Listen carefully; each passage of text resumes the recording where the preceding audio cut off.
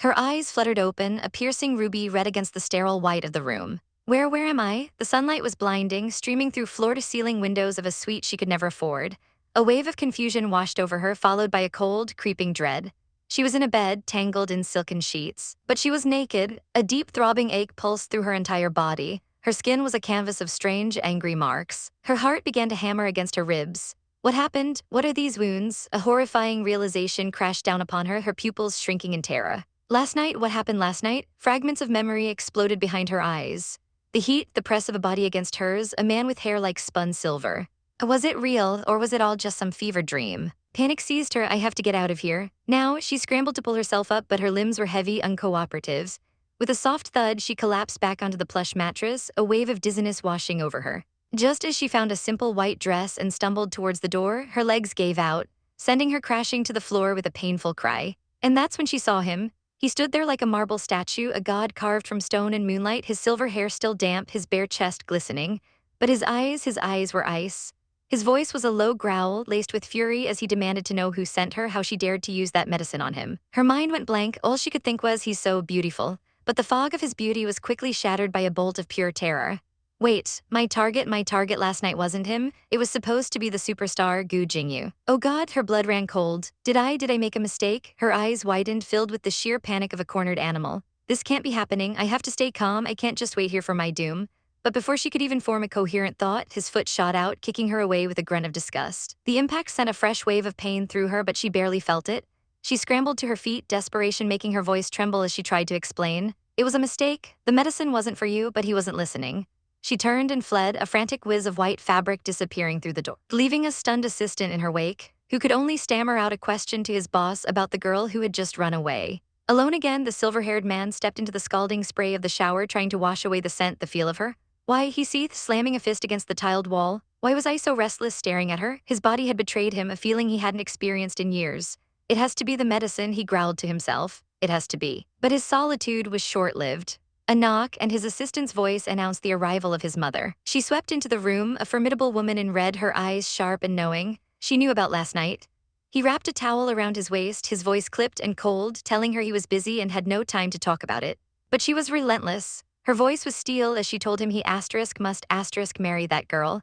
She knew about his illness, the strange affliction that made him unable to touch any woman, even his own girlfriend, Mo Huiling. The words hit him like a slap. He ordered her to leave, but she pressed on, her logic infuriatingly sound. You could touch her, she pointed out. That means she's the one for you, he scoffed, his voice dripping with disdain. She played a trick, he spat back. It doesn't mean I'll recover. I will never accept her. Meanwhile, Lin Che wandered aimlessly, the weight of the world on her shoulders. Why did it have to escalate like this? She was nothing, an illegitimate child in a family of stars. Her sisters were brilliant and capable, while she was just a nobody. An unnameable actress, so desperate she'd resorted to such a shameful plan. Her phone buzzed, shattering the silence. Daddy, his voice boomed through the speaker, demanding to know where she'd been. He told her something had happened, that she needed to come home immediately. Back at the mansion, her father relayed the shocking news to her stepmother. The Chen family was suddenly requesting the engagement. A cruel, calculating glint appeared in her stepmother's eyes as her father made her promise. Promise that Lin Che would be the one to marry the fool from the Chen family, replacing her own precious daughter, Lin Yu. And so began a new chapter of her nightmare, one titled, You Filthy Woman. As Lin Che stepped through the doors of her so-called home, a maid informed her that her fiancé was here waiting. Her heart skipped a beat. Kin King here. The name alone sent a pang through her chest, a memory of a boy she'd admired from afar. She peeked through the doorway and her heart shattered. There he was, standing so close to her sister, Lin Lai. They looked perfect together. A bitter lump formed in her throat. She'd never even had the chance to speak to him. Suddenly, a hand cracked across her face, the sound echoing through the hall. Her stepmother stood there, her face twisted in rage. Bitch, she shrieked, pointing a finger at Lin Che. How dare you try to seduce your brother-in-law? Lin Che's cheek burned, tears stinging her eyes as she mumbled that she didn't do it. But her stepmother wasn't listening, grabbing her arm in a painful grip. Her sister, Lin Lai, joined the assault, her voice dripping with venom. She called Lin Che a mismatch for the great King, a common slut always seducing men. Then came the final blow. Her stepmother informed her of the real arrangement. She was to marry Chen Tianyu, the second son of the Chen family. Lin Che's blood ran cold. Chen Tianyu, she whispered, the name tasting like ash. Isn't he the fool? She wasn't a puppet, she screamed, she wouldn't do it. But her defiance was met with a vicious kick and the most vile threat of all.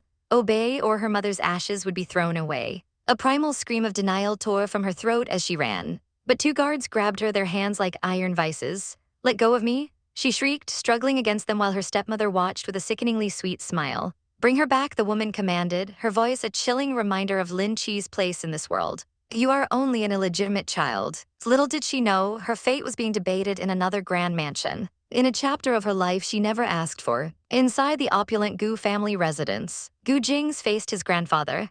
The old man was furious, demanding to know why Jingze was so stubbornly refusing to marry the girl. He insisted that the Gu family was not irresponsible, and more importantly, that this girl was the cure for Jing's illness. Jingze argued back, shouting that he didn't even know her. But his grandfather played his trump card, threatening to make his girlfriend Mo Linghui suffer if he refused. He twisted the knife, reminding Jingze how his brothers were successful while he was nothing. A cold fury settled over Jingze. "Fine," he thought, his eyes hardening into chips of ice. "I can't defy you, grandfather, but I can torture the girl. You can try my patience." Back at the Lin house, the dreaded moment arrived. The Chen family was here. Her stepmother dragged a tear-stricken Lin Che forward to meet her fiancé. And then she saw him, a man with a vacant expression, drool trickling from the corner of his mouth. The Chens didn't even try to hide their intentions, they only cared about her ability to produce an heir.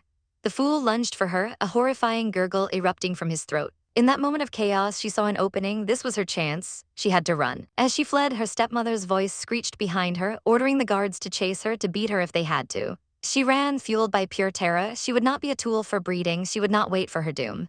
Her lungs burned, her legs screaming in protest. How far could she go? She was so tired she couldn't stand anymore. Just as she was about to collapse, a sleek black car screeched to a halt beside her.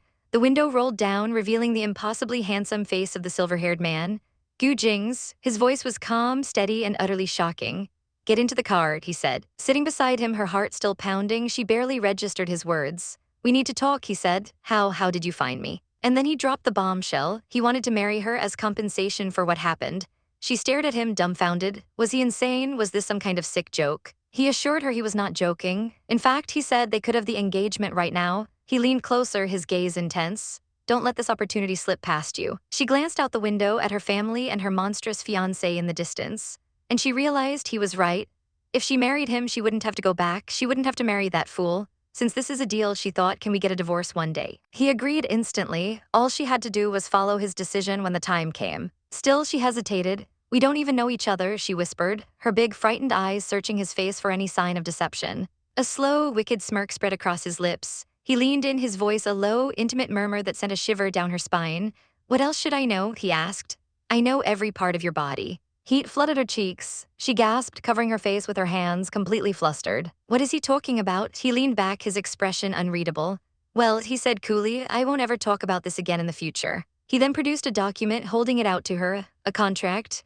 "I promise to treat this matter with respect," he said, his voice all business now. "Sign it." The pristine white dress felt like a costume, the car's plush leather seats a cape. Gu Jing's voice was as cool and distant as the passing scenery. He informed his family there would be no wedding ceremony. Lin Che's heart gave a little flutter of relief. A secret engagement was perfect. She didn't want this to become a spectacle. But then his next words sliced through the air, sharp and cold. He needed her to know that marrying her was never his intention. He had his own love. Of course he did. A man like him, what did she expect?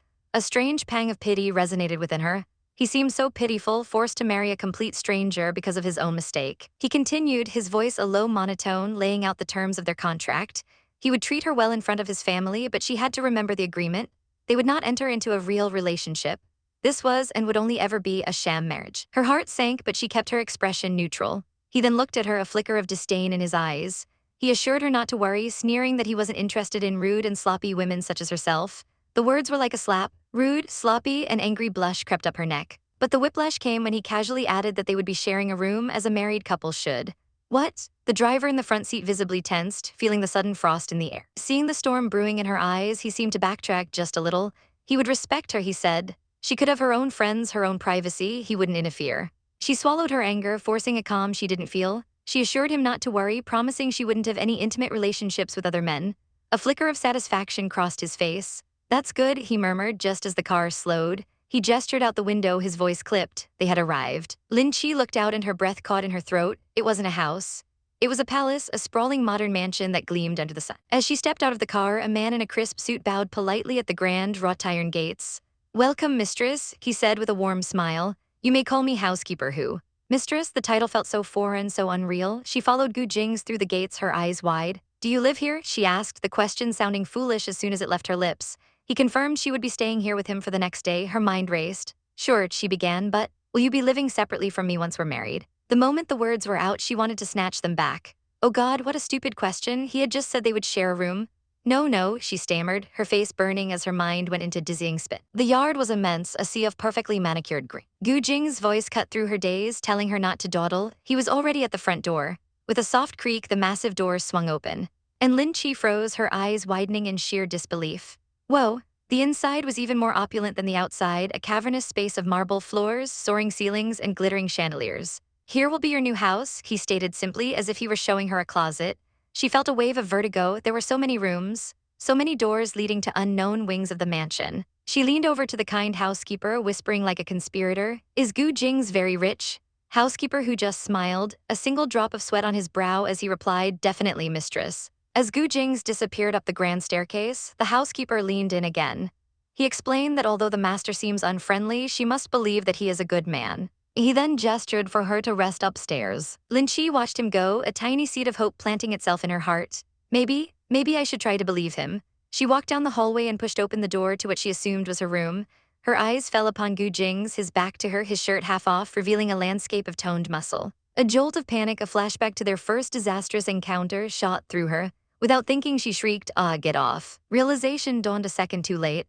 "Sorry," she yelped, slamming the door shut with a loud bang. Behind the closed door, Gu Jingze paused, an irritated frown creasing his brow. He sighed, a wave of regret washing over him. This woman, she was truly different from his ideals. Why had he promised so quickly? Outside, Lin Che leaned against the wood, her heart hammering against her ribs like a trapped bird. Lub-dupe, what was going to happen now? He couldn't possibly be more annoyed with her than he already was. Her hands clasped together, her knuckles white as she tried to calm the frantic beating of her heart. The doorknob turned. "Come in," his voice called out, devoid of emotion. "I'm done changing." She peeked inside, her face a mask of apology. He was sitting on the couch now, fully dressed, his expression unreadable. He looked at her, his voice laced with ice. "I hope you get used to knocking before entering rooms." A spark of defiance ignited within her. "How was I supposed to know you weren't wearing clothes?" She shot back, her cheeks flushed with embarrassment and anger. He waved a dismissive hand. "It's fine, get some rest, I'll sleep on the couch." Seeing him head for the sofa, a pang of guilt hit her. "Ah, let me sleep on the couch," she offered. "I'm used to sleeping there at home." As she reached out to stop him, his entire body went rigid. "Don't touch me," he snarled, his fist clenching at his side. The rejection was so sudden, so violent, it stunned her. "What kind of attitude is that?" She snapped, her own anger surging. "It was a kind gesture," he whirled on her, his eyes blazing. "A kind gesture? You who caused all of this are now saying you're kind. That was it, the dam broke." "Even if I did drug you," she screamed, pointing an accusing finger at him. "So what?" His face contorted with rage. "What?" he roared, his voice echoing in the vast room. "You filthy woman, get out." But she wouldn't be pushed away, not this time. A stubborn fire lit in her eyes as she lunged forward.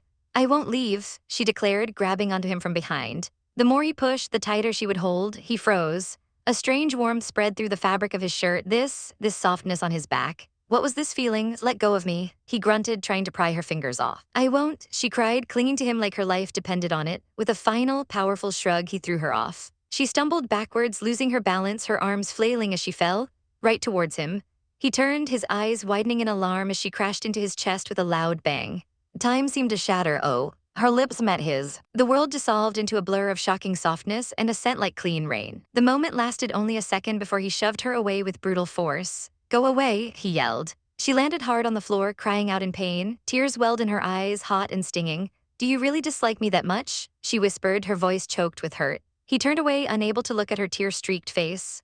A heavy silence filled the room. Then he spoke, his voice low and strained. "I'm sorry, I apologize, it was not your fault this time." He actually admitted his mistake. She stared at him, bewildered. He continued, the words tumbling out as if it pained him to say them. "I was not avoiding you, not even from the start. Actually, I have an illness, a condition where I can't have contact with women." The confession hung in the air, stunning her into silence. She sat on the floor, speechless. Sorry," she finally managed to stammer. "I didn't know." "It's okay," he said, his voice softer now. "Let's stop talking, get some rest."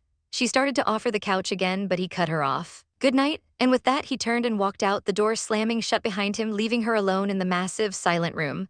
"What a troublesome guy," she sighed to the empty space. The next morning, sunlight streamed through the window, waking her. She was in the bed. Had he moved her? On a nearby chair was a set of neatly folded, clean clothes. He prepared them for her. The reality of her situation slowly began to sink in, a strange and unsettling feeling. I'm still not quite over the fact that I'm married. Just then, housekeeper who appeared at the door with a cheerful smile. Mistress, let me bring you to the dining room. Like everything else, the dining room was enormous, with a table long enough to seat an army. And there he was, her eyes widened. Bathed in the morning light, Gu Jingze looked like a prince from a fairy tale, sipping his tea with an air of quiet elegance. She put on her brightest smile. Hi, good morning, she chirped. He didn't even look up. He simply placed his cup down, stood and announced, I'm going to the office, before turning to leave. The nerve, he was ignoring her. Wait, she called out, her hand outstretched. Wait for me, bring me along, Gu Jingze. I also want to go to the office. He paused at the door, turning to give her a long, considering look. To her utter shock, he gave a curt nod. Fine, follow me. As they walked towards the entrance, he stopped abruptly. Oh yeah, he said, his eyes trailing down to her feet. Why are your shoes so dirty? He then scanned her simple dress. Also, you don't have a change of clothes. Her brief flicker of happiness died. She looked down, embarrassed. I only have this one pair of shoes, she admitted softly. Clothes, too. I don't buy clothes until I can't wear mine anymore. A sad, resigned smile touched her lips as she explained. I'm just the illegitimate daughter of the Lin family. Ever since I was young, I've been using and wearing Lin Lai and Lin Yu's hand-me-downs. I must be frugal. Something shifted in his expression, a flicker of an emotion she couldn't quite name. He turned to the driver, his voice firm and clear. Bring us to the mall first. Soon they were pulling up to a glittering, high-end shopping center. Inside, a sales associate hurried over. Welcome, sir, do you need any assistance? Gu Jingze didn't even glance at her. He simply pointed a commanding finger at 2 entire rows of designer dresses. Bring all the clothes that fit her from these 2 rows.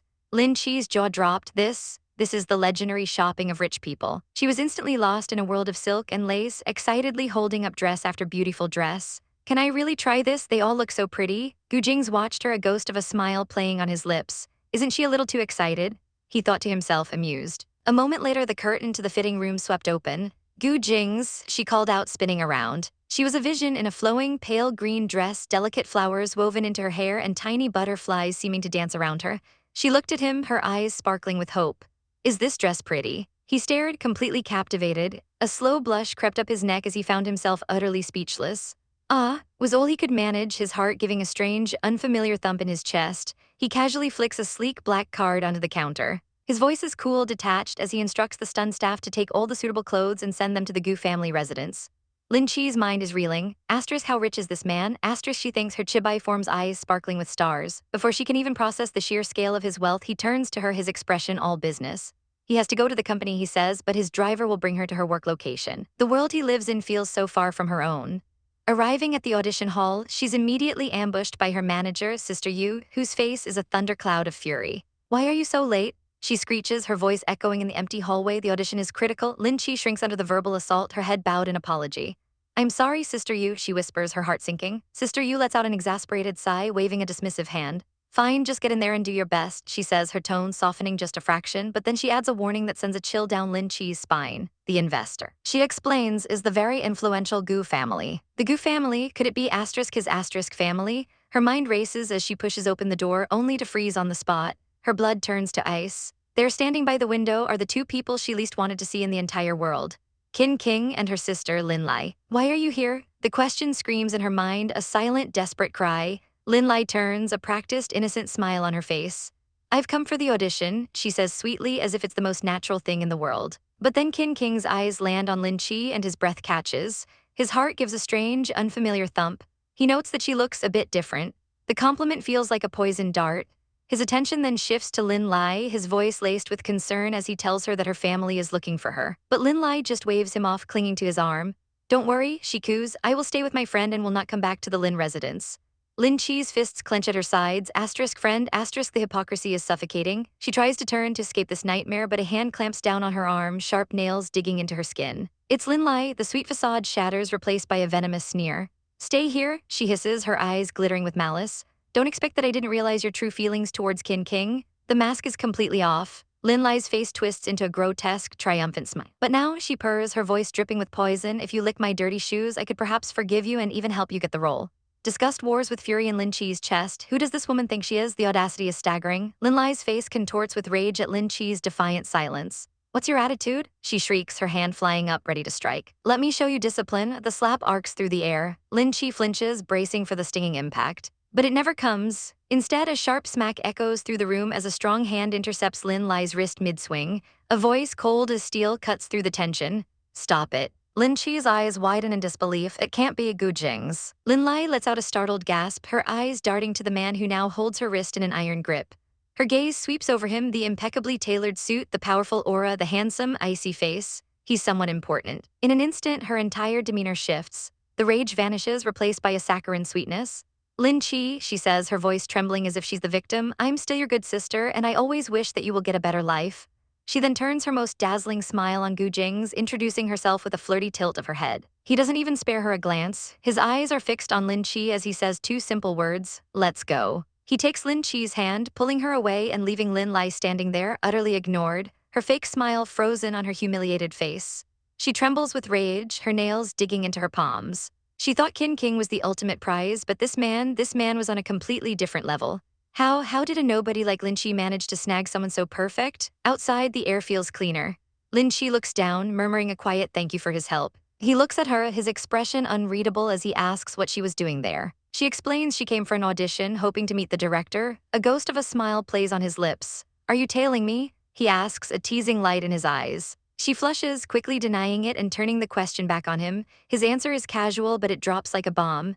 This hotel belongs to the Gu family. Her chibai self's jaw hits the floor. This entire magnificent building is his. Flustered, she quickly makes an excuse about finding the director and practically flees. As she disappears, an assistant approaches Gu Jingze, reporting that the mistress is here for an audition. A magic fantasy TV show, he clarifies, that the Gu family has invested in. And the male lead, it's the third young master. Gu Jing's gaze follows the direction Lin Che ran, a thoughtful expression on his face. He gives a quiet, simple order, go for some arrangement. Inside the studio, Lin Lai is already working on director Jiang, showering him with compliments. He looks utterly bored, cutting her off mid-sentence. He's seen it all before. Stop trying to kiss up to me, he says bluntly, his voice dripping with disdain.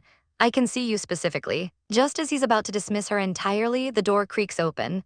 Lin Che peeks in, her heart sinking as she witnesses the director's harsh rejection. All hope seems to drain from her, but then a different man with a warm smile approaches her. Hey, are you Lin Che? He asks. It's producer Chen. He tells her he's seen her work, even in her smaller roles, and he's impressed. He asks if she wants a part, her hands twist together nervously.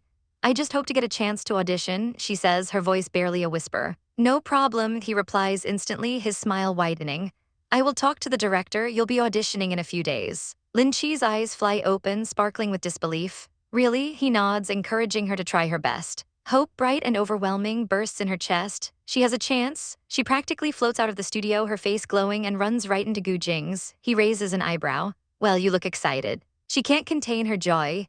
Words tumble out of her mouth as she explains how a big-shot producer promised her an audition. It feels like all her hard work is finally paying off. In a rush of pure, unadulterated happiness, she throws her arms around him, hugging him tightly. She pulls back slightly, her face flushed and her eyes shining. The producer knew my name has been spreading in their circle, I'll be famous one day, am I right? Suddenly, she realizes what she's done, her cheeks burning with embarrassment. She stammers an apology, explaining she was just so overjoyed. He simply looks at her, his gaze softening almost imperceptibly, and says, let's go home. As they exit the hotel, a row of bodyguards in black suits bow in unison. Mr. Gu. He gives a curt nod, ordering them to get the car ready. In the cars, Lin Che stares out the window at the intimidating line of men. It's like an emperor on a royal tour. Gu Jingze, she asks, are you a famous person? He turns to her, his gaze intense, pinning her in place. What kind of person am I? He asks quietly. You really want to know?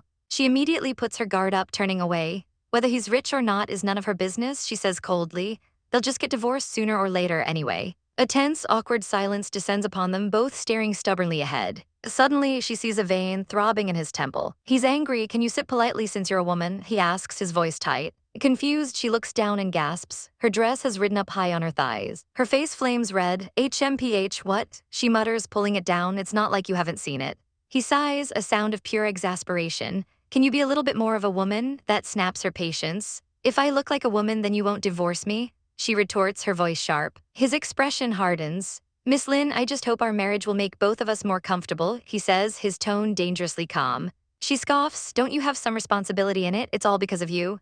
Her voice rises with remembered humiliation. It's as if I forced you to strip off my clothes that night. I just made you restless, but I didn't let you strip me.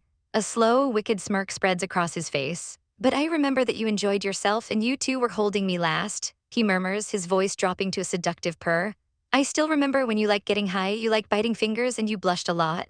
A flash of memory, hot and vivid, floods her mind. The feeling of his skin, the heat. She shakes her head violently, her face crimson. It's all in your imagination. I don't recall. I remember it hurting. That was your first time and you didn't know anything, not gentle at all.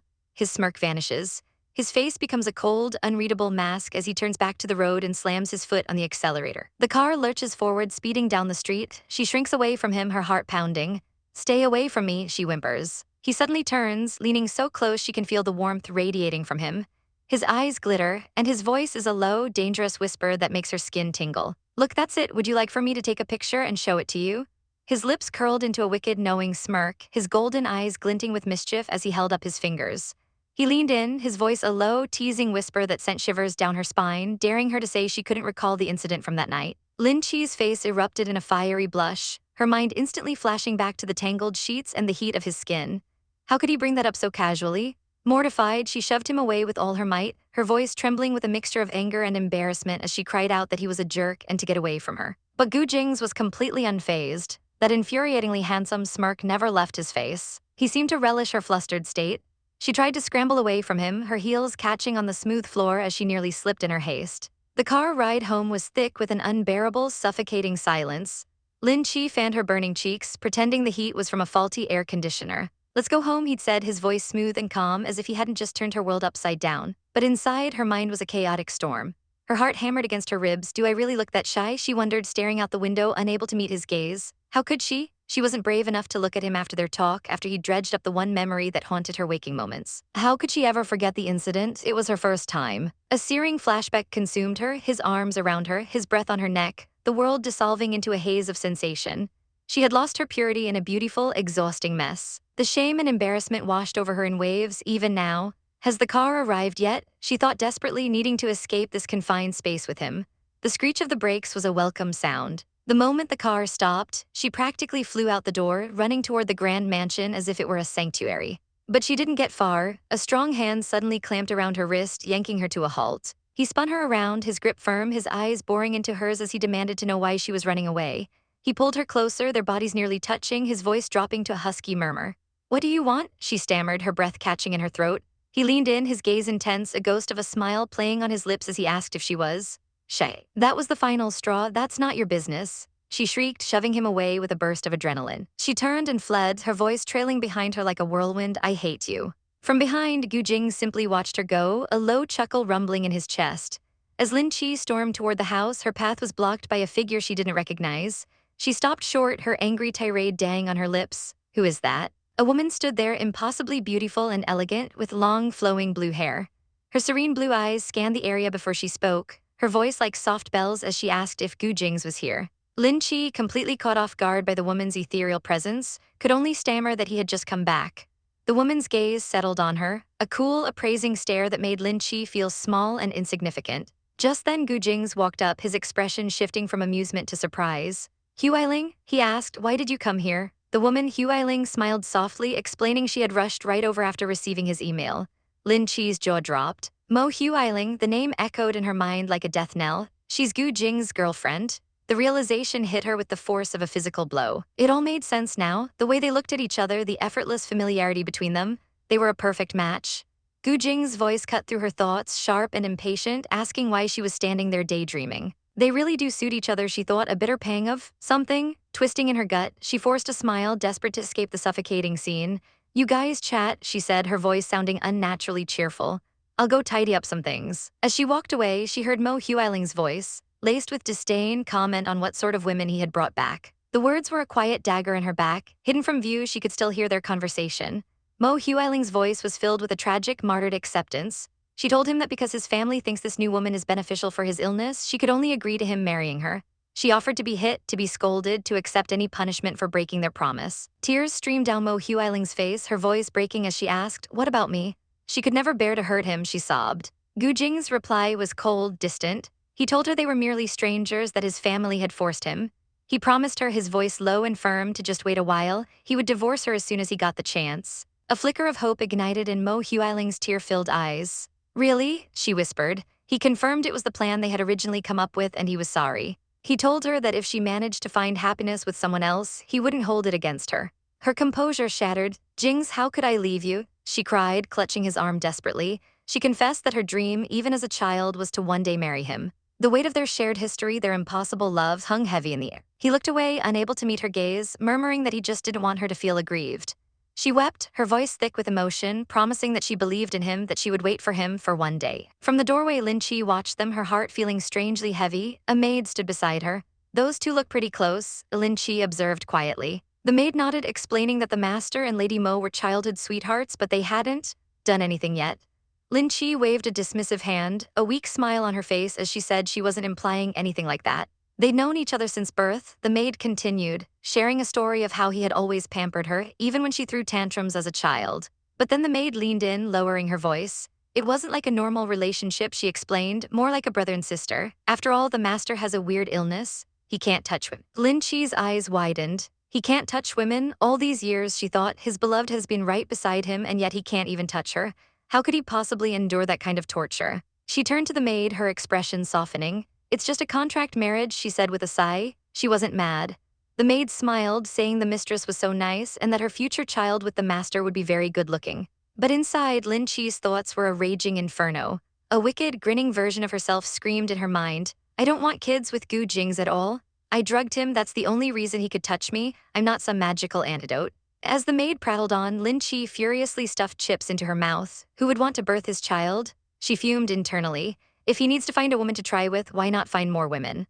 But then a thought stopped her cold. It was so obvious. It's because he loves Mo Huiling so deeply, so completely, that he doesn't want anyone else. Just then Gu Jingze walked in, his brow furrowing in disgust. He told her to be cleaner when she ate. She shot back that her hands were clean, crunching defiantly on another chip.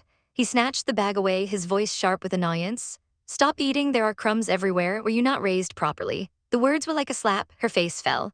"Not everyone," she retorted, her voice dripping with sarcasm, "was a well-bred young lady from a wealthy house like Ms. Mo." The pain was raw in her voice as she continued, explaining how her mother died young, how her father only saw her as a commodity to be sold. "No one ever taught her manners," she said bitterly. "For someone like her, just living was already good enough." She looked away, pulling a blanket over herself. If he felt uncomfortable, she said she would eat less in front of him. But then a sharp edge entered her voice. "Then again, you probably won't even come home often. You have Ms. Mo to be with all day." "That's right," he sneered, his words dripping with ice. "A well-bred lady like Huiling at least doesn't grab food directly with her hands." His cruelty struck a nerve. She felt a tremor of rage and hurt shoot through her. Her hands clenched into tight fists at her side, her nails digging into her palms. Fine, if he wanted to see improper, she'd show him improper. With deliberate slowness, she brought her fingers to her lips, licking the salty dust off them with a defiant flick of her tongue.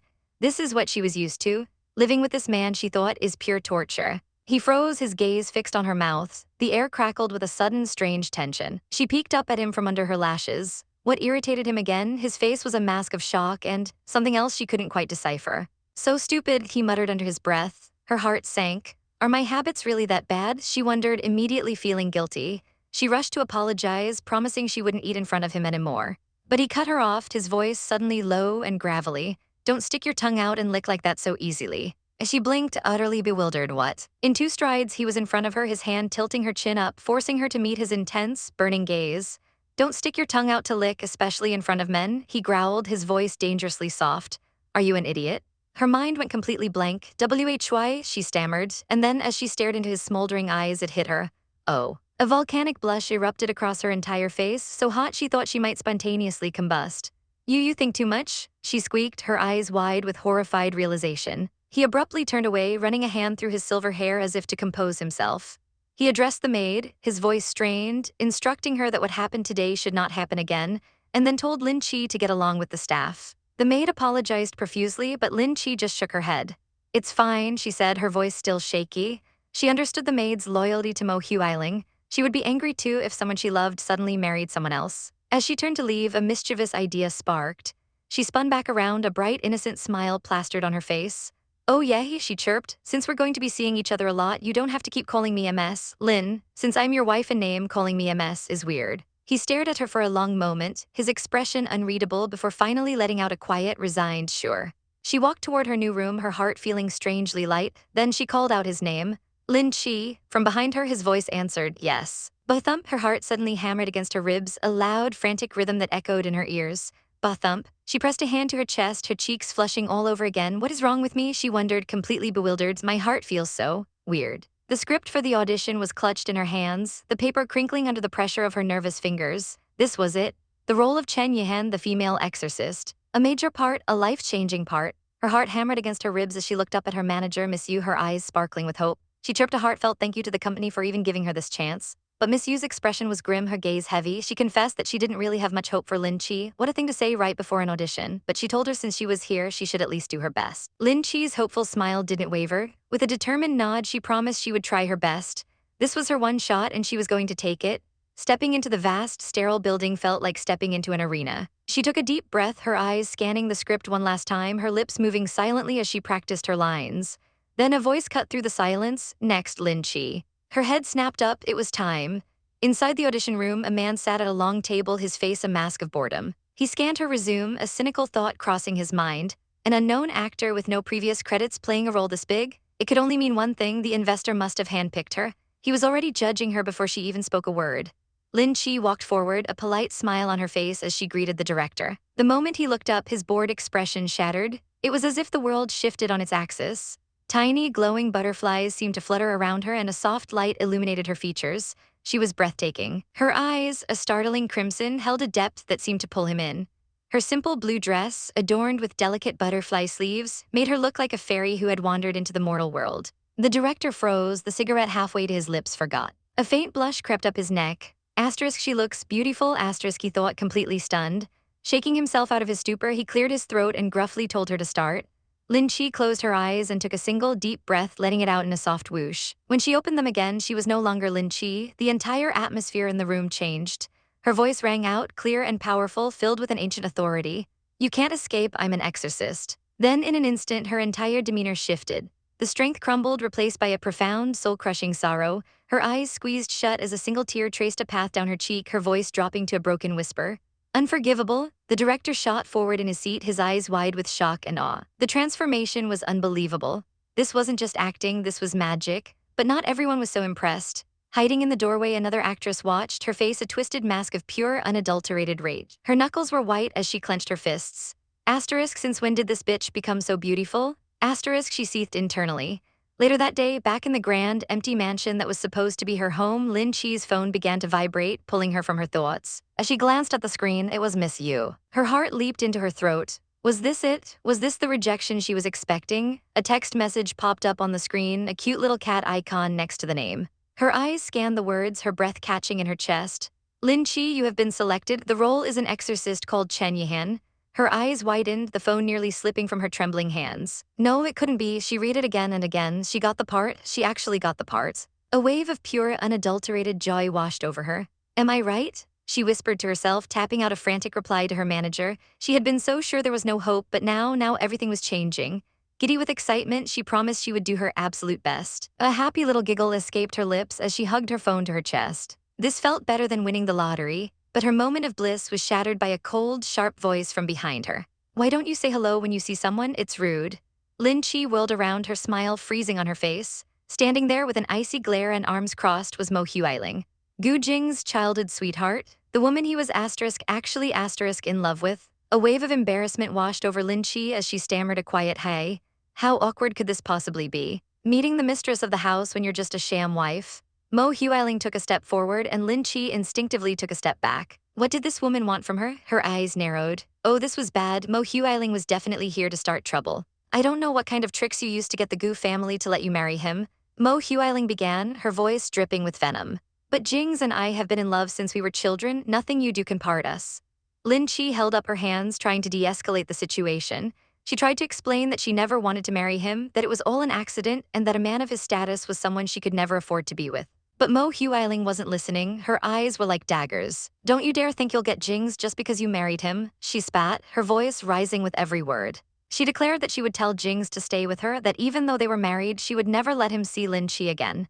She stalked closer, invading Lin Che's personal space, her face contorted with jealousy. Jingze and I have been together since we were kids. It's all in vain. Lin Che had heard enough. The timid girl vanished, replaced by someone with a spine of steel.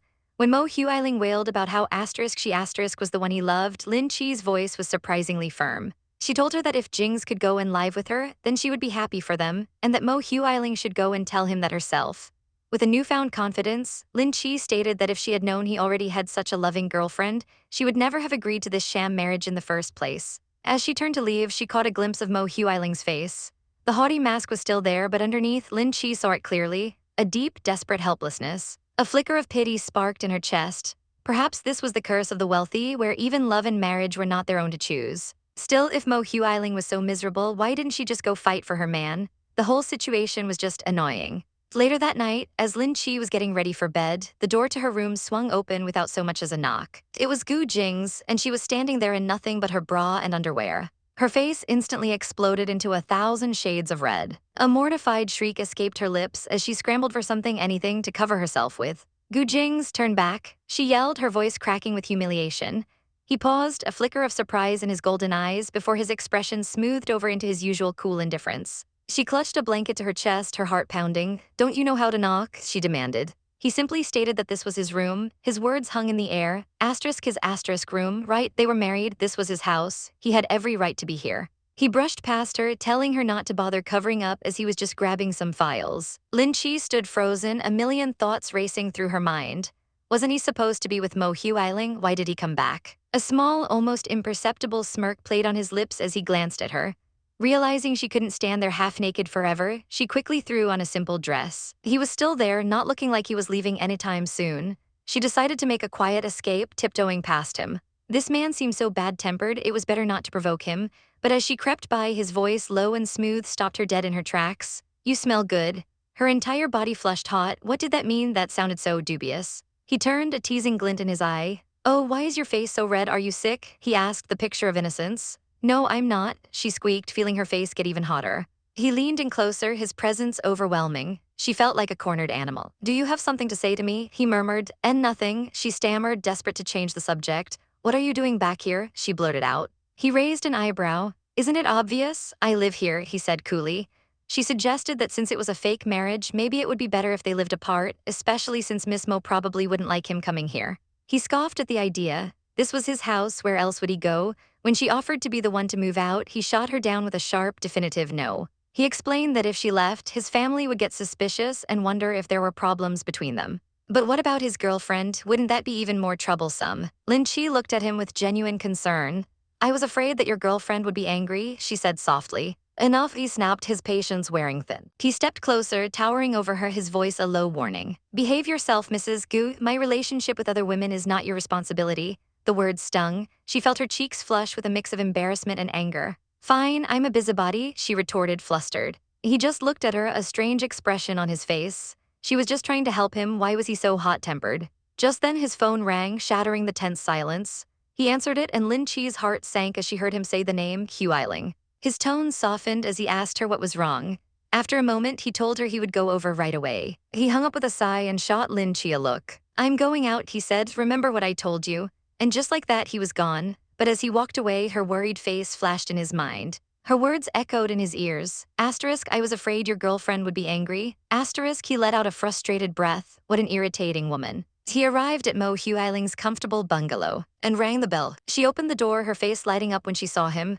"Jingze, I knew you would come," she said, pulling him inside. Her eyes were sad and watery as she confessed how uncomfortable his marriage made her feel, even though she knew he was forced into it. Tears streamed down her face as she apologized for making him feel embarrassed. He looked at her, his own expression pained, explaining that he had no choice, that he couldn't disappoint his grandfather. "I know," he murmured, pulling her into a gentle embrace.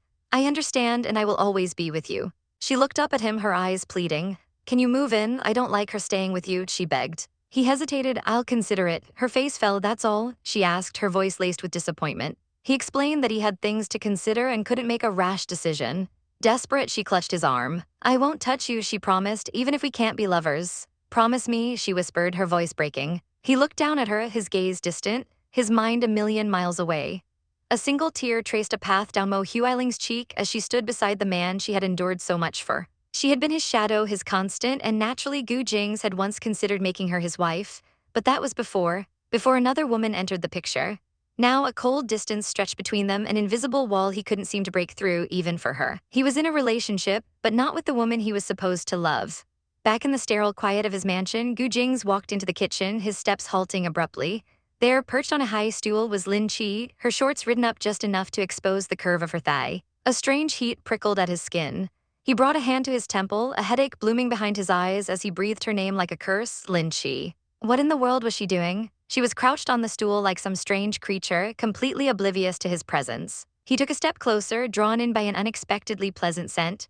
Why did she smell so good? He leaned over her, his shadow falling across her small frame, his voice low and laced with curiosity. Her head snapped up, her crimson eyes wide with shock. She let out a piercing shriek, scrambling back. "Are you a cat or something? You scared me," she yelled, her voice trembling as she accused him of being a ghost. He simply raised a brow, his expression unreadable as he asked if she was making something to eat. A wave of pride washed over her face, replacing the fear. She puffed out her chest, declaring that yes, the great chef was making the world's best dish. He peered over her shoulder, his gaze falling upon a sad little cup of instant noodles. Mortification bloomed across her cheeks as she tried to hide the evidence, but it was too late. He sighed internally. I need to stay far, far away from this uncultured woman, he thought. He asked her flatly if she could even cook. She bristled, her chin jutting out defensively as she insisted she knew how to cook water and had never even burned it. How had this woman survived until now? He was genuinely baffled.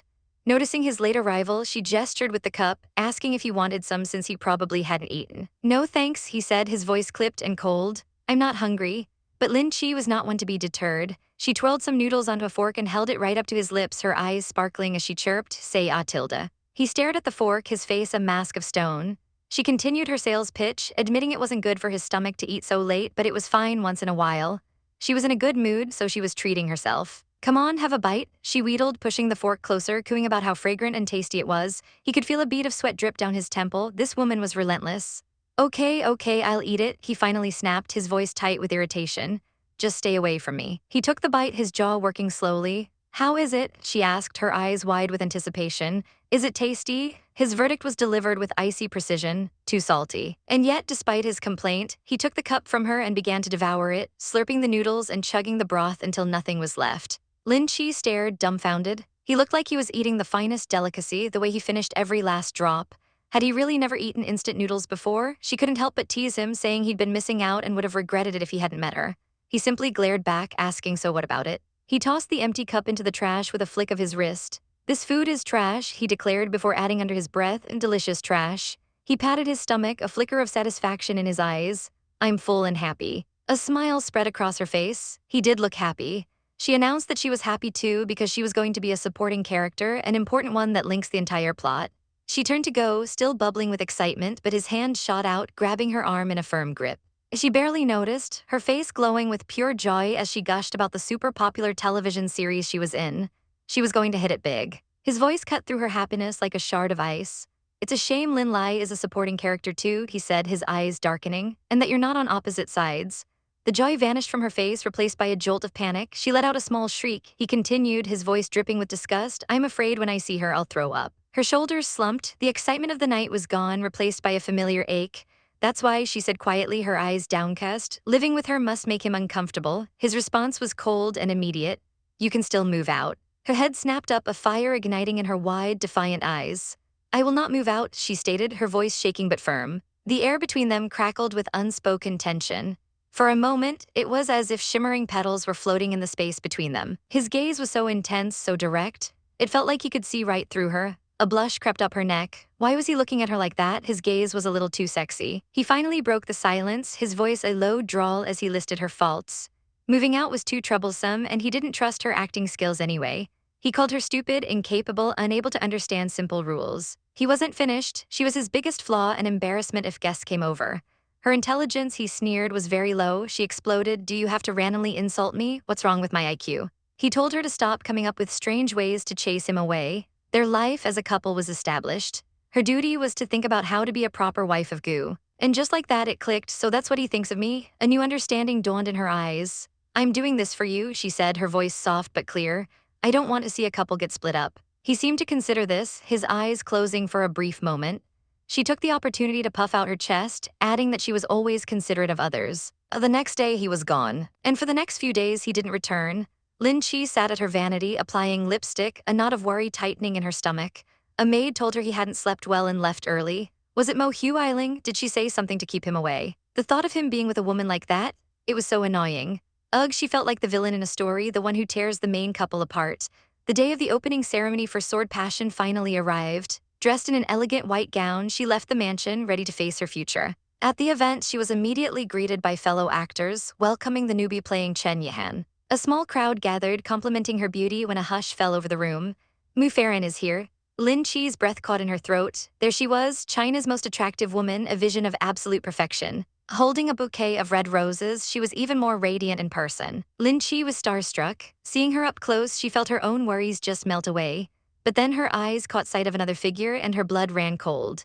It was Lin Lai, preening for a reporter, laughing as she declared she would definitely be the best actor. Panic seized Lin Che. Lin Lai came. She had to hide, find a corner where she wouldn't be seen. But a woman intercepted her, praising her stunning appearance before pointing towards a man across the room. "That's Gu Jingze," she whispered conspiratorially.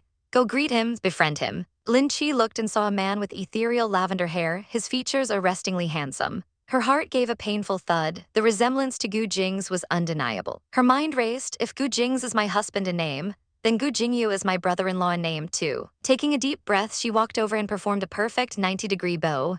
"Mr. Jingyu, hello," she murmured. The people nearby started whispering. They were indeed brothers, their eyes were identical. She was so flustered she couldn't meet his gaze, biting her nail nervously. He leaned closer, a playful smirk on his lips.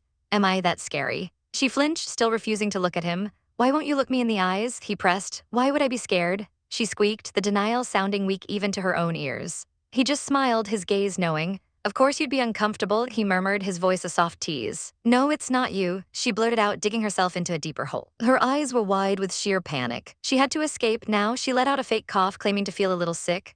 "Then, Mr. Jingyu, you can continue walking around. I won't disturb you," she said, bowing hastily before making her escape. She practically fled the scene. Gu Jingyu watched her go, a curious glint in his eyes. "Do I look that scary?" he asked his companion, who just laughed. "How could that be possible? You're an idol for so many people." Lin Che found a quiet balcony and sank onto a bench, sipping a drink to calm her racing heart. All she wanted was to avoid Lin Lai.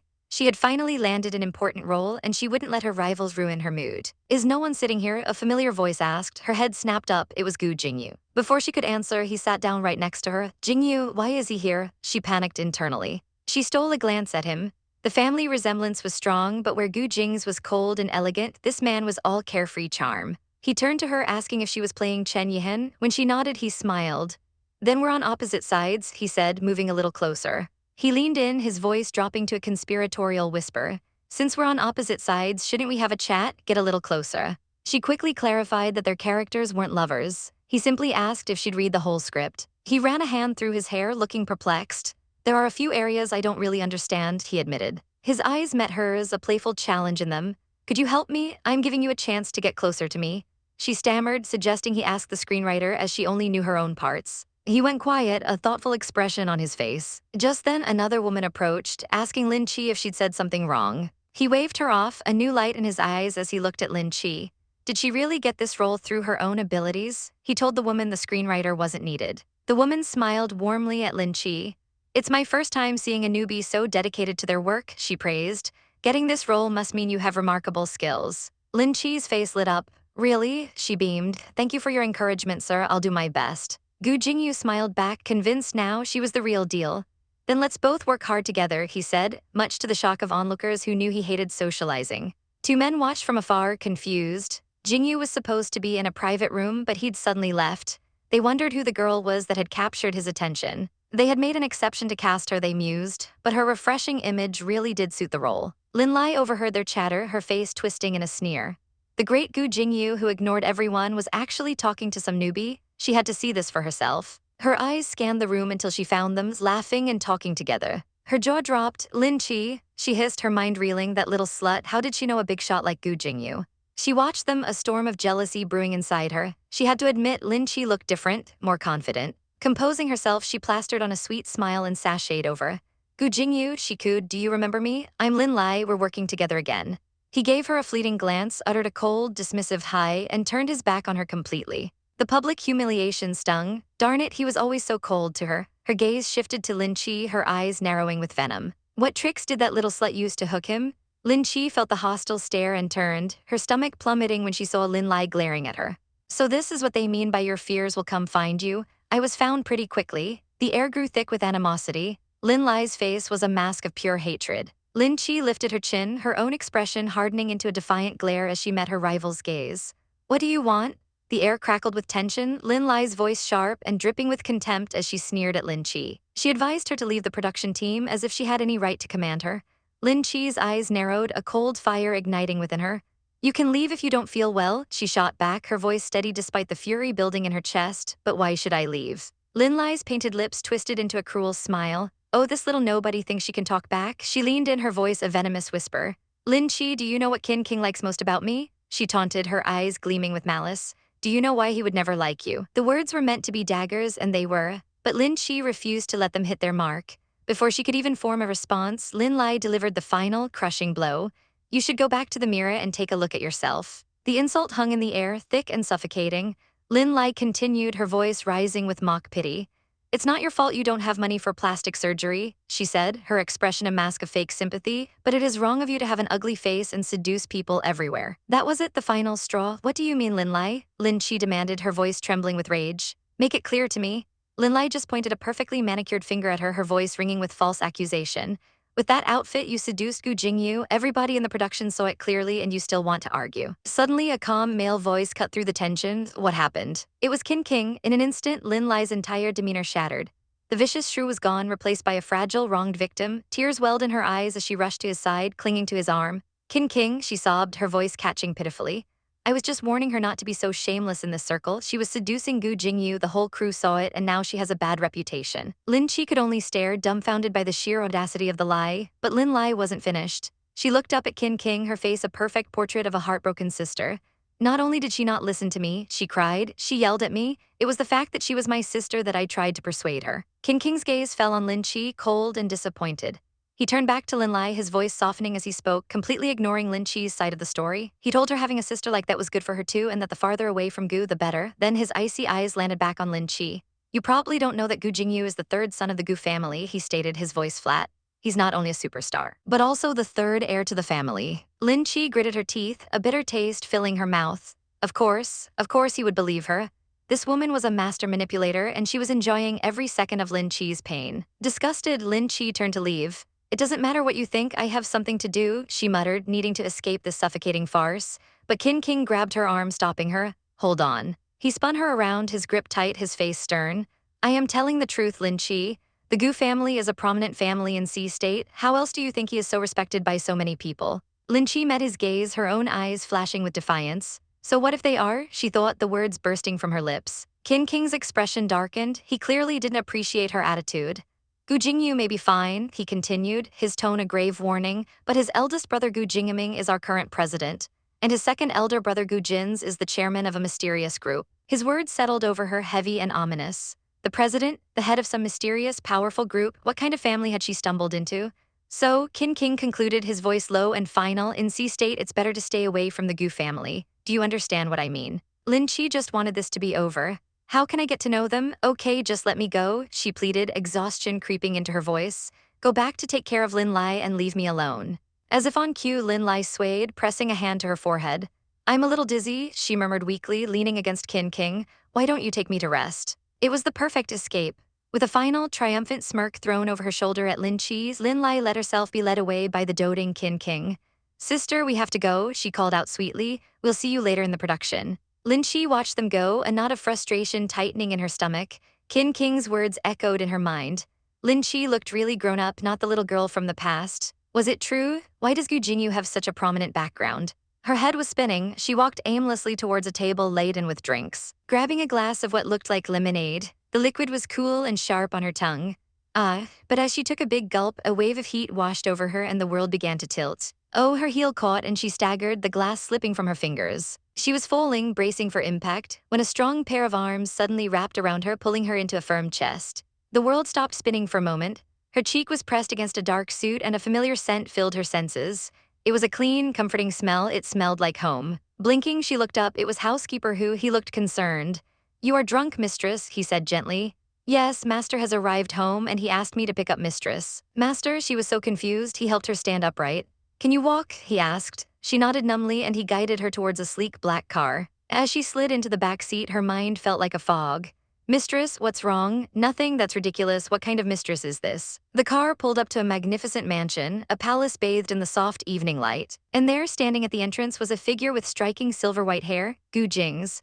As she stumbled out of the car, her vision blurred, her heart did a little flip-flop. A wide, goofy smile spread across her face. "Honey, I'm back," she chirped, her voice giddy as she wobbled towards him. He looked dazzling. She lost her balance again, tumbling right into his arms, her hands landing flat against his chest. He caught her easily, his expression unreadable, though a flicker of annoyance crossed his golden eyes. "What's going on?" he asked, his voice a low rumble, housekeeper who rushed forward.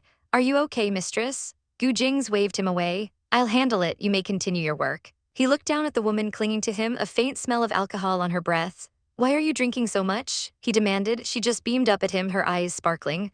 "Honey, I'm back," she repeated happily. Standing on her tiptoes, she threw her arms around his neck, pulling herself closer. A muscle in his jaw twitched, his eyes narrowed. "What did you call me?" he asked, his voice dangerously quiet. She blinked at him, confused. "Honey," she slurred, "what's your husband's name? Aren't you married to me?" He stared at her, utterly speechless. She leaned in closer, her lips brushing his ear as she whispered, "Call my name?" He froze, then she giggled. "Z," she said softly before her eyes fluttered shut and her body went limp against him, completely drunk. For a long moment, he just stood there holding her. Then with a sigh, he scooped her up into his arms. He carried her through the grand entrance and up the sweeping staircase, her head nestled against his shoulder. He pushed open the door to a bedroom and gently laid her down. As he tried to pull away, her hand shot out, grabbing his shirt. "Don't leave," she mumbled in her sleep. He paused, looking down at her. Damn it. Her face was flushed, her lips slightly parted as she slept. Rose petals seemed to bloom around her, a figment of his imagination. Suddenly she began to stir, kicking at the sheets. "It is too hot," she whined, tugging at the collar of her dress. He frowned, his own face flushing slightly. "You Lin Che," he hissed, "don't move, I'll help you." He walked across the room, his mind racing. He'd recently changed his medicine and it seemed to be a lot better. He hadn't had any panic attacks, no rash, and he didn't feel very uncomfortable. He touched the wall panel. Who was there? Why didn't they switch on the air conditioning? He turned back to the bed. She had kicked off the blanket entirely. Does she have any self-respect? And does she know that she's still a woman? He grabbed the sheet, intending to cover her, but as he pulled it up, it only revealed more of her. Frustrated, he growled, "Lin Che, can you wake up?" Her eyes fluttered open, hazy and unfocused. She pouted, "Honey, you're so harsh to me." His grip on the sheet tightened. A dangerous glint entered his eyes.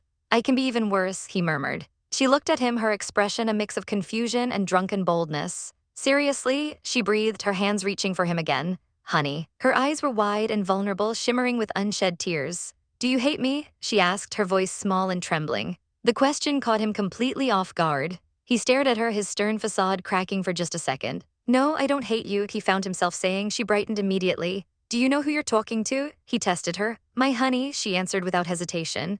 Then like a small child, she whined, "Honey, I want a hug."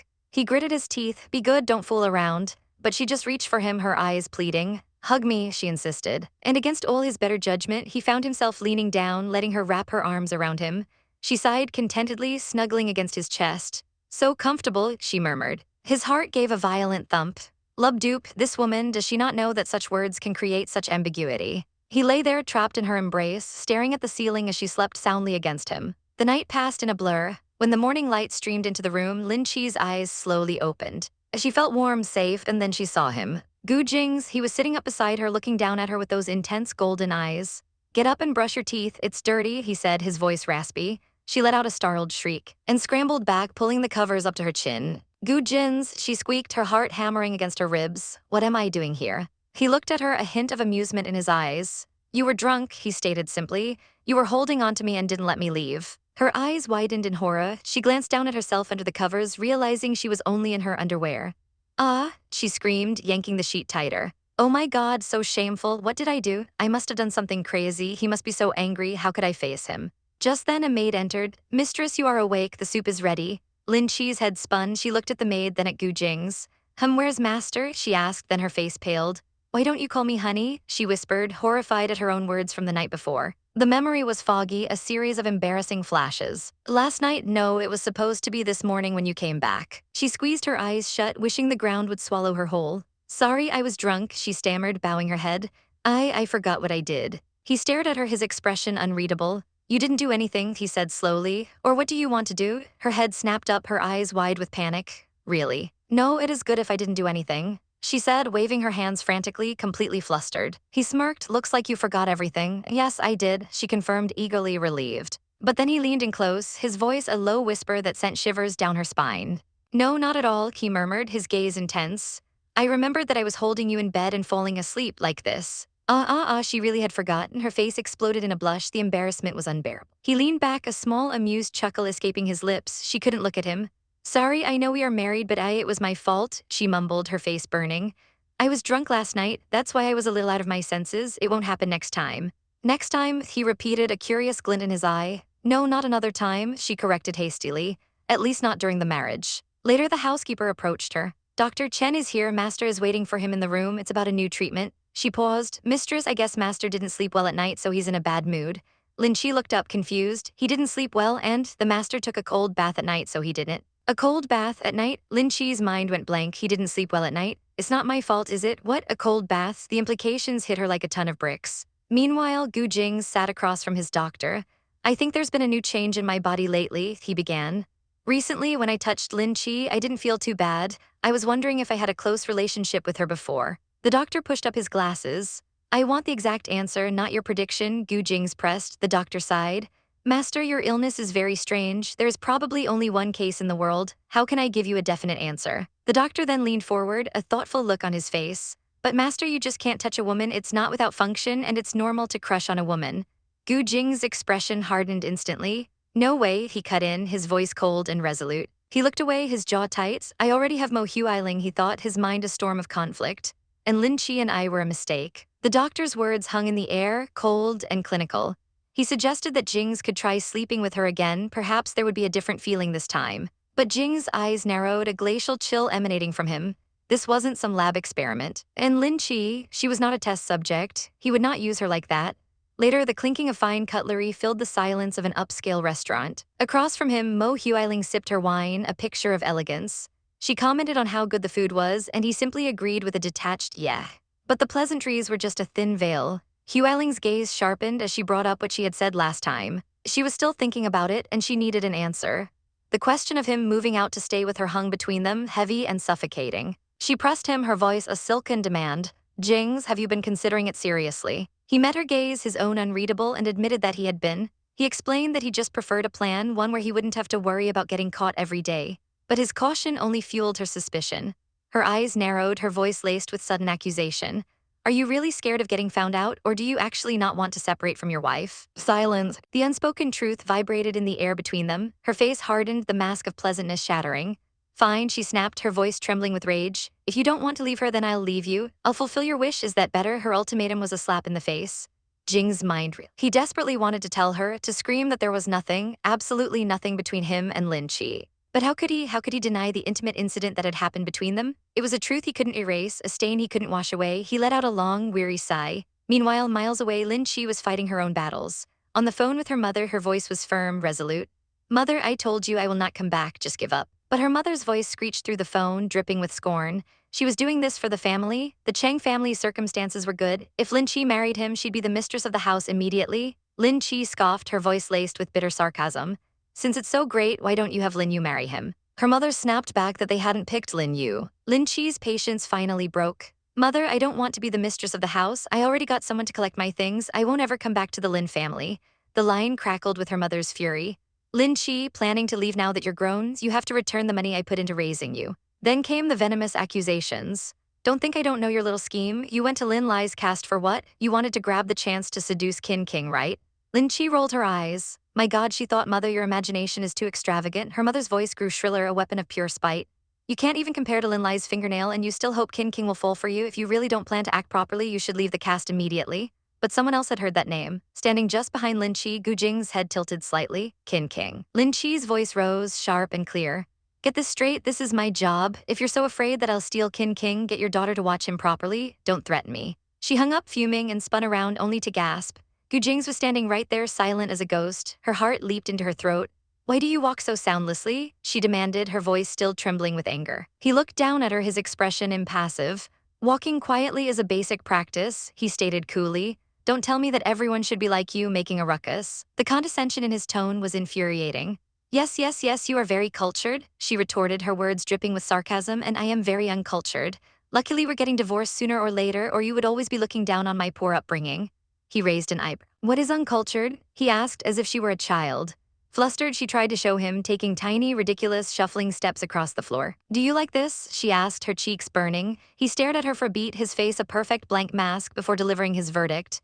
I am very cultured and you are very uncultured. It is true. Her jaw dropped. You, she seethed internally, her chibai self exploding with rage. Taking a deep, steadying breath, she tried a different tactic. She struck a graceful, elegant pose, a shower of roses magically appearing around her. Don't you prefer this? She asked sweetly. Do I learn well? He was completely unmoved. How dumb, he said, his voice flat. You are so stupid, no wonder you managed to drug the wrong person. The jab hit its mark. Hey, she cried, utterly mortified. Didn't we agree to stop mentioning it?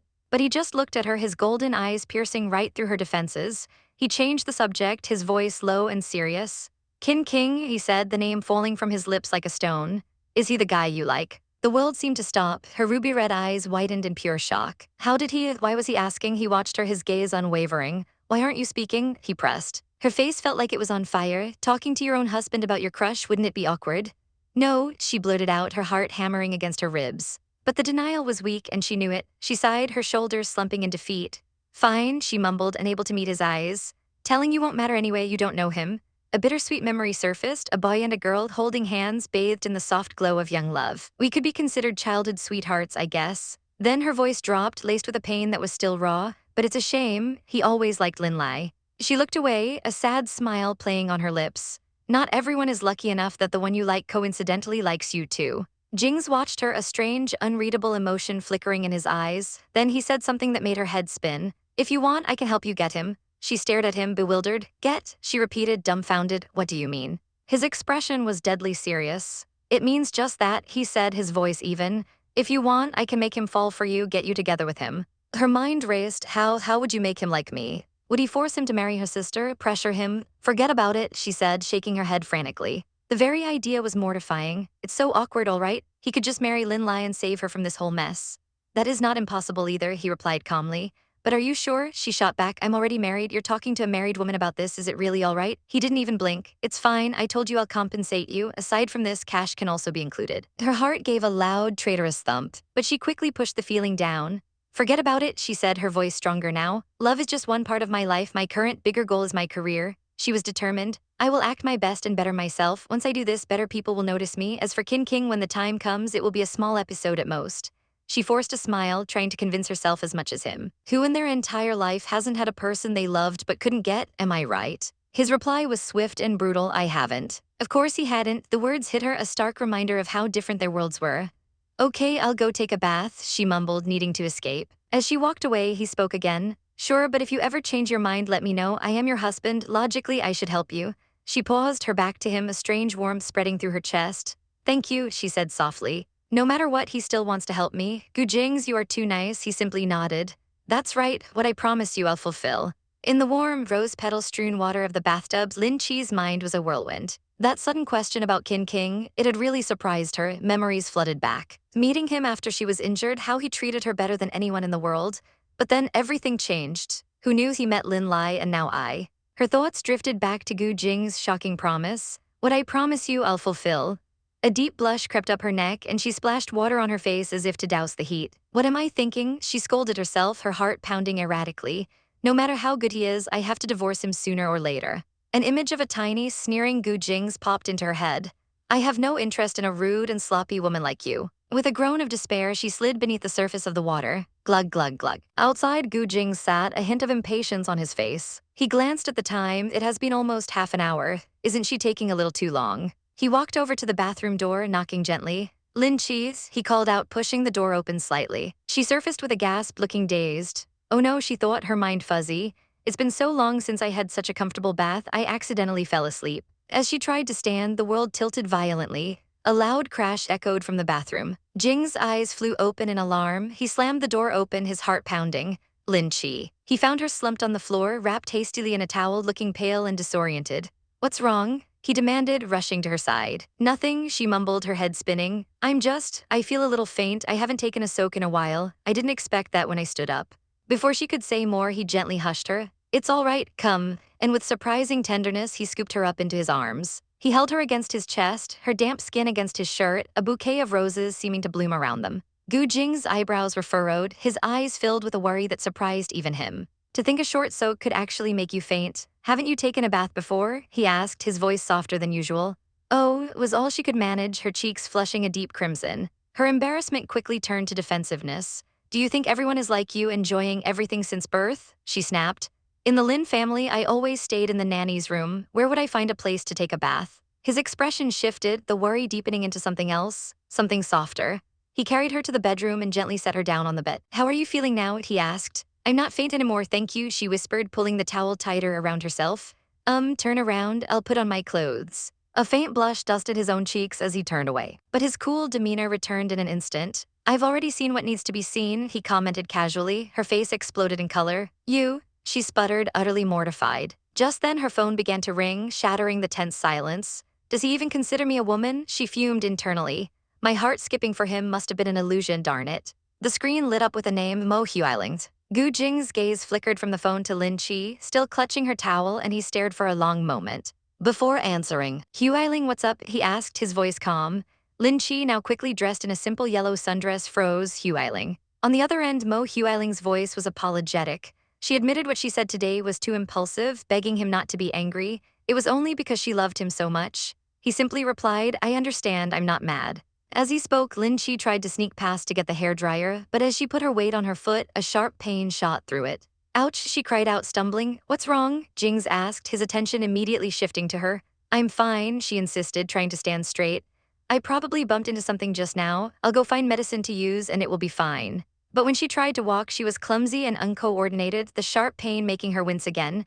Jing's face clouded with annoyance.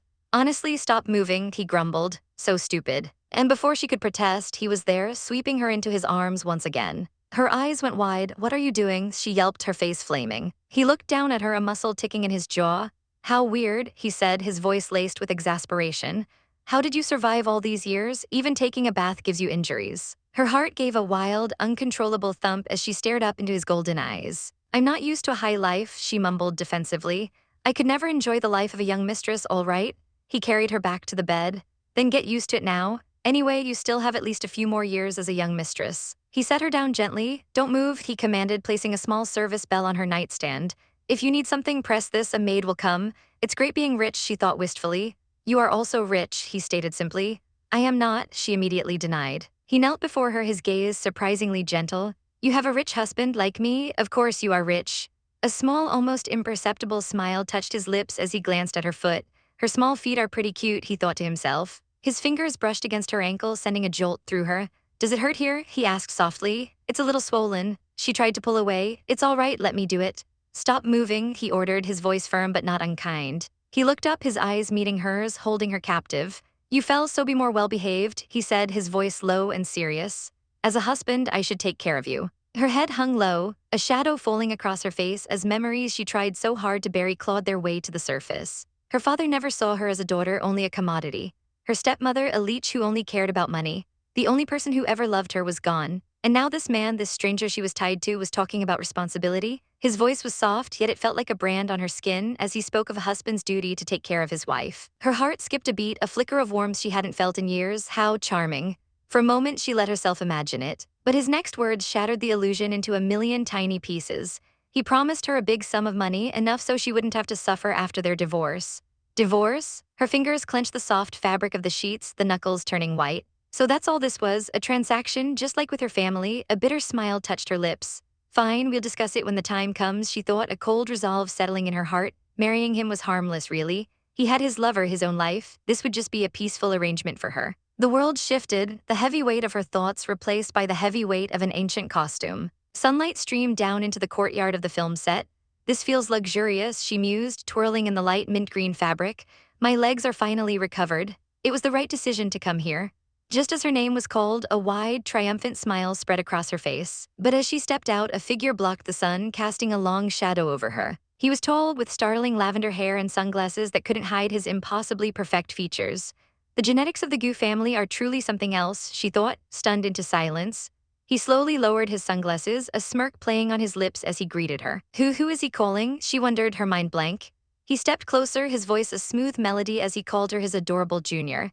His hand came up, gently patting her head, and her entire body froze, a blush creeping up her neck. Instantly, she felt it, a barrage of unseen attacks whizzing through the glares of every other actress on set, sharp and piercing like arrows, all targeted directly at her. Women are terrifying, her friend rushed over, a worried look on her face. What happened to you? She asked, giggling at Lin Che's panicked expression.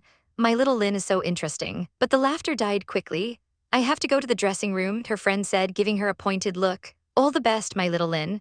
And with a final, encouraging smile to the handsome senior, she was gone, leaving Lin Che to fend for herself. Flustered, Lin Che turned to walk away, but in her haste, her foot landed squarely on the hem of a flowing pink dress. Oh no, she gasped, her eyes wide with horror. The woman turned and Lin Che's heart stopped. It was Sue Farron, the superstar. I'm so sorry, Sister Farron, she stammered, bowing deeply. But the actress simply smiled, her eyes kind. She asked if Lin Che was the new actress playing Chen Yihan.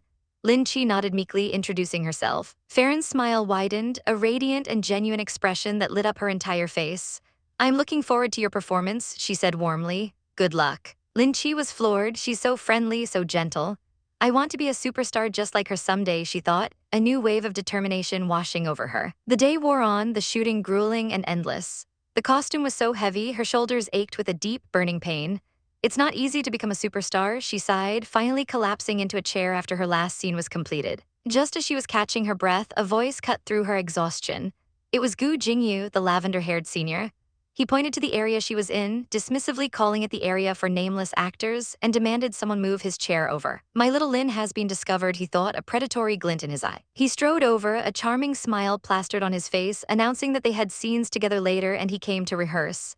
Did he come here just for me? She wondered, her cheeks flushing. Such a professional. She quickly agreed, telling him she was free. But as she read her lines, she could feel his eyes on her, an intense, unwavering gaze that made her skin prickle with heat. Jingyu, why are you staring at me? She thought, unable to meet his eyes. He leaned in, his voice a low murmur. Are you thinking that I'm ugly? Her head snapped up, her face a mask of shock. How could you be ugly? She blurted out before quickly burying her face back in her script. His expression soured. It seems you don't like me at all, he accused. Do you have some kind of prejudice against me? No, be possible, she yelped, waving her hands frantically. I have been fond of you for a long time, if not I would not. She trailed off, her face burning crimson. I mean, I really do respect you, you're my role model, I like you a lot, like a super fan. She stammered, trying to salvage the situation. He raised an eyebrow. Pardon? A wicked smirk spread across his face. If what you are saying is true, he declared, you should follow me for every second starting from tomorrow to serve me food and drinks. What? She cried out. That would mean her assistant would have nothing to do. He leaned in closer, his voice dripping with amusement as he asked if she still had consideration for others. He then added coolly that he had been following her for a long time. It's true, she fumed internally, her face puffing up with rage, even though it seems unbelievable. He waved a dismissive hand. Forget it, he said, his eyes softening slightly. It looks so fake, let's rehearse now. He moved closer, guiding her into position for the scene. As he stood there, his profile so close to hers, a different thought entered her mind. He seemed so friendly. Her phone buzzed, pulling her out of the reverie. It was Gu Jingze. She told him she just finished her job, surprised when he asked if he should fetch her. In the car, he explained that his family had asked him to bring her home. Home, his home. As they pulled up to a residence so massive it looked more like a palace, her jaw dropped. I thought Gu Jing's place was wide enough. This is insane, panic seized her. I think I have to go back and change into a formal suit. She stammered, feeling completely out of place. He simply chuckled, telling her to relax. My family members are not fierce, he assured her, though he added with a smirk, except Mo Hu Eiling. He looked at her, his gaze softening. It's rare to see you nervous like this. She clutched her dress, her heart hammering against her ribs. Of course she was nervous. It was her first time meeting his parents. But she took a deep breath, her expression firming with resolve. I will do my part as a wife since I promised to be your wife. She looked at him, her voice steady. And thinking of the way to make your family happy with me is my duty as well. A small, almost imperceptible smile touched his lips. They will like you, he said softly. A line of maids and butlers greeted them at the door, bowing in unison. Second mister, second mistress, they chimed. Before Lin Che could even process the grand welcome, a woman with warm eyes and a radiant smile swept her into a tight hug. Are you Lin Che? Finally we meet, she exclaimed. Gu Jingze introduced the woman as his mother, and Lin Che shyly greeted her. His mother beamed, pulling out a thick red envelope. Good, my daughter-in-law, I will need to give you an engpao since you called me mother.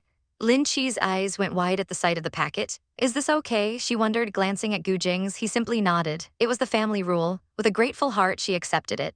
His mother then took her hand, a playful glint in her eye. Great, let me introduce you. She led her into the living room towards a stern-looking man with silver hair and an imposing presence.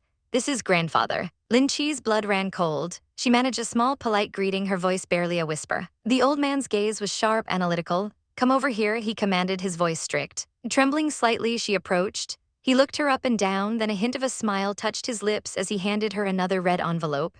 Good girl, have a happy marriage with Jingze. The family murmured their approval. She looked so pure and sincere, a good girl indeed. Jing's father commented that he liked her since the first impression. Was it because she wasn't Mohuiling? Jingze wondered, his expression unreadable. Since you're here, the grandfather announced, his word law, just stay for the night. What? Lin Che squeaked, her eyes wide with panic. The grandfather's eyes narrowed. Anything wrong with staying over? He demanded. Of course, nope, she and Jingze yelled in perfect, terrified unison. The family looked at them, a suspicious glint in their eyes. Are they trying to hide something? Gu Jingze, ever the quick thinker, wrapped an arm around her, pulling her close. We were worried we would disturb you, he said smoothly, a blush creeping up his neck, since we are still on our honeymoon. The family erupted in knowing giggles and laughter. Well, if that's the case, then no worries, the grandfather boomed. Go get some rest, he looked pointedly at Jingze. Seems like we're hoping to get a grandson soon. His mother leaned in conspiratorially. All these rooms are good in sound insulation, she whispered with a wink. Lin Che's face turned a shade of red so deep it could stop traffic. In the opulent bedroom, the reality of the situation crashed down on them. There was only one bed. You sleep on the bed, Jingze stated flatly. I'll sleep on the floor. But Lin Che shook her head, insisting she would take the floor. She peeked into the closet, her heart sinking. No extra blankets. Is there only one bed here? Are they doing this on purpose? Suddenly, he moved, slamming his hand against the door beside her head, trapping her. He leaned in, his face inches from hers, his voice a low, dangerous growl. Would you like to let them know that we sleep separately? His eyes glinted. Who was saying just now, he purred, we would disturb them since we are still on our honeymoon.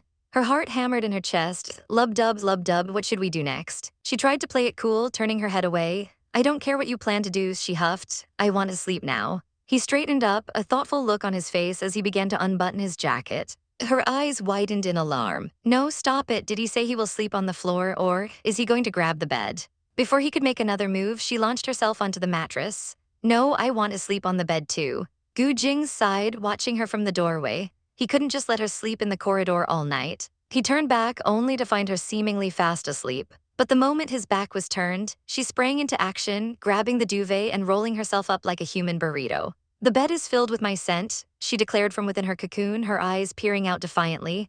And my bacteria, all of me, do you still plan to sleep here? To drive her point home, she stuck her tongue out and gave the blanket a long, deliberate lick. Gu Jingze froze, his face a perfect picture of horror and disbelief. Lin Che, what are you doing now? He sputtered. Are you a dog trying to seize its place? I am doing what a dog does, she shot back smugly. The bed is mine now. I cleaned my saliva by using the blanket, she added cheerfully. What's wrong? Would you like to have some? A wave of nausea washed over him. I feel uncomfortable when I recall, he thought, glaring at her with pure disgust. With a final, furious look, he spun on his heel and slammed the door behind him. She giggled, triumphant. Gu Jingze, are you admitting defeat? You are so weak. She spread out on the bed, stretching luxuriously. Yeah, she sighed happily, the bed is mine. Her victory was short-lived. The door creaked open again. She peeked over the blanket, her triumphant giggle dying in her throat. Before she could react, he was on her, scooping her up, blanket and all. Gu Jingze, what are you doing? Let me go, she shrieked. Petals seemed to swirl around them as he effortlessly lifted her into the air. And then he threw her. She landed with a soft thump on the plush carpet, saved from injury but not from humiliation. Gu Jingze, are you a man? How can you grab the bed from a woman? She yelled, scrambling to her feet. He looked down at her, his expression cold as ice. Sorry, I don't think that you are a woman, he stated calmly. Yes, I am not like a woman, he sneered. Only Mohuiling seems like a woman. His words were a slap in the face. Tears sprang to her eyes. Then why don't you go and look for her, she choked out, and stop bullying me. An uncomfortable silence filled the room, his expression unreadable. Without another word, he turned and walked out, leaving her on the floor. She couldn't sleep here, in the long, cold corridor where she couldn't see anybody. I just put a little bit of saliva, she pleaded, her voice cracking. Most of the blanket is clean, please don't be angry. But her words fell on deaf ears, the door slammed shut with a deafening pang. She was alone. Gu Jingze, you are so cruel, she whispered to the unfeeling wood, tears streaming down her face. It is cold. Don't you feel bad that you're making your wife sleep here? She asked the empty hallway. The silence was her only answer. The grand house felt like a prison, the night stretching on forever. She sat huddled against the door, a small, lonely figure in the vast, empty corridor. Her sadness curdled into a bitter rage. You are so cruel to others since you have Mohuiling, she sobbed. She pounded her fists against the door, her voice raw with pain. You are not brave to go against your family, and not brave enough to tell Mohuiling you married me because of her. You are not a man. Her anger spent, she slid down to the floor, wrapping her arms around her knees. Nobody hopes to see me, she thought, a profound sense of loneliness washing over her. Inside, Gu Jingze lay in the bed, his eyes closed but his mind wide awake. Her words echoed in his head, her promise to do her part as his wife. Out in the hallway, she shivered, staring into the darkness. Gu Jingze, you really don't care if I sleep in this cold corridor, do you? My existence changes his life, he must be angry, but I am unlucky too, I lost my... Her thoughts spiraled downwards. I still couldn't stay peaceful even though I've left my family. I am wondering, why was I born? Back in the room, Gu Jingze turned over, trying to find sleep, but her scent was still on the blanket, a faint, sweet perfume that refused to fade. With a frustrated sigh, he sat up. He stared at the closed door, his expression conflicted, before finally swinging his legs out of bed and walking towards it. The world tilted on its axis as her strength gave out, her body crumpling towards the floor. But before she could hit the hard ground, a pair of strong arms wrapped around her, catching her with a surprising steadiness. Her head fell against a firm chest, the scent of him filling her senses even as darkness threatened to take her. Gu Jingze looked down at the woman in his arms, his golden eyes unreadable. He lifted her effortlessly, cradling her as if she were a feather. So light, he thought, she feels like nothing at all. He carried her into the bedroom, the moonlight streaming through the window and casting them in a silvery glow. With a gentleness that seemed completely out of character, he laid her down on the soft bed, pulling the crisp white covers over her sleeping form. For a long moment, he just stood there, watching the rise and fall of her chest. His gaze was intense, tracing the curve of her cheek, the sweep of her long lashes. She's sleeping so soundly, he mused, his voice a low whisper in the quiet room. She is only this quiet when she sleeps. Drawn by an unseen force, he leaned closer, his face just inches from hers. The soft scent of her hair, the warmth of her breath. It was intoxicating. In her dreams, Lin Che felt something soft and warm brush against her skin. It felt so good, smelled so good. Who was it? Gu Jingze. No, it couldn't be. This must be a dream, she thought, sinking deeper into the pleasant haze. Suddenly, a loud bang echoed in her mind and her eyes flew open. Sunlight streamed into the room, blinding her for a moment. How did I end up back in the bed? Her heart hammered in her chest. A fragmented memory surfaced, a dream of him kissing her. How bizarre, she shook her head, a deep blush creeping up her cheeks. Was he stung by his conscience and brought me back? Would he really do that? She peeked over the side of the bed, her hair cascading down, saved by the carpet again. Thank goodness. Later, in the dining room, a servant respectfully addressed her as the second mistress. A woman with warm eyes and an elegant smile beckoned her over. Girl, come sit down, she said kindly, gesturing to the chair. Jingze is not thoughtful enough. This set of clothes is so fitting. Yesterday's must have been uncomfortable. Lin Che apologized for being late, but the woman just waved it off. It's fine, she said, her voice laced with understanding. Jingze said you were too tired yesterday. His heart ached for you, so he didn't wake you up. Lin Che froze, his heart ached for her? Could it be that he actually worried about me? Her eyes darted towards Gu Jingze, who sat at the head of the table, silent and cold. No, he wants to embarrass me by causing a scene in the dining room. But Gu Jingze just sneered internally, thinking she was stupid, and continued to eat without a word. As the sunlight caught the silver strands of his hair, he seemed to glow. So bright? Lin Che shielded her eyes, groaning inwardly. I'm so pissed, how is this man so handsome? His mother, however, was all smiles. Lin Che, you are too skinny, eat more. She began piling food onto Lin Che's plate. Gu Jingze casually wiped his mouth, a flicker of something in his eyes. Being too skinny isn't good, his mother insisted, adding a massive burger to the growing mountain of food on Lin Che's plate. In our family, you must get fatter, plumper is good. Lin Che's eyes widened in horror. She shot a desperate look at Gu Jingze, who simply stated, I have nothing to dislike. Oh, of course he wouldn't dislike it, she thought bitterly, as long as his Huiling isn't fat. She turned to her mother-in-law, her expression earnest. Mother, don't listen to him. All men are like this. They say they like you no matter what, but in their hearts, they still prefer the skinnier one. The woman just burst into delighted laughter. This child is so interesting. As they were leaving, his mother walked them to the door. Who would have thought your mother was so nice? Lin Che mused aloud. She sounded difficult when you talked about her, it scared me. Gu Jingze glanced at her, a rare hint of softness in his voice. As long as she is not Mo Huiling, my mother will like any girl. He called out to his mother, promising to visit soon. In the car, he continued, it's easy to tell with both grandfather and mother they like her. Lin Che was still processing the morning. It's also surprising to me that it seems like everything is going so smoothly. Her fingers found the red packet from his mother. It feels pretty thick. I wonder how much is in it. She carefully opened the envelope, her eyes scanning the documents inside. Her jaw dropped, her eyes bugged out of her head. Deeds, my God, this is a red packet. Your family is too generous. There was a piece of land and an apartment in the city center. Then are all these for me? She asked, her voice trembling with disbelief. Of course, he replied coolly.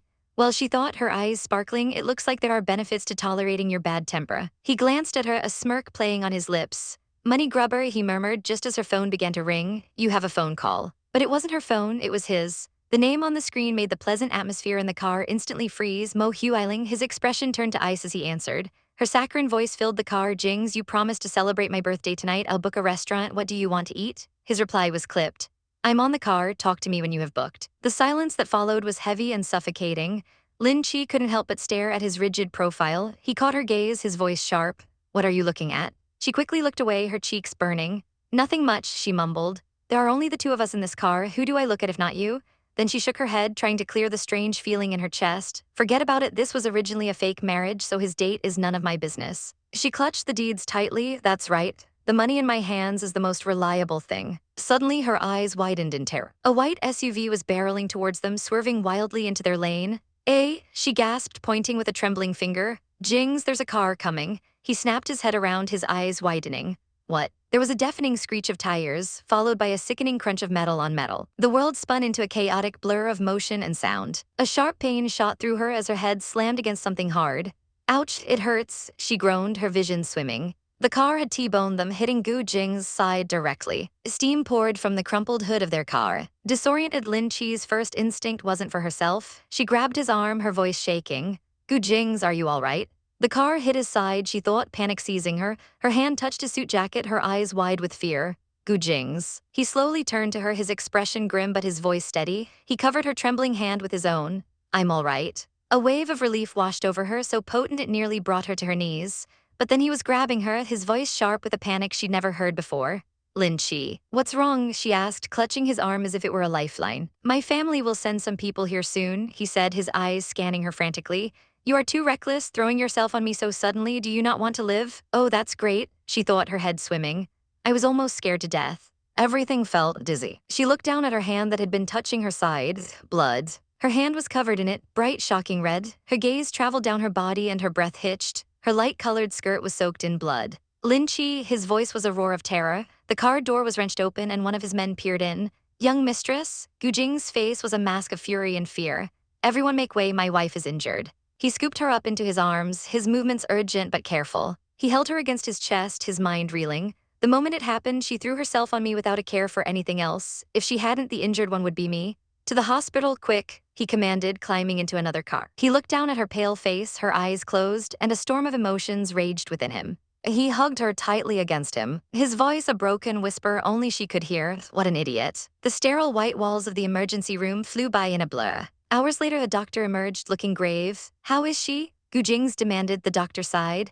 She lost a lot of blood. If she'd arrived any later, she would have been in real danger. Fortunately, her nerves were not damaged. Reattaching her artery will bring her out of danger for now. When she finally opened her eyes, the first thing she saw was him sitting by her bed, his face etched with worry.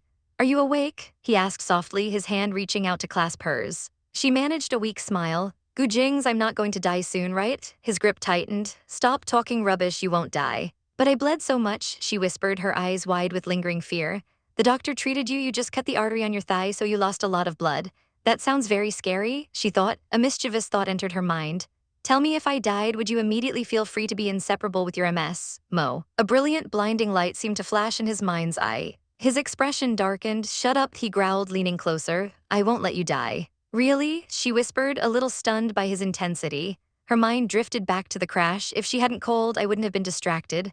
I didn't realize what was happening outside. Suddenly, a blinding, searing pain shot up her leg. She gasped, her fingers squeezing his hand tightly. Hurts, it hurts so much. Panic flared in his eyes. He shot up from his chair, his voice booming through the ward. Can't you hear? My wife is in pain. Get the doctors here. He turned back to her, his face inches from hers, his expression desperate. Look at me, don't think too much, he pleaded, his hands framing her face. Okay, it hurts. She sobbed, tears streaming down her cheeks. His golden eyes were wide with a frantic helplessness. And then he did the only thing he could think of to distract her from the agony. He kissed her. Her eyes shot open in shock. Ah, Gu Jingze kissing me, she thought, her mind short-circuiting. In the background, she could vaguely hear the doctors rushing in, their voices muffled. Hey, stop staring, quick, let's continue. But all she could feel were his lips, soft and demanding, moving against hers. Gu Jingze is kissing me, why? Still kissing? Her head was filled with blood, a muddled mess of pain and confusion and overwhelming shock. The world spun into a kaleidoscope of soft colors and sensations. His face the only clear thing in her vision. And then everything went black. Why? She murmured before her eyes rolled back and she fell unconscious. Lin Che, his voice echoed as she faded away. When she awoke again, the room was quiet. Gu Jingze was sitting in a chair by the window, his head resting on his hand. What's wrong? Is there anything wrong with me? How long did I sleep? She asked, her voice hoarse. He looked over, his expression softening. It's been a day and a night. You had a mild fever. Does your wound still hurt? I'll call the doctor. He was here this whole time, she wondered, a strange warmth spreading through her chest. I want to sit up, she announced. He was by her side in an instant. Be careful, what do you want to do? I'll help you. But her mind was on something far more important, the apartment. Let's see that apartment in the red packet. She sat up, her eyes wide with sudden, dawning horror. Oh no, where are the deeds for my land and my apartment? Did no one save it for me? He stared at her, utterly exasperated. I forgot, it was probably in a moment of instinct, she mumbled, looking away sheepishly. He let out a sigh. All right, since it is really that important, why didn't you grab it and hide in the corner instead of throwing yourself at me? His golden eyes bored into hers, a question lingering in their depths. You were closer, she stammered, unable to meet his gaze. Of course, she added quickly, trying to save face. After this lesson, I know where to hide next time. He just shook his head, looking completely done with her. What to do? Can my deed be remade? She asked pitifully. No one grabbed the deed for me, he sighed again. Don't know, of course, it's under your name, it's yours. All right, money grubber, since this is settled, you should have some food. He brought over a bowl of porridge, a spoon already dipped inside. Let me feed you, don't move. He brought the spoon to her lips. Her lips, they seemed to have more color than yesterday, he thought, his gaze lingering for a moment too long. She obediently took a bite. Gu Jingze, thank you for taking care of me. His heart gave a sudden, powerful thump. What's there to thank? It's what I should do. A knock on the door interrupted the moments. A doctor entered for her checkup. As the doctor examined her thigh, Gu Jingze's voice was low and serious. Can the scar on her thigh be removed? The doctor looked thoughtful. It depends on the individual's constitution, but it's a deep wound, leaving a small scar is possible. Gu Jingze's jaw tightened. I want my wife to have no scar at all. Find your best doctor to think of a solution. Lin Che was touched by his fierce protectiveness. No, I will find the world's best doctor to treat you. I definitely won't let you have a scar, he vowed, his eyes burning with intensity. She tried to lighten the mood. It's all right, when I'm filming, I'll use makeup to cover it. She gave him a playful wink. What, will you avoid me when you see a scar on my body? Really, no matter how ugly it is, you cannot ever avoid me. Don't worry, he said, his voice softening completely. I won't ever avoid you, I just don't want to see a scar on your body. She couldn't help but tease him. I'm just joking, why are you being so serious? The doctor in the background wondered if he was feeling guilty. Lin Che looked at him, her expression turning sincere. If you feel really guilty, treat me better next time. He met her gaze. It's enough if you don't throw me out frequently. A slow smile spread across his face, a genuine, breathtaking smile that made the air sparkle. Sure. In that moment, surrounded by the sterile white of the hospital room, something shifted between them, fragile and new. Night fell and the clock on the wall ticked steadily onward. Gu Jingze sat by her bed, his eyes heavy with sleep. Gu Jingze, go home to sleep, she urged gently. He shook his head. No need, I'll stay here to look after you. He looked at her, his voice low. Other people have their families surrounding them. She only has me as her husband. I feel like she'll be lonely if I leave her here alone. No, she argued softly. There are a lot of medical instruments here. You need someone to watch over you as well. My being here is just right. He looked so stubborn, she knew he wouldn't listen. A small smile played on her lips as an idea formed. Well, she said, patting the empty space beside her, you can come up here to sleep. The bed is big enough. His eyes widened slightly, a faint blush dusting his cheeks as he looked at her, truly looked at her in the soft glow of the hospital room. An awkward, heavy silence filled the room, thick enough to choke on. Gu Jingze stood there, a thoughtful, unreadable expression on his face, while Lin Che could only stare at the floor, her heart aching. What was he thinking? What was she supposed to do now? Taking a shaky breath, she patted the empty space beside her on the massive bed. Her voice was small, hesitant, as she offered a solution. The bed was big enough for both of them, she explained, and if he was worried, she would put some pillows between them as a barrier. A fortress of fluff to protect them from? What, each other? Her cheeks burned with humiliation as she scurried to the far side of the bed, pulling the covers up to her chin. She mumbled that she wanted to occupy more space, a flimsy excuse for her frantic retreat. His voice, calm and steady, cut through her embarrassment, reminding her to be careful of her wound. His concern was a tiny spark of warmth in the cold, awkward night. The two of them lay in the dark, separated by a wall of pillows, the rustle of the sheets the only sound in the room. The space between them felt like a canyon, yet his presence was so overwhelming she could barely breathe. Sleep was a distant dream. Her heart pounded a frantic rhythm against her ribs, lub-doop, lub-doop. Had she overestimated her ability to stay calm? To lie next to this man and pretend he was just a roommate? Her eyes fluttered closed, and against her will, she drifted off, the subtle, clean scent of his perfume filling her senses. It was a nice smell. Wait, since when did she think that? When had his scent become something comforting instead of intimidating? Across the pillow barrier, Gu Jingze was wide awake, his golden eyes fixed on her sleeping form. He watched the gentle rise and fall of her shoulders, a strange feeling stirring in his chest. She was worried she would disturb him, he mused. But lately, he realized he didn't feel uncomfortable when she touched him anymore. The thought was a revelation, sending a jolt through him. What was happening to him? He glanced at her peaceful face, a soft glow illuminating her features. This pillow wall, it was ridiculous. It took up far too much space. With a decisive movement, he reached over, grabbed the offending pillow, and tossed it unceremoniously onto the floor. That was much better. He settled back down, closer to her this time, a ghost of a smile playing on his lips as he finally closed his eyes. A soft sigh escaped him as he drifted into a peaceful sleep beside her. Morning sunlight streamed into the room, and Lin Che stretched luxuriously in her sleep, her leg extending out from under the covers and landing squarely on Gu Jingze. He awoke with a start, an eye mask still covering his eyes. His first thought wasn't annoyance, but a flicker of concern. Does her leg not hurt anymore? But that thought was quickly replaced by utter exasperation. He couldn't get a wink of sleep with her terrible habits. Even getting injured didn't stop her from turning into a human octopus in her sleep. He tried whispering her name, gently trying to wake her. Lin Che. For his troubles, she swatted his hand away in her sleep, muttering for him not to disturb her before turning over completely. He stared at her back, utterly dumbfounded, but her betrayal was short-lived. A moment later, she rolled back towards him, draping herself over him once more, completely oblivious. He was trapped. What was he supposed to do with this woman? Her eyes slowly fluttered open, vision blurry with sleep. She saw a face impossibly close to hers. You? She mumbled. He leaned in closer, his warm breath fanning across her cheek as he gently cupped her face. His voice was a low, dangerous murmur that sent shivers down her spine. Lin Che, he whispered, do you dare take risks? Her heart exploded in her chest, a frantic lubdup that echoed the butterflies suddenly fluttering in the air around them. She could feel his own heart hammering against hers, a matching, powerful rhythm. He gently pushed her back, his voice softening just a fraction. Hey, he said, his intense gaze never leaving hers, go and sleep. As she settled back into the pillows, her mind reeling, he watched her, a profound realization dawning on him. He felt a change within himself after spending this much time with her. They had gotten married because of a mistake, a chaotic accident. But slowly, impossibly, they were becoming an important, irreplaceable part of one another's lives. A few days later, they were finally leaving the hospital. Gu Jingze relayed the doctor's message that she could be discharged. But she hesitated, thinking she should be observed for a few more days. He saw right through her. I am impatient about going back to the shoot, she admitted, a worried frown on her face. She knew she'd been resting for so many days and might slow down the production process. A familiar anxiety crept in. I am MS, Gu, maybe for only a few years, and any time maybe the divorce. I need to be independent. He scoffed, calling it a slight injury. She bristled, reminding him that it wasn't slight, she had almost died. His reply was cold, clinical. It was because of excessive blood loss, the wound hadn't touched any vital organs. His final words were like a slap in the face. It is your body, not mine. Just then her phone buzzed. It was her manager, Sister Yu, her voice buzzing with excitement. You will be famous this time. Tons of reporters are asking about the rumors.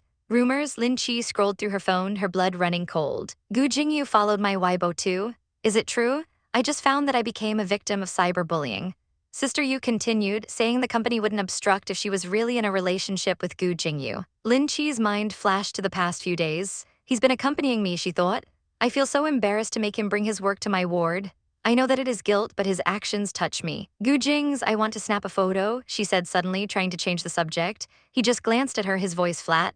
This is not an interesting place to take a photo. Excuse me, you blocked my way and you will be in the picture too. On the phone, she pleaded with her manager. Sis Yu, don't ask anymore, I didn't do that. But Sister Yu was relentless. Was Gu Jingze trying to court her? Are you kidding me? How could it be possible? Lin Che cried, her face flushed. Sister Yu laid out the undeniable facts. He's a superstar and he never follows any actress in a production that easily. Besides, you are the only actress he follows in the entire production. Panicked, Lin Che blurted out the first thing that came to mind. Really? Furthermore, he is Gu Jingze's brother, so I am his sister-in-law. She immediately tried to backtrack, claiming they only talked about the script and seldom chit-chatted. She sighed internally. I can't tell her the truth. Who will have another thought with his sister-in-law? Deciding to take control of the narrative, she winked at her phone. She needed to gain some sympathy since she was in the hospital. She started snapping pictures, positioning herself in her wheelchair. Your car is a nice background, she told a stone-faced Gu Jingze. He leaned over, peering at her screen. She showed him the photo and the caption she'd written about finally leaving the hospital. His verdict was blunt. It doesn't seem interesting. Sister Yu was still on the phone, trying to calm her down. The company will handle this, you just need to stay at home and rest. She saw the silver lining. Maybe you'll appear in the headlines, an opportunity many people want. You'll become famous before the drama airs. Lin Che sighed. Sis Yu, that's because you didn't read the bad comments about me. Gu Jingze watched her post to Weibo, his expression one of pure disbelief. So lame, he muttered. She shoved the phone in his face, showing him the comments flooding in. Poor thing, you should rest well. Oh, did she get a rich man? Is it a Porsche? He frowned. Why are you sitting on a wheelchair? Weren't you hurt in the shoot? But Lin Che wasn't listening. A wicked little smile played on her lips. Oh no, I forgot I added Lin Lai, she giggled to herself. I am not sure whether she knew that the Porsche behind me costs 10 million. It is a big difference from her BMW. Gu Jingze, ever the pragmatist, was unimpressed. I know that the Lin family is not poor, he stated coolly. You've seen many of these cars before. He got out of the car, walking around to her side and extending a hand. Come, she took it and he held her stand. Thank you, she said softly. No problem. She looked at him, her expression suddenly vulnerable. Actually, I don't have any connection to them aside from sharing the same surname. My father took Lin Lai to school every day with his matron, while my matron took me to school using her motorcycle. Her gaze dropped to the ground, a deep longing in her voice. The chance of getting a role in this production is very important to me. She looked up at him, her eyes shining with unshed tears and fierce determination. I wish that someday I will have millions of comments on my posts, just like Mu Farron. For the first time, the ice in his eyes seemed to melt completely. He looked at her, truly looked at her, and his voice was softer than she'd ever heard it. Then I wish your dream will come true. As they drove off, her phone buzzed with a new message. It was from Gu Jingze. Do you have Weibo? We don't follow each other? She blinked. She had followed him, but he hadn't followed her back. She quickly typed a reply, but just as she hit send, her screen went black. The battery died. Did it send? She had no idea. The next day, her phone rang, jolting her awake. It was Sister Yu. Her manager's voice was frantic, cutting straight to the point. Hey Lin Che, are you in a relationship with Gu Jingze? Is it true? Lin Che was speechless. The media was in a frenzy. Reporters were everywhere. And the root of it all, Gu Jingze had followed her back. The cyberbullying had exploded overnight. Sister Yu pressed on, saying the company wouldn't stand in her way if the rumors were true. Sis Yu, you are kidding me, Lin Che exclaimed. How could it be possible? But her manager was serious, pointing out how suspicious it all looked. Cornered, Lin Che blurted out her flimsy excuse again. He is Gu Jing's brother, so I am his sister-in-law. She immediately tried to downplay it, sighing in frustration. She couldn't tell the truth. Sister Yu just told her to rest and let the PR team handle it, trying to spin the massive scandal as a good thing. But Lin Che knew better. Sister Yu hadn't seen the comments. Lying in bed, she scrolled through the hate. 10,000 new fans, and every single one of them seemed to despise her. They accused her of cosmetic surgery, of being unworthy of their idol. Awful, she fumed. I've never had cosmetic surgery. The gossip was one thing, but she worried it would cause trouble for Gu Jingze. I should explain this to him. Just then he walked in. She was sprawled on the bed, complaining about the heat. Hey, can you behave? He said, his voice laced with annoyance. She shot back. Why should I mind my manners in my own house? You're so strict.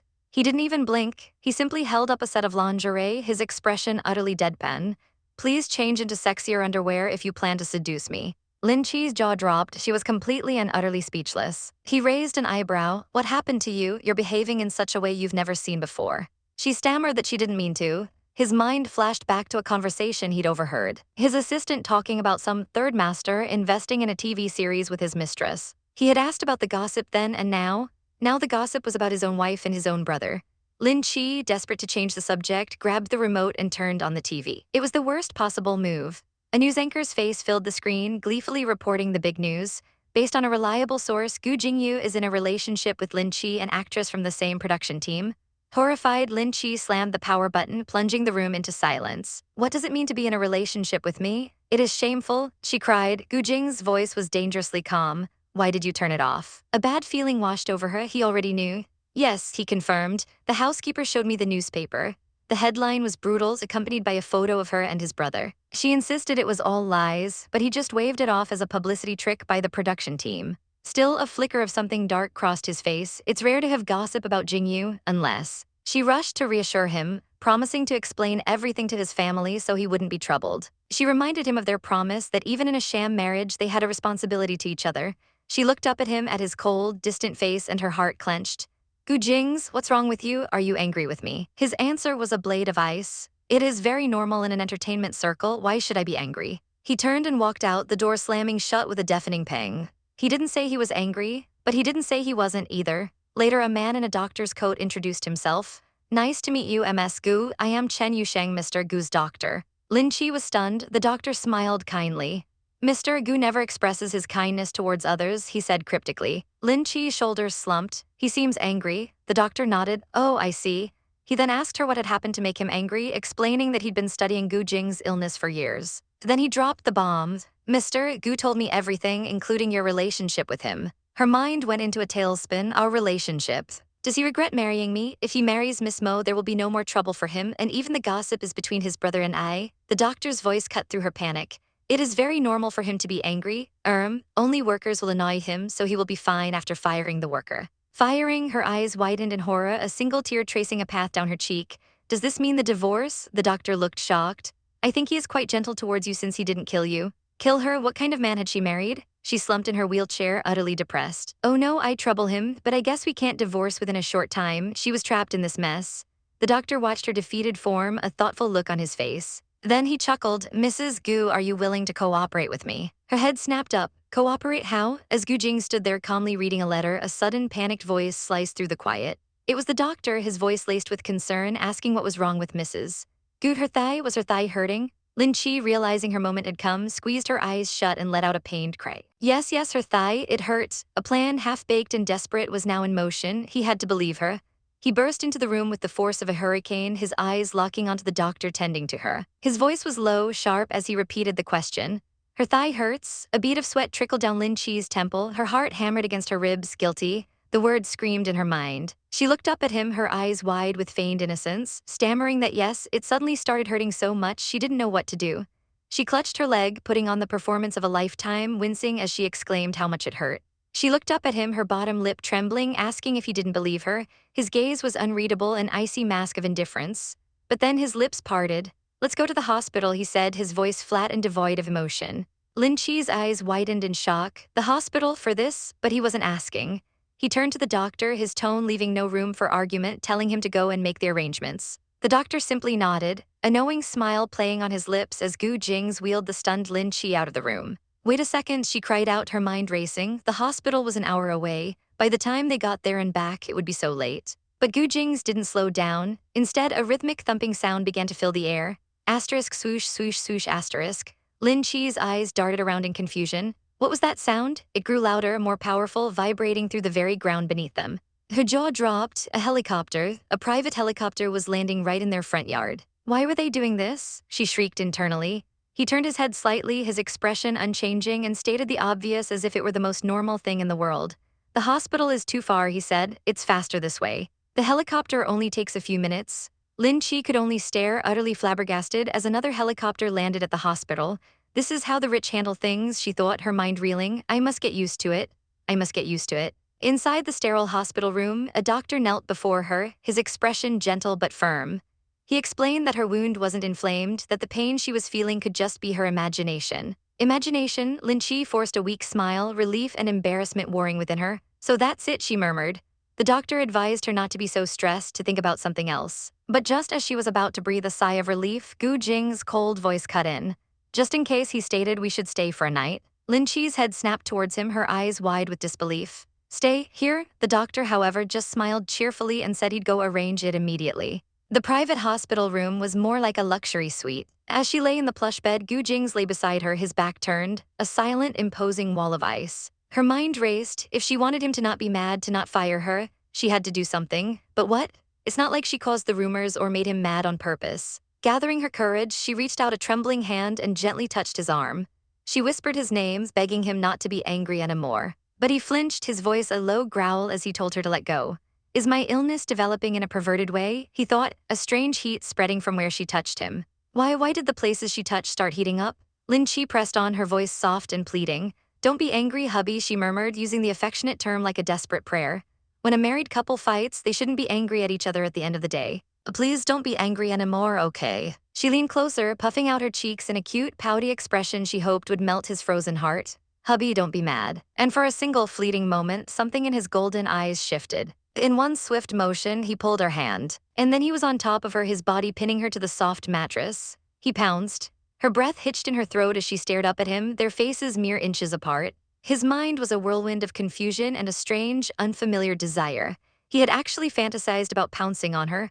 This darn woman, can't she be well behaved for a while? He tried to push himself away, his voice tight with frustration as he yelled at her to let go. But in his haste, his hand slipped and he fell forward again, his weight pressing her deeper into the pillows. Her green dress bunched around her as she gasped. He looked down at her, her wide, ruby-red eyes staring up at him, and whispered her name.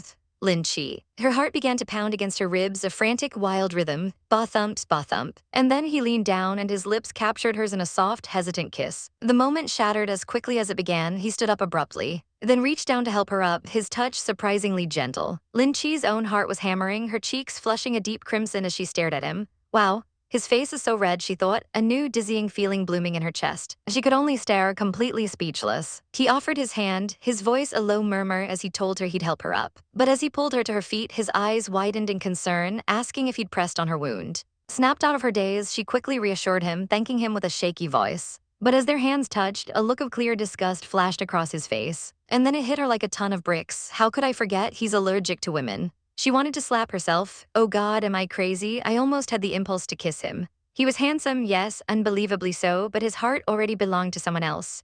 You can't be a person who steals someone else's love, Lin Che, she scolded herself. She immediately dropped to her knees, bowing her head in apology, frantically explaining that she didn't mean to hold on to him, that she'd completely forgotten about his illness. But he just stood there, a strange look on his face. An occasional touch doesn't matter, he said quietly, does it? He helped her up, reassuring her not to worry. But as he did, his cheeks dusted with a faint blush. His line of sight fell directly on her chest. Her thoughts exploded in a flurry of mortified rage. F*CKU, the shape of your breasts isn't bad, they probably aren't fake. His voice was a low murmur, almost to himself. Of course mine are 100% natural, she fumed internally. They're perfectly soft and perfectly sized, why would I change them?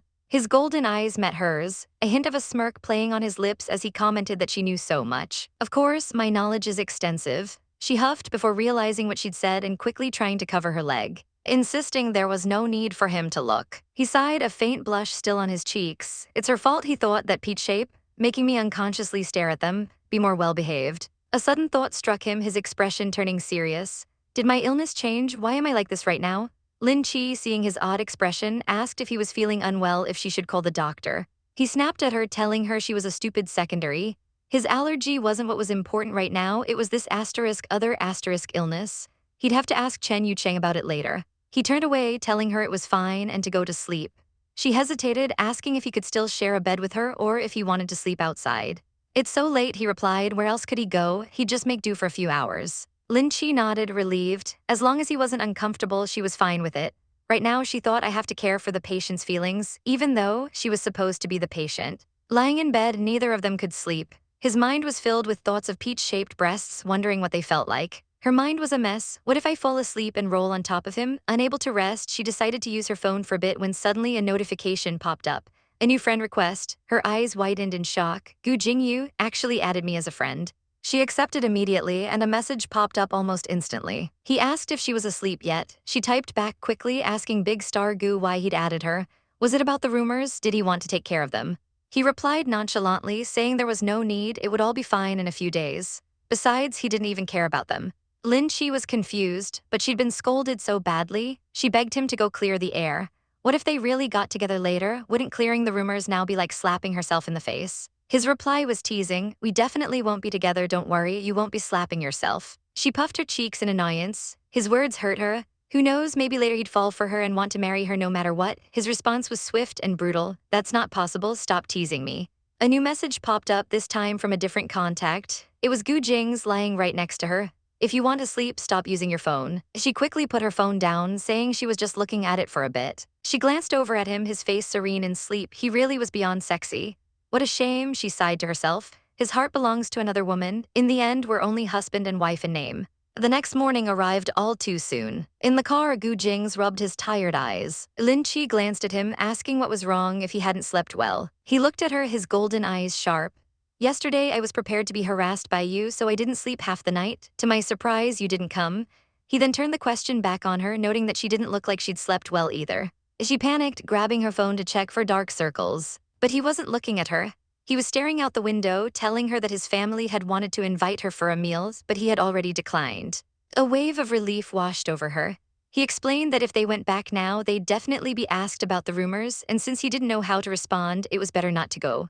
The sleek red car pulled up to the grand mansion. He got out, telling his assistant that he had things to do at the office and instructing him to come by when he had settled his wife in. He then turned to Lin Che, his gaze stern, and told her not to go out for the next few days. And with that, he was gone, leaving her staring after him in confusion. What happened to him? Why did he leave so hastily? The assistant explained that the sir had to go back to the office to handle things. Is that so? She murmured, a flicker of doubt in her mind. For 3 days, Lin Che did nothing but eat and sleep, a blissful, lazy existence. Finally, she went to the office where Sister Yu was waiting. Sister Yu smiled, telling her not to worry anymore. The news had been sealed off. All information about her and Gu Jingze was temporarily not allowed to be on the news and had been removed. Removed, Lin Che was shocked. She carefully got out of her wheelchair, testing her leg. She could stand for about 5 minutes now. But Sister Yu was still talking. From what she saw, Gu Jingz's company didn't have that kind of power. Lin Che was confused. But Jingyu had told her there was no need to handle the rumors, and they had been communicating privately on Weixin. Sister Yu's eyes widened. Really? She'd heard Gu Jingze was hard to get along with and never interacted with newcomers. Lin Che shook her head, a small smile on her face. It was probably a misunderstanding. She felt he was pretty nice and funny, though a little mean. He was definitely joking with me on Weixin, she thought. Since he was willing to settle the rumors, I should thank him. She pulled out her phone, a message dinging as it sent. I see you've settled it. I'm so sorry about the rumors and thank you for being willing to handle them. His reply came back instantly. Didn't your team handle the rumors? Don't tell me it wasn't him. She typed furiously. Of course it wasn't, he texted back. What a pity, I still wanted to see them for a few more days. She fumed, typing go die, I'll take my thank you back. He replied with a single, devastating word, so heartless. Meanwhile, in Gu Jingze's office, his assistant reported that the matter was settled. The reports had been deleted. Gu Jingze held up the newspaper, his eyes fixed on the picture of Lin Che and Gu Jingze laughing together. The headline was infuriating. It was more peaceful if he didn't know, he thought. His brother was the type who didn't care how unhappy others were. His brow furrowed in irritation. What were they thinking? Do they look like a couple? He tossed the paper aside, instructing his assistant to seal off all news about Gu Jingze for 2 months. That should make him behave. His heart just felt uncomfortable if he didn't punish him. He crumpled the newspaper in his fist and threw it away with a triumphant smirk. Later, Lin Che's phone rang. It was her mother. Her voice was sickly sweet as she informed her that her sister and Kin King were having an engagement party this weekend and asked if she could find some time to come. The words felt like a punch to the gut. Officially engaged? What would I do there? She asked, her voice bitter. Her mother's tone turned sharp. If you say it that way, I don't have a choice. If you still haven't given up on Kin King, then you should come see so you can completely get over him. When Gu Jingze arrived home, he found her sitting on the floor, curled into a small, miserable ball. What's wrong with her? He wondered. Does it hurt anywhere? He walked closer, a strange thought entering his mind. Actually, I quite sympathize with MS. Mo, seeing the one you love be with someone else and there's nothing you can do. Lin Che looked up, her eyes dull with pain. My problem with Huiling, you don't have to worry about it, she said dismissively before muttering under her breath, what a heartless woman. Truly, all men are not good. Gu Jingze frowned. MS. Mo could be hiding under her blanket and crying right now, and yet you are with another woman. But as she spoke, he realized something was wrong. Her words were hollow, distant. It felt like she wasn't talking about Mo Huiling at all. She was talking about herself. That night, he made a call. Did you find anything? His assistant's voice came through the phone, hesitant. Sir, I'm not sure if this is accurate, but the Lin family's eldest daughter, Lin Lai, seems to be getting engaged to the Zhu family's young master, Kin King, this weekend. Kin King, the name echoed in his mind. Is he the guy she has always liked? He looked over at her sleeping form, the moonlight tracing the lines of her face. Could she still feel sad for that man? What she said just now was not about me and Huiling, he realized with a jolt. She was talking about that man. The flash of cameras was blinding, a chaotic storm of questions swirling around her. Lin Che, are you attending your sister's wedding? Is Lin Lai truly your sister? Her head spun. Gu Jingze, they kept saying his name, asking if he was coming, if he had contacted her personally. Why were they asking her? She was nobody. Just a girl in a wheelchair, her golden heels resting uselessly on the footrests. An unwanted guest at her own sister's fairytale wedding. She looked at the poster, a perfect, smiling picture of Kin King and Lin Lai. May your love last forever, it read. A bitter laugh threatened to escape her lips. Forever, her own mother looked over, her face a mask of pure contempt. Who do they think Lin Che is? She fumed internally. How dare they interview her? Before Lin Che could even wheel herself away, her mother was upon her, voice dripping with fake sympathy. I didn't ask you to come since your legs were injured, she began, her eyes scanning Lin Che's seated form with disgust. Look how pitiful you look, still sitting in a wheelchair. You are right, you'll be noticed more by the reports because you're in a wheelchair. Lin Che's head snapped up. How could she be so cruel? But she wouldn't let her see her pain. With a cold smile, she replied that she was only absent from her sister's wedding ceremony because that's what her mother wanted. That's what you asked me to do, she said, her voice sharp as glass. Maybe I'll make the headlines because of it. Her mother's face twisted in shock. You, she stammered, utterly speechless. But Lin Che's attention was already gone, stolen by the sight at the altar. There he was, Kin King. The man she had loved from afar for so long. This is it, she thought, a tear tracing a path down her cheek. This will be my last time looking at him, my last time. He took her sister's hands, his voice echoing through the silent hall, promising to treat her nicely for his whole life. Her heart shattered into a million tiny pieces. Her eyes, burning with unshed tears, watched as they leaned in to kiss. Are you marrying my sister? If it was anyone else, anyone but Lin Lai, I would have sent you my blessings more easily. The wedding finished in perfect, harmonic circumstances. A beautiful fairy tale come to life. And I, she thought with a hollow ache, will only be a less important part of that tale. She turned her wheelchair, a silent retreat from the scene of her heartbreak, leaving the happy couple behind. But she didn't get far, a furious voice boomed her name.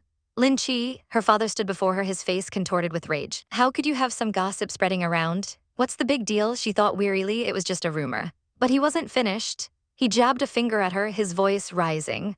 He accused her of refusing to marry into the Chen family, of trying to seduce Gu Jingze, of playing hard to get. Father, I'm not playing any tricks, she pleaded, her voice trembling. It's just too late to clean up for you. They have the decision to make for their son's fiancé. But he didn't care about her excuses. All he saw were dollar signs. Do you know how wealthy the Chen family is? He roared. Father, please forget it, she begged, a desperate edge to her voice. I will not marry another guy since I already have a boyfriend. Her father scoffed, his expression turning to one of pure derision. Are you serious? Is it Gu Jingze? He gave her a cold shoulder, sneering at her life choices. It's better for you if you don't marry a poor guy in the entertainment circle. He leaned in, his words like poison. I will disagree. I don't think there are any imperfections with the Chen family. You will be a mistress if you marry him, with endless fortune and wealth. A wave of nausea washed over her. A mistress, was that all she was worth to him? Why was I born into such a family? She whispered, her voice cracking, her eyes hardened. You may ask mother to marry the Chen family if you really want to get their wealth. I am your daughter, but you're using me to make your bargains. Lin Che, mind your attitude. Her stepmother shrieked, clinging to her father's arm. I treat you as a family member, and that's why I sent you an invitation. Treat me as family? Lin Che's eyes widened in disbelief. You only know the purpose of inviting me. You better stop thinking of my marriage as a big deal since I have a boyfriend, she stated, her resolve hardening. It didn't matter what she did, something was always wrong with their heads. If she came without makeup, she wasn't taking it seriously. If she came in a gorgeous outfit, she was here to show off. Just as the argument reached its peak, a new voice, smooth and cold as steel, cut through the tension. Are you trying to force her into a marriage? A man with striking silver hair and piercing eyes stood there, a vision in a crisp white suit. Gu Jingze, what was he doing here? Her stepmother, recovering first, demanded to know who he was and where he was from. Why didn't you bring your family member to attend a wedding ceremony? She sneered. Lin Che's heart stopped, but Gu Jing's gaze didn't waver. He looked straight past them, his eyes locking onto hers for a brief moment before turning back to her stunned family. A small, confident smile played on his lips. I am her family member, he declared. Her father stared, dumbfounded. Who are you? How dare you introduce yourself as a family member? Her stepmother's eyes narrowed with suspicion. He was good-looking, she had to admit. Are you the man mentioned by Lin Che just now? Gu Jingze simply turned to Lin Che, his voice softening slightly. This is your mother? He asked. Yes, she whispered, her mind reeling. Her mother was livid. How dare he ignore me? Her father stepped forward, puffing out his chest in a show of authority. You are too arrogant, he spat. What is your occupation? Do you own an apartment? A car? But his eyes suddenly fixated on Gu Jing's hand. The ring, it was the same ring. Her mother, oblivious, continued her tirade. We paid for her daily expenses for many years. Not anyone can marry her since she is a girl from the Lin family. Never think about marrying her if you can't afford the jointure. It is 1 million. Gu Jingze let out a soft, condescending chuckle. Since you sent an invitation to Lin Che, her family member would have come together with her for sure. Her mother gulped. Family member. His gaze turned icy. Are you thinking that since you're her parents, we will disapprove? He raised his hand, the ring glinting under the lights. I don't need anyone's permission about marrying my fiancé. He looked at her mother as if she were dirt beneath his shoe. 1 million, he scoffed. Well, get lost if you can't afford it. The sheer audacity left them speechless. Lin Che just stared, her heart pounding. Was this real? Was he really her boyfriend? He turned to her, his expression softening once more. Yes, I am, he confirmed, answering the unspoken question in her eyes. He then stepped forward, his presence utterly commanding. Lin Che is the most innocent, adorable, and beautiful girl I have ever seen, he announced to her stunned family. I enjoy every moment with her, so it is my responsibility to treat her well. A deep blush spread across Lin Che's cheeks. Her heart fluttered uncontrollably. She hadn't expected him to come today to stand with her like this. No one had ever treated her this way before. His words nauseated him, but in a good way, making her shy even though she knew he was just trying to help her. Her heart was beating like crazy. His sharp eyes noticed her flushed face. Are you feeling uncomfortable? He asked, his voice laced with concern. Without waiting for an answer, he addressed her family. Lin Che needs to rest since she is hurt. We would like to leave if there is nothing else. He turned her wheelchair and began to push her away, leaving her family fuming in their wake. "What are you doing? Are you sucking up to that guy?" her mother shrieked after them. But her father was frozen, his eyes wide with a dawning horror. "I don't think that guy comes from an ordinary family," he whispered, his voice trembling. "If I'm not mistaken, the ring on his finger, it is the symbol of the Gu family, and I remember that our president wears the same ring all the time." His blood ran cold. Gu Jingze, who is very low profile from the Gu family who has never shown his face, was it the man left with Lin Che earlier? That's Gu Jingze. Impossible, her mother thought, her face pale. Lin Che is only a bitch. How could she be able to seduce such a noble status? He's not taking Lin Che seriously. Meanwhile, the groom Qin King noticed the commotion. "What happened to Lin Che?" he asked. His new bride just shook her head. "No, nothing." In the quiet hallway, Gu Jingze pushed her wheelchair. "Why are you here?" she asked softly. "It is just my sister's wedding ceremony," he replied simply. "As your husband, I have to be here with you when it is the ceremony of your family member." He leaned down, a teasing glint in his eye. "It is your dream guy's wedding ceremony too." Her face flushed bright red. "Hey, that is not true," she sputtered, glaring at him. "That guy seems like an effeminate boy. That was in the past." He smirked, his gaze intense. "You are still my wife even if we don't divorce." His words hung in the air between them. "Neither by law nor by morality, you are my wife." Back in the main hall, his assistant approached. "Mistress, what would you like to do now? The reporters are still going to be there." Gu Jingze sighed. "It will be troublesome for your job if they start writing gossip. Then let us hide in this hotel." They entered a lavish hotel suite. He was already on the phone. "I have ordered some food, you may have some," she smiled. "That's great, Gu Jingze, thank you so much." He glanced at her, a hint of a smile on his lips. "You should treat me better if you feel like it." Sometimes, she thought, watching him, he is so lovely. A moment later, his phone rang again. His assistant reported that her father, Mr. Lin Yaokai, had come to visit but was stopped. "Okay," he said simply, ending the call. Suddenly, as she shifted in her wheelchair, she felt a strange looseness at her back. "What happened?" he asked, turning around. She gasped. The dress had come untied.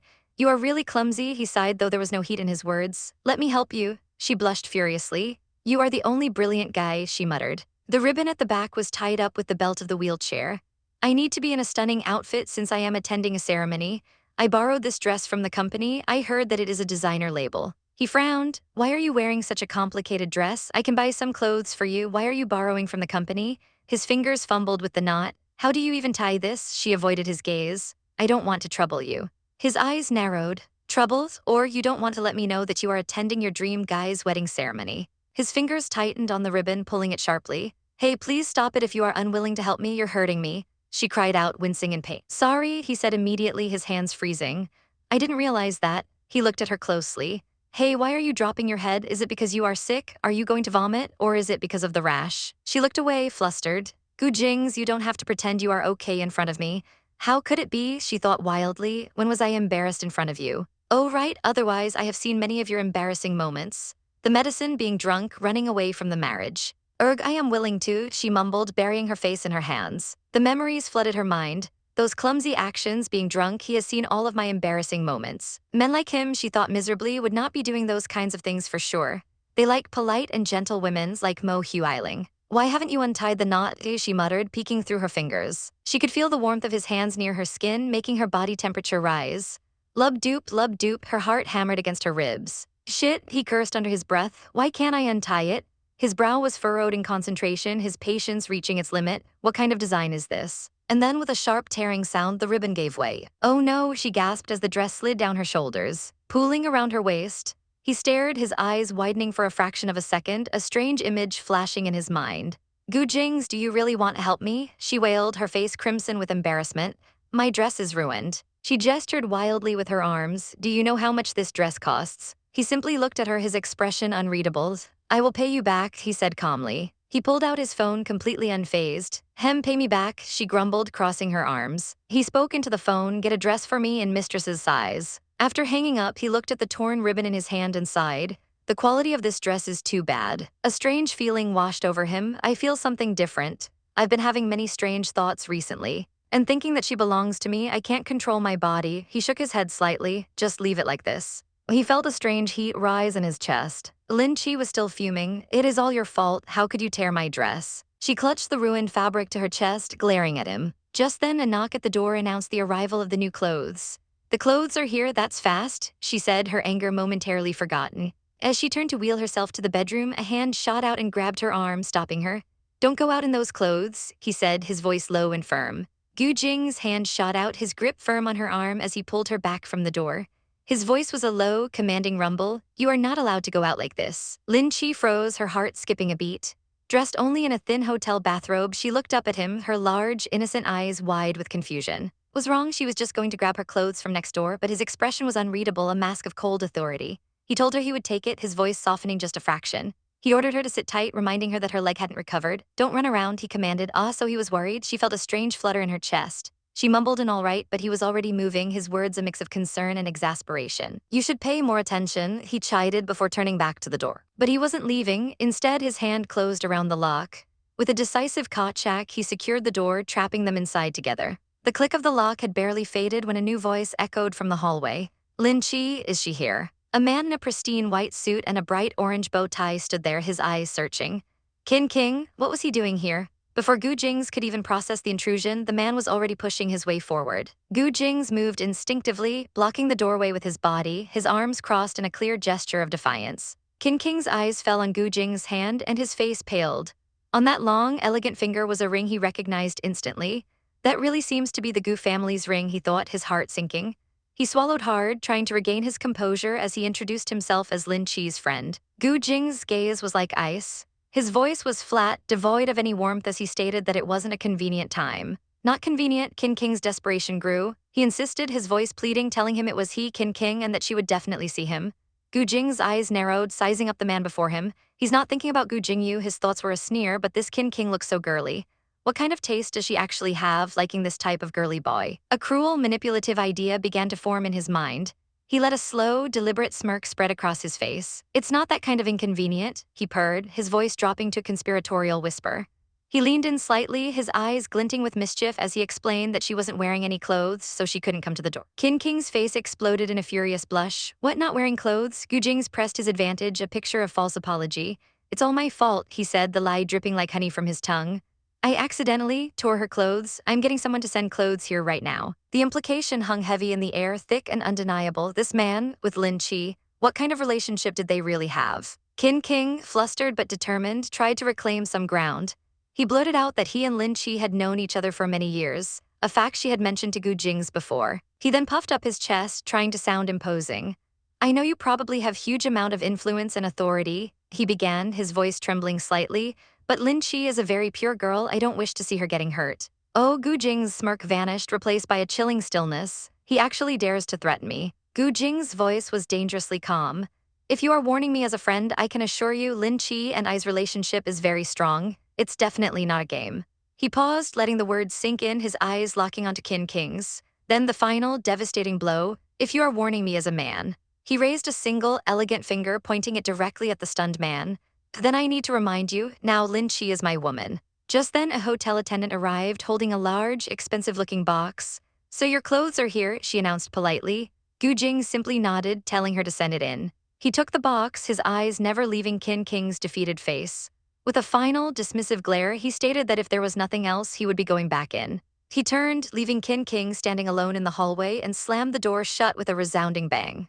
Inside, Lin Che looked up, startled by the noise. "Were you talking to someone outside just now?" she asked innocently. Gu Jingze's expression immediately smoothed over. He waved a dismissive hand, casually explaining that there was a mad dog outside and he'd called a man to chase it away.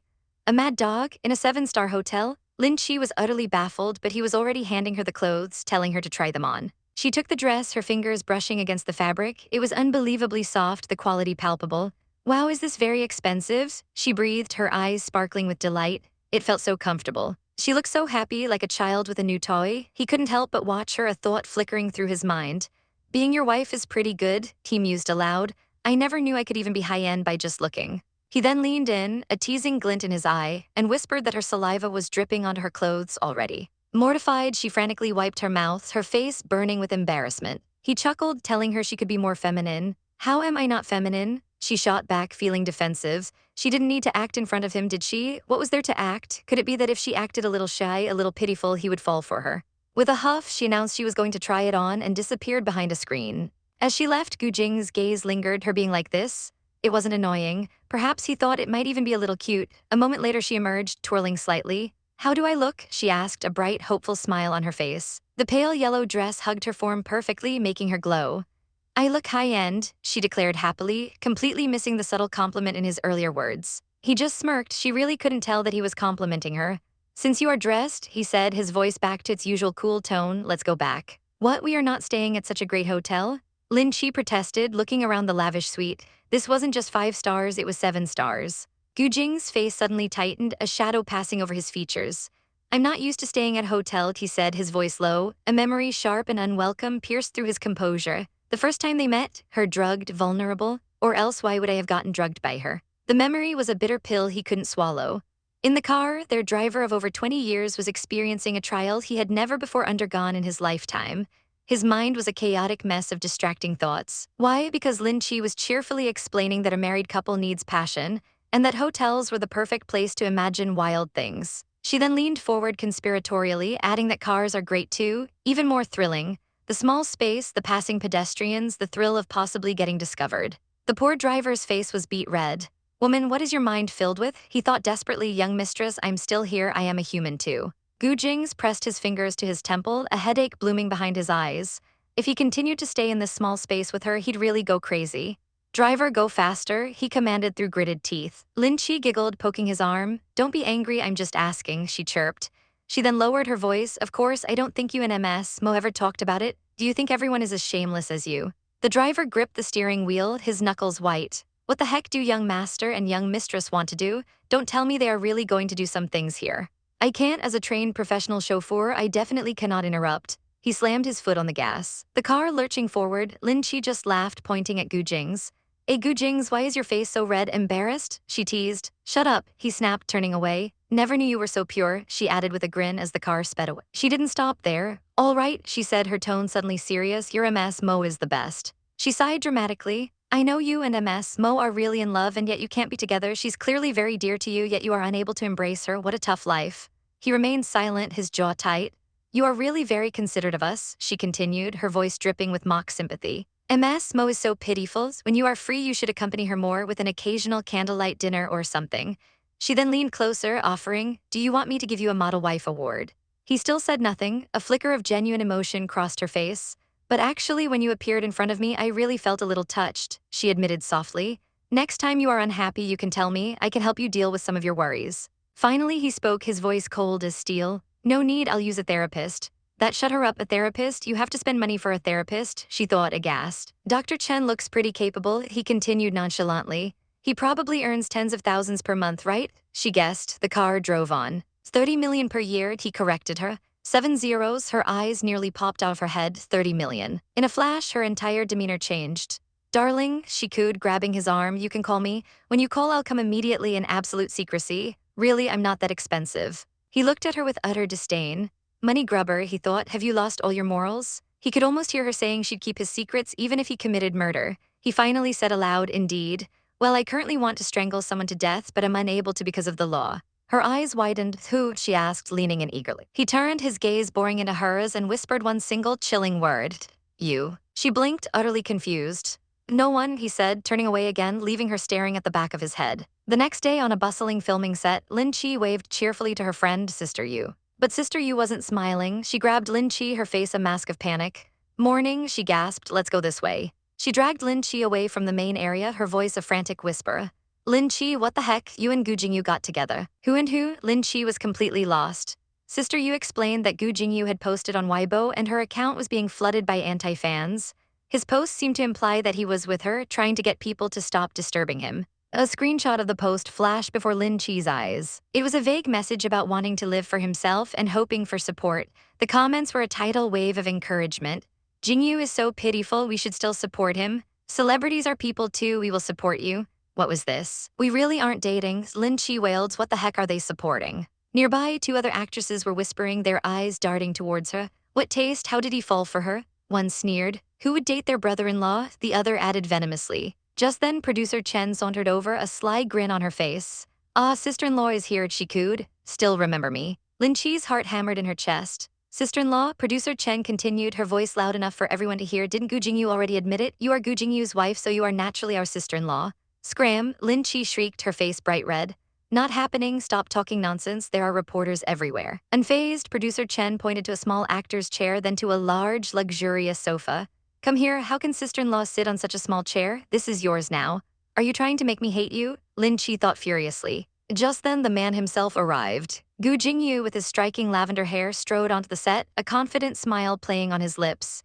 Hey, you came so early, he greeted her smoothly. Lin Che exploded. Gu Jingze, what's with what you said on Weibo? She stammered, waving her hands frantically. What lack of freedom, what?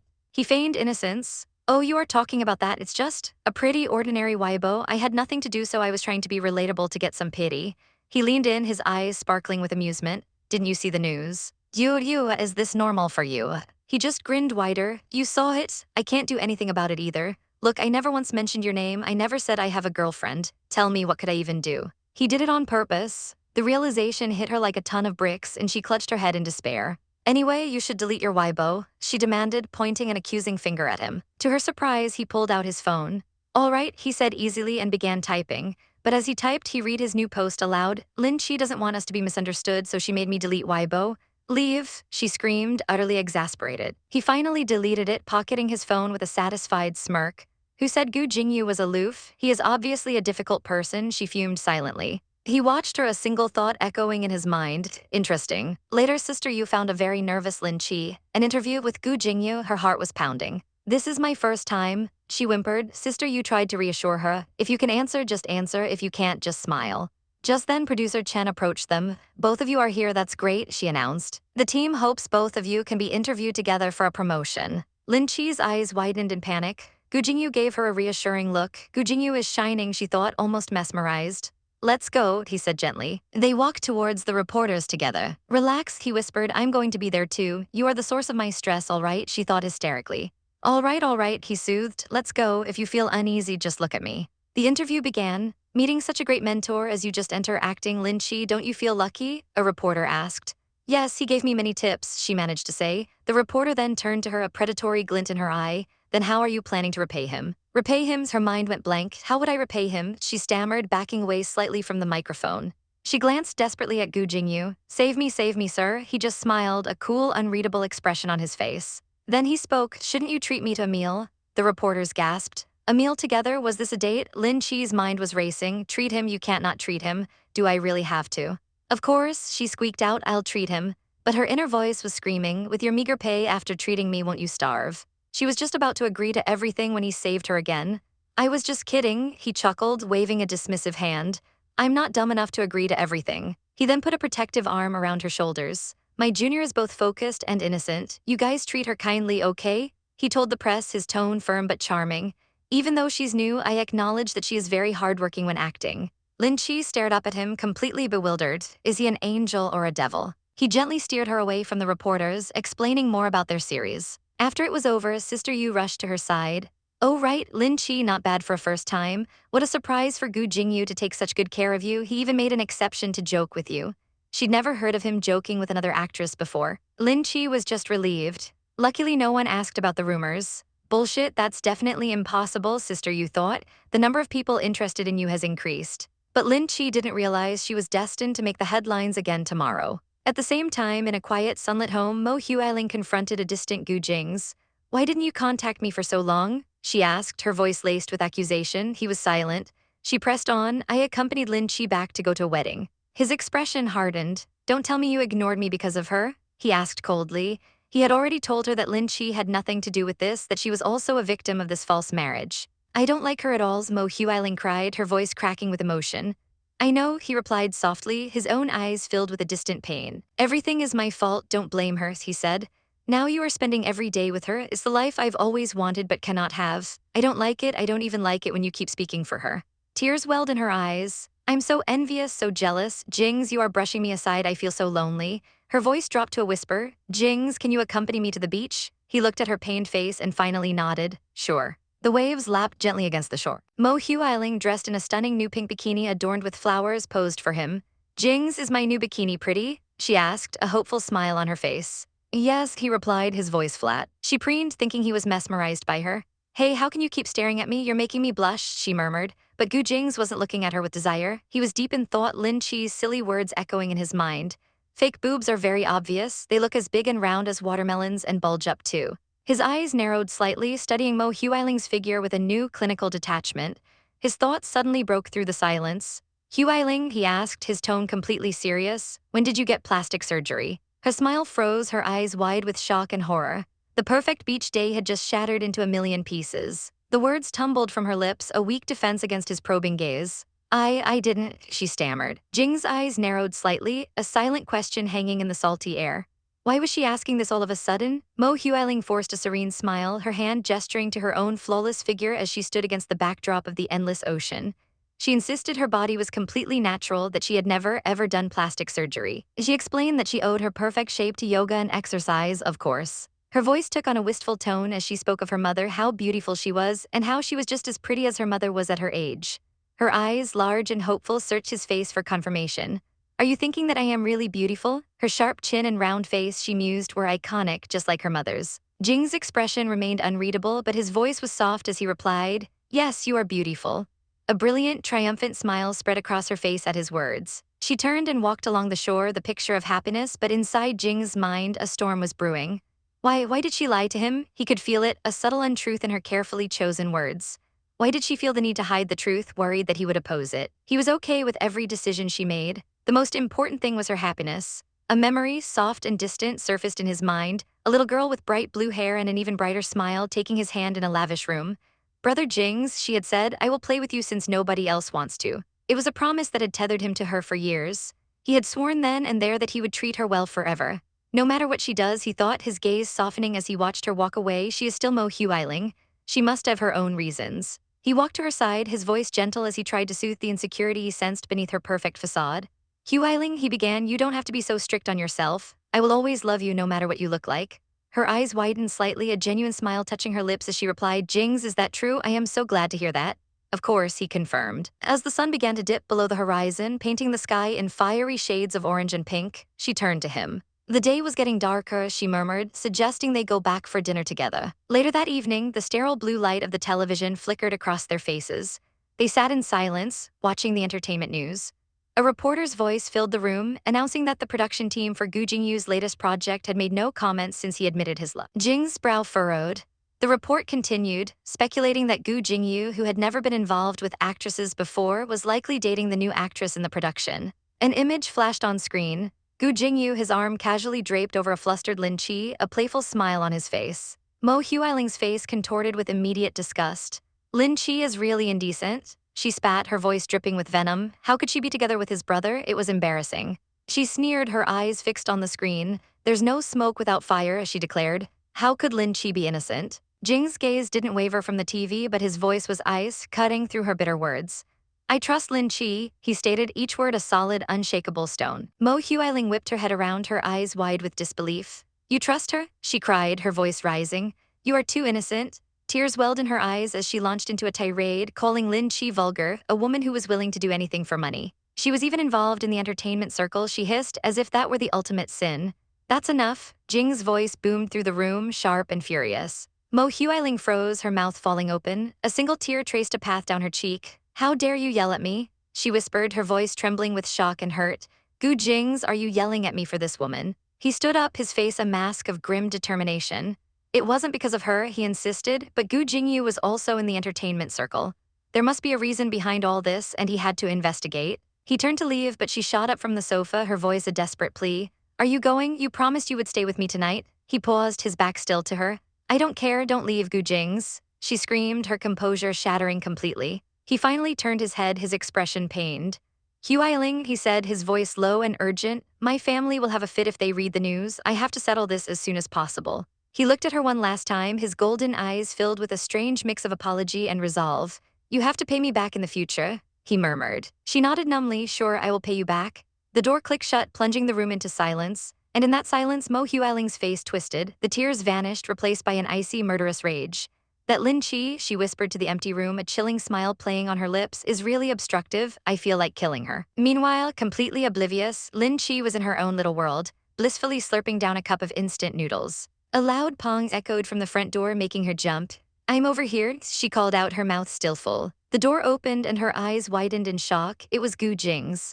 Hey hubby, you're back, she managed, trying to sound casual as her heart hammered against her ribs. Gu Jingze simply stared at her, a flicker of something unreadable in his eyes. Hubby. His gaze dropped to the cup in her hands. He asked flatly what had happened and if she was eating instant noodles. She nodded and then in a moment of sheer panic, she blurted out, would you like to have some? The second the words left her mouth, she wanted to swallow them back. What am I talking about? She screamed internally. He's rich, why would he ever eat instant noodles with me? She was already preparing for his cold refusal. But then he simply said, okay. Her mind went completely blank. Did he say yes? Flustered, she scrambled to her feet, announcing she would go make one for him right then. As she handed him the steaming cup, he fixed her with his intense gaze. He asked if there was anything else she needed to tell him, something like a rumor. Lin Che's heart skipped a beat. She waved it off, saying it was only a rumor. But he pressed on, his voice dangerously low. Would she like to tell Gu Jingze about their relationship? Or perhaps, he continued, leaning in slightly, would she like to make their relationship known to the public? His eyes flashed with anger as he grabbed her arm, his voice a low growl. Do you really hate the idea of making our relationship public? She quickly explained that of course she did, since she still wanted to act. Her company contract was clear, she couldn't get married within 3 years of starting. And besides, she added with brutal honesty, they would have to get a divorce one day anyway. She sighed, trying to steer the conversation back to safer ground. None of this was related to him, it was all Gu Jingze's fault. Jing's face was like stone. You need to reject him directly, he commanded. She panicked. Reject him directly? How could she do that? What would happen if Gu Jingze got angry? They still had to work together. She glanced at him, her stomach churning. Gu Jingze seemed very, very angry. What should she do? Before she could think, he moved. I can help you with that if you have no idea how to do it, he said, his voice cold as he snatched her cell phone from her hands. What? Give it back to me, she yelped, lunging for it. He held it just out of her reach. All right, tell me, he challenged. What do you want to say? She felt bad about misleading the public, she explained, and felt it would be good if she could clarify it. He scoffed. That's not a rejection, that's a discussion. His fingers began to fly across the screen. Tap, tap, tap. Let me write it for you, he said darkly. She craned her neck to see. Her blood ran cold. He was writing, Gu Jingze, I am married and I love my husband very much. What you did makes me feel bad for him. Shit, what are you writing? She shrieked. Gu Jingze, return it to me, I will do it on my own. She cried, desperately trying to grab the phone. He simply raised his arm, a cruel smirk on his face, and with a final, decisive tap, he hit send. He shook the phone in front of her horrified face. How can you bully me since you're taller than me? She wailed, her eyes wide with disbelief. A second later, the phone chimed. That was fast. Gu Jingze had replied. Jingze turned the screen towards her. Are you trying to avoid me by telling a lie? The message read. Jing's fingers were already moving again, typing a savage response. Do you need me to show you the marriage document? I really feel trapped because of what you did. Another reply came instantly. Why do you feel that way? Did I do something wrong? You told me that I am your respected senior once before. Lin Che's heart broke for him, but Jing's was merciless. I was just flattering you, he typed.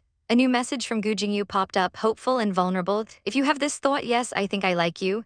Lin Che's face burned with shame. Jing's just smirked, completely unfazed. Then he delivered the final, crushing blow. Tap, tap, tap. I am sorry to let you know that I like prudent men like my husband. I am not interested at all in other guys, especially an effeminate boy like you. Silence, no more replies came. Jing's lowered the phone, a look of grim satisfaction on his face. Done. He turned to her, his voice cold.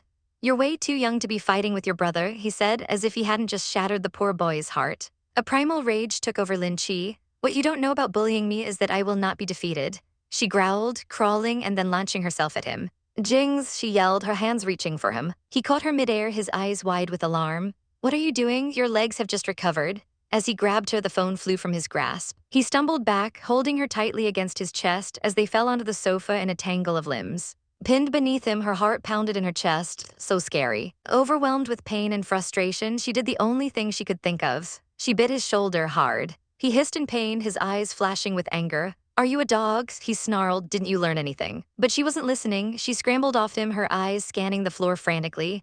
My poor cell phone, she cried, scooping it up. It's cracked, you, pay me back for it. Jing stared at her, a muscle twitching in his jaw. She is only worried about her phone, even though I'm so worried for her, he thought. A wave of intense frustration washing over him. I feel like I want to kill her. Just then, the cracked screen lit up. It was a message from Gu Jingze. I am so sorry, I didn't realize I had brought you trouble. I will not disturb you anymore, it read. Then the second message popped up, full of indignant fury. And also, I am not an effeminate boy. Lin Che stared at the screen, her own fury reigniting. She whirled on Jingze, her eyes blazing red with rage. Gu Jingze, do you know the feeling of embarrassment? I didn't love you at first sight, she screamed. He looked bored, almost amused. Is it because you want me to have a romantic night with you? He asked coolly. Then why did you use the medicine on me? She was speechless for a moment, then the truth exploded out of her. I hope you know that the man I planned to do that to was Gu Jingyu and not you. The air froze, Gu Jing's expression went dark, a storm gathering in his golden eyes. Say that again, he commanded, his voice a deadly whisper. She recoiled, the reality of her words hitting her. Oh right, he is his brother, I can't do that easily. I didn't mean that, she stammered, backpedaling furiously. Somebody told me that the medicine would make him fall asleep. I was just thinking of leaving the room once I took some pictures. His eyes narrowed, a strange glint in them now. How did you know I would be so wild after taking the medicine? He asked. She blinked, confused. So wild, she repeated. Did I say something wrong? She asked, completely lost. It was a compliment. He moved forward, closing the space between them until their faces were inches apart. Her heart began to pound, a frantic lub-dupe against her ribs. Are you still angry with this? She whispered, her voice trembling. Did I do something wrong? Or is this because of your illness? She wondered aloud. He stared at her, thinking this woman speaks so foolishly. He let out a sigh. You can't praise a man with the word wild, he explained, his voice softer now. Although it is a fact, it may lead to misunderstanding. Do you get it? Before she could answer, his finger gently touched her lips. A jolt went through her. I feel like my body is attracted to him, she thought, her mind reeling. She tried to run, to pull away, but she couldn't move another step. And then his lips were on hers. Her world exploded into a burst of light and sensation. Boom, her lips felt limp and numb. Her heart was almost jumping out of her chest. She could feel his heart pounding too, a frantic rhythm against her own. Lub-dupe, lub-dupe. Does he know that he is very attractive when he is trying to seduce a woman? Her last coherent thought was one of complete and utter surrender. What can I do? He is too attractive. The next day on set, Lin Che was in a daze. During a 10-minute break, she stood alone, lost in thought. Suddenly, Gu Jingyu was in front of her, his expression a mixture of hurt and confusion. What's wrong with you? He asked. You won't even look at me. He looked down, shamefaced. Am I really making you feel bad? She stuttered. He sighed, apologizing for being too aggressive the day before. He looked her in the eye. Are you really married? He asked softly. It doesn't seem like you're married. How old are you? She took a steadying breath. I am married, she confirmed. Marriage isn't related to age, she thought. You just meet the right person at the right moment. He looked disappointed but managed a small smile. Okay, I will bless you if that's true, he said, then his expression soured again. Do I really seem like an effeminate boy? He asked, unable to let it go. Am I not your cup of tea? That's why you've been ignoring me from the start. She took a deep breath, trying to choose her words carefully. That's because I'm married, she repeated firmly. I don't have any other feeling towards you except for respect. Senior, because. She searched for the right words, something that would end this once and for all, and then she blurted out the first thing that came to mind.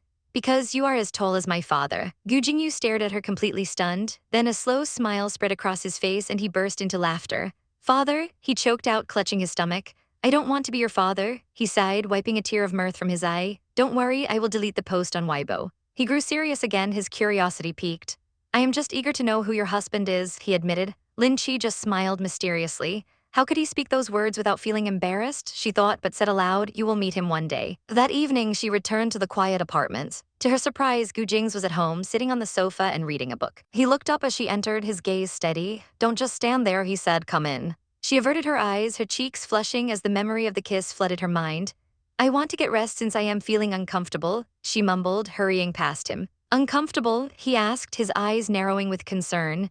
Is it because the wound on your legs haven't recovered yet? He stood up, his expression serious. Take off your trousers and let me check for you. Lin Che froze, her face turning beet red. Why? Why would I need to take off my trousers? She thought, her mind short-circuiting in a wave of panic and embarrassment. Panic seized her as Gu Jingze knelt down before her, his gaze fixed on her injured leg. What was he doing? Gu Jingze, what's wrong with you? She stammered, trying to pull away. His voice was calm, a stark contrast to the frantic drumming of her heart. He told her not to joke, that it was the artery and he had to look at it. Her mind raced. Look at it, that would mean? I'm fine, she insisted, her voice a little too high. There's no need to take off my pants. But he was already reaching for her, his touch gentle but firm. Desperate, the words tumbled out of her mouth before she could stop them. There's still no need. I'm not wearing anything underneath. The moment the words left her lips, she wanted to swallow them whole. His hand froze. A flicker of something unreadable passed through his golden eyes as he looked up, his voice a low murmur. Not wearing anything? A cough escaped his lips, a small, choked sound of surprise. Her face burned with a fiery blush. No, that's not what I meant, she yelped, waving her hands frantically. I mean, I'm only wearing my underwear. He raised a perfectly sculpted eyebrow, a hint of a smirk playing on his lips. Then everything that has to be covered is covered, he mused aloud, so what couldn't he see? Frustration boiled inside her. Why was he being so difficult? She sputtered, losing the battle for words. She tried to sound angry, defiant. Would I still want to see your thigh? He asked, his voice laced with an infuriating amusement. Didn't you say it before? It's not as if I haven't seen it already. He was impossible. Pushing herself up, she demanded that he leave, her voice trembling slightly. I just want to be alone tonight. Why? He asked, his expression turning serious again. She couldn't stand it, couldn't stand the way he looked at her, the way her heart did flips in her chest. Your existence is a disturbance, she cried out, turning her back to him. Anyway, can you let me sleep alone today? A heavy silence filled the room. She could feel his gaze on her back, but she didn't dare turn around. He let out a soft sigh, his voice tinged with a confusion she couldn't quite place. All right, he said quietly. I will get out, have a good rest. His mind was a whirlwind of questions. Was it because they had been together for the past few days, so she'd grown tired of it? As the door clicked shut, Lin Che finally let out the breath she'd been holding, her body slumping in relief. But the relief was short-lived. A wave of guilt and confusion washed over her. Shen Yoren, her doctor and friend, walked in with a worried expression, asking if she was all right. But Lin Che could barely hear her. Her mind was screaming, Gu Jingze is such a devil, why did he have this effect on her? A memory surfaced, sharp and vivid, his words from before, spoken with such conviction.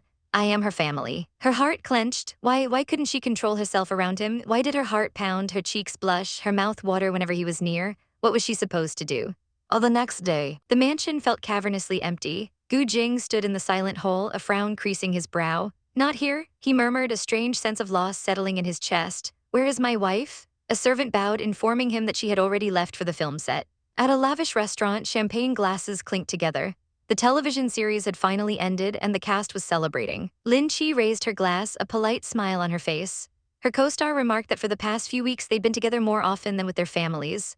Yeah, she replied, her thoughts drifting. She remembered her brief, almost formal goodbye to Gu Jingze that morning before rushing out the door. Later she huddled with her manager, Sister Yu. Because of the previous rumors, my popularity has really risen, Lin Che said, a genuine smile finally reaching her eyes. Sister Yu hugged her warmly, teasing her. Lin Che, if we get famous, we should get a celebrity van. But she knew the company wouldn't arrange one for her. Sister Yu's eyes twinkled mischievously. Speaking of which, she said, gesturing towards the towering skyscraper visible through the window, this place is also the Gu Company's office. I wonder whether we'll see Gu Jingze or something. Where are you, Mr. Rich Man? Lin Che choked on her champagne, sputtering and coughing. What's wrong with you? Sister Yu asked, patting her back. A guilty conscience, that's what was wrong. Sister Yu leaned in, her voice dropping to a conspiratorial whisper. Your favorite thing to do is to cling onto somebody influential. She then nodded towards a familiar-looking woman across the room. Actually, I don't think he's bad. Never mind, I'll go and see whether there is a boss I can get to know. As Sister Yu walked off, another actor, Zhao Lin, slid into the seat beside her. Why are you sitting here? She asked, surprised. He just smiled, that charming, boyish smile of his. This area is quiet. I like quiet, he said simply. Just then they saw Lin Che's wicked stepsister, practically glued to the side of a powerful-looking woman. Isn't that Lin Lai? Sister Fei ran, wow, Lin Lai cooed, fawning over the woman. Sister Fei ran, I'll miss you. Lin Che watched them, a pang of envy in her heart. Fei Ran had such an aura of confidence and power. It would be great if I could be like Sister Fei Ran one day, she murmured to herself. Zhao Lin heard her, his voice soft and encouraging. One day you will too, he smiled, but his eyes were distant. You can really talk, huh? Forget it, it's still so far away, she replied, shaking her head. When Fei Ran was so poor that she couldn't afford food, he continued, she also never imagined that she would be here today. Of course, who in this world is born a star? Lin Che was taken aback. Sister Fei Ran experienced such a time. He looked at her then, a curious expression on his face. You think that I am happy because I have never worried about getting my next meal? He asked. He explained that while privilege exists, it comes with responsibilities. Look at me, he said with a small, sad smile. I'm so free now, that's why I'm too lazy to return back to the Gu family. His words struck a nerve. A shadow crossed Lin Che's face as a painful memory flooded her mind. She was back in that room, facing Gu Jingze for the first time. His voice was cold, transactional. How much money would it take for you to marry me? He'd asked. I'm not joking, we can sign the papers for marriage now. He and I were forced into this marriage. The thought echoed in her head. Hey, I'm talking to you, Zhao Lin's voice broke through the haze. Who are you thinking of? Don't tell me it's the one at your house. She snapped back to reality, flustered. No, I'm not thinking of anyone. Suddenly, a commotion erupted near the entrance. The president actually came, someone whispered. It's not special for the president to come to his family's office, another replied. Gu Jing seems to be in charge of the office. Lin Che's eyes widened as a group of men in black suits swept through the room, their presence imposing and intimidating. Empire of people in black suits? She overheard the whispers. They were talking about the president. Gu Jing's older brother. Zhao Lin leaned in, a playful glint in his eyes. How many brothers do you have? Are they all also outstanding individuals? He winked. Do you like that? Lin Che coughed, her face turning crimson. When the time comes, I promise you will feel that it has a distinctive style. You too can join the Gu family. She couldn't take it anymore. Sorry to tell you, she mumbled, I am already part of the Gu family. Zhao Lin's eyes widened in surprise, but he quickly recovered. launching into a description of the eldest brother, Gu Jingze. Third year as president, he explained. Wherever he goes, a large group of security follows. How is the president's temper? Is it good? She asked, her curiosity piqued. Zio Lin's expression turned grim. Think about it. To get to the position of president, what is his mind like? He leaned closer, his voice dropping to a dramatic whisper. For him, he is even colder on the inside than on the outside. He is the sort of cruel and unscrupulous bastard that would do anything. Lin Che's blood ran cold. How could he be described as a villain? Were they really brothers? She must have looked horrified because Zio Lin suddenly burst out laughing. She believed it again, so dumb it looks cute. Okay, fine, I was lying, he admitted with a grin. Actually, he's just a human, but compared to a normal human, he is just a little weirder, a little harder to get along with a little. Antisocial, weird, hard to deal with. Lin Che thought to herself, isn't that just like Gu Jingze? Why are all of you from the Gu family the same type of person? She muttered under her breath. A cold, sharp voice cut through the air behind her. What did you say about the Gu family? Lin Che froze, whipping her head around to see a stern-faced man glaring down at her. Am I hard to get along with? He demanded. Her heart leaped into her throat. Oh no, she stammered, pointing a shaky finger. Later that evening, she walked into the living room, her nerves still frayed.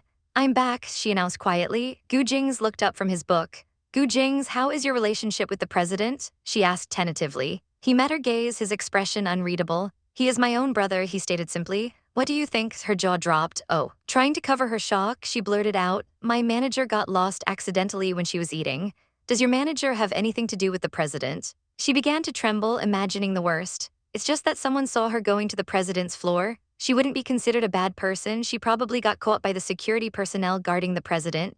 She pleaded with him, her voice shaky. Can you ask if my manager barged in? He studied her for a long moment. Have you been busy recently? He asked, changing the subject. Yeah, I've been busy with finishing the show. After that, I may have to go to publicity events. He tilted his head. Are you asking me for help? His gaze was intense. She swallowed hard. Yes, she whispered. He patted the seat next to him. Come sit down. She obeyed meekly. If I help you, how are you planning to thank me? A spark of amusement danced in his eyes. Her mind went blank. Thank him, he's so rich, what would he even need? What could she possibly give him? He already had everything he could ever want. As if reading her thoughts, he leaned in, his voice a low purr. Do you know how to massage? Oh, I don't, she confessed. He clicked his tongue in disapproval. How can you be a wife if you don't know anything? If you didn't, what would I have a wife for? That stung. She lifted her chin defiantly. I have to know things as a wife. To spend money, you earn so much, she retorted, a hint of drool at the thought. He scoffed. You only know how to bullshit. A small smile touched his lips. If I don't help you spend your money, how will you manage to spend it all? The smile grew wider, turning into a devastatingly handsome smirk. Come massage my shoulders, ask me nicely, then I'll consider whether to help you. Before she could protest, he began unbuttoning his shirt, her eyes widened in horror. You are stripping, she squeaked, her face turning a deep shade of red, evil capitalist. Of course, he said, shrugging the shirt from his shoulders. I still have to give the president a call. Do you think an average person would have an opportunity like this? The pristine white shirt fell to the floor, revealing a perfectly sculpted chest and taut abs. He turned his bare back to her and commanded, faster, come and give me a massage, Mrs. Gu. Ba thump, her heart hammered against her ribs. My God, Gu Jingze, do you want to kill me? She nervously approached him. There is no need for you to take off your shirt, right? She squeaked, her voice barely a whisper. Aren't you scared your illness will flare up? He ignored her completely, lying face down on the sofa. Then you should lie down first, she stammered, feeling utterly defeated. Her hands trembled as she placed them on his shoulders. The skin was warm, the muscles firm and defined. It was hard to put into words. My God, my nose is going to bleed. He looks good no matter which angle you look from. Her mind was short-circuiting. Keep pressing, why aren't you moving? His muffled voice came from the cushions. After a while he grunted, use more force, use even more force. Make love, no, use more force. Her mind was in the gutter. Your shoulders are so stiff, she observed, trying to sound professional. Are you normally very busy at work? Of course, he replied. As a husband, I have a responsibility to take care of my family. How could they not be stiff? A strange warmth spread through her chest. After a few more minutes, he sat up. Fine, he said, reaching for his phone. Seeing how much effort you put in, I'll help you make a call. As he spoke on the phone, she watched him, her heart doing that weird, fluttery thing again. How weird.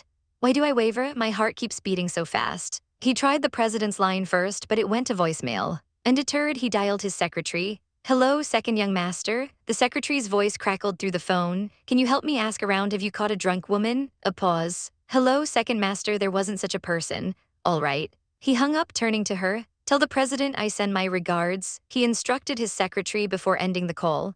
They did not catch anyone, you can be at ease. Your manager probably went back by herself. A huge sigh of relief escaped her. Phew, I was scared to death. but Gu Jing's expression had turned icy. Wouldn't I be screwed if I did offend the president? She muttered. His voice was dangerously low. You dared to offend me, so why are you scared of the president? She stared at him, bewildered. When did I offend you? He pointed an accusing finger at her. You drugged me, he hissed. The memory of that night came rushing back, humiliating and terrifying. If you weren't lucky, would you be standing in front of me right now? The injustice of it all made her snap. I could have been unlucky, she shot back, her voice rising. I was doing all right before, but from an outside point of view, I became another person's contract wife. Tears pricked her eyes. I even have to see you every day and tolerate your strange temper. His eyes flashed with anger. He grabbed her wrist, pulling her towards him. Strange temper, say that again. He yanked her flush against his chest. Her breath hitched. His lips were right in front of her. His lashes were so long, if she just moved a little bit.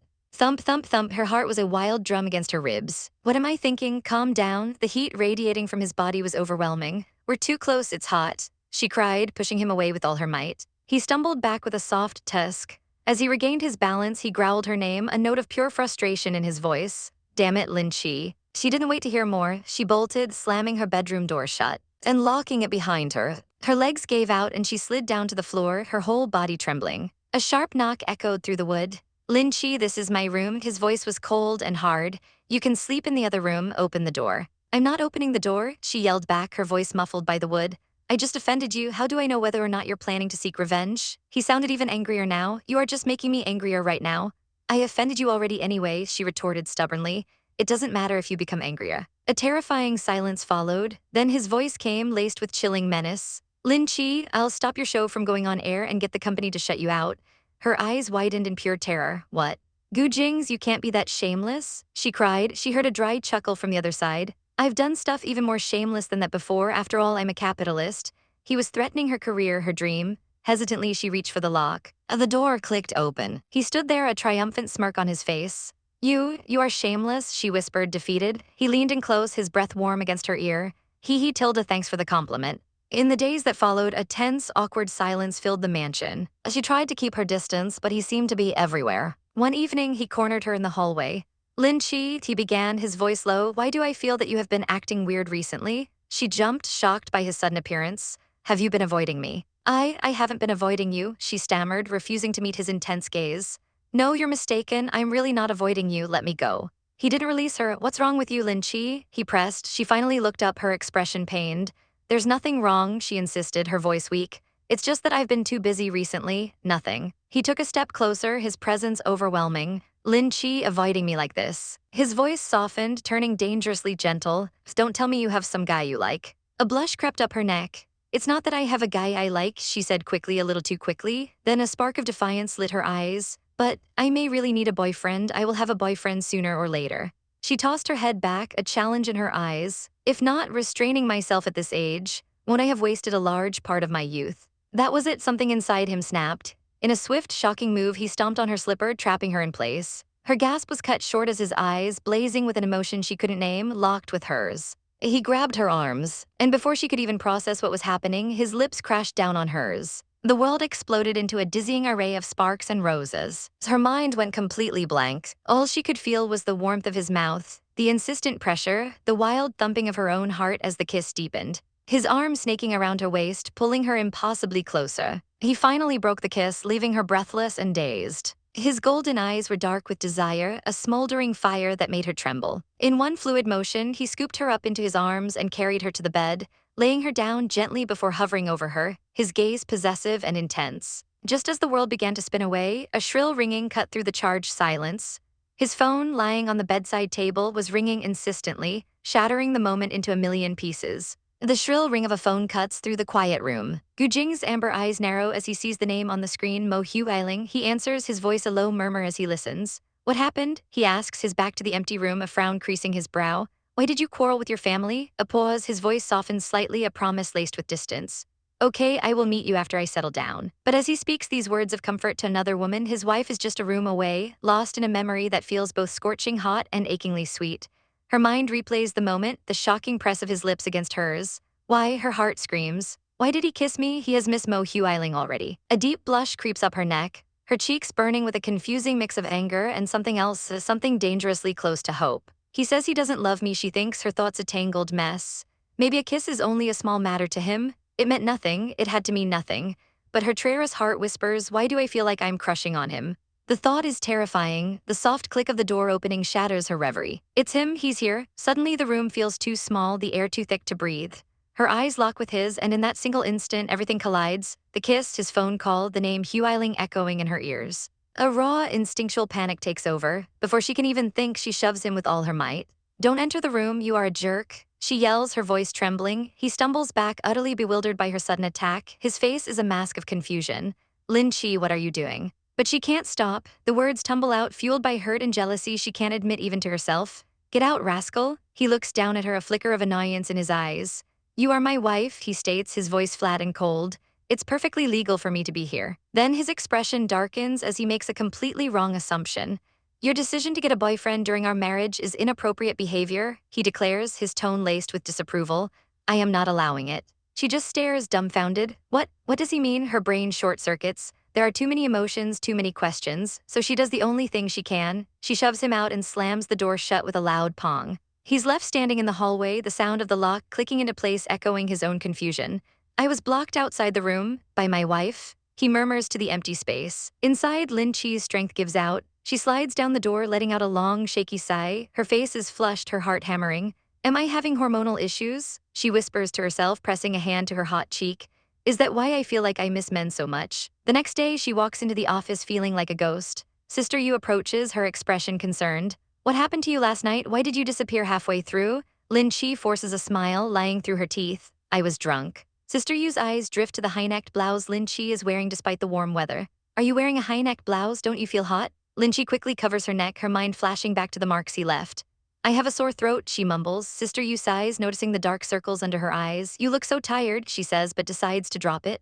No worries, think more about the interview later. Sister Yu pivots to business, her tone becoming serious. Those reporters must be focused on the rumor about you and Gu Jingze, so don't misspeak.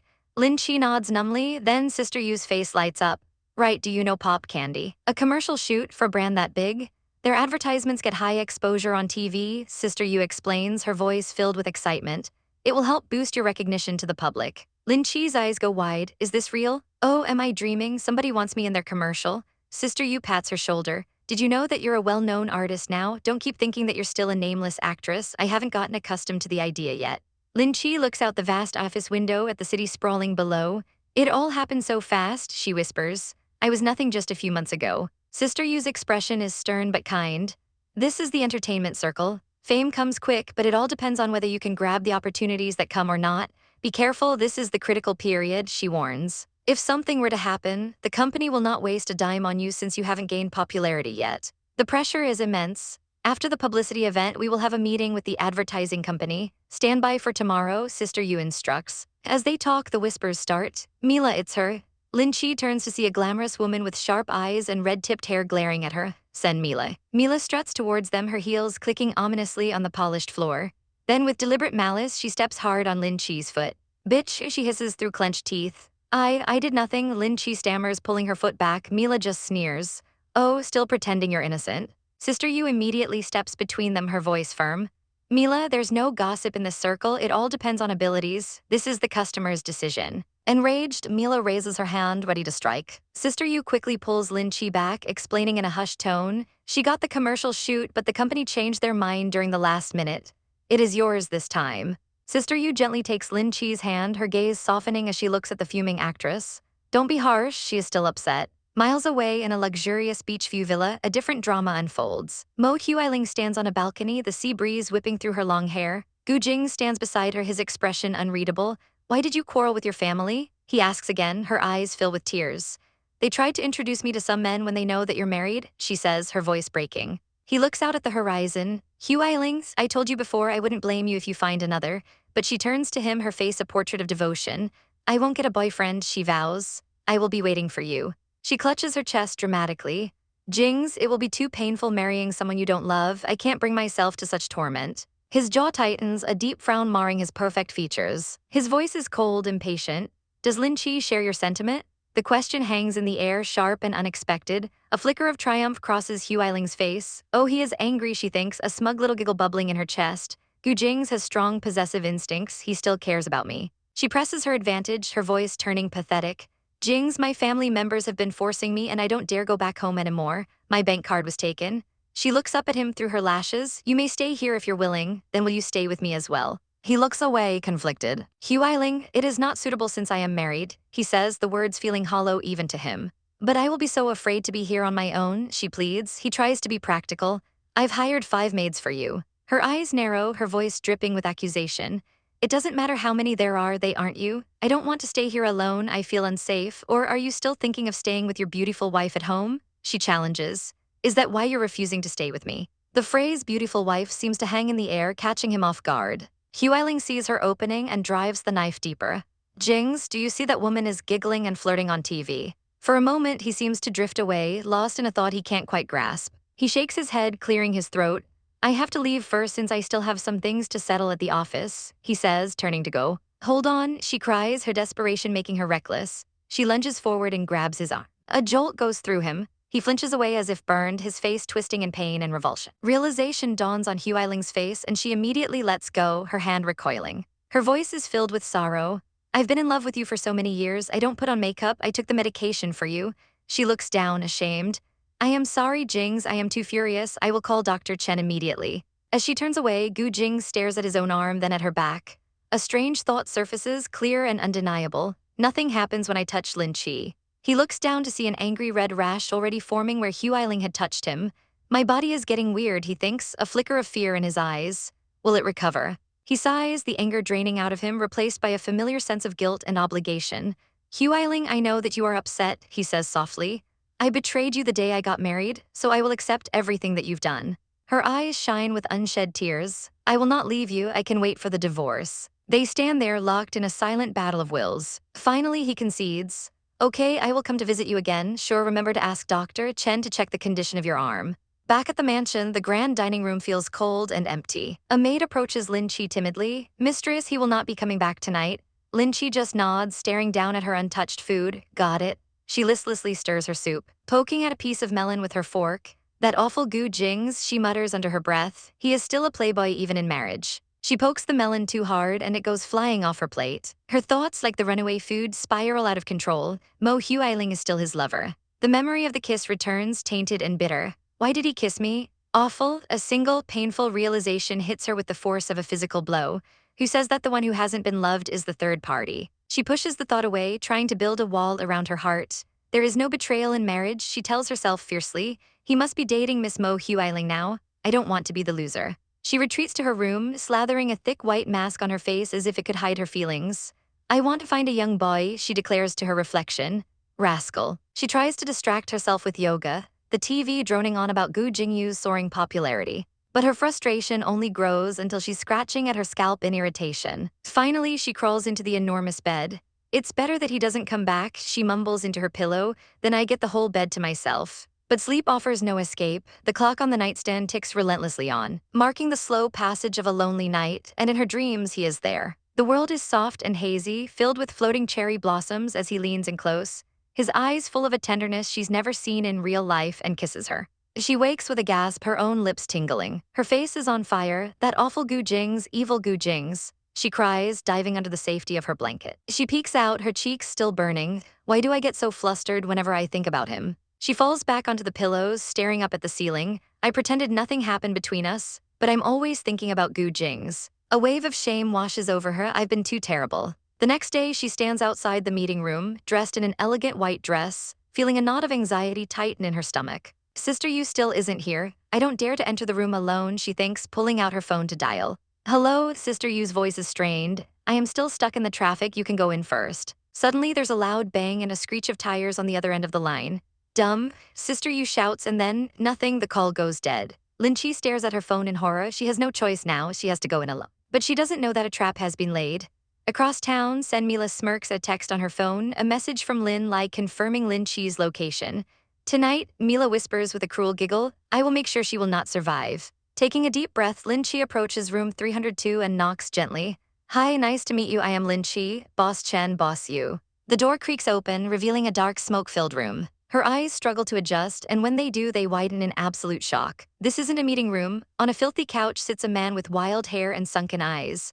And on the table in front of him, powders, a lighter, and a syringe. He looks up, his gaze unfocused and menacing. "Who are you?" he growls. Lin Che freezes, a single terrified eye escaping her lips. Her mind screams at her to run. She takes a tentative step back, her voice a trembling whisper.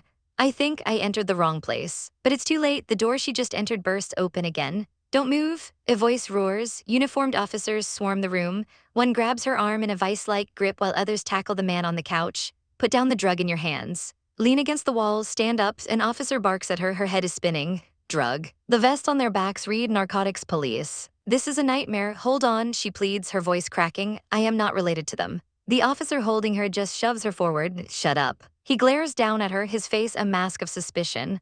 "Why are you standing at the door if this has nothing to do with you? Tell me at the police station." Scared, the word doesn't even begin to cover the icy terror flooding her veins. Sister Yu's warning echoes in her mind. What will happen if an artist takes the drug? If something were to happen, the company will not waste a dime on you.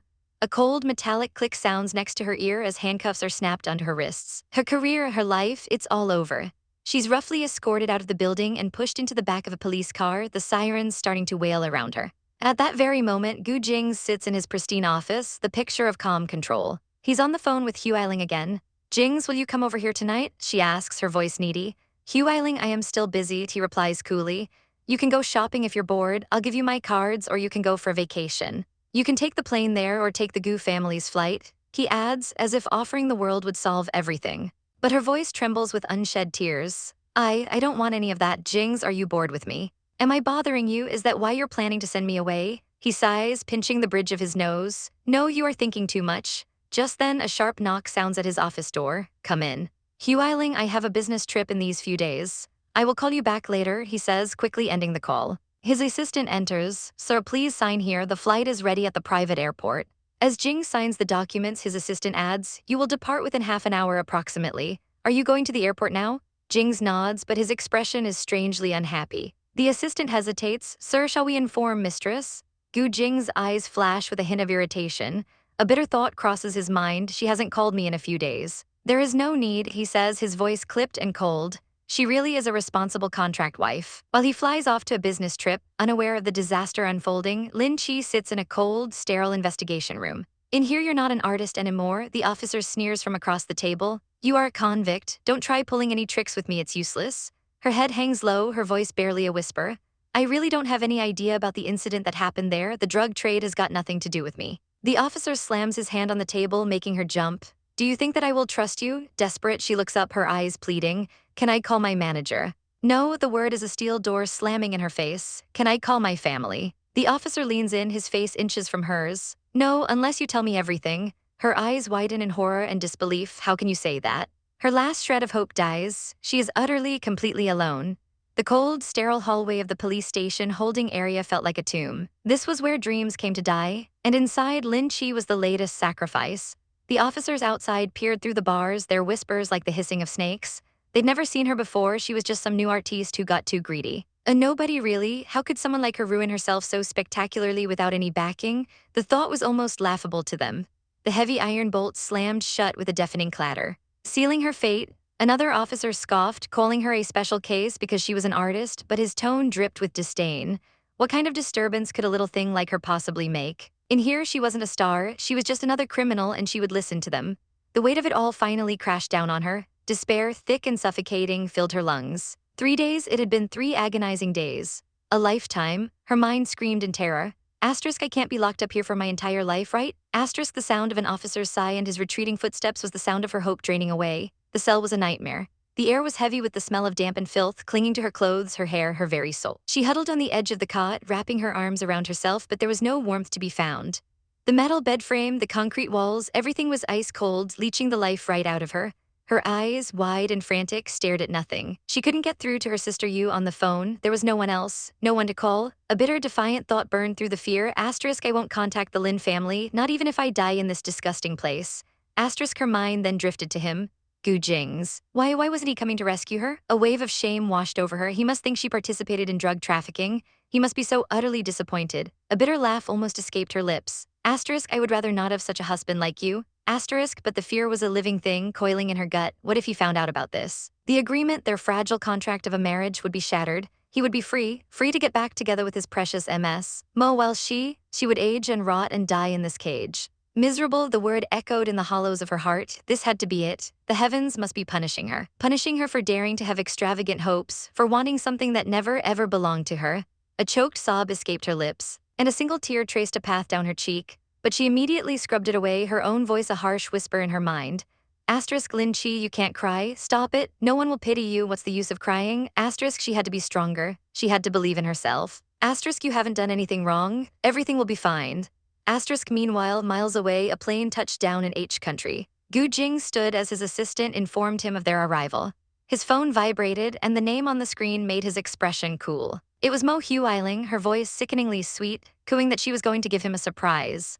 He saw her through the airport window, waving excitedly with her luggage. He told her curtly to wait outside, that he had some things to do first. After hanging up, his thumb scrolled through his recent calls. His eyes narrowed. A missed call from last night from Lin Che. A flicker of something went through him. He pressed the call button. A man's voice answered, professional and detached. This is the police station. Gu Jingze froze. The world seemed to stop. Police station? He repeated, his voice dangerously low. Where's Lin Che? The answer came back, confirming his worst fears. She was locked up. Rage, cold and absolute, washed over him. He turned to his stunned assistant, his voice like cracking ice. Cancel today's schedule. Coordinate with the airline. We are going back now. The assistant stammered, and now. But one look at Gu Jingze's face, a mask of pure, unadulterated fury, silenced any further questions. He was pissed. As he barked orders, his hand moved automatically, slipping the simple wedding band back onto his finger. Back in the cell, a guard's voice broke through Lin Che's haze. Lin Che, someone has bailed you out. Her head snapped up, her heart hammering against her ribs. Could it be Gu Jingze? But the man standing in the hallway wasn't Gu Jingze, it was Qin King. His handsome face was etched with worry. He explained that the police had called the Lin family and he'd rushed over as soon as he heard.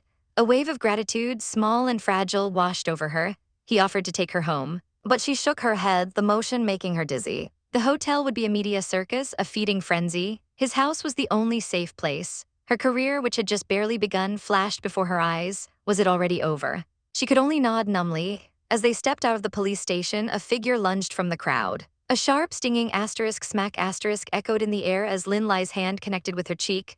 The force sent her stumbling. Qin King immediately pulled her behind him, shielding her as he grabbed Lin Lai's arm. Lin Che, are you all right? He asked, his voice tight with anger. But Lin Lai was hysterical, her eyes blazing with hatred. What do you mean by this? How are you so low and shameless? She shrieked. Don't you already have some powerful man to take care of you? You've been abandoned, so you couldn't wait to come get Qin King? Qin King tried to shut her down, but she rounded on him, her voice a shrill cry. Are you still speaking up for her? I'm your wife. Then another voice, cold and condescending, cut through the chaos. Her mother. She looked at Lin Che as if she were something scraped off her shoe. How can you do such an unseemly thing for your popularity? She sneered. You are a part of the Lin family. She spat the words with disgust, lamenting that the Lin family would lose face because of her actions. Lose face? Lin Che's eyes flashed with a fire she didn't know she had. Asterisk lose face? No one even knows I'm from the Lin family. Asterisk she'd had enough. You can think whatever you want, she said, her voice shaking but firm. I'm not guilty anyway. If there's nothing else, let me pass. But her path was suddenly blocked by a gleaming red Mercedes that screeched to a halt in front of her. The driver's door opened and a single impeccably polished shoe stepped out. Her breath caught in her throat. It was Gu Jingze. His face was a thundercloud, his eyes promising a storm. She whispered his name, but he silenced her with a single, sharp command. Shut up. In 2 long strides, he was there, grabbing her arm and yanking her into his embrace. His voice was a low growl that sent shivers down her spine as he declared to everyone, and no one, I need someone to take responsibility for this incident. His assistant bowed his head instantly. Yes, sir. Lin Che tried to protest, to say she hadn't done anything, but the words died in her throat. All the fight went out of her and her eyes filled with tears. She felt so wronged. Seeing the tears welling in her eyes, his expression softened almost imperceptibly. If you are tired, just relax, he murmured, his voice now gentle. No need to worry about this. Exhausted and overwhelmed, she could only nod, leaning her head against his chest. He turned, lifting her effortlessly into his arms, and started towards the car. Wait, Qin King's voice was strained. Lin Che, are you really leaving with him? Gu Jingze paused, pulling her tighter against him as if to stake his claim. Lin Che looked torn, but Gu Jingze answered for her, his voice a possessive rumble. Of course she's coming home with me. He turned his head, his gaze locking with Qin King's, cold and final. She's my woman's. Then the final, crushing blow. Mr. Qin, you are already getting married soon. I think you have nothing to do with Lin Che. With that, he placed her in the car, the door clicking shut like the final turn of a key in a lock. They sped away, leaving a furious Lin Lai and a devastated Qin King in their wake. Qin King's friend could only shake his head in awe. That Gu Jingze is really amazing. No one could match the Gu family's power in Sea Country. King watched the car disappear, a hollow ache in his chest. She seemed so willing to go with him. Maybe she didn't need him to worry about her anymore. An image of a younger, smiling Lin Che flashed in his mind, her voice bright as she called him Brother Kin. How could he get that back? How could he make her stay by his side like she used to? A new resolve hardened his features. He turned to his driver, his voice low and determined. Call Chen Yucheng to come here. In the car, Gu Jingze glanced at the woman passed out beside him. Asterisk this damn woman, asterisk he thought, a strange mix of irritation and concern swirling within him. Asterisk all she does is cause trouble for me. Asterisk she had fainted the moment she got in the car and now a fever was burning through her. He gently brushed the hair from her forehead, his fingers lingering on her heated skin. He remembered the doctor's warning. She'd lost so much blood just a short time ago. The memory of her desperate sobs echoed in his mind, her small voice pleading, "Don't leave me alone here." His jaw tightened, asterisk no, asterisk he thought fiercely, asterisk I won't. Asterisk back at the mansion, a doctor arrived looking bewildered. Boss, Chen Yucheng said, peering into the opulent hallway. You're actually letting me treat someone else? He pushed open the bedroom door and froze, his jaw dropping. Gu Jingze, the man who couldn't stand to be touched, was cradling a woman in his arms with a look of intense concentration. The doctor was so shocked he immediately tried to back out, stammering apologies. But Gu Jingze just grunted, "Come in." The diagnosis was mundane, almost anticlimactic. "Mr. Gu, your wife has the flu," the doctor announced, listing off her symptoms. Gu Jing's eyebrow twitched. "Just flu?" The doctor nodded, explaining that an injection would bring the fever down. Gu Jing's reply was swift and dismissive. "You can leave now." Chen Yucheng blinked, utterly flabbergasted. "He called me here frantically, practically dragging me from my work, and now he's kicking me out because it's asterisk just a flu?" Asterisk he couldn't help a sarcastic comment about the many family doctors available. But Gu Jingze ignored him. Suddenly Lin Che whimpered in her sleep, the name a poison dart straight to Gu Jing's heart. King. His face turned to stone. Rage, black and possessive, flared in his eyes. He grabbed her shoulders, shaking her awake with a force that bordered on violence. "Wake up," he snarled. "Look at who I am." Her eyes fluttered open, hazy with fever. "It's you." The doctor, seeing the murderous look on Gu Jing's face, decided his presence was no longer required and beat a hasty retreat, slamming the door behind him. "How did he know what happened to me?" Gu Jing's voice was a low, dangerous growl. "I try to call him and I can't get through, but he's the first one there for you."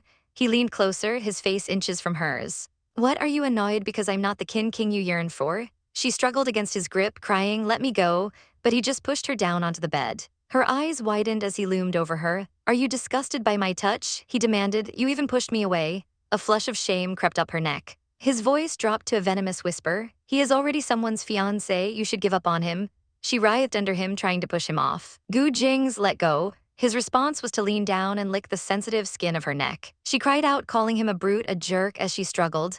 In a desperate move, she reached for the lamp on the nightstand. "Take this," but he was faster, his hand snapping out to catch her wrist in a grip of steel.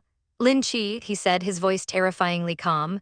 "Are you planning on murdering your husband?" Pinned beneath him, helpless, she demanded, "Gu Jingze, what do you want?" He looked down at her, a cruel smile playing on his lips. "What do I want?" Her mind was racing, a frantic mess of fear and confusion. Asterisk, what is he going to do? He likes MS, Mo, and isn't he allergic to women? Asterisk, she tried to sound brave. "If you don't let me go right now, I won't go easy on you." He just sneered. "I want to see how you do that." Defeated, she whispered, "What's the point of this?" "Then who would you like?" he asked, his voice silky smooth and full of menace. He leaned in, his breath hot against her ear. King, that was it. Her fear was replaced by a surge of defiant anger. "Yes," she spat out, King. His face contorted in a mask of fury, and his fingers dug into her chin, forcing a cry of pain from her lips.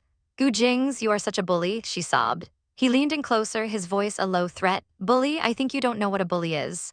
She glared at him through her tears. You are behaving like a hooligan." He shot back, "And you make trouble everywhere you go." Fed up, she retorted, "Yes, I just know how to create trouble. Then go find a woman who doesn't." His eyes blazed. "You say that again." She was terrified, but she couldn't back down now. Asterisk, he can't bear to bully Mo Hugh Eiling, so he comes to bully me. Asterisk, my luck is just the worst, she thought miserably, clenching her fists. This man was the biggest trouble of all. "If you don't like how I always create trouble, go find another woman," she challenged him. "So me going to find you is still my fault?" he snarled. "If I wasn't there, you would be all cozy with King, wouldn't you?" She met his furious gaze with stubborn defiance. "Of course, I finally got to be all pitiful in front of King for once, and you wrecked it. That was the last straw. You are courting deaths," he roared. And with a sickening asterisk RIP asterisk, he tore her nightgown from her shoulder.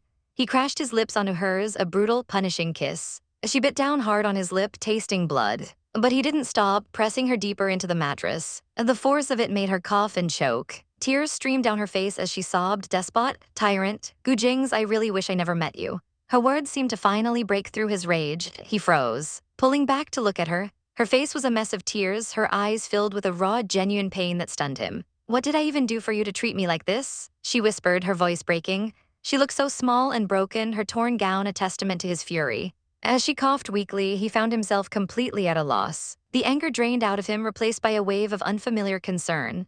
"Okay, don't cry," he said softly, his voice clumsy. "Are you hurting somewhere?" She looked up at him through her lashes, her sobbing quieting down. Miraculously, she felt 100 times better now that he'd stopped. A faint blush crept up his neck as he looked at her, and she dazedly wiped the tears from her eyes. In a small, shaky voice, she made a demand. "Don't ever bully me again." He hesitated for only a second before agreeing. "All right." He gently tucked the covers around her. "Go to sleep," he murmured. "You will feel better once you wake up." Her eyelids were heavy, but she peered at him with suspicion. "You won't wait until I fall asleep to do that again, right?" Her last conscious thought was a weary one. Asterisk, if he bullies me a few more times, I will die here. Asterisk, her breathing evened out into the soft rhythm of sleep. He watched her, a rare, gentle smile touching his lips. Asterisk, really? She's an angel when she's asleep and an evil spirit when she's awake.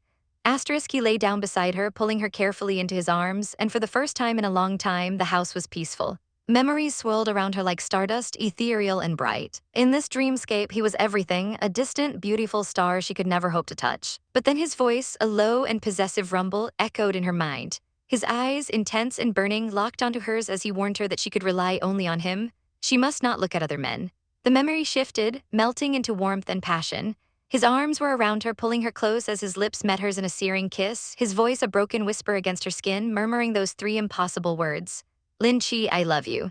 A jolt of reality shot through her dream. Her hands flew to his chest, pushing him away as a blush crept up her cheeks. Didn't he tell her before that he wouldn't bully her? But her protest was swallowed by another kiss, softer this time, a tender surrender that left her breathless and dizzy. A shrill, insistent ringing shattered the beautiful illusion. Awake, her eyes fluttered open. The dream faded, leaving behind a lingering heat on her cheeks. Oh no, was she dreaming? She covered her face with her hands, utterly speechless with herself. How could she have a dream like that? Her head was spinning, a dull ache throbbing behind her eyes as she forced herself out of bed, fumbling for the source of the noise. It was her cell phone. She picked it up, her voice groggy. "Hello, who is this?" A shriek erupted from the other end, so loud she had to pull the phone away from her ear. It was Sister Yu, her manager, and she sounded absolutely frantic. "Lin Che, have you become stupid after sleeping for an entire day? Who else would call you if it's not me?"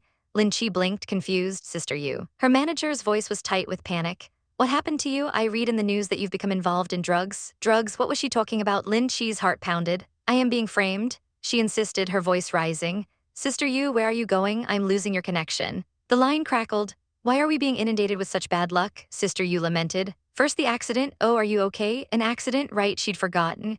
I was thinking the same things," Lin Che muttered, rubbing her temples. "Never mind, let's discuss this at the office." She quickly threw on a plaid dress, determined to clear her name. She had to get to the office. She had to fix this. But as she turned to leave, a figure blocked her path. It was Gu Jingze. He stood there, his silver hair catching the morning light, his expression unreadable as he asked why she got up so early in the morning.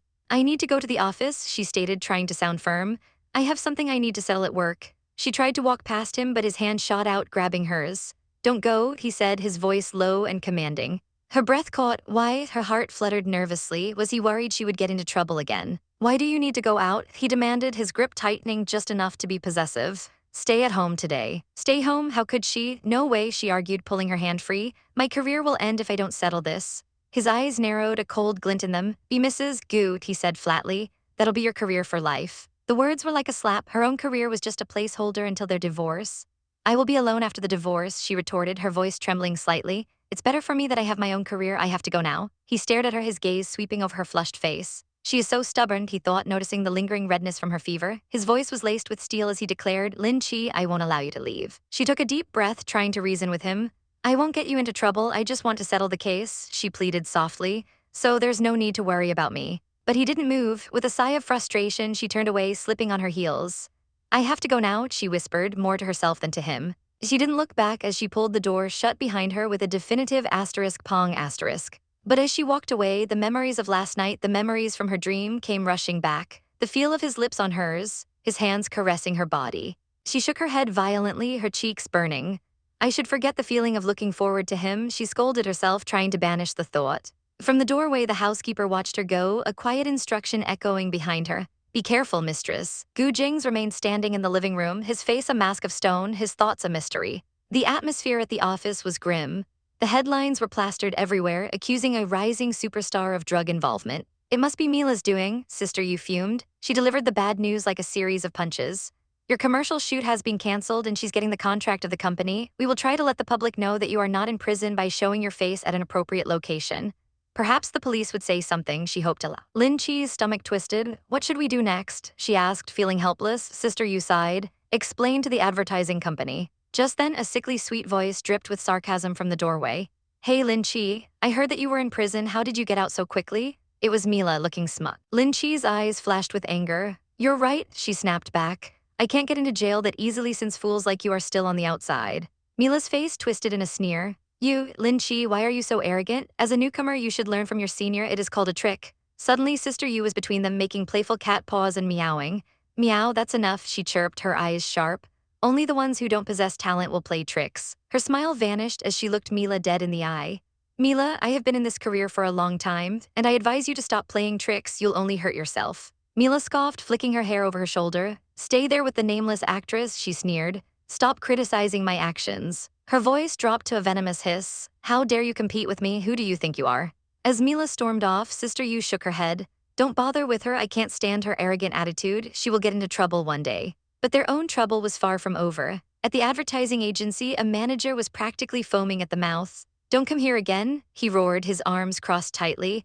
We will not invite the artist who made mistakes in our advertisement. Sister Yu tried to interject, her hand outstretched pleadingly. But he wouldn't listen. Get out, he bellowed, his face red with fury. Just as they were about to be thrown out, a woman scurried over and whispered something in the manager's ear. His entire demeanor changed in an instant. The anger vanished, replaced by a fawning smile. He clapped his hands together, his voice suddenly smooth as silk. Miss Lin, we just need to confirm that you are not related to the case. Let's discuss about the shoot. Lin Che and Sister Yu exchanged baffled looks. What just happened? Why did they change their attitudes all of a sudden? Before they could process it, Mila burst in, pointing an accusing finger. Lin Che, how can you steal my commercial shoot? Her face was a mask of rage. Lin Che, so gullible, she shrieked. Do you know who my boyfriend is? As if on cue, a calm, familiar voice cut through the chaos. Miss Lin, the housekeeper stood at the entrance, impeccably dressed. Lin Che's eyes widened. The housekeeper here? Does that mean Gu Jingze is here too? She stammered, Mr. Housekeeper, why are you here? He bowed politely. Master ordered me to come over. Mila stared, confused. How could this housekeeper speak to Lin Che so politely? He then announced, Master is waiting for you. His gaze shifted to Mila, and the warmth in his eyes instantly turned to ice. Miss Lin, he said, his voice dangerously low. Master told me that someone annoyed you. He has a variety of methods to fire her, even to get her expelled from our country. The threat hung in the air, cold and sharp. A wave of terror washed over Mila's face. Lin Che is related to Gu Jingze. How could it be possible? The housekeeper turned back to Lin Che, his polite smile returning. Miss Lin, Master wants to meet with you. Go ahead, the problem is solved. Let's go together. He gave a small nod to the trembling manager. Manager Wang, thanks for your help. My pleasure, the man squeaked. The housekeeper's final glance at Mila was withering. I hope you will apologize to Miss Lin as soon as possible. Outside, the bright sunlight was blinding, and there, leaning against a gleaming red car, was Gu Jingze. Sister Yu gasped, her eyes wide with shock. Gu Jingming's brother, they look so alike. She watched, stunned, as Lin Che walked straight toward the most powerful man in the country. What is the relationship between Gu Jingze and Lin Che? Lin Che stopped in front of him, her heart thumping. Are you the one helping out with the commercial shoot and also at the police station? He didn't answer, simply opening the car door. Let's go back with me. His face was unreadable. Lin Che turned back to Sister Yu, who looked like she'd seen a ghost. Gu Jingze and you, she stammered. Lin Che gave a small, embarrassed shrug. Our relationship can't be explained with one or two words. Sister Yu just nodded, her mind reeling. Just leave, I have to go as well. As the car pulled away, Sister Yu peeked after them, a grateful smile on Lin Che's face. How did Lin Che get to know Gu Jingze? And then she saw it. The corner of his lips tilted up. Gu Jingze, the most powerful man in Sea State, is smiling at her asterisk. A mischievous grin spread across Sister Yu's face. If Lin Che and Gu Jingze are together, this is going to be very interesting. Inside the car, Lin Che fidgeted with the hem of her skirt. Thanks for helping me, she said quietly. He glanced at her. You are my wife, that's what I should do, he stated simply. And I didn't take any drugs. Her heart swelled with warmth. I trust you, she whispered, feeling truly touched. He nodded, a serious look on his face.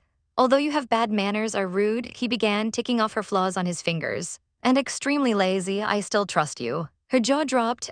She sputtered before forcing a tight smile. Thanks for the compliment. The teasing glint in his eyes vanished. You shouldn't believe me, he said softly. The silence stretched between them. To let you suffer at the police station for 3 days, as a husband I have to ask for your forgiveness. She stared at him bewildered. Why do you have to apologize? It is not your fault. He turned to face her, his gaze so intense it stole her breath. No, he said, his voice firm and deep. You are my wife. His wife, the words echoed in her mind, sending a wave of heat through her body. She turned away, hiding her burning cheeks. He is the most perfect guy I've ever met, she thought, her heart racing. So charming, sexy, rich, and responsible. And I am his wife by law. A sudden thought pierced through her happiness. That's why he treats me well, it's his responsibility. The realization sent a sharp pang of hurt through her chest. Back at the mansion, he was still fussing over her. Get the medicine for mistress, he ordered, his hand hovering near her forehead. You still have a fever, get some medicine and rest. A maid brought a bowl of dark, steaming liquid to her bedside. Lin Che waved it away with a weak smile. I've recovered, there's no need to take the medicine. His expression hardened. Open your mouth, he commanded, his voice leaving no room for argument. She shook her head stubbornly. I don't want to, I am fine. Taking too much medication can't be good for my health. She puffed out her cheeks like a petulant child. When I was little, I'd never take any medication for a fever at 40 degrees Celsius. I will be fine without medication. He looked absolutely horrified. 40 degrees Celsius? He exclaimed. Finally, I understand why your IQ is so low. It was because of the fever. No, she protested, pointing a finger at him. That's why I am so strong despite the excessive blood loss last time. It is not a scientific way, he argued, clearly upset. No one refuses medicine when they have a fever. Her face fell. Not everyone is like you, she said quietly, her gaze distant. You have a group of doctors ready to treat you all the time. The memories surfaced, bittersweet and lonely. I stayed with my nanny, she explained, her voice barely a whisper. She was very busy, no one was concerned enough to take care of me. And I still remember getting a fever and waking up in the middle of the night, but my nanny was not around. I tried to get some medicine on my own, but I mistakenly took cough medicine instead. My nanny was afraid when she found out. She brought me to the clinic. Luckily, my fever didn't get worse. A faint, sad smile touched her lips, and the doctor said that my immune system is strong enough. Gu Jingze watched her, a pained expression crossing his face. He took the bowl from the maid, his voice thick with emotion. But that time is over, he vowed. I will not allow this to happen again if I can. He held the bowl out to her, his eyes glinting with determination. Take the medicine quickly. If not, I will use some aggressive methods. Aggressive methods? What did he mean? Before she could ask, he brought the bowl to his own lips and drank the bitter liquid down. Then he grabbed her chin, tilting her face up to his. Oh, his mouth crushed down on hers, and the warmth of his lips was followed by the bitter taste of the medicine as he passed it to her. She was too shocked to resist. When he finally pulled away, she could only stare at him, dazed. He picked up a glass of water. Drink some water, he offered calmly. She wiped her mouth, shaking her head. I don't want any, his eyebrow arched. Do you want me to use the aggressive method for water as well? Her eyes widened in terror. I will drink it by myself, she yelped, snatching the glass and gulping it down. A devilish smirk played on his lips. Good, stop trying to defy me next time. This man is too awful, she thought, her face burning. But then a different thought pushed its way through. But he is good for me. Nobody cares about me except my nanny. He watched her for a moment, the harshness gone from his face, replaced by a gentle concern. Rest, he said softly. And hopefully you'll recover soon. The next morning, the city buzzed with a different kind of news. Lin Che's eyes scanned the headlines, a strange sense of finality washing over her. The news about Sen Mila was gone, completely wiped from the public eye. The police had even issued a statement admitting they'd accused an innocent person. It was over just like that. In her office, Sister Yu looked at her with a knowing glint in her eyes, confirming what the papers only hinted at. Sen Mila, she reported, has been completely shut out by her company. Lin Che's eyes widened. Ah, really? She asked, a gasp escaping her lips. Sister Yu nodded, her expression serious. Everyone in show business knows Sen Mila offended someone powerful. Her company terminated her contract immediately. No one else would dare sign her now. She would just disappear. A shiver ran down Lin Che's spine. Is that it? Is it really that simple for someone to vanish in this ruthless world? Sister Yu's expression softened into a gentle smile. She could tell, she said, that Gu Jingze cares for her quite a lot. A deep blush crept up Lin Che's neck, warming her cheeks. Sister Yu, you don't understand, she stammered, looking away. It wasn't about caring, was it? He's just responsible. He probably thinks it would be unpleasant to have to see Mo Huiling all the time if they were married, that's all. But as she said the words, another thought surfaced, unbidden. But he is indeed a very nice person. Sister Yu looked utterly flabbergasted, her eyes wide with shock. Gu Jingze is a nice person? She screeched, what's wrong with you? She leaned forward, her voice dropping to a conspiratorial whisper. Everyone knows that Gu Jingze is a ruthless tycoon, a shark feared by everyone in the business world. Do you really think his thoughts would be pure? Lin Che's mind flashed back to their first meetings. He was so cold then, so arrogant and annoying. There were so many problems. But now her cheeks burned again as she remembered his unexpected moments of kindness. Her heart felt complicated. Sister Yu, seeing her lost in thought, gently patted her head, changing the subject. All right, she said brightly. There is going to be an announcement soon. The cast is going to have some good publicity. Her eyes sparkled with excitement. Do you know the show Everyone is a Winner? Lin Che's head snapped up, her eyes shining with pure childish glee. Of course I do. I watched it growing up. Sister Yu's smile widened. This week you're going to be in it too, and you have an important part. The world seemed to stop. A golden light surrounded Lin Che as the words sank in. Her in asterisk that asterisk show, it was impossible, she could barely breathe. I can be in the show, she whispered, her voice filled with awe. She had never ever imagined a day like this would come. Sister Yu simply nodded. Of course, please be prepared for it. As Lin Che was still reeling from the incredible news, her phone buzzed with a soft asterisk ding-dong asterisk. A message lit up the screen. It was from Gu Jingze. The words were simple, direct. Come out, I'm here to fetch you. Her heart skipped a beat. Then I'll leave now, Sister Yu, she said, gathering her things. As she left, Sister Yu watched her go, a fond smile on her face. They looked so well matched when they were standing together the other day, she thought. Outside, a sleek, powerful red car waited by the curb, gleaming in the sunlight. Sliding into the passenger seat, she turned to him, her curiosity getting the better of her. Why did you come get me? She asked. He didn't even turn to look at her, his gaze fixed on the road ahead.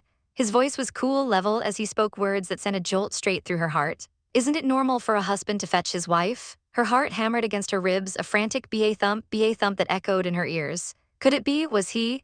But then he continued, his tone unchanging. My family wants us to go back home, so I came to fetch you. And just like that, the fragile hope shattered into a million pieces. The car pulled away from the curb, but Lin Che didn't notice. I knew it, she thought, her heart clenching in her chest. A wave of foolishness washed over her. How could she have been so stupidly touched for even a second? She really wanted to slap herself. In fact, she did. A series of light slaps echoed in the quiet car. Ouch, Gu Jingze glanced over, a questioning HM in his eyes. They soon arrived at the Grand Gu family estate. His mother was there to greet them, her face a mixture of warmth and concern as she fussed over Lin Che. Did you get skinnier? She asked, before turning a sharp glare on her son. Jingze, why don't you take good care of Lin Che? He scoffed, his arms crossed as he leaned against the doorframe. It's because she's stupid, always making trouble for herself, he said with a sigh. She's either sick or something bad has happened to her, what can I do? His mother pulled Lin Che into a protective hug, chiding him for his excuses. Oh right, she added, her eyes lighting up. Your brother is back. She gently pushed Lin Che towards Jingze. Go with Jingze. But Lin Che clung to her mother-in-law like a lifeline. I still want to stay with mother for a while, she pleaded softly. I don't want to go with him, his mother just chuckled warmly. Why would you want to stay with an old woman like me? You guys are newlyweds, you should spend more time with each other. Suddenly, he was there, his presence looming over her, trapping her against the wall. His eyes, intense and searching, bored into hers. What? He asked, his voice a low murmur. Are you that unwilling to be with me? Her breath hitched. I'm not unwilling, she whispered, her gaze dropping to the floor. He reached out, his fingers closing around her hand, sending a spark up her arm. Then why are you looking away? He pressed. Her face was on fire, her heart a frantic drum. He must have seen the turmoil in her eyes because his expression softened with a flicker of concern. I realized you've been avoiding me, he said, his voice quieter now. What, have I done something to make you unhappy? She shook her head quickly, perhaps too quickly. Of course not, but he just frowned, his eyes narrowing slightly as she tried to pull away. A new voice cut through the tensions. Big brother, how were you free enough to come home today? A man with sleek dark hair and glasses sat on the sofa, a book resting in his lap. Lin Che froze, a fresh wave of nervousness washing over her as she stood beside Jingze. The man's eyes, sharp and intelligent behind his lenses, landed on her. This must be your wife, he said with a small smile. Jingze protects you too well, he hardly brings you around. Lin Che managed a small, polite greeting. Hello, brother-in-law, but inside her thoughts were racing. Asterisk, he doesn't even love me, he probably doesn't bring me around because he's lazy. Asterisk. He stood and extended a hand, his smile warm and genuine as they shook. Wow, she thought, the Gu family's genes are too powerful. They didn't look very similar at first glance, but upon closer inspection, the sharp jawline, the confident set of their shoulders, the similarities were obvious. Sit down quickly, their mother called out. Food is ready. Without a second thought, Lin Che scurried over to her mother-in-law's side. Mother, I want to sit with you. The older woman smiled indulgently. If you do this, Jingze may get angry. Lin Che lifted her chin defiantly. Let him be angry, she declared. I like mother the most, not him. From across the room, Jing's brother watched them, a flicker of amusement in his eyes. The conversation at dinner turned to politics, the two brothers debating strategy. Jing's brother Jingming seemed confident, but Jingze was quick to counter his point about the election. Jamming leaned back, a smirk playing on his lips as he looked at his brother. If you are willing to marry someone of commoner status, he said pointedly, you would probably get more votes. Jing's eyes flashed with annoyance. Jing's you, but their mother just laughed, delighted. Yes, yes, what your younger brother says is true. Jingming adjusted his glasses, his expression unreadable. His issues have been solved, so you guys are aiming at me now. Their mother looked at him, her eyes welling up with happy tears. Look at how happy your brother is, she urged him. You should hurry and find one too. He sighed, telling her to stop worrying about his affairs. Then with a sly glance towards his brother, he deflected beautifully. Since you want a grandchild, you should urge Jing's to try harder so that it comes true. Lin Che choked on her water. The whole table erupted. How did I get dragged into this? She screamed internally. Their mother tried to backpedal, saying she wasn't forcing them, but they should start considering it. Lin Che forced a strained smile, trying to de-escalate. Mother, we still want it to be just the two of us for now. We don't want children. Beside her, Gu Jingze frowned, his jaw tight. He looked at her panicked expression, and an image flashed in his mind. A small, angelic child with his eyes and her smile. If they had a child, he or she would probably be very good-looking. But then another thought intruded. The intelligence that would depend on luck. He shot a sideways glance at Lin Che. If the child inherited her dumbness, that prospect was truly worrying. She could feel his disapproval, and her own defensiveness flared up. With kids, Mother wouldn't like me anymore, she blurted out. I still want Mother to care for me for a while longer. Their mother cooed, pulling her into another warm hug. You're right, you're still too young. We'll talk about this next time. Phew, Lin Che silently cheered. She'd averted the crisis. But Jing's leaned close, his expression gloomy, his voice a low growl only she could hear. I didn't already say we're not having kids? You're mad at that too? She flushed, unable to answer. Later, as they sat at the dinner table, she felt a sudden warmth against her leg. She looked down. Under the table, Gu Jingze was smiling, a wicked glint in his eye as he slowly rubbed his foot against her shin. He was teasing her. A sharp slap echoed as her hand connected with his arm. What's wrong? His mother asked, startled. Nothing, Lin Che squeaked, her face burning. It's just a mosquito. She shot him a death glare. Asterisk, damn this asshole. Asterisk, she fumed internally. Asterisk, how can he be so indecent at this time? Asterisk. She tried to regain her composure, but her eyes were wide and her cheeks were the color of a ripe tomato. And then he did it again, his touch softer this time, a gentle caress that sent shivers up her spine. A small, helpless sound escaped her lips. There's still a mosquito? Their mother asked, confused. Jing smirked, his eyes locked on Lin Che's. Yeah, he said smoothly, a big one. Jingming watched the entire exchange, a look of profound respect on his face.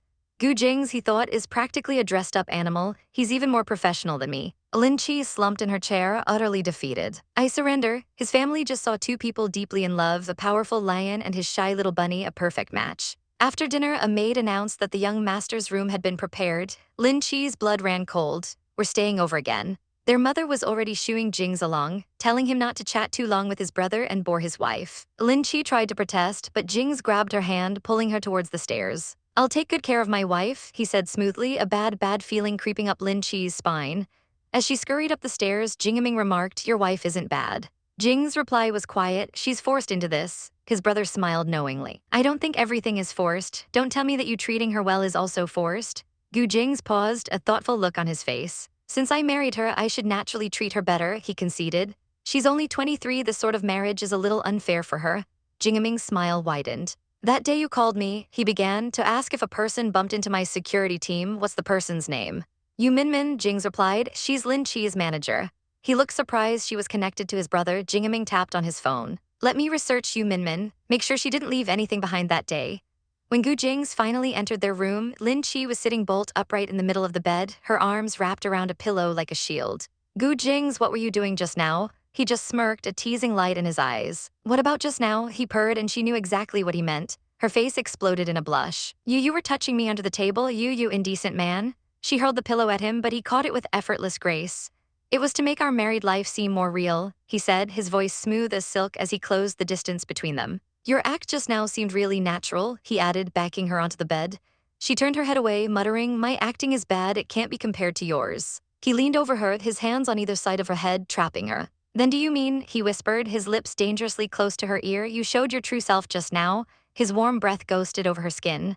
Your face is very red, so it's true. Whose face is red? She sputtered, trying to push him away. You want me to get a mirror and show you? He murmured. No need, she squeaked. She snatched the blanket, pulling it up to her chin like a fortress wall. Sleep, it's better not to come here so often. He didn't move, just watched her, a soft, unreadable expression on his handsome face. The next day, she was at a fitting for the show. The clothes were nice, but she couldn't help but think that the Gu family probably had clothes far more expensive than this. Her star-struck assistant suggested that maybe she could visit the Gu mansion to see her wardrobe. Yu Minmin immediately shot her down. Can someone randomly enter the Gu family household? Of course you can't. Unseen by them, another actress, Kim Wonru, watched from the corner, her eyes filled with venomous envy. This Lin Che, how could she be so lucky? She hissed. To her assistant, she sneered, I heard that person called Sen Mila was just suspended. The assistant eagerly supplied the latest gossip, whispering that someone saw Sen Mila performing in a tiny town for a pittance, looking desperate for money. Kim Wonru wrinkled her nose in disgust. The air here is really poor, let's go find a private powder room. Just then Lin Che's phone rang. It was Sister Yu, her voice sounding urgent. I need to tell you something, she said. Let's meet up to chat. On the other end of the line, a woman's voice, sharp and demanding, cut through the air. She wanted to meet.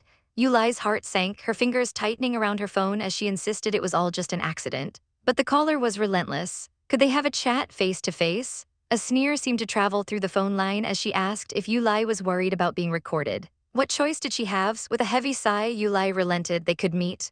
The moment the call ended, she slammed the phone down on the vanity. Her assistant rushed over, her face etched with worry, asking what had happened. Meanwhile, backstage, the atmosphere was completely different. The air buzzed with nervous energy, but Gu Jingze was the picture of calm, leaning in close to Lin Che.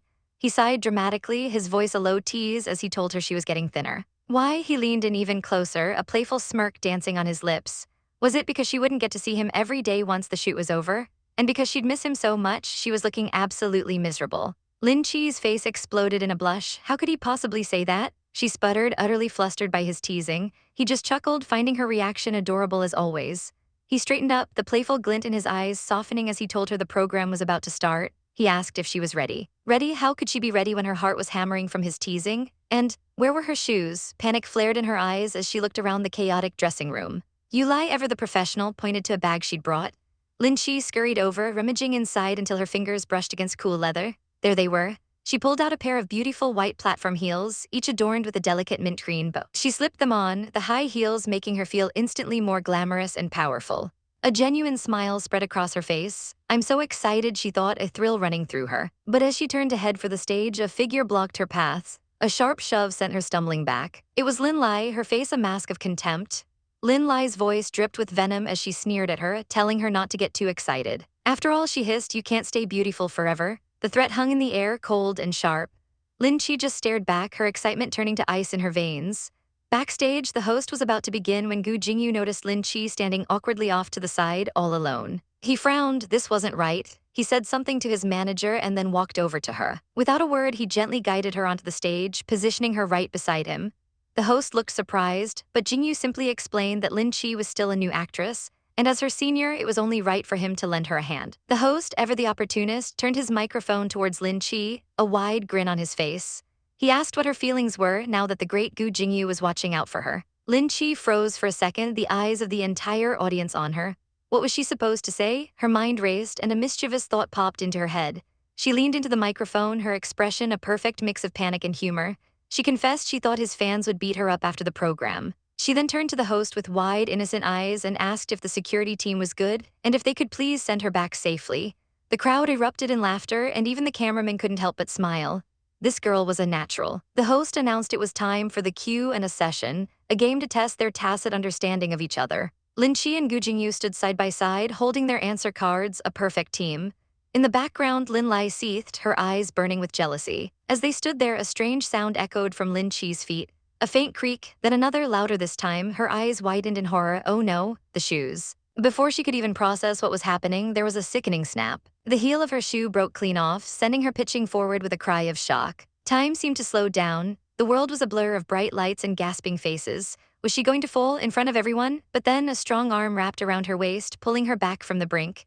Gu Jingze had moved in a flash, catching her before she could hit the stage. He held her securely against him, his handsome face filled with concern. The scent of his cologne filled her senses, and for a moment all she could do was stare up at him, her heart pounding in her chest. He leaned in, his voice a low murmur just for her, asking if she was okay. The cameras flashed, capturing the heroic moment.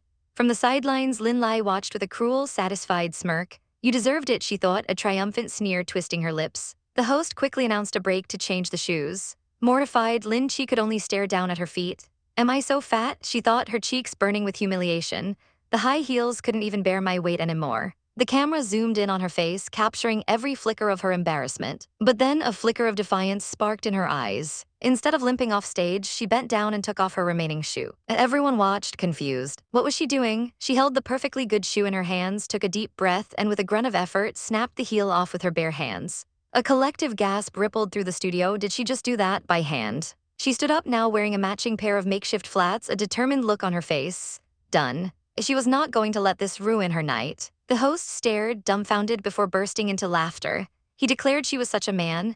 Gu Jingze chuckled beside him, agreeing that nobody had treated her like a woman during the entire production. On a TV screen miles away, Gu Jingze watched the entire exchange. The host was now asking Lin Che about her character in the show. As she spoke with passion about the charming, justice-filled character she played, Gu Jingze's lips curved into a small, rare smile. He hadn't realized how absent-minded she could be in real life, but she looked so completely different when she was acting. As Lin Che giggled at something on stage, his smile widened, a warmth spreading through his chest. After the show, Lin Che was buzzing, scrolling through her phone with a triumphant grin. She felt like she could become famous one day. Her follower count was already climbing. Gu Jingze appeared beside her, his voice laced with amusement as he told her she was so easily satisfied. Gu Jingze has 10 million fans, he reminded her coolly. He's a first-line actor and you are just a new actress. She pouted, her bubble of excitement slightly deflated. A little while later, she emerged in a frilly, off-the-shoulder pink dress. Gu Jingze's eyes widened slightly as he asked what happened to her clothes. She explained sheepishly that it was a gift from his mother and she couldn't possibly refuse it. She fidgeted, asking if it looked strange. He stared at her for a long moment, his gaze intense. No, he said, his voice softer than she'd ever heard it. He turned his head slightly, almost as if he couldn't look at her directly, and admitted that she finally looked like a woman, and it was amazing. She blinked, stunned. Was he praising me? The unexpected compliment seemed to short-circuit his brain. He was instantly stunned by his own words, and he turned on his heel, announcing that he wanted to go back. He ordered the housekeeper to have the driver wait at the doorstep, but Lin Che, feeling bold, suggested they walk back since their house was nearby. He paused, considering it. A walk would help with digestion, she added. He glanced at her, then gave a curt nod. Okay, I'll just follow you. He turned to the bewildered housekeeper, telling him to make arrangements for them. Do you have anything else to settle? She asked. No, let's go, he replied, already walking towards the door. The housekeeper watched them leave, his face a mask of pure anxiety as he furiously tapped on his phone, ordering security to follow the master and mistress and ensure nothing happened to them. As they walked, the cool night air was a welcome change. Lin Che confessed she hadn't had a walk in a long time, her life revolving around the production team and home. She giggled, saying she might as well be a hamster in a cage if she had to take a car everywhere. To her utter surprise, Gu Jingze laughed, a real, genuine laugh. Your description is so fitting, he said, a smile lingering on his lips. His smile was breathtaking, and it made her heart skip a beat. They walked in comfortable silence down a beautiful, warmly lit street. But they weren't alone. From across the street, a pair of icy blue eyes watched them. Huiling, why is Jingze here? She thought, her fists clenching. A flicker of rage ignited within her as she saw them together. Look, this rabbit looks so lifelike, Jingze said, pointing to a display in a shop window. Are they on a date? The thought was like a dagger to Huiling's heart. Handmade soap, how lame, she sneered silently, watching them. Jingze smiled warmly at Lin Che. Get it, he said softly, I'll look forward to it. The tender look on his face made Huiling see red. You are supposed to be mine, she seethed, her nails digging into her palms. I have waited so many years, Gu Jingze, you should only belong to me. She couldn't stand it another second. Jingze, she called out, her voice cutting through the quiet evening. They both turned, startled. She approached with a brilliant, fake smile plastered on her face. Why are you guys here? What a small world, she chirped, her eyes immediately darting to the small bag in Jingze's hand. What are you holding? Let me see. Jingze coolly moved the bag out of her reach. It's nothing much, he said, his voice devoid of warmth. Why are you here? She didn't miss a beat, claiming she just wanted to get something to eat and didn't think she'd see the two of them. Her eyes lit up with a sudden idea. Jingze, there's a cafe just nearby with a really nice atmosphere. Accompany me. Lin Che immediately felt like an intruder and tried to excuse herself, but Huiling's hand shot out, grabbing her wrist in a vice-like grip. We hardly ever see each other, she purred, her smile not reaching her eyes. Do you want to go too? Wait a second. Before Lin Che could refuse, Huiling was dragging her along, leaving a frowning Gu Jingze to follow. The cafe was quaint and cozy, but the atmosphere at their table was thick with tension. Lin Che sat miserably, feeling like the world's most awkward third wheel. Huiling completely ignored her, turning to Jingze with a doting smile. But then, as an afterthought, she glanced at Lin Che. What do you want to drink? Before Lin Che could even open her mouth, Huiling had already decided, ordering 3 cups of Blue Mountain coffee for the table. She then leaned towards Jingze conspiratorially. Jing's only likes Blue Mountain coffee, she announced loudly, and this shop's is pretty authentic. She shifted closer to him, her voice dripping with faux concern. Right, Jing's, you've gotten skinnier. Have you been sleeping enough lately? Jing's subtly leaned away from her, his expression unreadable. Anything's fine, he muttered, avoiding her gaze. You have to take a break, she continued, completely ignoring his discomfort. Don't work too hard. Lin Che wished the ground would swallow her whole. The awkwardness was suffocating. Mo Huiling reached out to touch Jing's arm, but he flinched away, his patience clearly wearing thin. Huiling, he warned, his voice low. For a split second, her mask of sweetness slipped, revealing pure annoyance. But it was gone in an instant, replaced by a tinkling laugh. Sorry, she said, her eyes glinting. I totally forgot that Lin Che was here. She turned to Lin Che, her smile sharp as glass. Congratulations, the television series seems to be a success. Lin Che mumbled her thanks, feeling small under the woman's intense gaze. But Mo Huiling wasn't finished. I don't really know, but for actresses, is this considered a success? I'm still far from being successful, Lin Che admitted quietly. I'm still young, I have a long way to go. Mo Huiling's eyes narrowed. You look pretty close to Jingyu, she observed. We are friends, Lin Che stated simply, meeting her gaze. Mo Huiling smiled, a slow, poisonous smile. Jingyu is a pretty good person, she said, and he knows how to take care of people. Both of you look good together on television. The implication was clear, you belong with him, not the man sitting next to me. That was the last straw. Gu Jingze stood up abruptly, his chair scraping against the floor. All right, Huiling, we should go home now. His face was a thundercloud, his eyes cold and hard as he looked down at her. He had had enough of her games. Just as the comfortable silence began to settle between them, Gu Jing's phone chirped to life, shattering the peace. His brow furrowed as he glanced at the screen. Asterisk older brother? Asterisk he thought, a knot of unease tightening in his stomach. Asterisk don't tell me something happened, asterisk excusing himself with a quiet murmur, he stated plainly that he needed to take the call. He stood abruptly, his tall frame casting a momentary shadow over the table as he turned away to find some privacy. The two women were left alone, the air suddenly thick with unspoken tension. Mo Huiling watched him go, a flicker of something unreadable in her eyes. She turned to Lin Che, her voice dripping with feigned concern as she noted that Gu Jingze looked rather pale and wasn't he all right. But before Lin Che could even form a reply, Mo Huiling's face twisted into a mask of pure fury. Her voice, once soft, was now a sharp, venomous hiss. Lin Che, what is your problem? Lin Che recoiled as if struck. Where did this come from? She stared back, utterly bewildered, her mind scrambling to catch up with the sudden onslaught of hatred. What's my problem? She stammered. Mo Huiling's eyes narrowed into icy slits. You let Gu Jingze carry your things, she accused, her voice rising with every word. And you even make him accompany you on the streets at night? Do you have any idea how dangerous that is for him? Dangerous? Lin Che's eyes widened in confusion. Mo Huiling leaned forward, pointing a perfectly manicured finger right at Lin Che's face. Unlike you, he isn't a commoner, she sneered, the words laced with disgust. His life is 100 times more valuable than yours. The insult hung in the air, sharp and cruel. She called Lin Che a misfortune, a walking disaster just waiting to happen. Her voice dripped with venom as she proclaimed that him being with a commoner like her was just asking for trouble. Lin Che, if you want to die, I don't care, she spat, but don't you dare drag Jingze down with you. Lin Che's hands trembled, her fingers digging into the soft fabric of her pink dress. She wanted to scream, to fight back, but the words were so vile, so utterly shocking that she was frozen. Just then a calm, cool voice cut through the toxic air. MS, Mo. Gu Jingze was back, his gaze was fixed on Mo Huiling, his expression unreadable but his tone sharp as glass. He asked her if in her eyes Gu Jingze was just some fragile object, a porcelain doll to be kept locked away at home, never to see the light of day. Lin Che's head snapped up. Her eyes, shimmering with unshed tears, found his. Strength flooded back into her. She met Mo Huiling's furious glare head-on. Yes, I took a walk with him, she declared, her voice clear and steady. Because in my eyes, he isn't an endangered man, he has the right to enjoy his life. She pushed herself to her feet, her small frame radiating a newfound confidence. It doesn't matter what you think of me, no matter how poorly you think of me, she said, her voice ringing with finality, I am still Gu Jingze's wife. Mo Huiling's jaw dropped. She stared, speechless, her face contorting with rage and disbelief. You, she sputtered, but no other words would come. Lin Che stood tall, looking down at the seething woman. She said coolly that Gu Jingze's life and her life did not require Mo Huiling's criticism. With that, she turned her back on the sputtering, furious woman and walked away, leaving Mo Huiling to stew in her own impotent rage. As she walked down the sun-dappled cobblestone street, the adrenaline began to fade, replaced by a wave of insecurity. What was I even going off about? She thought, her shoulders slumping. The truth was, Mo Huiling's words had struck a nerve. She was worried about being a burden. Their lives were worlds apart. And what did she mean by danger? Lin Che's heart ached with a sudden sadness. She didn't understand, she didn't know him at all.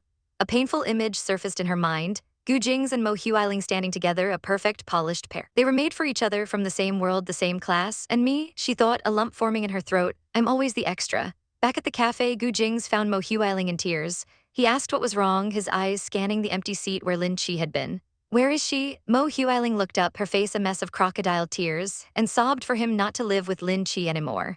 He frowned, asking what had happened, what did she do? The lies began to flow, smooth and practiced. She told him that Lin Che had flaunted their marriage in her face. She twisted Lin Che's words into weapons, whispering that Lin Che had said whatever she does is right and whatever Mo Huiling does is wrong.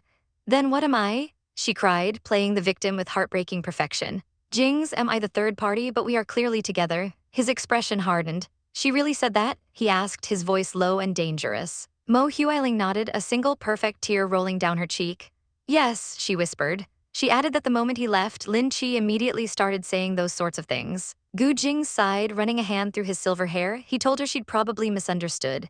But Mo Huiling shrieked, her voice cracking with manufactured hysteria. How can that be? I'm not a fool. Her eyes welled up again, shimmering with unshed tears as she delivered the final blow. Jingze, she whimpered, do you not believe me? He looked exhausted, trapped. He told her not to cry, that he had urgent matters to attend to but would find her tomorrow. He would get someone to take her home. Then he turned and walked away, leaving her there with her fake tears and venomous lies. He found Lin Che walking alone, looking small and lost. He caught up to her in a few long strides, his voice startling her. Why did you leave on your own? She jumped, shocked to see him. A bit of her earlier fire returned. She asked sarcastically if he didn't have a deep chat with Miss Mo. He arched an eyebrow, his lips twitching. Are you hoping that we'll have a deep chat? She flushed, flustered, and tried to recover, puffing out her chest. Of course not, she insisted. She was very liberal. He chuckled, a low, teasing sound. Liberal, shouldn't it be big-breasted? Her face turned beet red. You jerk, she squeaked. He just sighed, a soft, fawn sound. It's good if she's not feeling unhappy, he thought. Then his expression turned serious again. He asked her directly, did you tell Huiling just now that we are a couple and that's why everything we do must be right?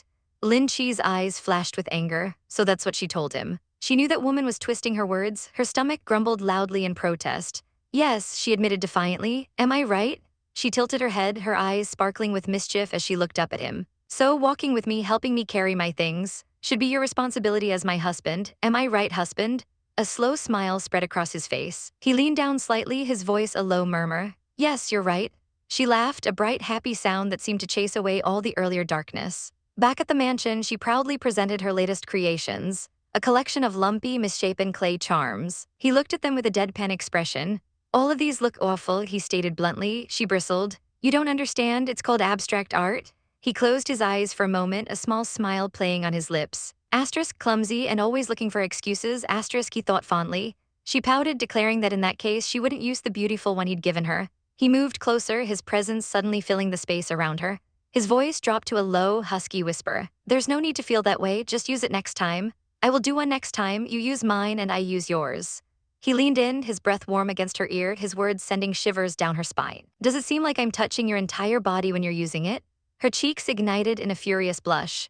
Before she could process his words, his arms were around her, pulling her back against his chest. Hey Gu Jingze, what are you doing? She yelped, her heart hammering. He simply rested his chin on her shoulder, his voice a calm rumble against her back. What am I doing? He nuzzled her neck, his lips brushing against her skin. How can it be reckless since we're a married couple? She squirmed in his arms. It is definitely reckless, jerk. He chuckled softly. You are my wife, he murmured, his voice thick with something she couldn't name. I can kiss my wife anytime, understand? She swallowed hard, her throat suddenly dry. He turned her in his arms, his golden eyes gazing down into hers. It shouldn't be this if I am a jerk, he whispered, his thumb gently stroking her cheek. Do you want me to behave like a jerk? And then he closed the distance between them. His lips were soft, gentle, a stark contrast to his teasing words. She felt her mind go blank, dizzy from the sweet, overwhelming sensation. Asterisk, I really wish she belonged to me, asterisk, he thought, deepening the kiss. But just as the world was melting away, a sharp knock echoed from the front door. Crumble, the spell was broken. A butler's voice cut through the haze. Sir, Big Master is here. Gu Jingze pulled back, his expression instantly shifting from tender to tense. Gu Jingming is here. The kiss was forgotten as the butler announced that his brother was in the living room. Lin Che stood frozen, clutching her dress, her lips still tingling. Am I dreaming, Gu Jingze? What did he just do? In the living room, the atmosphere was icy. Jingze faced his older brother, his arms crossed. He hoped Jingming was there for something important, pointedly asking why he was interrupting something. Jing's voice was tight with annoyance. He reminded his brother that he was a married man now and would appreciate a call before he just showed up. Gu Jingming adjusted his glasses, a wry smile on his face. It seems like you are enjoying your marriage. He then held out his phone, the screen glowing. An image was displayed, showing Gu Jingming in a compromising position with a woman in a slinky black dress. Jing's eyes narrowed, he recognized her. A spy among the bodyguards of national security. Jingming confirmed he was investigating. Jing's voice was sharp. Who is the woman? His brother replied dryly that he was shocked to find his big brother had a personal life too. It is Yu Minmin. The name dropped into the silent room like a stone. Gu Jingze was stunned into silence. Jingming stated coolly that he would order an investigation and pass the results to him. Then he asked the million-dollar question, did his brother want to marry her? The president and his wife couldn't object, he noted, but Jingze cut him off. She can't. Why? Jingze demanded. Her occupation, her background. Jingming revealed he'd already looked into it. She was from an ordinary family. Her brother used his salary to pay for her school fees. And her father was a gambler. As he turned to leave, Jingming paused at the door. His earlier suggestion, he said, was still effective. It was all up to his brother. Jingze remembered the conversation vividly. Marrying a woman with an ordinary background would be very advantageous. He watched as his brother got into his sleek red car and drove away into the night. Yu Minmin's, he thought, her name echoing in his mind. Later that night, he found Lin Che sitting up in bed. He asked her how she and her manager, Yu Minmin, ended up at the same hotel as his brother. She explained it was a celebration dinner after her last shoot, a treat from Gu Jingyu. She added that she knew the hotel was Gu's property, but she never expected to run into the president himself. She looked at him curiously, asking why he was asking. He just told her it was no reason and that she should go to sleep. Asterisk, probably not a spy. Asterisk, he concluded silently, watching her lie down. The next day, Lin Che was at a television studio for an interview. She sat on a plush red sofa, looking poised and professional, a completely different person from the flustered girl of yesterday. As she waited, another actress sidled up to her, whispering with a malicious grin. You will be treated coldly soon. Lin Che frowned. Why are you talking nonsense? The actress just sneered. Am I wrong? I heard that Mu Farron was annoyed since you were trying to get famous by using Gu Jingyu. The actress leaned in, her voice a conspiratorial hiss. She didn't want any more news about you and Gu Jingyu. That's why she purposely separated the interviews. But just then, a warm voice interrupted them. Lin Che, you performed so well at the interview just now. It was Mu Farron herself, smiling kindly. My company asked me to learn from you. Lin Che blushed. Mu Farron laughed, playfully asking why she hadn't seen her earlier. Lin Che stammered that she was sitting right there. Mu Farron complimented her again, saying she was very suitable for masculine characters. She then added with a wink that Gu Jingyu was always praising Lin Che in front of her. They laughed together, a picture of easy camaraderie. Reporters nearby, who had heard the rumors of a feud, started snapping photos frantically. But they seem very close, one whispered. Get a shot quickly. The jealous actress could only watch, fuming, as the reporters called them a harmonious picture standing together. Mu Farron gave Lin Che a quick hug, who protested that she'd be embarrassed if the senior actress kept praising her. The actress's eyes burned with hatred. Asterisk evil, let's see how long you can stand. Asterisk, she thought. As Mu Farron was called for her interview, she wished Lin Che luck. In the car on the way home, Lin Che's manager, Yu Minmin, mused about the encounter. She figured Mu Farron helped her because of Gu Jingyu, and that she didn't seem to dislike Lin Che at all. She explained that the other actress was obviously trying to slander her, and someone as low profile as Mu Farron would naturally be unhappy about it. Then she handed Lin Che a thick stack of scripts. If you have nothing to do, read through these. Lin Che's eyes went wide. Whoa, there are so many. Yu Minmin smiled. Not all, we will choose the main female role. You will be the female lead for the next production. Lin Che gasped, female lead. It couldn't be true, but her manager just smiled and said, sure. Just as Lin Che was reeling from the news, her phone rang. She answered, expecting it to be her manager, but a gruff, familiar voice answered. It was her father, and his words were the most shocking of all. My daughter, my good daughter, he said, his voice thick with an emotion she'd never heard from him before. I decided to turn a new leaf. I will quit gambling starting today. Her father's voice, thick with fake remorse, oozed through the phone. I have let you down and made you and your brother suffer all these years, he whined. Lin Che's patience shattered into a million pieces. Enough, she snapped, her voice sharp as glass. She didn't want the apologies, the crocodile tears, they were worthless. All she wanted was the bottom line. Tell me, she said, her tone dangerously calm, how much do you want again? A heavy sigh came from the other end. Not much, he claimed. Lin Che's eyes, beautiful violet pools, hardened into chips of ice. Really, I was duped. This time, again, always again. The cycle never ended. She pushed aside the burning sting of betrayal. I don't really care what happened, she said, her voice hollow. How much do you owe? The number he uttered made her breath catch in her throat. $30,000. Her mind reeled. 30,000. That was several months of her salary. How could he be so reckless, so selfish? The pathetic whining started again, but this time it was laced with a venomous threat. My daughter, you have to help me, he pleaded, or they will take your mom to pay off the debt. A cold fury, pure and absolute, surged through her veins. You, She whispered the word, trembling with rage. How dare he? How dare he use her mother as a shield for his own pathetic failures? The dam of her composure broke. Can you leave mom and brother alone? She screamed into the phone, her face contorted in anguish and rage. Divorce her, you scum. On the other end, there was a moment of shocked silence, then his voice dripping with disbelief and indignation. Are you even my daughter? The line went dead. The phone slipped from her nerveless fingers, clattering against the floor. She stood there, a ghost in the hallway, the echo of his words ringing in her ears. Suddenly, a hand touched her shoulder and she jumped, her heart leaping into her throat. It was Sister Yu, her expression full of concern. Is something wrong? She asked gently. Lin Che's eyes widened in panic. Oh no, did she hear everything? The shame was a hot flush on her cheeks. She quickly tried to plaster on a smile, forcing a casualness she didn't feel. Nothing, she lied, her gaze skittering away. It's just some personal matters. But Sister Yu's eyes were perceptive. What? Lin Che asked, unnerved by the scrutiny. The older woman tilted her head. Sister Yu, I sometimes feel like you are quite mysterious. Sister Yu pressed gently. I've been working with you for so long and I have never heard you talk about your family. You never mentioned the Lin family either, right? She then added, you are even the young madam. Lin Che shook her head, a bitter laugh escaping her lips. I'm not really, she confessed, her voice barely a whisper. Telling people is useless, I just want to free myself of them. Her eyes held a deep, weary sadness. This is a society that doesn't accept failures, she thought. Telling others are useless, she said aloud. Everyone has problems, why let others help you bear them? The conversation felt too heavy, too raw, she needed to escape. She looked at Sister Yu, a genuine warmth in her eyes for a fleeting moment. I actually really like you, she said, the sudden confession hanging in the air, then just as quickly she put her walls back up. Work harder. And with that, she turned and walked away. Later that day, she found herself surrounded by scripts, the company's generous offer to let her choose her next project. She picked one up, her eyes scanning the title. A Golden Love Story, she read aloud, her expression flat. What a horrible name. Gu Jingze watched her from the other side of the couch as she tossed it aside with a groan. I have been reading for 4 hours straight, she moaned, clutching her head. I'm going to vomit, don't disturb me. He moved closer, his voice smooth and low. Let me help. Lin Che blinked at him, surprised. A flicker of her usual sass returned. Are all these for you to choose? He asked. Yeah, she muttered, then eyed him suspiciously. Do you know how to read? A faint, almost imperceptible smile touched his lips. I have a master's degree in literature from McGill University, he stated calmly. Lin Che's jaw dropped. You're a businessman who reeks of money, she blurted out, her eyes wide with disbelief. Why would you study literature? He continued, his voice a low murmur as he listed his accomplishments. I have a PhD in business from Harvard, master's degree in law and psychology from Yale University, studied business and management simultaneously at Massachusetts Institute of Technology. He paused as if for effect. Shame that I had limited time, I only finished my bachelor's degree there. She was utterly speechless. This man was a monster of intellect. She bowed her head dramatically, her hands clasped together in mock reverence. Bookworm, she declared, please receive my admiration. He chuckled softly. So that's what it means, he mused. It's a word for someone who is really good at studying.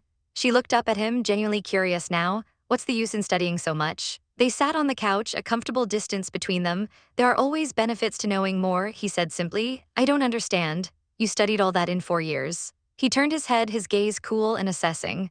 With your brain capacity, he said, the words a clinical, devastating blow, you definitely won't understand it. Her cheeks puffed out in indignation. Hey, Gu Jingze, I'm also a university graduate, she protested. Didn't you look into me before we got married? He gave a slight, dismissive shrug. You graduated from university. His tone was laced with skepticism. Unimportant things were not included in the report, he stated coolly, her temper flared. So you mean my studies are unimportant? I graduated from a theater school and it's an undergraduate course? She huffed, he just raised an eyebrow. Really? He was baiting her and she knew it, but she couldn't help but rise to it.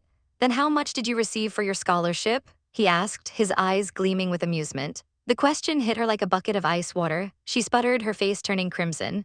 New, she wailed. My graduating score was 61, that's considered passing okay? His lips twitched into a smirk as he looked at her score of 61 points. Your studying skills must be really poor, he observed dryly. That was it, she pointed a trembling finger at him. What a blow, you immoral businessman, you're too self-centered, who could like you? He leaned closer, his voice dropping to a seductive whisper. Don't you call me a businessman? He murmured, his gaze intense. When I kissed you yesterday, you clearly acted like you enjoyed it.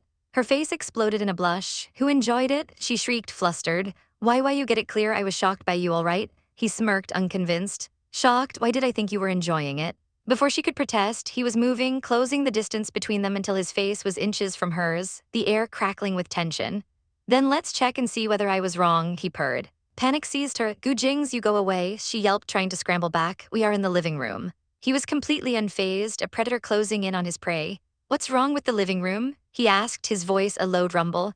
What I do with my wife in my own home is no one's concern. He trapped her against the couch cushions, his eyes burning into hers. Tell me, do you like me? He demanded. I don't, she cried out. A slow, wicked smile spread across his face.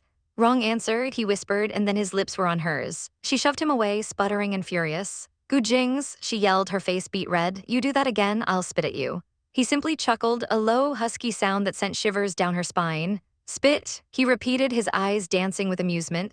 Not like I haven't tasted it. He leaned in again, his breath warm against her ear. You have intense taste, he murmured.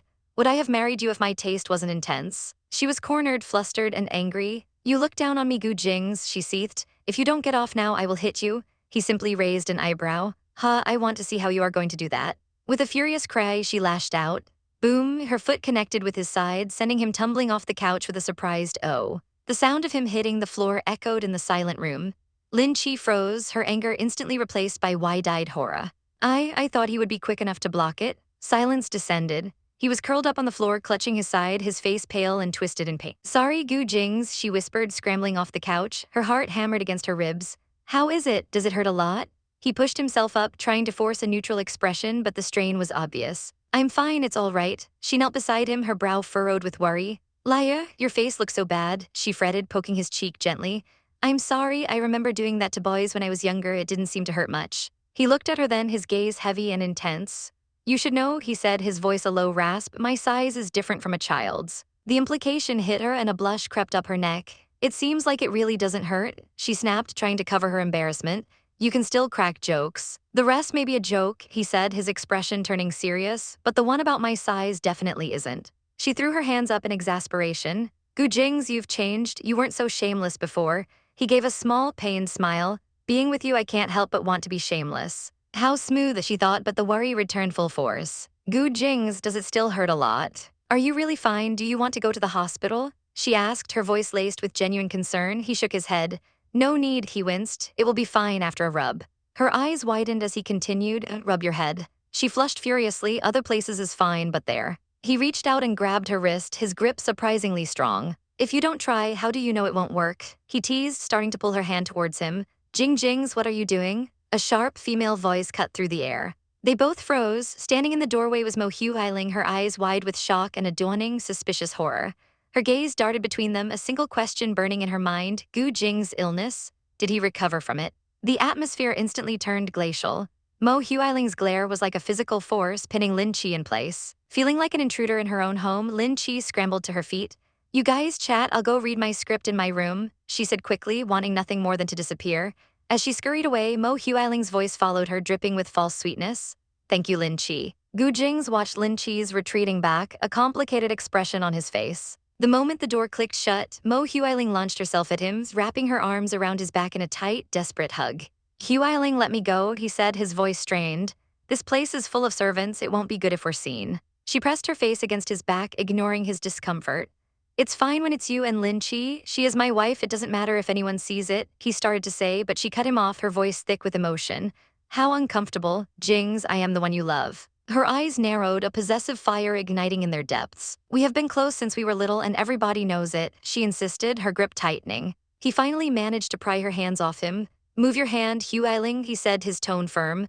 Let's talk about it outside. He led her into another room, but the moment the door closed, her pleading began again. Jingze, I really miss you, she whispered, her eyes welling with tears. I want to be with you every day. She stepped closer, her voice trembling. Though you're married, you still love me. Her gaze turned accusatory. Jingze, is it because you are fond of her? Otherwise, why are you so close to her?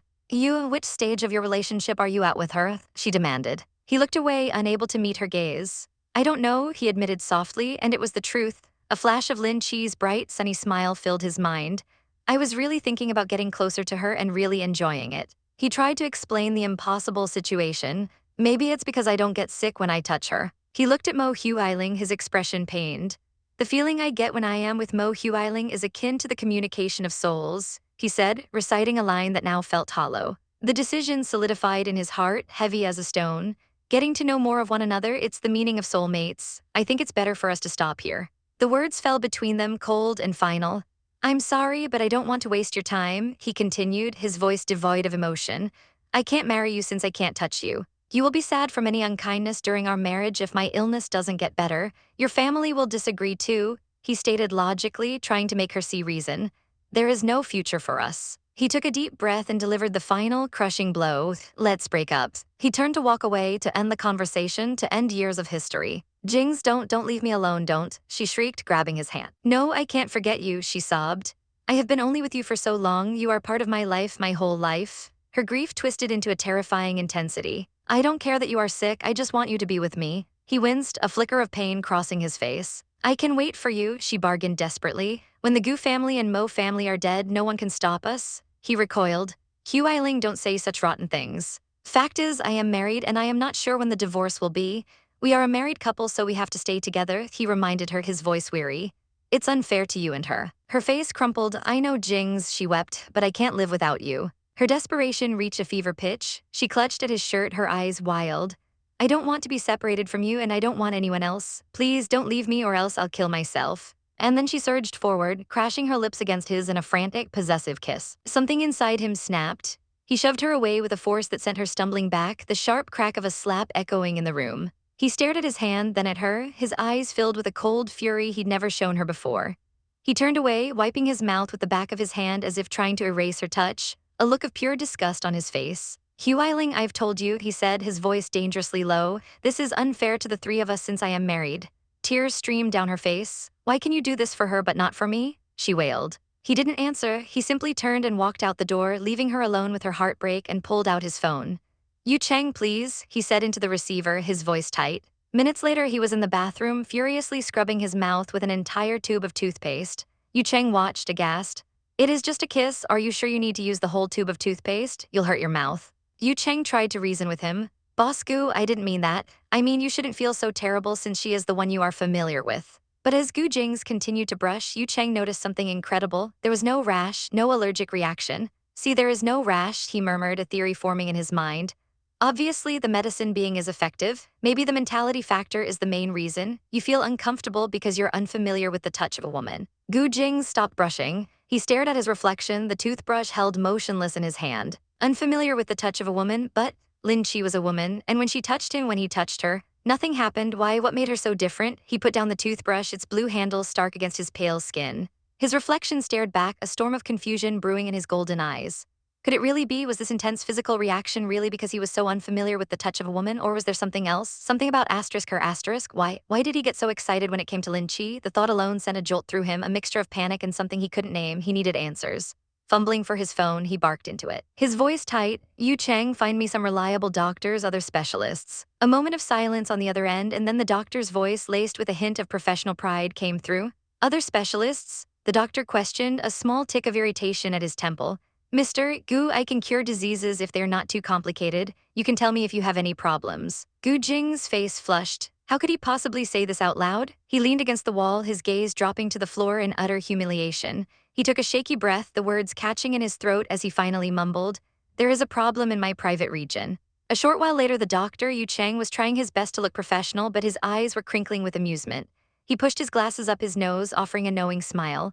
I understand that the both of you are still in your honeymoon, he began, his tone gentle, but it would be detrimental to your health if you get too enthusiastic. Some things need their limits. Gu Jing's face, which was already flushed, turned a deep shade of crimson. Honeymoon? What honeymoon? His voice was a strangled whisper of fury. Lin Che and I are not in that kind of relationship, he hissed, his eyes blazing. We don't even sleep in the same bed. The doctor's jaw dropped. His glasses slid down his nose as he stared, utterly flabbergasted. All his assumptions shattered in an instant. What? This is no more than a contract marriage? He stammered, his mind reeling. But before he could process it, Gu Jingze exploded. Shut up, he roared, his patience completely gone. The doctor, still trying to offer advice despite the awkwardness, began listing off solutions. Suitable exercise helps in a relationship, he suggested, imagining Lin Che in an apron, a perfect wife. Hubby, have a meal, bath or... But Gu Jingze wasn't listening. His jaw was clenched, his expression impatient and dark. The doctor sighed, changing tactics. Depression is not good for your health as well, he said softly, but Gu Jingze just sneered, his voice dripping with ice. It seems like it's nothing to you if I'm okay. The doctor scurried out the door, completely bewildered. A wise businessman such as Gu Jingze, so surprisingly honest when it came to a relationship. It might be a problem, he thought, if he's *2* honest. Alone again, Gu Jingze stared down at his phone, his thumb hovering over the screen. An image of a beautiful woman with long blue hair stared back at him, Mo Huiling, his mind filled with her voice, her words. Jingze, are you still angry with me? He thought of her capricious, bad-tempered nature, but also of the love she held for him. Tapping the screen, he brought the phone to his ear. "No," he said, his voice flat. Her voice came through, soft and concerned. "Did you visit Dr. Chen?" "Yes," he replied, looking out at the glittering cityscape he just left. She paused, then her voice dropped to a near whisper. "Have I made you uncomfortable? I am sorry," she said. "I shouldn't kiss you, I just can't control myself." His hand tightened on the phone. "Huiling," he began, but she cut him off, her voice filled with a quiet desperation. "I told you I will get the divorce," she reminded him, "but I haven't done it." A single, devastating sentence hung between them. "I know, I'll be waiting for you." A pang of guilt shot through him, her words echoed in his ear, a promise and a burden all at once. "I'll be waiting for you, Jingze, for the day you decide to leave her." The call ended, leaving him in a suffocating silence. He turned to a nearby maid, his voice hollow. "Where is Mistress?" The maid replied. "Mistress said she was tired, so she's resting in the bedroom." "Why does she feel so tired so early?" He walked towards the room, a strange feeling in his chest. This was so unlike her night owl self. He pushed the door open to find her curled up under the blankets, fast asleep. He moved closer, his heart doing a strange little flutter. He reached out, his fingers gently brushing a strand of dark hair from her face. "Are you asleep?" he whispered. A sleepy mumble was his only reply. "Yes." Suddenly her eyes shot open. Wait a minute, how could she answer him if she was asleep? She sat bolt upright, staring at him in horror. "You, Gu Jingze, who allowed you in here?" He simply stared back, unfazed. "This is my bed," he stated calmly. "Why am I not allowed?" Her mind reeled. Shouldn't he be out with Mo Huiling? Why was he here in her asterisk bed? "Gu Jingze, don't force me to treat you with violence. Get off," she shrieked, pulling the covers up to her chin. He leaned in closer, his silver hair falling around his face. "Lin Che, what happened? Are you angry?" He tilted his head, his golden eyes searching hers, a small teasing smile playing on his lips. "Why aren't you looking at me? Are you mad? Are you jealous?" The word hung in the air like a spark. "Jealous? Her face exploded in a blush. "You are thinking too much," she sputtered. "We are in a sham marriage, we're not a real couple." She threw her hands over her burning cheeks, mortified. "Not jealous, for sure." He looked at her, a flicker of something unreadable in his eyes. "I don't think they take this seriously," he murmured, almost to himself. "I thought you were jealous, and that's why you were avoiding me." "You are so narcissistic," she accused, peeking at him through her fingers. He chuckled softly. "Narcissist means that you love yourself," he said smoothly. "If you don't love yourself, are you hoping that someone will love you?" She huffed, dropping her hands. "Quibble," she muttered. "There are so many people who care about you, Boss Gu. There is no need for you to care about yourself." His eyes lit up with interest. "There are people who love me," he pressed, leaning even closer. "MS Mo." The teasing vanished from his face, replaced by a sudden seriousness. "Huiling and I aren't what you think we are," he said, his voice low and steady. Lin Che froze, her anger deflating. He looked away, his gaze distant. "I've known her for almost 30 years and we have never crossed that line." He turned back to her, his eyes locking with hers, making a solemn vow. "During our marriage, I won't do anything with her. I will only treat her as a friend, as a sister." Lin Che was stunned into silence. "Won't Ms. Mo be angry?" she stammered. A shadow crossed his face. "When I chose to marry you, she was already angry," he admitted. "Never mind, telling her is useless." He looked down, the weight of his decisions heavy on his shoulders. "Sorry," he whispered, "because of me. Even if she wants to leave me now and start anew, I would accept it."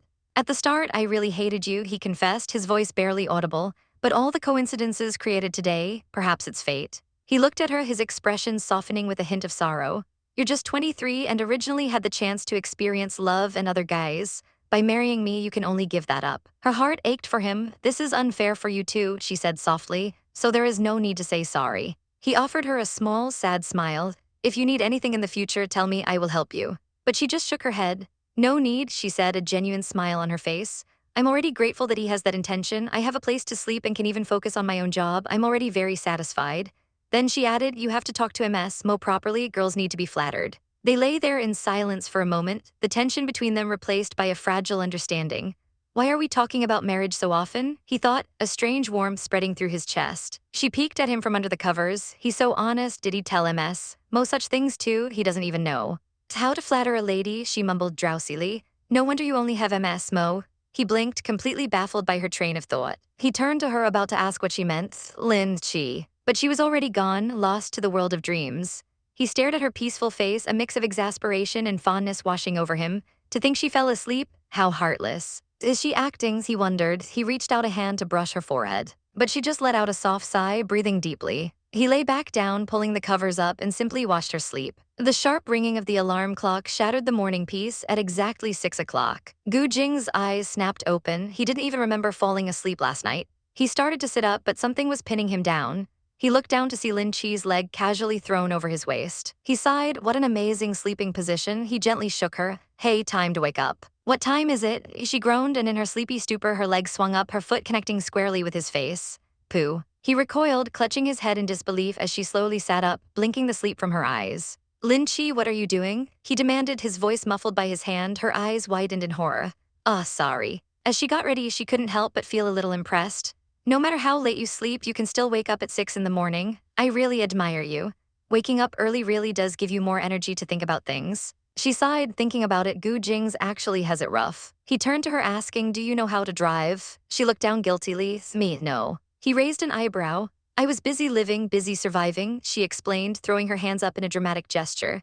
I had no time to learn how to drive, okay? I'll buy one when I have enough money. A determined glint appeared in her bright red eyes. I've accumulated quite some money, she thought. I just need to save a little more to get a car of my own. It's going to take forever if you are saving up, he said, already walking towards the door.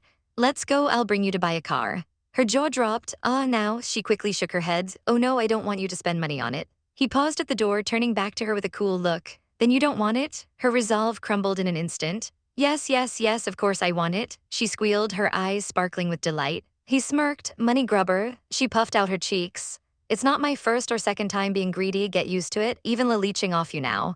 Her expression turned thoughtful. In the future when we divorce, I still have to live by myself, she said matter-of-factly. Isn't that going to happen sooner or later? The smile vanished from his face, replaced by a deep frown. They arrived at a showroom gleaming with luxury cars. A saleswoman rushed over, bowing respectfully. Mr. Gu, buying a car for this lady. Mrs. Gu, what type of car do you want? She asked brightly. Lin Che's eyes went wide, her mouth forming a perfect O as she stared at a sleek white convertible. She was completely dumbfounded, utterly at a loss. She had no idea which was better. Gu Jingze leaned in close, his voice a low murmur in her ear. For a woman, it's better not to choose one that's too expensive. She nodded frantically. True, not too expensive. If it's too expensive, people will get jealous. He pointed towards a flashy yellow Porsche. Yellow is obvious so that you won't lose it, choose that. She glared at him. Asterisk, I'm a pig, why would I lose it? Asterisk, she thought indignantly. Then her eyes fell on the price tag and she nearly fainted. Millions? The heck, Gu Jingze, you call this not too expensive? She shrieked. Hiring a chauffeur is more expensive than this car. He shrugged nonchalantly. The Gu family's chauffeur earns $3 million a year. Lin Che's mind short-circuited, so the chauffeur is rich too. Wait here, he said, turning to the saleswoman. I'll ask to see if there's anything bad about the car. Lin Che tried to follow. I'll go with you, but the saleswoman gently guided her to a plush seating area. Mrs. Gu, this way please. Madam, please wait here, help yourself to the snacks and drinks, the woman said with a smile. Lin Che nibbled on a cookie, looking around. What a place. It's practically an exhibition for expensive cars. Gosh, King, what is he busy with every day? Her thoughts were interrupted by a sharp, familiar voice. Lin Lai, it's good that you're willing to accompany me. Mother, it's my duty. Lin Che froze. It was the lady of the Qin family, Chen Meili, and her own sister, Lin Lai. Hiding behind a pillar, she groaned. What a small world. She tried to slip away unnoticed. But it was too late. Lin Che, why are you running? Auntie Qin's voice was like nails on a chalkboard. I was planning to look over there. Have you seen King recently? Lin Che shook her head. No. The woman's eyes narrowed into venomous slits. Is that really true? I heard our King got you out of the police station. She purred, her voice dripping with false sweetness. Auntie Qin, what do you want to say? Not that I'm being hurtful, she began, her smile turning into a sneer, but King is already engaged to your sister, so a brother-in-law helped me. Is there anything wrong with that? Lin Che's heart pounded. He did help me. I knew you were plotting something from the start, the woman hissed, dropping all pretense of civility, but don't think that just because you are a celebrity you can have King. Lin Che paled. Auntie Qin, I think you misunderstand. We are just friends. You still want to lie to me? Auntie Qin scoffed. I knew you were harboring evil intentions when you were always helping King with homework when you were young. Me helping him also implies bad intentions. The woman's voice dripped with scorn. You think he's so gullible and innocent that you can depend on him for good life, right? You think I can't see that? Shame, it isn't that easy to get into our family. Lin Lai stepped forward, looking down her nose at Lin Che. You are just a useless, illegitimate child. How could you deserve him? The two women then turned to the sales staff, their voices loud and clear for everyone to hear. Does she look like someone who can afford a luxury car? She's probably here for the free food. Lin Lai added sweetly, Mother, some people really don't know their own worth. Auntie Qin waved a hand in front of her nose in disgust. How unlucky, this place smells of the poor, it's awful. Lin Che's composure finally snapped. No matter how awful it is, she shot back, her voice trembling with rage, it can't be worse than your old smell. The woman gasped, her face turning purple with fury. You, what did you say? What an unlucky day, she shrieked, raising her hand to strike. But just as her hand flew through the air, a cold, authoritative voice cut through the tension. Lin Che, Gu Jingze was back. The two women sauntered away, but their parting words hung in the air like a poison. Lin Che watched them go, her eyes darting nervously to Gu Jing's profile. His handsome face was a mask of cold indifference, but she could feel the temperature dropping around him. A knot of dread tightened in her stomach. Did I embarrass him? Was he angry because of me? The thought was a sharp pang of guilt. He turned his back to her, a silent, rigid wall of disapproval. She scrambled for words, her voice barely a whisper as she asked if the car was okay. He didn't turn around, his own voice low and dangerous as he asked what they said just now. Lin Che forced a smile, a brittle, unconvincing thing, as she insisted it was nothing. She was used to this, wasn't she? To being looked down on, to being insulted. But Gu Jingze wasn't looking at her. His eyes were narrowed, a storm brewing within them. He wouldn't fight with that woman, not here. The headlines would be a nightmare. Gu family heir bull is an elder. He wouldn't give them the satisfaction. Still, his jaw tightened, a muscle flexing in. Seeing his scowl, Lin Che flinched, her body cringing as if expecting a blow. This was all her fault. But then, in a movement so swift she barely registered it, he turned and pulled her into his arms. The world tilted. Her face was pressed against the crisp fabric of his jacket, his scent filling her senses. What was happening? He held her close, his voice a low murmur against her hair, a vibration that sent a shiver down her spine. Would she like to see them upset? Her eyes widened. Of course she would. But what did he mean? She looked up at him, her heart thumping a frantic rhythm as she asked what he wanted to do. A slow, wicked smile spread across his lips, his eyes glinting with a dangerous light. Something interesting, he purred. The air between them crackled with unspoken energy. He was so close, his gaze intense, and she felt a blush creep up her neck. He chuckled, his voice laced with amusement as he teased her, asking if she was stunned by her husband's charming looks. No, of course not, she sputtered, trying to pull away, acutely aware of his hand still holding hers. I'm wondering when you're going to let go. But instead of letting go, he tightened his grip. She glared at him, her face burning, and hissed for him to hold tightly then. A playful glint appeared in his eyes. He leaned in, his breath warm against her ear as he reminded her that they should be close when they go outside, shouldn't they? Before she could protest, he wrapped an arm around her shoulders, pulling her firmly against his side. Let's go, my wife, he announced, his voice carrying just enough for others to hear. I want to show you the new car. Her heart did a frantic little flip-flop in her chest, lub-doop, lub-doop. But as they walked, a wave of sadness washed over her. She looked down at their joined hands, a bitter thought souring the moment. That's all just fake. Up ahead, the scene was escalating. Mrs. Kin's shrill voice echoed through the showroom. Don't you know who I am? She screeched, her face contorted in a mask of outrage. How is it possible that I damaged a car? Lin Che's stomach twisted. This was a nightmare. Gu Jingze came to a stop, his expression unreadable as the shop assistant scurried over. The assistant pointed a shaking finger at Lin Che, her voice trembling as she reported that this woman had damaged their car and was trying to run away, so they had to call the police. Gu Jing's gaze shifted to the furious Mrs. Kin, his voice cutting through her tirade like a shard of ice. He told her there was no reason to quarrel here, that they would let the police handle this when they arrived. The younger woman standing beside Mrs. Kin gasped, her eyes wide with shock. Mother, she whispered, her face draining of color, that man is Gu Jingze from the Gu family. The name hung in the air, heavy and potent. Mrs. Kin froze, her mouth agape. Gu Jing's eyes were like chips of flint, cold and hard. He turned to his assistant, his voice void of all emotion. He instructed them to tell the police to take the case seriously, even suggesting they send this woman to jail for a few days for her refusal to admit her mistake. How dare you? Mrs. Kin shrieked, her face turning a blotchy red. She rounded on Lin Che, her eyes spitting venom. You bitch, you set me up by getting to know a rich man. A flicker of amusement crossed Gu Jing's face at the words rich man. Before anyone could react, there was a sharp crack that echoed through the showroom. One of Gu Jing's bodyguards had stepped forward and slapped the woman clean across the face. Mrs. Kin staggered back, her hand flying to her stinging cheek, her eyes wide with disbelief. How dare you slap me? She seethed. The bodyguard stood impassively, his expression hidden behind dark sunglasses. Gu Jing sighed dramatically, a picture of false apology. My bodyguard is angry, he said, his voice deceptively calm. I'm so sorry about that. He paused, letting the silence stretch before continuing, his next words dripping with menace. It's probably because I've told him to tear out the mouth of whoever is rude to Miss Lin. Mrs. Kin trembled with fury, speechless. Gu Jing's gaze was unrelenting as he addressed her, his voice dropping to a chilling whisper. Miss Kin, I'm so sorry for their behavior, I will admonish them at home. He then gestured towards the gleaming yellow car. But the Kin family should know the great truth. You damaged the car that I bought for Lin Che and you uttered rude words to Lin Che. His eyes narrowed, pinning her in place. How can you say that I shamed you? Mrs. Kin finally found her voice, screeching that the car wasn't damaged by her and that she would report him for slander. Right on cue, a police officer walked in. Sir, the police are here. The woman practically threw herself at the officer, grabbing his arm. Police, they defile me and someone slapped me. I want to do a checkup. I am the mistress of the Kin family. I want to talk to the director.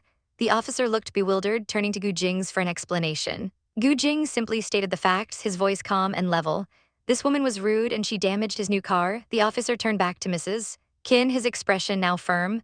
Mrs. Kin, you have damaged someone else's property. Please come along to the police station. She recoiled as if he'd tried to cuff her. I will not go, don't you dare touch me, she shrieked, her eyes wild. I don't care even though you are Gu Jingze, I don't believe that you rule the world. Gu Jingze's lips curved into a terrifyingly serene smile. I do rule the world, he said softly, the words carrying an absolute chilling authority. At least in this country, Mrs. Kin, you may give it a try if you don't believe it. Just as the tension reached its peak, a new voice cut in. It was Lin Lai, her face a mask of panicked concern as she rushed forward. Mr. Gu, can you forgive my mother-in-law for my sake? She pleaded, her hands clasped together. She didn't do it on purpose, she wasn't aware.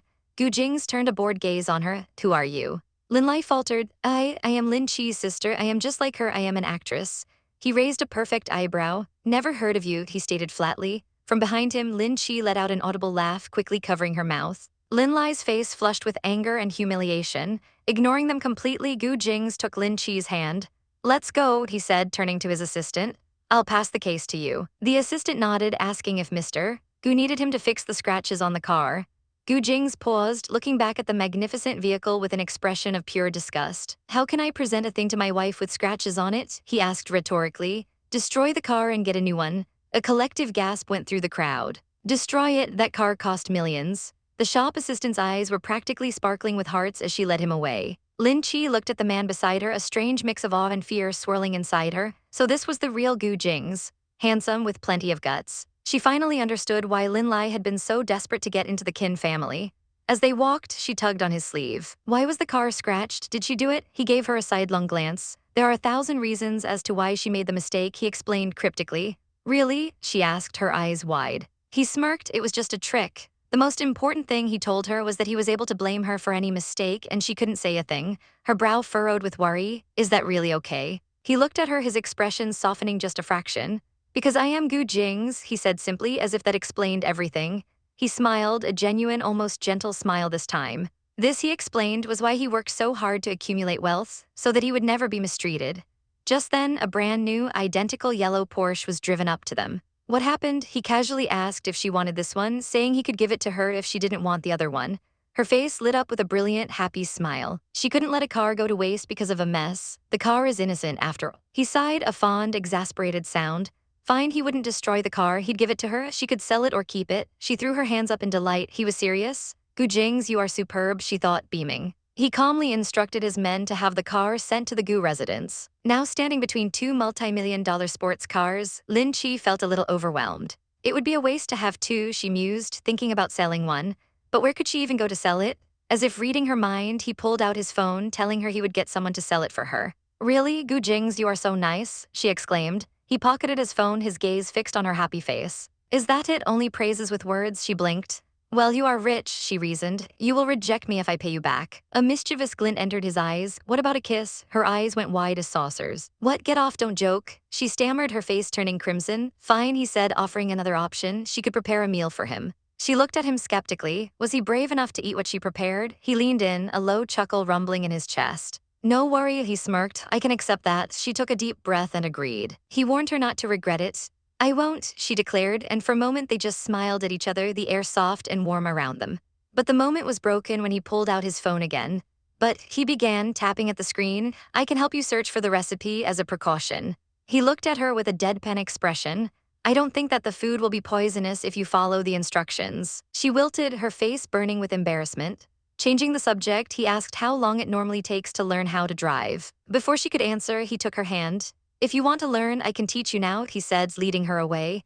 Driving isn't hard, let's go to an empty road to learn. A few minutes later, they were sitting in the driver's seat of the gleaming Porsche. He began to explain the controls calmly. This is the ignition, her head was already spinning. Turning to drive really is easy. I feel dizzy already. She mumbled, he sighed. Of course, the instructor only explained once, then I already knew how to drive. With your mental capacity, you will probably take half a day. Was that a challenge? Her eyes lit up with fire. Oh, I am suddenly full of motivation. The car lurched forward violently. Lin Che, that's the acceleration pedal, not the brake. he yelled, grabbing the steering wheel as the car swerved wildly across the road. Lin Che, let go of the steering wheel first. Lin Che, where are you turning? Do you want to die? She was on the verge of tears, her knuckles white on the wheel. Gu Jingze, can you not shout? She whimpered. He stared at her, utterly exasperated. I have never seen a woman as stupid as you. He snapped. That's right, I'm stupid. She shot back, her lower lip trembling. What's wrong with that? He pinched the bridge of his nose, closing his eyes for a second. It looks like I was wrong, he thought wearily. You'll probably take a month to learn, her temper flared. Mo Huiling is so smart, why don't you teach her? The name dropped into the car like a block of ice. The playful, frustrated energy vanished, replaced by a sudden, heavy gloom. His face went dark, his jaw clenched. Without another word, he threw open his door and slammed it shut behind him. Panic seized her. I shouldn't have mentioned that. She watched his rigid back as he walked away, and his name escaped her lips in a desperate cry. Gu Jingze, she scrambled out of the car, running after him and grabbing onto his arm. He turned his head, his profile sharp and cold as he growled, let go. Not letting go, she cried, clinging to him like her life depended on it. Then an idea sparked.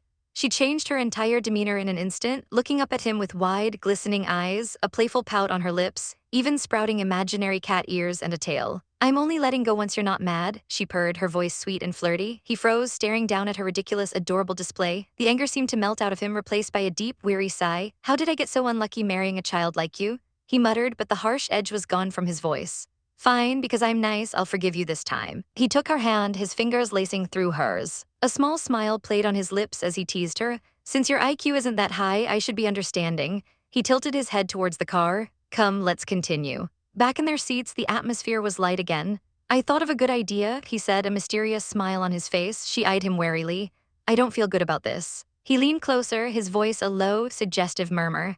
Let's have a reward and punishment system. If you do well, there's a prize. He pointed a finger up playfully. The prize is a kiss. And then he leaned in and pressed a soft, warm kiss to her cheek. Tilda, her eyes widened, her entire body freezing in shock.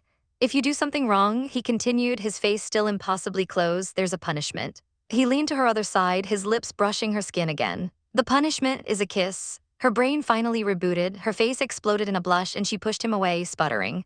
Gu Jingze, what, you are so shameless. He just leaned back and laughed, a bright, genuine sound that filled the car. She stared at him, momentarily forgetting her indignation. It feels like it's the first time I've seen him so happy. He used to be so expressionless. He caught her staring, his laughter subsiding into a warm smile. Lin Che, you keep staring at me. He leaned in again, his eyes sparkling with amusement. Is it because I'm handsome? The air in the car was suddenly thick with tension. Gu Jingze leaned in, his voice a low murmur as he asked if she thought he was handsome. Lin Che's heart skipped a beat. She forced a tight, awkward smile, her eyes darting away as she managed a half-hearted, yeah, you are handsome. But he wasn't satisfied. He pressed closer, his silver hair catching the light, his gaze intense.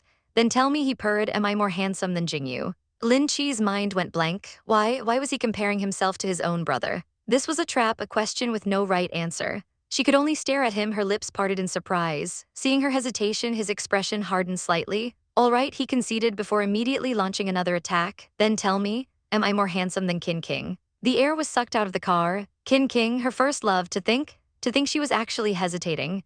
Gu Jing's eyes narrowed, a flicker of disbelief and something akin to hurt crossing his features. How could she even pause to consider it? In her mind, the two men stood side by side. Qin King was a sunshine boy, a prince charming bathed in golden light. But Gu Jingze, he was a dark knight, a silent shadow who always appeared in her darkest moments when she needed him most. With a soft smile, she finally found her voice. You guys are different, she said, her eyes shining with sincerity. But that wasn't the answer he wanted. In a swift, fluid motion, he pulled her into his arms, his body pressing against hers. How are we different? He whispered, his breath warm against her ear. A sly, knowing smirk played on his lips. Oh, yes. He leaned in even closer, his voice dropping to a seductive murmur. Don't you think doing it in the car is pretty thrilling? Her face exploded in a blush. What are you saying? She cried out, trying to push him away. Gu Jingze, let me go. In her panic, her hand flailed wildly, slamming down on the center of the steering wheel. Beep!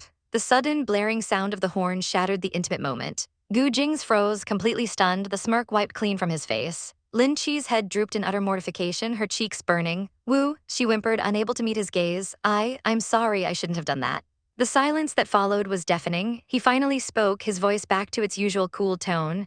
Just think, if you still like Qin King, you can still tell him. But it's useless if you don't. Her resolve hardened. No, I won't tell him, she thought fiercely, shaking her head. Thinking about it, everything was in the past. I don't like him that much anymore.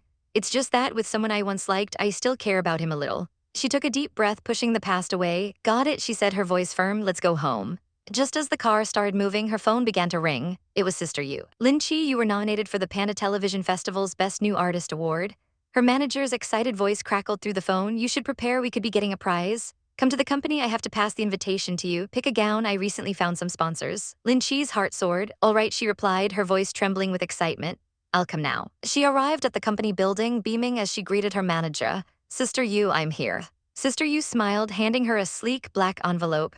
This is your invitation, she said proudly. Panda Film Festival is the most watched award ceremony. Lin Che's hands trembled as she opened it. Whoa, she gasped, her eyes wide with wonder, but her smile faltered as she read another name on the list. Lin Lai got nominated for the Popularity Award. A knot of dread formed in her stomach. Looks like I'll have to see her at the awards ceremony. She still couldn't believe it. I only starred in that one role, and it's also a supporting role. Sister Yu explained that she'd taken some of Gu Jingze's spotlight, plus her character was well-liked and her acting was genuinely good. Lin Che pouted playfully, asking for proper praise, but Sister Yu was all business. It's so you don't get overconfident. Still, a proud smile touched her lips. But you were really well prepared, you should be nominated. I think you have a good chance. She placed a hand on Lin Che's shoulder. You still think you are an unpopular star? You are now a rising star and the company plans to nurture you. You are also the first successful actress under me. The words hit Lin Che with profound weight. It's true, she thought, her eyes misting over.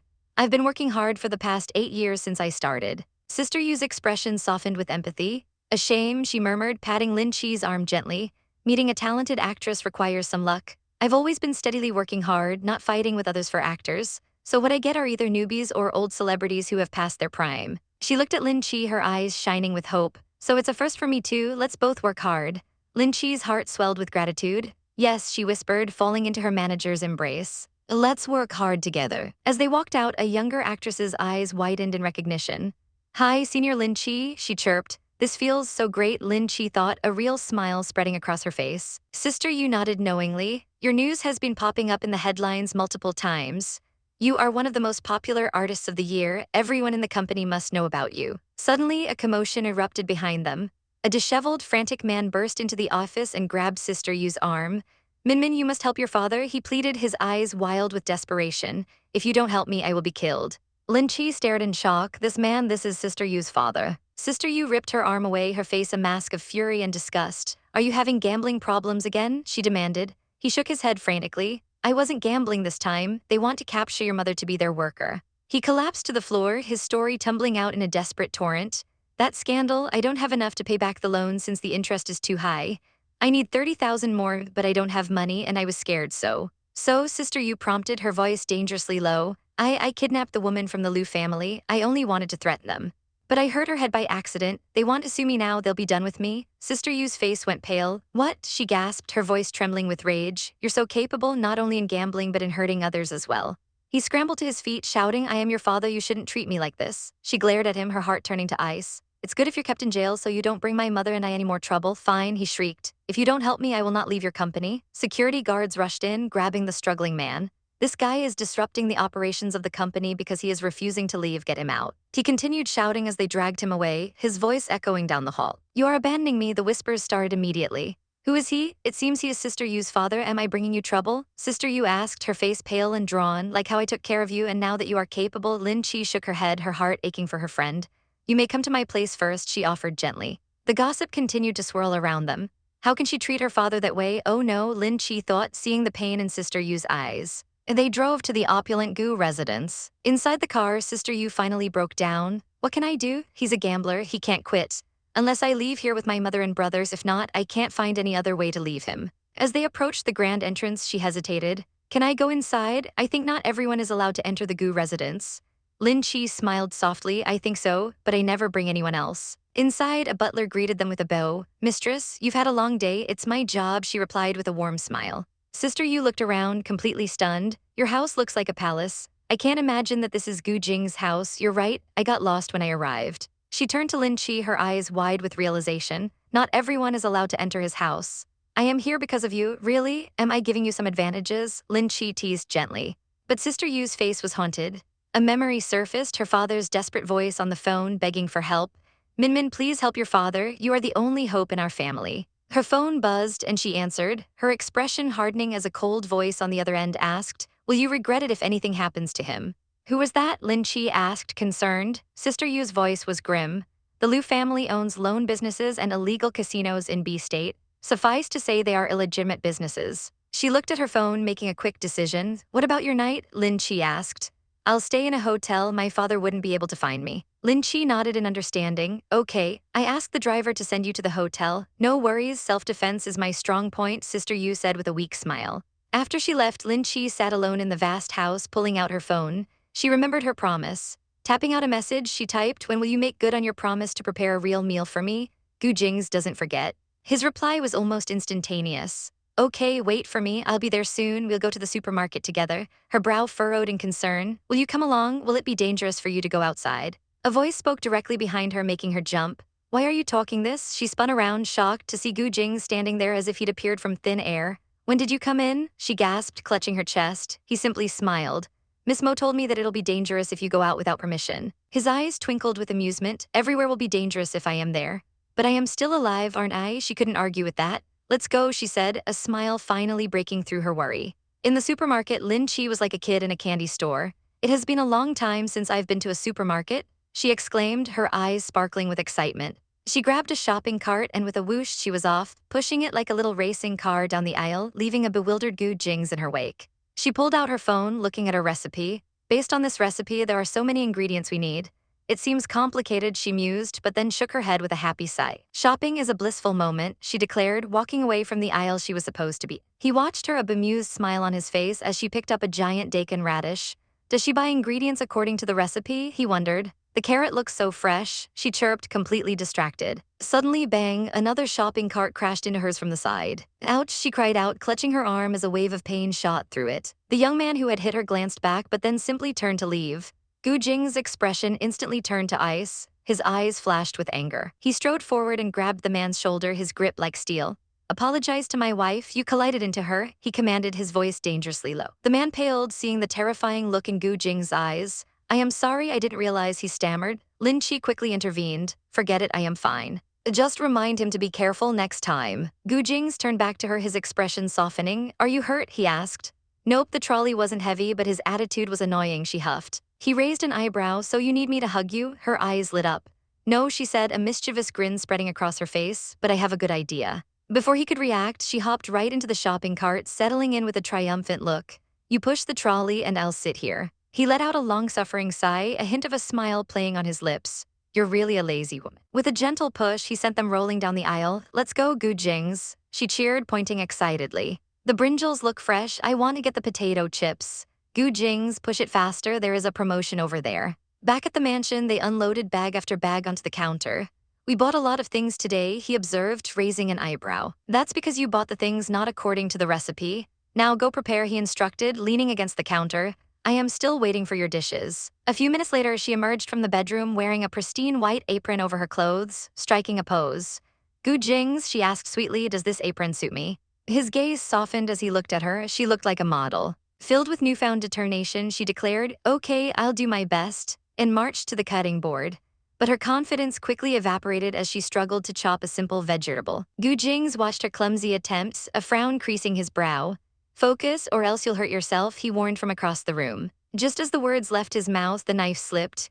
Cut, ouch, she yelped, dropping the knife and staring at the bright red blood welling up on her finger. In an instant, he was by her side, his voice sharp with concern. Lin Che, see, I told you to focus, you've hurt your finger. He gently took her hand, bringing it towards his face. She tried to pull away, flustered. Don't do that, my hand is dirty. He ignored her protests, his eyes locking with hers as he brought her bleeding fingertip to his lips. It is not dirty because it is yours, he murmured, his voice a low, intoxicating rumble. Her heart hammered against her ribs. You're too clumsy, don't move around, he chided softly, his thumb gently stroking her palm. I'll get you a band-aid later, then you should lie down. He took the knife from the counter. Let me prepare the dishes. A wave of embarrassment washed over her. I am so embarrassed, she thought.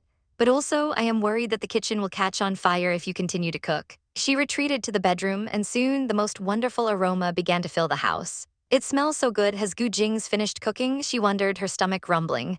She peeked out of the room. Are you done? Can I come in? Laid out on the dining table was a feast fit for a king. 4 beautifully prepared dishes steamed invitingly. Wow, she gasped, her eyes wide in disbelief as she stared at him. Did you cook all of these? He leaned against the counter, a ladle in his hand and a look of quiet pride on his handsome face. Of course, he said smoothly. Let's taste my cooking. A faint, delicious aroma wafted from the kitchen, and Lin Che followed it, her curiosity piqued. She stopped dead in the doorway, her eyes widening. There he was, the formidable Gu Jingze, dressed in a simple white apron, a ladle in his hand. An absurd thought popped into her head. Asterisk, to think this look suits you, asterisk. He turned, a hint of a smirk on his lips as if he'd read her mind. Of course it did. At the table, a spread of perfectly cooked dishes steamed gently, filling the air with warmth. He gestured for her to sit, his voice calm and low as he told her to eat and taste whether it was good. She hesitated for a second, then picked up her chopsticks, her heart doing a strange little flutter. She carefully selected a piece of green vegetable, lifting it to her lips. The moment it touched her tongue, an explosion of flavor erupted. Her eyes shot wide open in utter shock. This wasn't just good, it was incredible. A blush crept up her cheeks as she looked at him, completely amazed. Did he cook very often? She asked, her voice filled with genuine wonder. He looked at her, his expression unreadable as he answered that this was his first time. It wasn't hard, he explained, if you just followed the recipe. Lin Che froze, a piece of food still in her mouth. Asterisk, first time? Asterisk, her eye began to twitch. How could someone be so perfect at everything on their first try? The sheer unfairness of it all made her want to scream. That definitely pisses me off, she fumed internally. Pushing her irritation aside, she remembered the real reason she'd sought him out. Her expression sobered as she told him she needed his help with something. What is it? He asked, his attention fully on her now. She took a deep breath, her gaze pleading as she asked if he still remembered her friend Yuminmin. She explained that her friend had gotten into some terrible trouble recently. The story tumbled out, a cascade of misfortune and despair. Yuminmin's father, a gambling addict, had lost everything and now owed a rich casino owner a massive debt. To make matters worse, the casino owner's girlfriend had gotten into a fight with Yuminmin's boyfriend, and now these vultures were using it as an excuse to extort an even larger sum of money from them. Gu Jingze listened patiently, his face a calm mask. When she finished, he simply nodded, saying he understood the situation. He told her to finish her meal and he would get someone to investigate tomorrow. Relief washed over Lin Che so powerfully her knees felt weak. Really? She whispered, her eyes shining. That's great. Overwhelmed with gratitude, she reached out and took his hand, her fingers wrapping around his. Gu Jingze, she said, her voice thick with emotion, thank you for helping. True to his word, the very next day he returned with news. He'd investigated, he told her, and both of them were currently in the hospital. Without another word, he suggested they go check it out. As they approached the hospital room, Lin Che heard cold, cruel voices from within. Her blood ran cold as the words sliced through the door.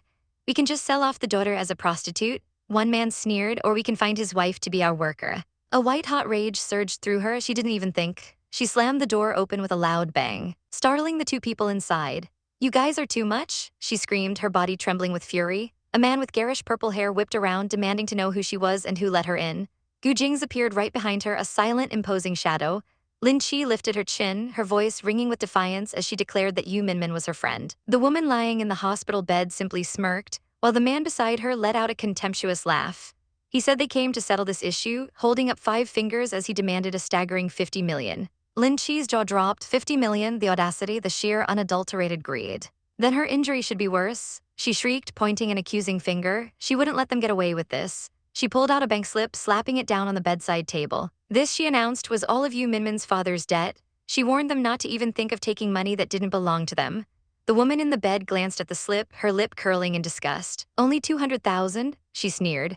The man lunged for Lin Che, his face twisted in a snarl, but a firm hand landed on his shoulder, stopping him in his tracks. Gu Jingze stepped forward, his presence alone chilling the air in the room.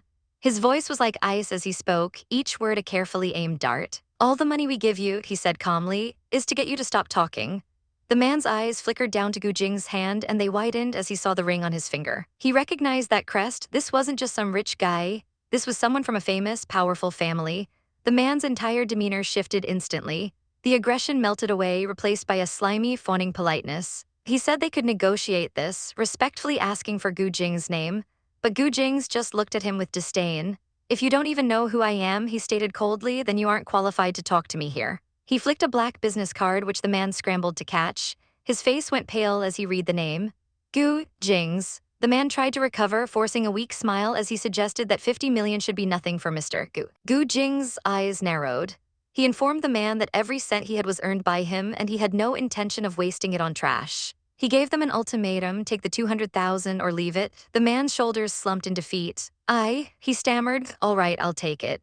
But Gu Jingze wasn't finished. He laid out his terms with chilling clarity. The 200,000 was for the debt and they were not to touch the Yu family at all. If anyone from the casino came looking for trouble, he would send someone to chase them away, and he made it very clear that it would affect their business.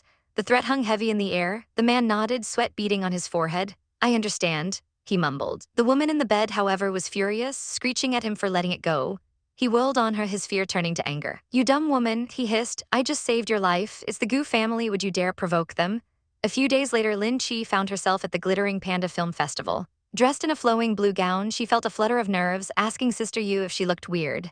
Sister Yu smiled, reassuring her that she looked great. As they walked the red carpet, Sister Yu told her she had a good chance of winning, but Lin Che was just trying to soak in the moment, happy to have even made it this far. The announcer's voice boomed over the speakers, introducing another nominee, Wang Qingchu, the youngest person ever nominated. Lin Che saw her from behind, an elegant figure surrounded by flashing lights. Suddenly, a sharp whack hit the back of her head. She spun around, startled to see Gu Jingze grinning at her. Gu Jingze, why are you here? She gasped. He just smirked, saying he saw her standing there foolishly and decided to come over. Before she could protest, he grabbed her hand, pulling her along. Stop watching, he declared. Walk the red carpet with me. Her face flushed a deep red. She stammered, asking if he wasn't supposed to make his entrance at the end. He just gave her a dazzling smile over his shoulder. You have someone to walk with now, he said simply. Together they were a vision, drawing every eye and every camera lens. The photographers went wild, their flashes creating a storm of light. Whispers erupted through the crowd as Gu Jingze, the superstar, ditched the film's lead to walk with the supporting actress. Inside, Lin Che's heart was still hammering against her ribs. So this is what walking the red carpet feels like, she thought, dazed. Just then, a woman with vibrant purple hair approached them. It was Wang Qingchu. Looks like we were both nominated, she said, her smile a little too sharp. She went on, praising Lin Che's movie and co-stars, saying it had a great chance of winning. Her words sounded like compliments, but Lin Che could feel the thinly veiled criticism beneath them. It was self-praise disguised as humility. After a few more backhanded compliments about her script, Wang Qingchu turned and walked away, a bitter thought flashing through her mind. Asterisk what the, she just has Gu Jingze supporting her. Asterisk that night in a private office, Wang Qingchu was draped over a portly man she called President Chen. She cooed in his ear, reminding him that he'd promised the Best New Artist award was hers. She complained about how cocky Lin Che had been on the red carpet, using Gu Jingze to steal the headlines. The award, she insisted, definitely could not be hers. The president patted her arm, calling her baby and telling her not to worry. A cruel, confident smirk spread across Wang Qingchu's face.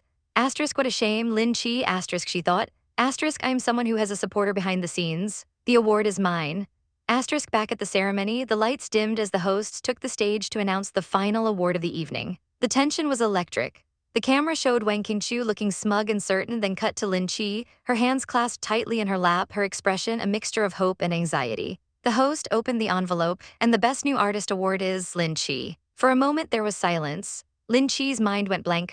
She won. Across the aisle, Wang Qingchu's face had frozen in a mask of disbelief. Her eyes widened in horror. How can this be? She hissed under her breath.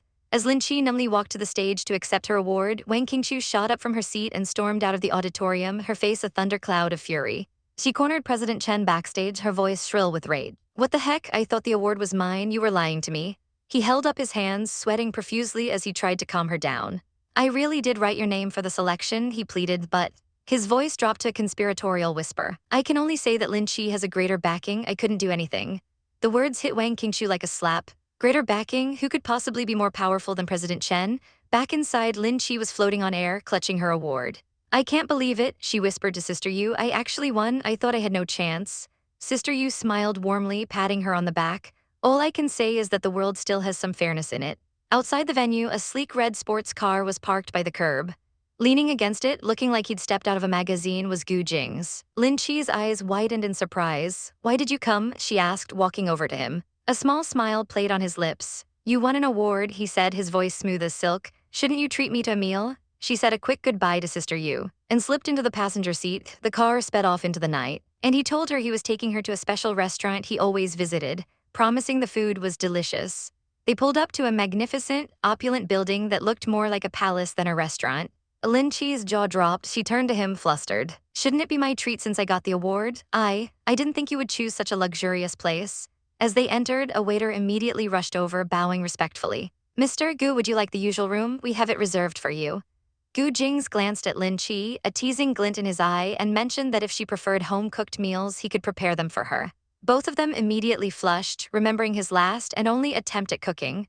The private room was breathtaking, with floor-ceiling windows overlooking a serene moonlit lake. Gu Jingze took the menu, telling her he was more familiar with the restaurant and would order for her. Soon the table was filled with exquisite dishes, and Lin Che dug in with gusto, her cheeks puffed out like a squirrel's. "All of the food here is so tasty," she mumbled happily. He chuckled, gently telling her to slow down as it wasn't good for her digestion. She retorted that food was meant to be enjoyed for its taste, and if he was so worried about health, they might as well have porridge every day.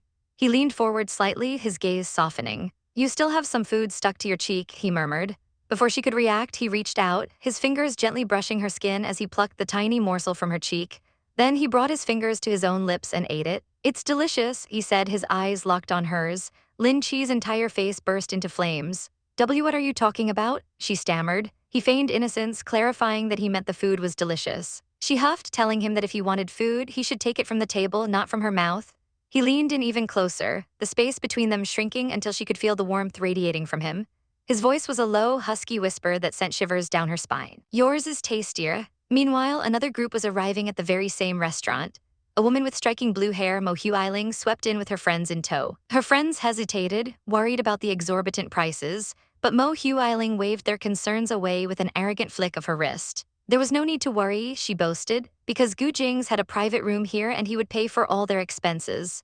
Her friends gasped in admiration, cooing over how generous Gu Jingze was to her. Striding up to the reception, she demanded her usual room, but the waiter bowed apologetically. "I am so sorry, Miss Mo," he explained, "but Mr. Gu is using that room at the moment." Manhwa's eyes narrowed. "Jingze is here?" The waiter nodded, adding nervously, "But someone is with Mr. Gu."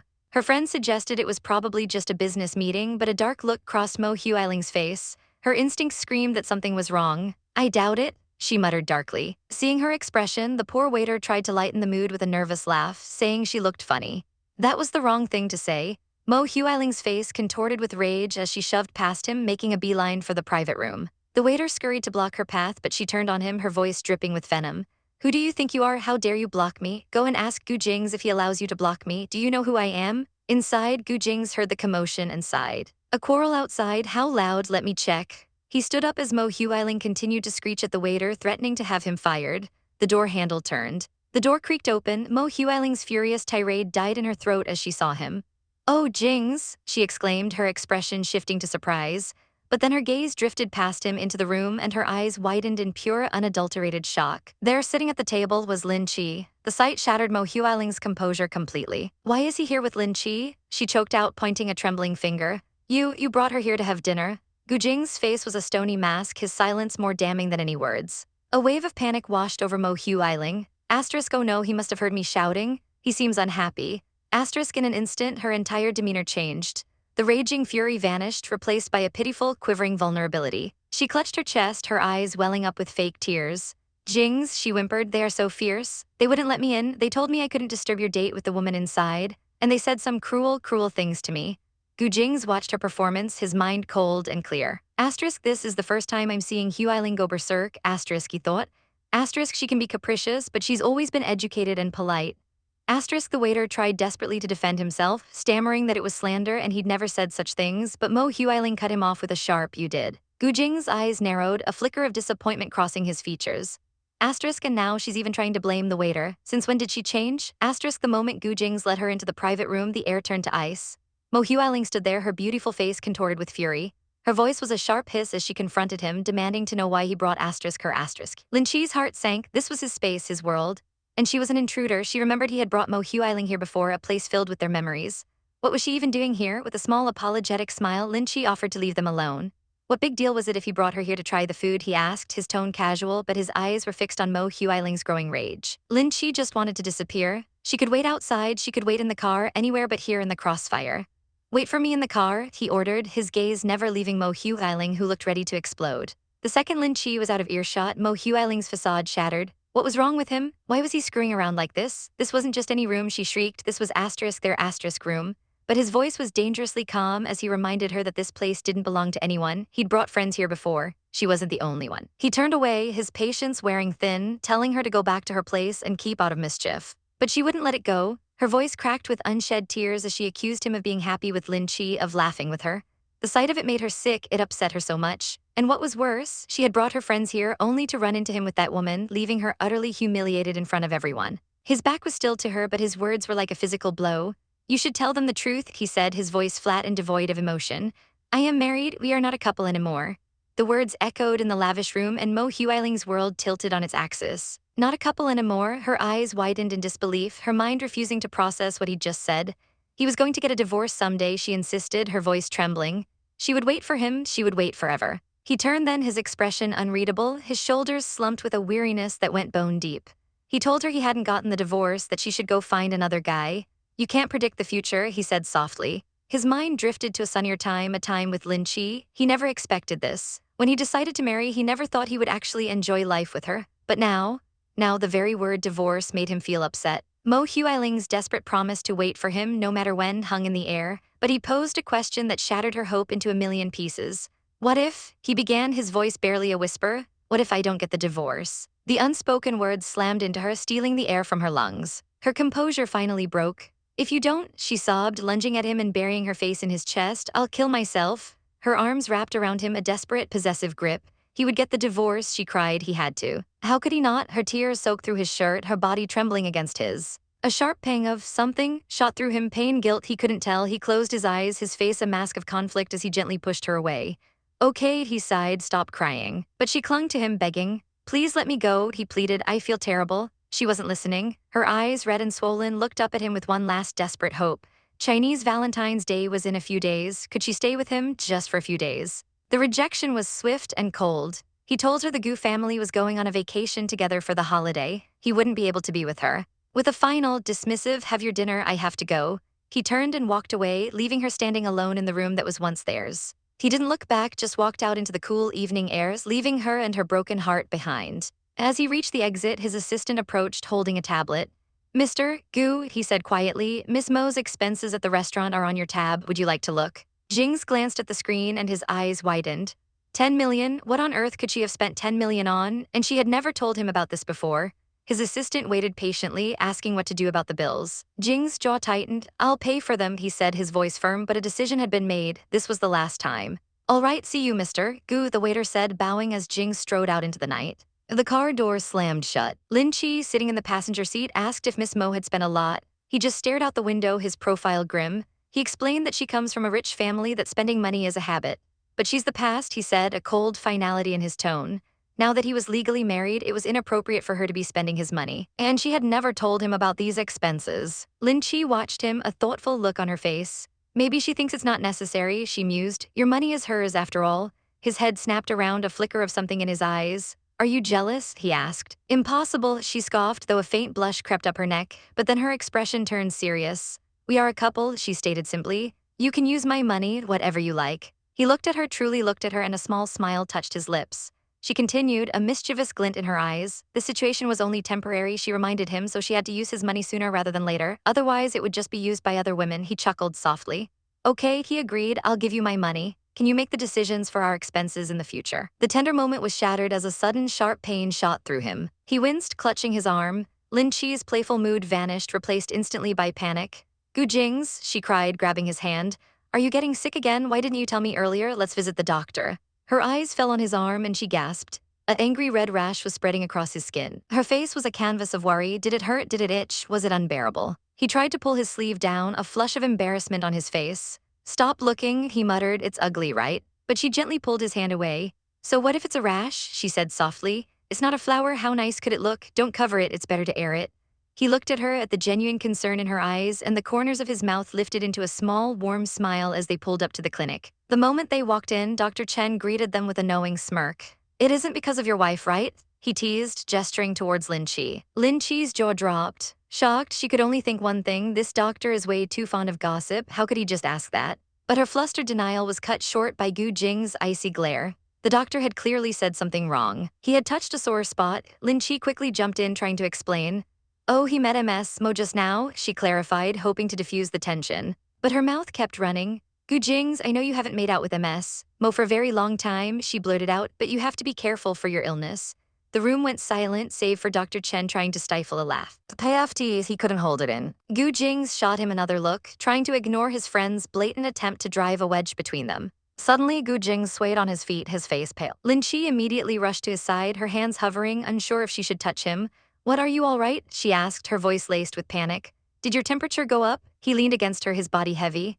Side effect of this medicine is a fever, he mumbled. I just need some rest. A fever? It's that serious? She fretted, her biggest worry surfaced. Is it really fine if I touch you? He rested his head on her shoulder, his eyes fluttering closed.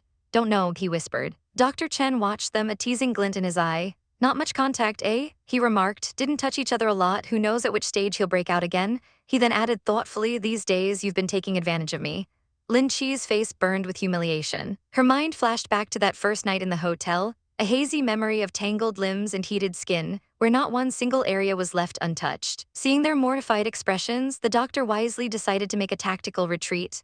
Please continue to chat, he said with a cheerful wave. I'll come back later. Lin Che wanted to scream for him to wait, but he was already gone. She turned back to Gu Jingze, stammering. That first time it was an accident, I didn't feel any different, she insisted, only to be met with his smoldering gaze.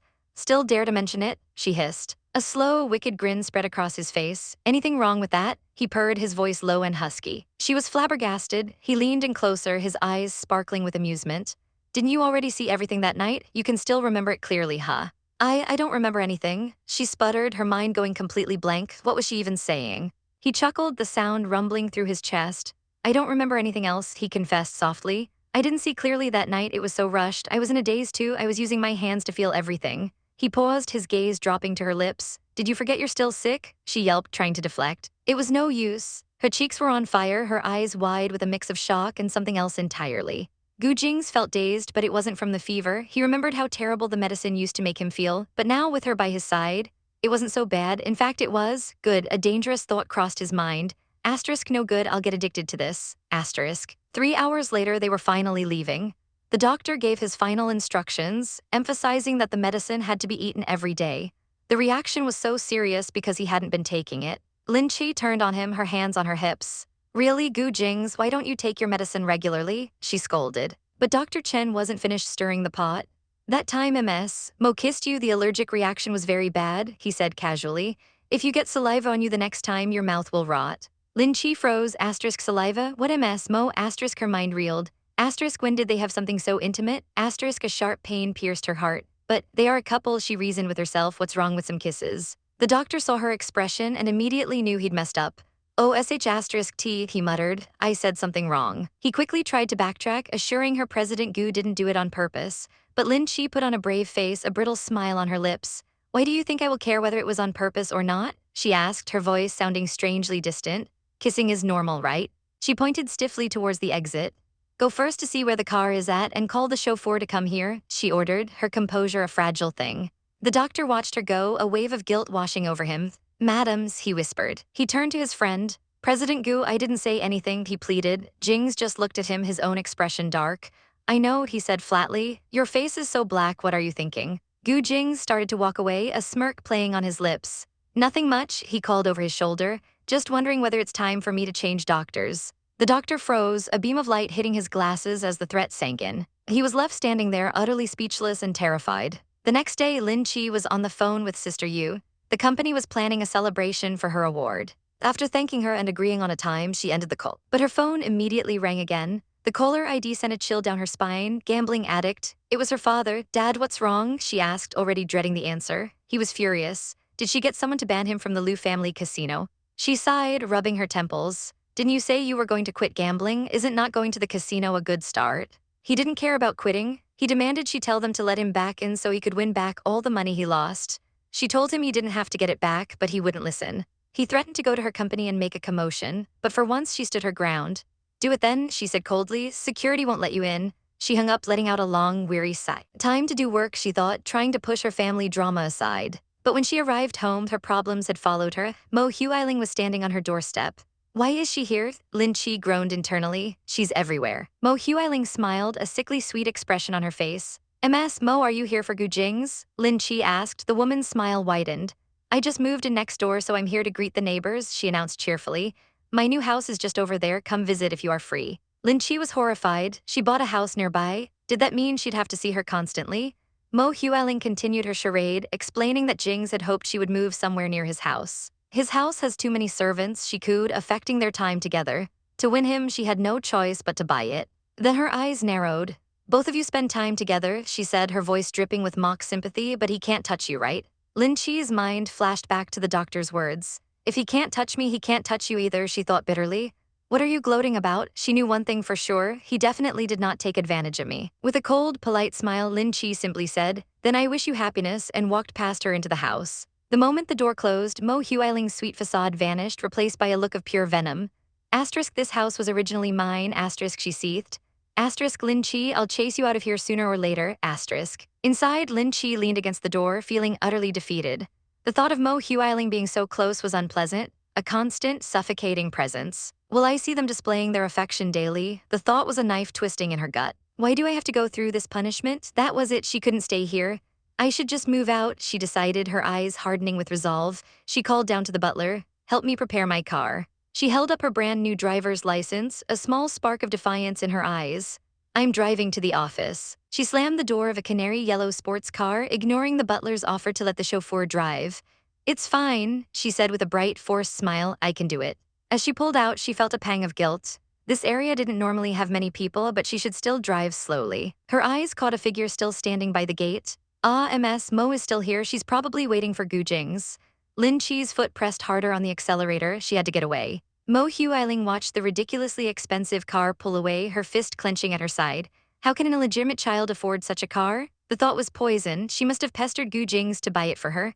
The injustice of it all, the audacity, it made her blood boil. In a blind rage, she rushed out into the middle of the driveway, her arm outstretched. "Lin Che, you better stop," she screamed. Lin Che's eyes widened in terror. Move away," she shrieked, her hands frozen on the wheel. Mo Huiling. The screech of tires was followed by a sickening thud. A pristine white heel slammed on the brake pedal, but it was too late. Mo Huiling crumpled to the ground, a pained cry escaping her lips. Inside the bright yellow sports car, Lin Che's heart hammered against her ribs. What just happened? She stumbled out of the car, her mind reeling. But before she could even ask if the woman was okay, the accusations began. Mo Huiling, clutching her ankle, looked up with tear-filled eyes, her voice trembling with manufactured outrage as she shrieked that Lin Che was trying to kill her. How could she blame her? Lin Che's own anger flared to life. "She was the one who collided into my car," she retorted, her voice sharp with disbelief. Mo Huiling sneered, her victim act flawless. "It seems you're just fine," she spat, "seeing as you can stand up and jump about." She promised Lin Che would pay for this. Seeing the pointless argument, Lin Che grit her teeth. She had no time to waste on this drama queen. She spun on her heel, getting back into her car and slamming the door. Mo Huiling's face contorted with rage as the engine roared to life. She scrambled to her feet, screaming after the departing car, her voice laced with venom as she vowed that Gu Jingze would not forgive her. The moment the car was out of sight, the tears vanished, replaced by an icy fury. Mo Huiling whipped out her phone, her fingers jabbing at the screen. Her expression was a mask of pure anger as she dialed a number. The phone rang once before he picked up. She immediately put on her most pitiful, trembling voice, whispering his name. "Gu Jingze," she cried, "I had an accident, come here quickly." On the other end of the line, Gu Jingze's calm demeanor shattered, his brow furrowed with concern as he asked for the location. In front of the Gu residence, she whimpered, the location chosen for maximum impact. A stunned silence followed, his handsome face frozen in shock. What? By the time Gu Jingze's red car pulled up, Mo Huiling had arranged herself into a portrait of tragic beauty. She sat on the curb, head bowed, looking as fragile as a wilting flower. The moment he stepped out of the car, she looked up, her eyes swimming with unshed tears. "Gu Jingze," she sobbed, "you must uphold justice for me." She gestured pathetically towards her foot. "You see, Lin Che, she wants to kill me, she hurt my leg." Gu Jingze's gaze fell to the supposed injury, and his eyes narrowed. A tiny, insignificant red scrape, that was it, his mind raced. Lin Che doesn't even drive, what's wrong with her? A flicker of suspicion crossed his face. He turned to his butler, his voice devoid of emotion, as he instructed him to send Miss Mo to the hospital. But Mo Huiling wasn't having it. She grabbed his arm, her grip surprisingly strong. "Gu Jingze," she pleaded, her voice cracking, "my leg hurts, you must accompany me to the hospital." At the hospital, Gu Jingze stood with his arms crossed, his expression unreadable, a stunning picture of cold indifference. The doctor, a clipboard in hand, delivered the verdict with professional calm. "Mr. Gu, there are only some abrasions on Miss Mo's leg, she will be fine." Mo Huiling's face turned purple with rage. "What do you mean fine?" she shrieked at the doctor, her voice echoing in the sterile room. "Don't you know how to cure a patient? I won't forgive the perpetrator." Gu Jingze's patience finally snapped. "Huiling, that's enough," he said, his tone leaving no room for argument. Her head whipped around to face him, her eyes blazing. "What, are you going to let Lin Che get away with this?" His gaze was steady, his voice low and firm. He explained that Lin Che had only started driving recently, her skill was lacking. She wouldn't do it on purpose. He recalled hearing about the accident right in front of the residence where the speed limit is so low. It would have been impossible for her to run into me if she was driving, he thought. A deep worry creasing his brow as he wondered about her driving skills. But Mo Huiling wasn't listening to logic. She saw me, she insisted, her voice rising hysterically, and she did it deliberately. His response was immediate, cutting through her tantrum like a knife. She's not that kind of person, he stated, a simple fact. The words hung in the air, a testament to a faith she could never understand. You, she sputtered, utterly incensed. You speak for her. What if there will be a scar on my leg? I hate scars. He sighed, a hint of weariness in his eyes. They're only scratches. There won't be any scars, he said before adding, her driving skills aren't very good. She would not have been able to swerve. Stop blaming her. The accusation in her eyes was sharp as glass. You'd back her up even if she had done it on purpose, am I right? His silence was her answer. Her face crumpled, the anger dissolving into heartbreaking sobs. It was impossible. Just then the door creaked open. Sir, a man in a suit said, bowing his head, we found the mistress. Gu Jing's entire demeanor shifted. The irritation vanished, replaced by a sudden, sharp urgency. Found her, where is she? He demanded. The man hesitated, his face grim. Her car is stuck on the elevated rail bridge. They are trying to rescue her. His voice dropped to a near whisper. Mistress's car is in a very dangerous situation, so we are not sure whether mistress is safe or not. Did she get into an accident? The unspoken question hung heavy in the... From her seat on the hospital bed, Mo Huiling's sobs ceased. A slow, cruel smile spread across her face. It'll be good if Lin Che dies. Gu Jingze will be mine again. She giggled softly, a horrifying sound in the tense room. She deserves it. It's retribution. Retribution for running into me, and now it's the time of God's heaven. Gu Jingze heard her. His head snapped in her direction. His eyes, once just cold, were now blazing with a terrifying, arctic fury. He turned to his subordinate, his voice a low command that cracked like a whip. Go over there now, he ordered, already moving towards the door. Mo Huiling jumped to her feet, stunned. Jingze, why are you going over there? She cried out. Are you going to rescue her? His body might be cold, she thought desperately. There's no use in you going over there because you're not a doctor. He stopped and turned, his gaze so chilling it could freeze blood. Lin Che deserves it, she spat, her true feelings finally exposed. His voice was dangerously quiet as he asked, does it please you when someone dies in an accident? She flinched as if struck. I didn't mean that, she stammered, her face paling. I didn't cause her accident. What was wrong with what I said? Meanwhile, chaos reigned on the bridge. A yellow sports car teetered precariously over the edge, a spectacle for the onlookers below. Inside, Lin Che was paralyzed with fear. Oh no, I must be dead, she thought, her body trembling. I still have things I haven't accomplished. She could hear the distant wail of sirens, but no one was coming for her. Her mind flashed back to the moment it all went wrong. The phone ringing, Sister Yu's voice on the other end, the sudden violent bang as she lost control. Don't use your phone while you drive, the lesson screamed in her mind as she sobbed, crying for help. The car gave a violent shake, teetering over the abyss below. She squeezed her eyes shut, sweat beading on her forehead, utterly terrified. And then silence, the car stopped moving. A fragile, terrifying stillness. A single tear traced a path down her cheek. It will be my fate if I die here, she thought, her heart aching with a strange sense of resignation. Gu Jingze, he will be more relieved. If I die, he will be free. She could see the police cars and ambulances, but no one was approaching. They must think there is no chance of my survival, that's why they aren't moving. Suddenly, a man's voice cut through her despair. Oh no, Mrs. Gu, are you injured? He told her the car was fixed, asking if she was okay. Her eyes widened, she looked up and her breath caught in her throat. It was Gu Jingze. He stood there, his face a storm of conflicting emotions, but his eyes were locked on her. He looked fine, just some scratches. But his relief quickly morphed into anger. Do you know what you did? He demanded, his voice tight. Her own voice was a small broken whisper. I am sorry. He ignored her apology, his hand reaching out towards her. Fine, he said, his tone softening almost imperceptibly. It is safe, come over here. He took her hand, his grip firm and steady, and gently pulled her from the wreckage of the car. The moment she was on solid ground, he was rubbing her head, a gesture of comfort that felt so foreign yet so right. And then he pulled her into a hug, wrapping his arms around her as if to shield her from the world. She buried her face in his chest, the scent of him filling her senses, and whispered, Gu Jingze, thanks for saving me. He held her tighter, his own heart pounding. I am not Superman and I can't fly, he thought, a cold dread washing over him. She would have been dead if she had fallen from here. He couldn't imagine a world without her. Pulling back, his protective instincts took over. How dare you drive without my permission? Are you trying to get yourself killed? He scolded, his eyes flashing. He declared the car forfeited. Then, with a chilling finality, he gently touched her chin and announced that she was not allowed to drive anymore. It was an accident, she mumbled, looking away. Not next time, though. As they walked away, she couldn't help but compare. Mo Huiling is kicking up a big fuss even though she got superficial wounds, she said softly. Lin Che almost died, but she's not making a big deal out of it. He looked at her, a strange expression on his face. She explained that she didn't want to just leave the car in the garage because it was a gift from him. His gaze softened for a fraction of a second. Am I right? She asked, looking up at him. In conclusion, he stated, ignoring her question and turning away, you are not allowed to drive. She puffed out her cheeks, so tyrannical she thought, a blush creeping up her face. In the car, he stared out the window, lost in thought. I should give her a safer present, he decided. Otherwise, she'll kill herself one day. He turned to her, his expression serious. It was my fault for overestimating your abilities, he said bluntly. You aren't only dangerous on the road. I have to call Sister Yu back, Lin Che said suddenly. Where's my phone? He simply held out his own phone. Use mine. When she admitted she didn't know the number, he didn't even hesitate. He simply told his driver, give it to me, and took the phone. A moment later, he was on the line with his subordinate. Kin Hao, do you have Yu Minmin's contact number? He asked, already dialing as the number was relayed. Lin Che watched in awe. Is the housekeeper a doryman? The phone was barely to his ear when an enraged voice exploded from the speaker. Lin Che, why didn't you pick up the phone? The company is almost in a mess. It was Sister Yu. He simply handed the phone to Lin Che, who weakly said, it's me, Sister Yu. What happened to you, Lin Che? I want to see you and kill you. Sister Yu shrieked. Lin Che's voice was small.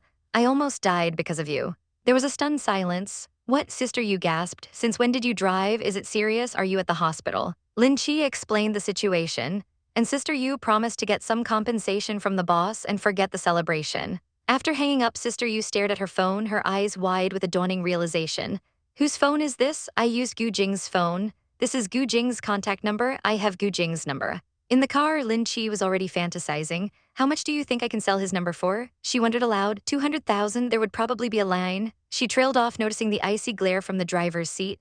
You can't really be selling it, right? She mumbled, her face flushing. Of course I'm joking, she said quickly, waving her hands. Did you know that Gu Jingze's phone number is very valuable? I'll have to save it. She hoped he didn't hear that last part. She quickly hung up and let out a huge yawn, the adrenaline finally leaving her system. Are you tired? He asked. Stay in the hospital tonight then. She shook her head vehemently. I want to go home. The hospital is so noisy I can't fall asleep. Plus, I'm not even injured, just a little shocked. He considered it. We can go to the VIP ward in case something happens. She gave him her best puppy dog eyes. Isn't it fine if we just go there when something happens? I want to go home. Back to our home is so great, I can do whatever I want there. The words our home seemed to hit a soft spot. A faint blush dusted his cheeks. All right, we'll go home, he conceded. Just rest when we reach home, don't fool around. She immediately relaxed, leaning against the seat and closing her eyes, a small smile on her face.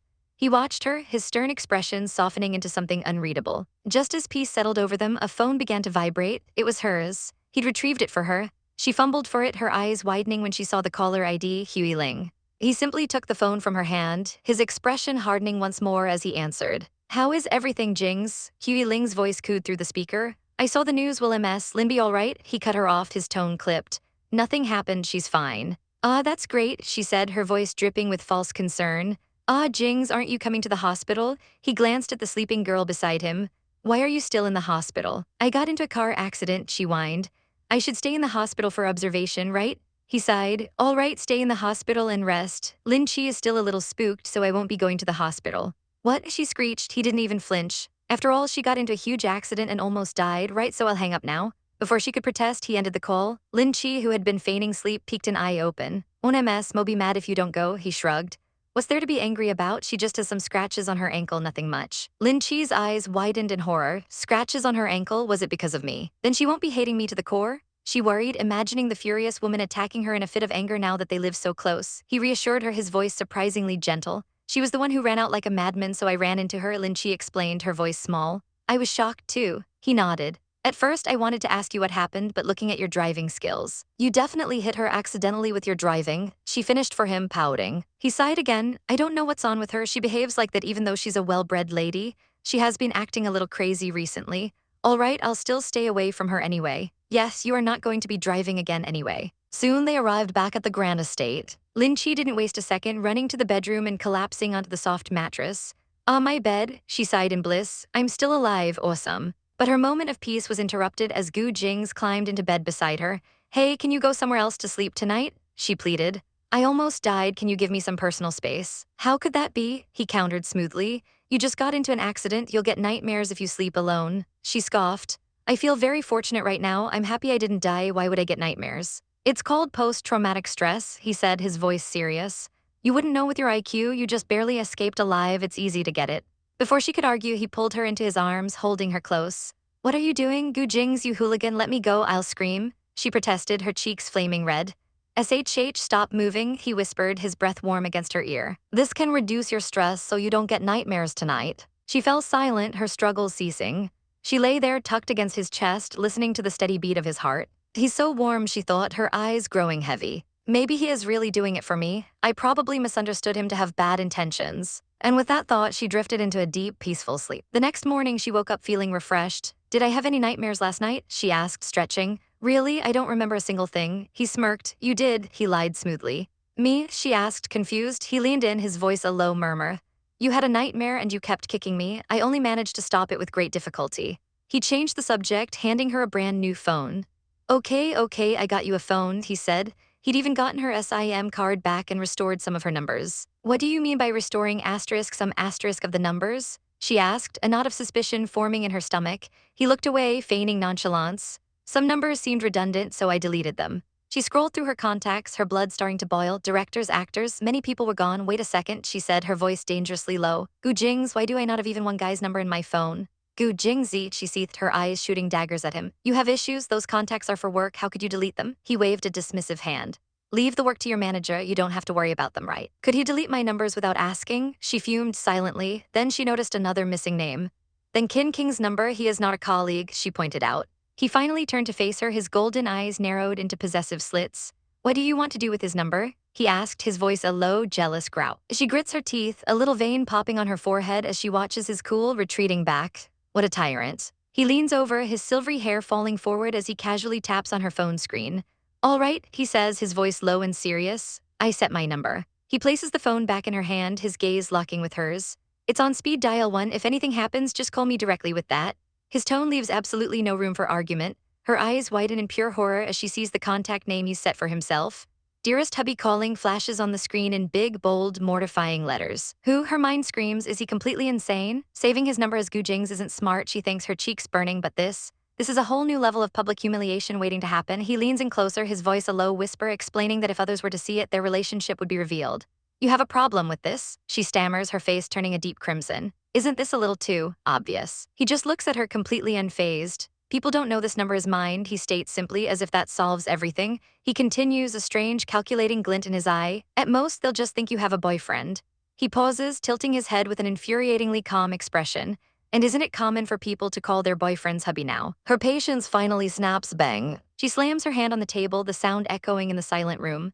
No, this is so disgusting. She blurts out without thinking. In a flash, he's grabbed her wrist, his grip surprisingly strong. His face is inches from hers, his eyes dark and intense. What's disgusting about it? He hisses, his voice dangerously low. You dare to call it disgusting? Am I not your husband? Her breath catches in her throat. The heat from his hand radiates up her arm. And her face flushes an even deeper shade of red.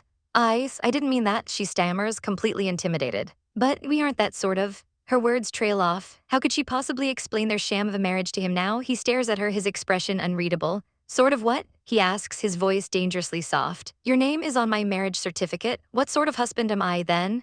The question hangs in the air between them, heavy and undeniable. He releases her wrist, stepping back and creating a sudden cold space between them.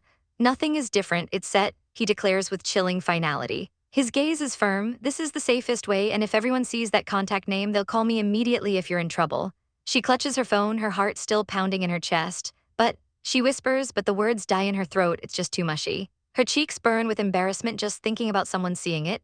He leans in again, his voice dropping to a menacing whisper that sends shivers down her spine. Especially when you remember the person is Gu Jingze. His eyes narrow into slits. If I see that you dare to change it secretly, he lifts a single finger, pointing it right at her nose. I will personally go to your office to help you change it back. The threat is crystal clear. He would humiliate her publicly without a second thought. Her mind reels, that's dreadful. If he showed up at her office and messed with her phone, would she have any peaceful days left? But a part of her bristles at the sheer injustice of it all. It doesn't feel fair. Then a mischievous glint appears in her eyes. Two can play at this game. She puts on her sweetest, most innocent smile. Pass me your phone, she says, her voice like honey. He raises an eyebrow. What do you want? He asks, his voice laced with suspicion, but she just flutters her eyelashes. Give it, give it. She snatches the phone and her fingers fly across the screen. Tap, tap, tap. You even have a password, she mutters, trying to guess it. He scoffs slightly. I'm telling you, deleting my contacts is useless, he says, completely misreading her intentions. She finishes and triumphantly shoves the phone back at him. His eyes widen slightly as he sees the screen. There, under her contact info, are the words, Dearest wifey. A smug smile plays on her lips. Changing it to this isn't half bad, she teases, her eyes sparkling with mischief. It will definitely make you feel goosebumps all over too. He just stares at her, completely lost for words. You, he starts but can't seem to finish the sentence. A slow, almost imperceptible smile touches his lips. His golden eyes soften, losing their icy edge. Changing it back is not allowed, he says, his voice surprisingly gentle. I won't change it. He leans in, his hand coming up to cup her cheek. Your dearest hubby, he murmurs against her lips, wants to do something with his dearest wifey. And then he kisses her. Her mind goes completely blank. What just happened? The moment he pulls back, she turns and bolts, her face on fire. Hey, he calls after her, but she's already halfway down the hall. He watches her scurry away, a genuine warm smile spreading across his face as he looks down at the new contact name on his phone. She escapes so quickly, he chuckles to himself. The next day at the office, her manager approaches her with a concerned look. It's okay as long as you are all right, she says kindly. Be careful when you drive next time. Lin Che shakes her head. Yesterday was really an accident, she insists. I can't drive anymore, Lin Che sighs dramatically. Yumin looks confused. What happened? Your car got wrecked? Lin Che's eyes widen. No, Gu Jingze doesn't allow me to drive anymore. He barely touched my car and I got banned already, really? She trails off, frustrated. Yumin's expression turns thoughtful. This is only for your own good, she says before changing the subject. Oh right, recently reality shows have become popular. There's a producer who wants you to participate as a celebrity guest. You would probably play games there. Do you want to do it? Yumin asks. Lin Che's eyes light up. Wow, this show is very popular. She thinks instantly excited. The filming is happening next week, Yumin informs her. Okay, Lin Che agrees readily. Just then her phone starts to ring. Lin Che, your phone is ringing, her manager points out. Okay, she says, fumbling for it in her bag. She glances at the screen and her face instantly flames red. Dearest hubby? Her manager peeks over. Who's calling me? She mutters, trying to hide the screen. Cough, cough, this is so embarrassing. She quickly answers. Gu Jing's voice comes through the lines, smooth and calm. I got Chen Yucheng to give you a checkup. What time will you be back? Her mind races. Chen Yucheng, isn't he a psychiatrist? Gu Jingze, I can't go home right now, she says quickly. My friend is getting back. I have to pick her up from the airport now. What, who? He asks, but it's too late. Asterisk beep asterisk. She's already hung up on him. He stares at his phone, a deep frown creasing his brow. She hung up on me. What kind of wife? He immediately turns to his subordinate, his voice sharp as glass. Go check if anyone she knows is returning to the country today, he commands. Yes, the man replies, bowing his head. The subordinate quickly makes a call. Check for me, related to mistress. Yes, he says quietly into the phone before hanging up. He returns to Gu Jingze looking nervous. Master, I heard that. The second master of the Qin family. He stammers. I mean, Qin King comes back from France today. Gu Jing's face darkens instantly, a vein throbbing in his temple. What? He snarls, his fists clench at his sides, his knuckles turning white. Is she going to pick up Qin King? The thought sends a surge of pure, unadulterated jealousy coursing through him. Meanwhile, at the airport, Lin Che is happily greeting her friend. Yoren, the water cascaded over her, but it couldn't wash away the sting of his accusation. Her body trembled under the hot spray, tears mingling with the shower stream, blurring her vision. Her voice was a desperate, broken whisper as she pleaded with him. What was he talking about all this time? She insisted, her heart cracking, that she really didn't meet up with Qin King. His back was to her, a rigid wall of silver hair and tense muscle, unmoved by her cries. Slowly he turned, his eyes cold and empty, and asked if she was looking for him. Outside the bathroom, his assistant's voice was a frantic murmur, trying to explain the situation. He told his master that Qin King was at the airport with his wife, and that they were just, but he never got to finish. The door slammed shut with a deafening crack, cutting off his words and any hope of reason. A moment later, Gu Jingze stepped out of the bathroom, a towel loosely draped around his waist. He looked at his bewildered assistant, a strange, cold light in his eyes. He told the man he did a great job. The assistant, utterly confused but desperate for praise, bowed his head, promising to try even harder in the future. But this wasn't praise, this was a prelude to punishment. Gu Jingze's voice was smooth as silk as he offered a reward. He would arrange a travel ticket for him to relax, a trip to Cambodia where the workshop was having some trouble. The man's eyes widened in horror. A trip to fix a problem? Gu Jingze's smile was a cruel slash across his face as he added the final, chilling condition. He told another staff member to buy the ticket for tomorrow, and then looking straight at the doomed assistant, he warned him that if he didn't solve the problem, he'd better not even think about coming back. The assistant's world shattered. What did I do wrong? His mind screamed, the question echoing in the silent, opulent hallway. Meanwhile, Lin Che sat across from her best friend, the sunlight of the cafe a stark contrast to the storm in her heart. Her friend, with her vibrant pink hair, teased her playfully. Why did she stay over in someone's house last night? She had been so scared, thinking something had happened with a fierce man. Lin Che shook her head, pulling out her phone. Dr. Chen? Her friend leaned in, looking at the picture of the handsome, kind-faced doctor. Lin Che explained that he was the one who had taken her to his house when she had a problem. Her friend was relieved, boasting that she had studied Taekwondo for 3 years, so no man would ever dare to do anything to her. But Lin Che's smile didn't reach her eyes. She looked down, her expression clouded with worry. What trouble? Her friend asked, sensing the shift in her mood. Lin Che took a deep breath, the words catching in her throat. The truth felt heavy, impossible. She finally whispered that in fact she was already married. Her friend froze, her jaw dropping. What? The confession spilled out of Lin Che, a torrent of shame and regret. She explained how she had drugged Gu Lingyu, how she felt like a complete fool for ever thinking she could come up with such a plan. But that wasn't even the worst part. Her voice dropped lower, filled with pain. At the same time, the Lin family had forced her to get married to a complete nobody, a dump of a man. She had no other way. Her friend was on her feet, her voice a scandalized hiss. Gu Lingzi, the Gu family, Lin Che, you're crazy, you're absolutely crazy. She shushed her eyes darting around the cafe. But the secret was too big to hold in. Lin Che's eyes, red and raw, met her friend's. The truth was, she admitted he loves another girl, so she slipped him drugs to have sex. Oh shit, her friend thought, her mind reeling. How blind could she be? She was so sorry. But the shock quickly turned to awe. You're so courageous, her friend exclaimed. You dared to do that to the son of the Gus? Lin Che just looked miserable, explaining how she had spent so much money bribing hotel staff just to get. And it all went for nothing, her friend sighed, shaking her head. It's obvious you have a great husband. But Lin Che's face crumpled. Because you don't know how bad he is. Her mind flashed back to the day before, to a moment she couldn't explain. His hands, her face flushed a deep crimson as she stammered, he, nothing. Her friend's expression grew serious. He has a girlfriend then, she said, her finger tapping her chin thoughtfully.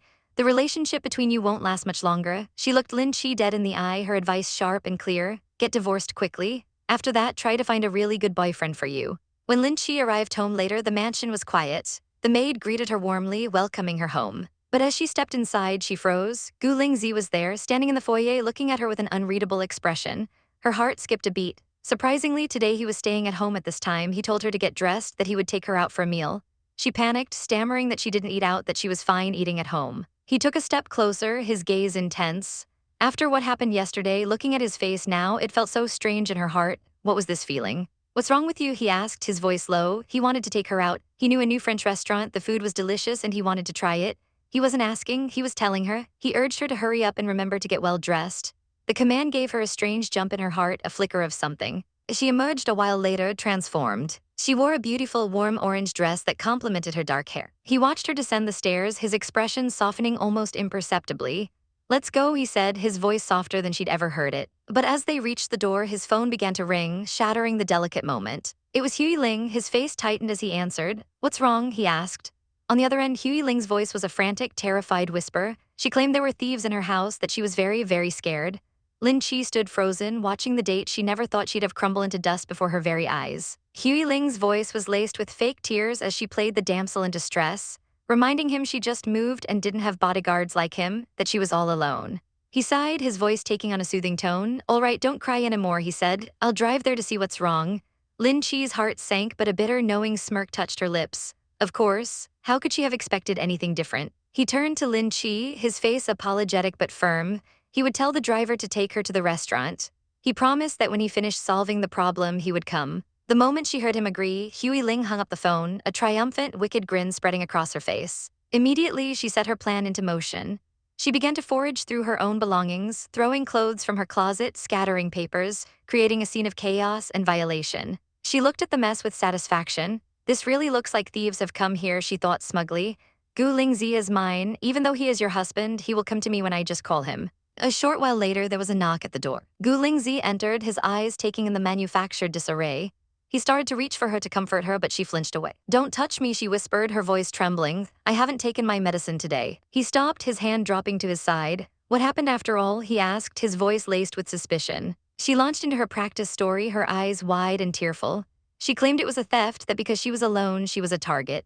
But Gu Lingzi wasn't buying it. His gaze was sharp as he asked why she would move here. Wouldn't it be better if she just stayed in her own house? She looked at him, her eyes pleading. I want to be close to you, she whispered. I'm too busy to arrive here every day to look after you, but just being able to see you every day is enough for me.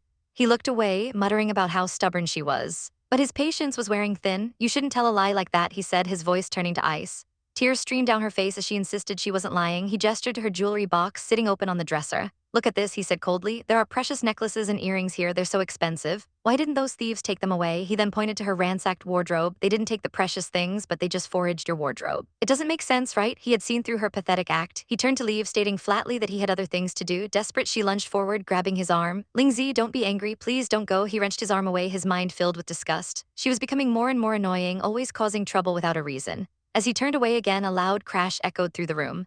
Wham! He spun around to see Huey Ling standing over the shattered remains of a vase. "What are you doing?" he yelled, his eyes wide with shock. Before he could react, she snatched a sharp piece of porcelain from the floor and dragged it across her wrist. "Hey," he screamed, rushing towards her, "are you crazy?" A single drop of blood hit the pristine white floor. Tears streamed down her face as she clutched her bleeding arm. "Lingzi, I did everything just because I want to be by your side. Please, please don't be angry anymore." His face was a mask of cold fury. "Sit still," he commanded, his voice devoid of any warmth. "I'll send for my driver to take you to the hospital." He turned and walked out, leaving her alone in her self-made wreckage. At the luxurious restaurant, Lin Che sat at a table for two, completely alone. Gu Jingze hadn't come yet. A bitter realization settled in her stomach.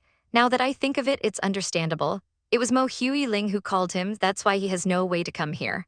Annoyed but hungry, she picked up her fork. "Anyway, I have to eat right now." The food was incredible, a small consolation. As she savored a bite, a smooth voice called her name. She looked up, startled to see a man with vibrant blue hair and mischievous eyes. "Gu Ling Yu." Gu Lingzi's younger brother, why was he here instead of him? He slid into the seat opposite her, a lazy grin on his face. "Why did you get stood up?" he asked casually. She bristled. Of course she stood up. He chuckled, leaning forward. "It's poor for you to eat alone, so let me eat with you, okay?" Her eyes narrowed. "Seems like Gu's family has all thick-skinned boys," she thought irritably. "I've heard you plan to take part in the reality show, right?" he asked, changing the subject. She shot back, asking if he was just using his IQ to make her a scapegoat for his company. He waved a dismissive hand, but she pressed on, her confidence wavering. "The participants are so excellent," she mumbled. I won't do too bad." The show's topic was new actresses, and all the other participants were new but incredibly talented. She sighed, feeling defeated. "Really, I think of winning the prizes, I have no chance." She quickly changed the subject again. "Stop talking about this. But why do you come here?" He leaned back, looking perfectly at home. "This restaurant belongs to Gu's family," he explained. "I just dropped by for a while, of course. This one belongs to Gu's family too." The mention of his family brought her thoughts back to his brother. Gu Lingzi still stays at Huey Ling's place now. A sour, unpleasant feeling churned in her gut. "Why do I feel unpleasant when I think of it?" She stood up abruptly. "If there's nothing more, then I'll go home first." He simply nodded. "Oh, sure." She returned to the dark, empty mansion, the silence pressing in on her. "I'm home," she called out, but only her own voice answered. Gu Lingzi hasn't gone home yet. He was still with her. A dark, bitter thought surfaced. Do his illness maybe recur when he touches Huey Ling? If so, she thought with a flash of anger, he deserves it. The world was a hazy blur of sunlight and soft sheets. A dream of a wedding that never was. A phantom kiss from a man she could never truly have. Pink petals seemed to drift on the air. A sweet illusion that shattered the moment her eyes fluttered open. Lin Che sat up, a hand pressed to her throbbing temple. The room was quiet, too quiet. Her mind was a fog. "How did I lose sleeping last night?" she murmured, the words tasting like cotton in her mouth. The last thing she remembered was, what? The click of the front door broke the silence. A familiar voice, cool and crisp, echoed through the house. He was home. A wave of something she refused to name, something that felt dangerously like relief, washed over her. "You're home," she said, her voice softer than she intended. But then the bitterness flooded back in, sharp and acidic. Her heart clenched. Asterisk what? Why do I care about him? Asterisk she thought, her nails digging into her palms. Asterisk he's just come home from Huey Ling's place after being with her all night. Asterisk the images her mind conjured were a special kind of poison. A stupid, traitorous flutter in her chest made her even angrier. "What do I get excited for?" she whispered to herself. Disgusted. He stood in the doorway, his silver hair catching the morning light. His face was drawn, his eyes holding a weariness she hadn't seen before. He didn't offer an excuse, just a cold, hard fact. His voice was flat as he explained that Huey Ling was in the hospital. She'd slashed her own wrist, a desperate, manipulative cry for attention, and he'd been there, of course he had. Before she could process the information, he moved. In 2 long strides, he was behind her, his arms wrapping around her waist, pulling her back against his chest. His breath was warm on her neck as he whispered her name. Lin Che, but his touch felt like a brand. She reacted on pure instinct, twisting away, her arm striking his with a sharp F-whip. She spun around, her eyes blazing with a fury she could no longer contain. Was he mad because she didn't show up at the restaurant yesterday? After he left her waiting, she scoffed, the sound harsh in the quiet room. She told him to go to look after Huey Ling, that it was his job, not hers. "I'll go to work now," she bit out, turning on her heel. "It's late." She didn't look back as she walked out, leaving him standing alone in a pool of sunlight. His expression unreadable. As she walked away, a cold resolve settled over her. This was good, this distance was necessary. The more familiar I get with Gu Lingzi, the more dangerous it becomes. She thought, her heart a leaden weight in her chest. What will I have to do after getting divorced? I can't let myself fall for him. I can't let myself get lost in this marriage. That evening, Gu Lingzi sat alone in his vast, sterile office, the silence pressing in on him. The clock on the wall ticked past 9 p.m. Lin Che still wasn't home. A knot of unease tightened in his stomach. A soft knock echoed on the door. Hope, sharp and sudden, flared in his chest. Lin, he started to say, turning his chair, but it wasn't her. It was his assistant, Shen Yoren, bowing awkwardly in the doorway. So the man babbled about missing him in Cambodia, about working hard to get back to him. Gu Jingze's face was a mask of ice. He cut him off, his voice clipped and dismissive. Okay, it's good, then get out. Meanwhile, Lin Che sat at a dimly lit bar, nursing a drink while her friend Yu Minmin chattered beside her. Minmin leaned in, a mischievous glint in her eyes, remarking how weird it was that her handsome husband hadn't laid a finger on her yet.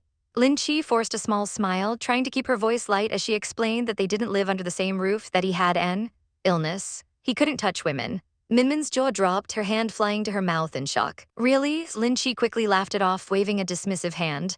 Ah, nothing, I'm just kidding. But inside, her heart ached with the truth of it.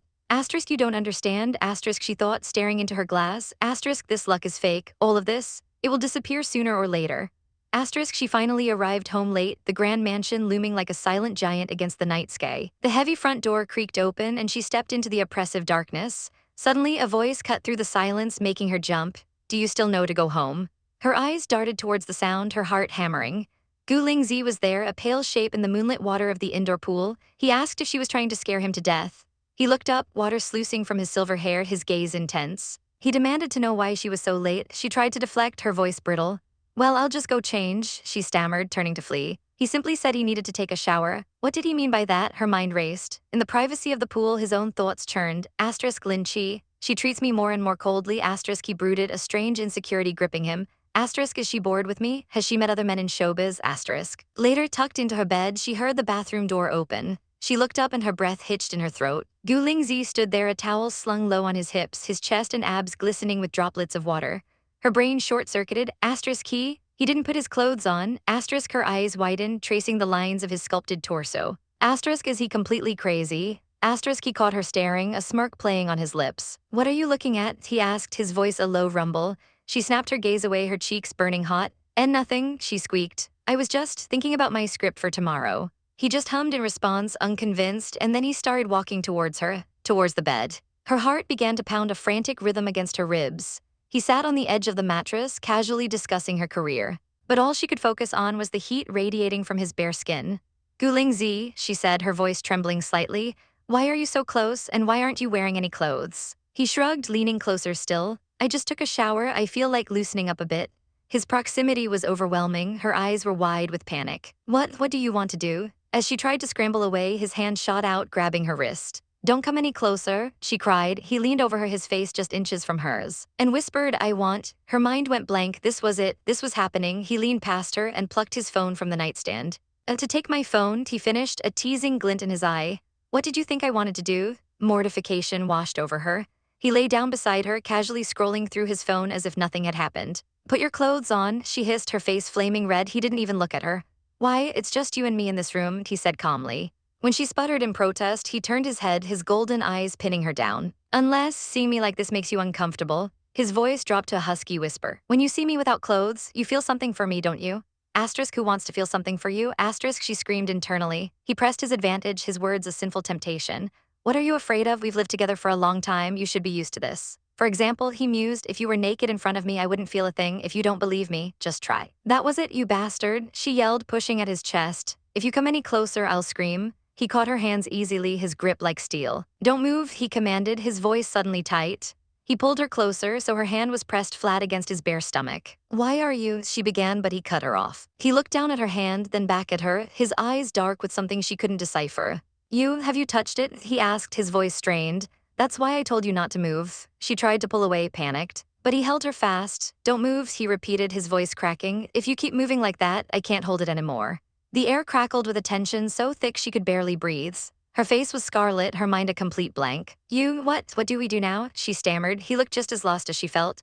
I don't know, he admitted, his composure gone. He leaned in, his expression softening into something vulnerable, and nibbled gently at her earlobe. It doesn't listen to me, he breathed. It listens to you, so what do you think we should do? His voice was a plea. Can you help me, just like pampering me? She was frozen, unable to speak. I don't know, he groaned, burying his face in her hair. No, it definitely can't. His body was rigid with a desperate, painful need. But just as suddenly, he pulled away. He scrambled off the bed, clutching himself, his face pale and beaded with sweat. "But I can't," he gasped. "It hurts, I didn't do anything." He looked at her, his eyes filled with a pain she couldn't understand, before turning away. "I'll go into the bathroom for a minute." He disappeared, leaving her alone and trembling in the massive bed. He returned a few minutes later, his face splashed with cold water, his expression grim. He slipped back into bed beside her, keeping a careful distance. He let out a loud sneeze and she flinched, pulling the covers up to her chin. He just grunted, telling her to hurry up and sleep. A wild thought crossed her mind. Asterisk, did he go into the bathroom too? Take care of himself? Asterisk, a wave of pity so strong it was almost painful washed over her. Asterisk, because of me he was in pain, holding it in like that? Asterisk, she thought, peeking at his tense profile. Asterisk, maybe I'm lucky just to be able to lie beside him like this. Asterisk, for the first time, she considered the end of their contract with a pang of regret. Asterisk, after the divorce, I'll never meet another man as brilliant as him. There are very few men like him in the world. Asterisk, the next morning, the tension was gone, replaced by a fragile peace. As she was leaving for work, he offered to drive her. But their quiet moment was shattered by a syrupy, sweet voice. Mo Hui Ling appeared as if from nowhere, cooing about what a coincidence it was that she was also heading to the company. Before Gu Jingze could even respond, Lin Che's defenses shot up. "Just go, both of you," she said, her voice flat. "I'll take another car." She turned her back on them, but Gu Jingze stopped her. He told Mo Hui Ling it was fine, there were plenty of cars. Then he turned to face the other woman, his expression hardening into cold steel. "Hui Ling," he said, his voice leaving no room for argument. "I've told you this before, I will not give up on my marriage, I don't want to be beside you, don't live in that place anymore, and please, stop this." Mo Hui Ling's eyes widened in disbelief. Her face crumbling, she turned away, her voice shaking with rage. "I won't do as you say, I spent millions on that place." Gu Jingze ignored her protests, turning to his butler. "She seems unwilling to leave," he stated coldly. "Think of a way to make her leave." He then pulled out his phone, dialing a number. Across town, Lin Che's phone began to ring. It was Mo Hui Ling, as she answered, confused. She could hear Gu Jingze's voice, faint but resolute, coming from Mo Hui Ling's end of the line. He was speaking to someone else, making his final declaration. "I will not give up on our marriage," he said, his voice like iron. "So I will give up on the relationship between me and her, she will have to leave." A delicate veil frames her face as she leans in, a soft kiss placed upon his forehead, a promise whispered in the quiet of a garden blooming with roses. This is the story of a flash marriage, a whirlwind romance between a rising star and a powerful, enigmatic man. A story that unfolds like the delicate petals of a flower. The morning buzzes with nervous energy as Lin Che stands in her dressing room, smoothing down her simple dress. Her manager, Yu Min Min, bursts through the door, her voice sharp with urgency as she asks if Lin Che is ready. The reality show waits for no one. Outside, the sleek white car gleams under the sun and the director greets her with a warm smile, welcoming her to the set. But the warmth feels thin, brittle. Another actress, a woman with vibrant purple hair and a practiced smile, approaches her. Her name is Mu Wangqing, a veteran in this world of smoke and mirrors. She tells Lin Che she didn't think they'd meet again so soon. Her hand covers her mouth in a conspiratorial gesture, her voice dropping to a low murmur. "They'll need to coordinate," she says, her eyes glinting. "They can't let those bitches show off too much." Lin Che feels a prickle of unease. "Bitches?" Just then another woman arrives, her orange hair bouncing with every step. She looks around with wide, innocent eyes, a stark contrast to Mu Wangqing's cynical gaze.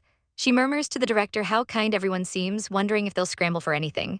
The air is thick with unspoken rivalries. The newcomer apologizes breathlessly, claiming she got stuck in traffic. She spots Lin Che and her eyes light up with genuine excitement.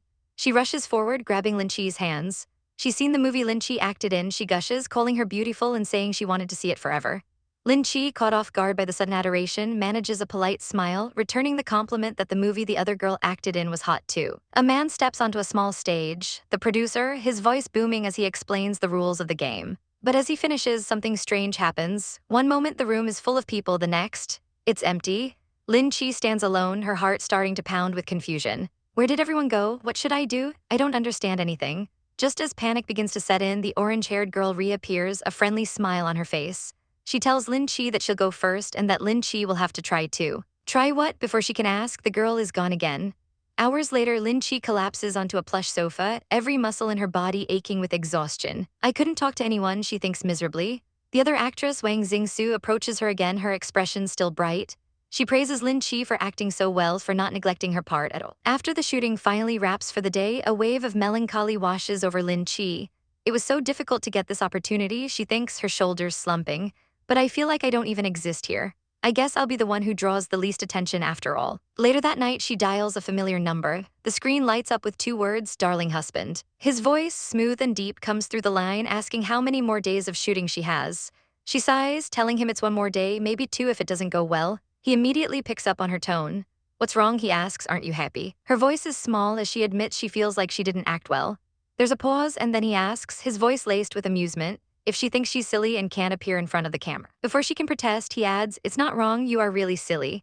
Lin Che's face flushes with indignation. Hey, why would you console me like that? He chuckles, a low, rumbling sound that sends a shiver down her spine. He tells her to trust his vision. After all, if she can become his wife, she must have some strong points. Her eyes narrow. This guy is praising himself, isn't he? She challenges him, asking him to name her strong points.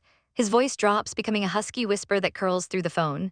When you kiss, he begins, and she can almost feel his breath against her ear. Your skills are very good. A blush creeps up her neck. Gu Jingze, he continues, his tone teasing, saying her personality is sometimes disobedient. But her body is so obedient. He confesses that he feels something special when he touches her. You pervert, she squeaks, her entire face now the color of a ripe tomato. He glances at his watch, his tone shifting back to business.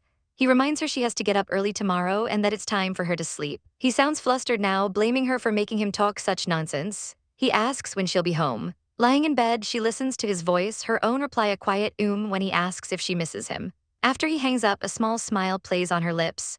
He didn't say it directly, she thinks, but just talking to him made her feel so much more comfortable. In her mind, there's only the image of Gu Jingze, and all the worries of the day gradually fade away. It was a promise made under a canopy of roses, a whirlwind beginning to a new life, a handsome man and a beautiful woman. Their story just beginning to bloom. The next morning, Lin Che is fast asleep, cocooned in her warm blankets. Suddenly, a sharp knock echoes through the room, followed by the door swinging open. The blankets are ripped away, and she bolts upright, blinking in the harsh light, her mind reeling with confusion. What's happening? A man with a microphone leans towards her, a camera crew right behind him. He announces with a grin that this is an unexpected test of the beauty's appearance when sleeping. Mortification washes over Lin Che in an icy wave. She touches her hair, a tangled mess. Her eyes feel heavy, surely surrounded by dark circles. Her sleeping skirt is completely disheveled. Her mind screams in pure panic, I'm an idol, why are you filming me like this? What about my fans? The host just chuckles, telling her she has a sense of humor before leading the crew out of the room, leaving her in a state of utter shock. Just then, Wangking appears in the doorway, looking flawless and perfectly composed. She greets Lin Che with a knowing smile, mentioning the unexpected beauty test. Wang Xingsu pops up beside her, pointing out that Wangking is wearing a full face of makeup. Wangking just smirks. Lin Che stares at them, the pieces clicking together in her horrified mind. Oh, so everyone already knew? She thinks, a cold dread settling in her stomach. She storms off to find her manager, Yu Min, her voice trembling with rage as she demands to know why she wasn't told the director would be there so early. A terrifying thought strikes her. Oh God, what if Gu Jingze had come to see me? If he had been here sleeping beside me, if they had filmed us together, everything would have come out. The thought sends a chill down her spine. After a long day of pretending everything is fine, her phone finally rings. It's him, his voice is a balm to her frayed nerves as he asks when she's coming home. Very soon, she promises. As she's about to leave, Wang Xingsu approaches her again. A bubbly smile on her face. She tells Lin Che everyone is having a party and asks if she wants to join. Lin Che politely declines, a soft smile on her face as she says she's waiting for someone. The reality show's trailer is released, and Lin Che watches it with a growing sense of horror. There it is, the clip of her being woken up looking like a mess. My fans will be so disappointed, she thinks, her heart sinking. She braces herself and opens the comments section, expecting the worst, but what she finds shocks her. Lin Che is so beautiful even when she just woke up. Her skin is so smooth. I like Lin Che, she's so real, not like that fake Wang Xingsu. They were calling her the silly girl in front of the camera. She reads the words over and over, a slow smile spreading across her face. Maybe this isn't so bad after all. Theirs was a love story that started like a fairy tale. A sudden marriage that changed everything. A handsome president and his new, slightly clumsy bride. Their lives intertwining in unexpected ways. When she gets home, Gu Jingze is waiting for her. He looks at her, his gaze intense, and asks what's wrong, if she's been busy recently. He reminds her of their prenuptial agreement, that she must coordinate with him to live their married life. His voice is stern as he asks if she's forgotten that condition because she's so busy. Lin Che is baffled. What did she forget? He sighs, telling her they are planning to celebrate the Mid-Autumn Festival. Aren't you going to make a preparation? He asks, an eyebrow raised. Or do you expect me to travel on my own? Before she can answer, he declares that they are going to Phuket Island and tells her to prepare her luggage. Stunned but flustered, she immediately apologizes and scurries off to pack her bags. As she disappears, Gu Jingze takes a call from his mother, telling his friend to shut up. He reassures his mother they have plans for the holiday. As he hangs up, a wicked grin spreads across his face. Golden sunshine, he thinks dreamily white sand, and Lin Che in a bikini. He walks into their bedroom to find an explosion of clothes on the bed. He asks why there are so many. Lin Che turns to him, her face glowing with excitement. "It's my first time traveling to an island," she exclaims. "My first time abroad, I'm so excited I feel so fancy." His eyes scan the pile and he plucks a tiny scrap of pink fabric from the mess, a bikini bottom. Lin Che's face turns beet red. "Tea, that's for swimming," she stammers. He smirks, his eyes glinting mischievously. "It's good," he says simply. "Bring it along." She lunges for it, complaining that he's messing with her, but he's faster, grabbing her wrist and pulling her close. His voice is a low rumble against her ear as he tells her he came to help her choose her clothes. His gaze is intoxicating as he looks down at her. "After all, you dress for me," he murmurs, "so I want to choose some clothes that fit you a bit." Her breath hitches. Who dresses for you?" she whispers, her heart hammering against her ribs. He just gives her a confident thumbs up, his smile infuriatingly charming. The next day, they arrive in paradise. Lin Che stares at the turquoise water and pristine beaches, her eyes wide with wonder. "Wow, the view here is very wonderful," she exclaims. His mother is there to greet them, directing them to a private villa at the front of the property so they won't be bothered. Lin Che protests, wanting to be closer to her, but his mother waves her off, saying they are going swimming soon. She tells Lin Che to go put on her swimsuit, then turns to her son with a serious expression. She asks how they've been, and when he says they're fine, she gets straight to the point. "Then why don't you hurry up and give me a grandchild?" Gu Jingze freezes, a bead of sweat trickling down his temple as his mother glares at him, hands on her hips. He tries to play it cool, saying it's not that easy, but they're trying. His mother's glare intensifies. "Are you really trying?" she demands. A sly, wicked glint enters his eyes. "Of course, Mom," he says, his voice dripping with false sincerity. "You can't see how much we're trying, right? All right, I'll do it for 3 days and 3 nights, is that okay?" A gentle breeze whispered through the rose-covered trellis. A perfect backdrop for a perfect lie. This was the dream, wasn't it? To be held by a man so devastatingly handsome. To be promised a future painted in soft pastels and delicate flower petals. Lin Che emerged from the changing room, a vision in red. She struck a playful pose, a confident smile on her lips as she announced she was done. On the nearby couch, another woman's eyes widened in admiration, her voice filled with genuine awe as she told Gu Jingze how beautiful his companion was. He just gave a slight nod, his gaze fixed on Lin Che as they walked towards the shimmering water, the sun warming their skin. But they weren't alone for long. Whispers carried on the salty air. 2 men stared, their eyes practically glued to her. "Wow, look at that girl," one murmured. "She's so hot." His friend sighed, telling him not to look, that she clearly had a boyfriend. But the damage was done. Gu Jing's face darkened, a flash of pure dislike twisting his perfect features. Without a word, his hand shot out, pulling her away from the prying eyes. She stumbled, confused. Why were they going here? He didn't slow down, his grip firm as he led her further down the shore. He finally stopped, his voice low as he explained that this asterisk place was beautiful. The other place was too crowded. How could they possibly see the true beauty of the sea there? Lin Che pouted slightly. This place was fine too, she supposed. With a shrug, she dipped her toes into the cool water, a delighted gasp escaping her lips.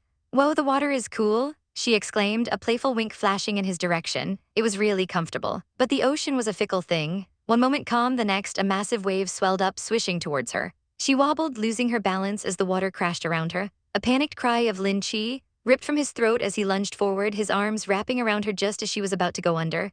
"Arg!" she yelped, crashing into his solid chest. A sudden warmth spread through her top. She looked down, his hand. It was right there. Her face flushed a deep crimson. "Gu Jingze, you," she stammered, her voice barely a whisper. "Your hand." His eyes, dark and intense, met hers. His voice was a low growl, a command she couldn't disobey as he told her to be quiet. Then, with effortless strength, he scooped her up into his arms, carrying her out of the waves as if she weighed nothing at all. He gently put her down on the warm sand. "All right, it's fine," he said, his voice softer now. She could only manage a small thank you, her heart still hammering against her ribs. But as her eyes drifted downwards, they widened in shock. Something was different, a distinct stretching in his shorts. Her blush deepened. Was that because of her? He let out a strained breath, his eyes clouded with something she couldn't quite decipher. Your illness recurs, doesn't it?" she stammered, the pieces clicking into place. He didn't deny it. "My illness recurs," he rasped, his voice thick with need, "but only you can stop it." He pulled her into a desperate embrace, his words a plea against her ear. "Please, come to help me." Her hands trembled as she reached for the drawstring on his shorts. Okay," she mumbled, her fingers fumbling with the knot as she took it off. Is it okay with that?" she asked, her face burning with embarrassment. Do you feel comfortable yet? A small amused chuckle escaped him. Yeah, he breathed out, a hint of laughter in his voice. Back at the villa, she scrubbed at her hands as if trying to wash away the memory. What was she doing? He approached from behind, a smug look on his face. He leaned against the doorframe, a joyful spirit dancing in his eyes. You're disgusted of me, aren't you? He teased, but you've already felt comfortable. Before she could react, he grabbed her, pulling her back against him. She gasped as he lifted her onto the counter. His voice was a low murmur against her skin. I know it was so hard for you earlier, he said, his tone deceptively sincere. So to thank me, can you agree to do something? What could she do? Trapped in his arms, her mind a dizzying mess, she heard herself agree.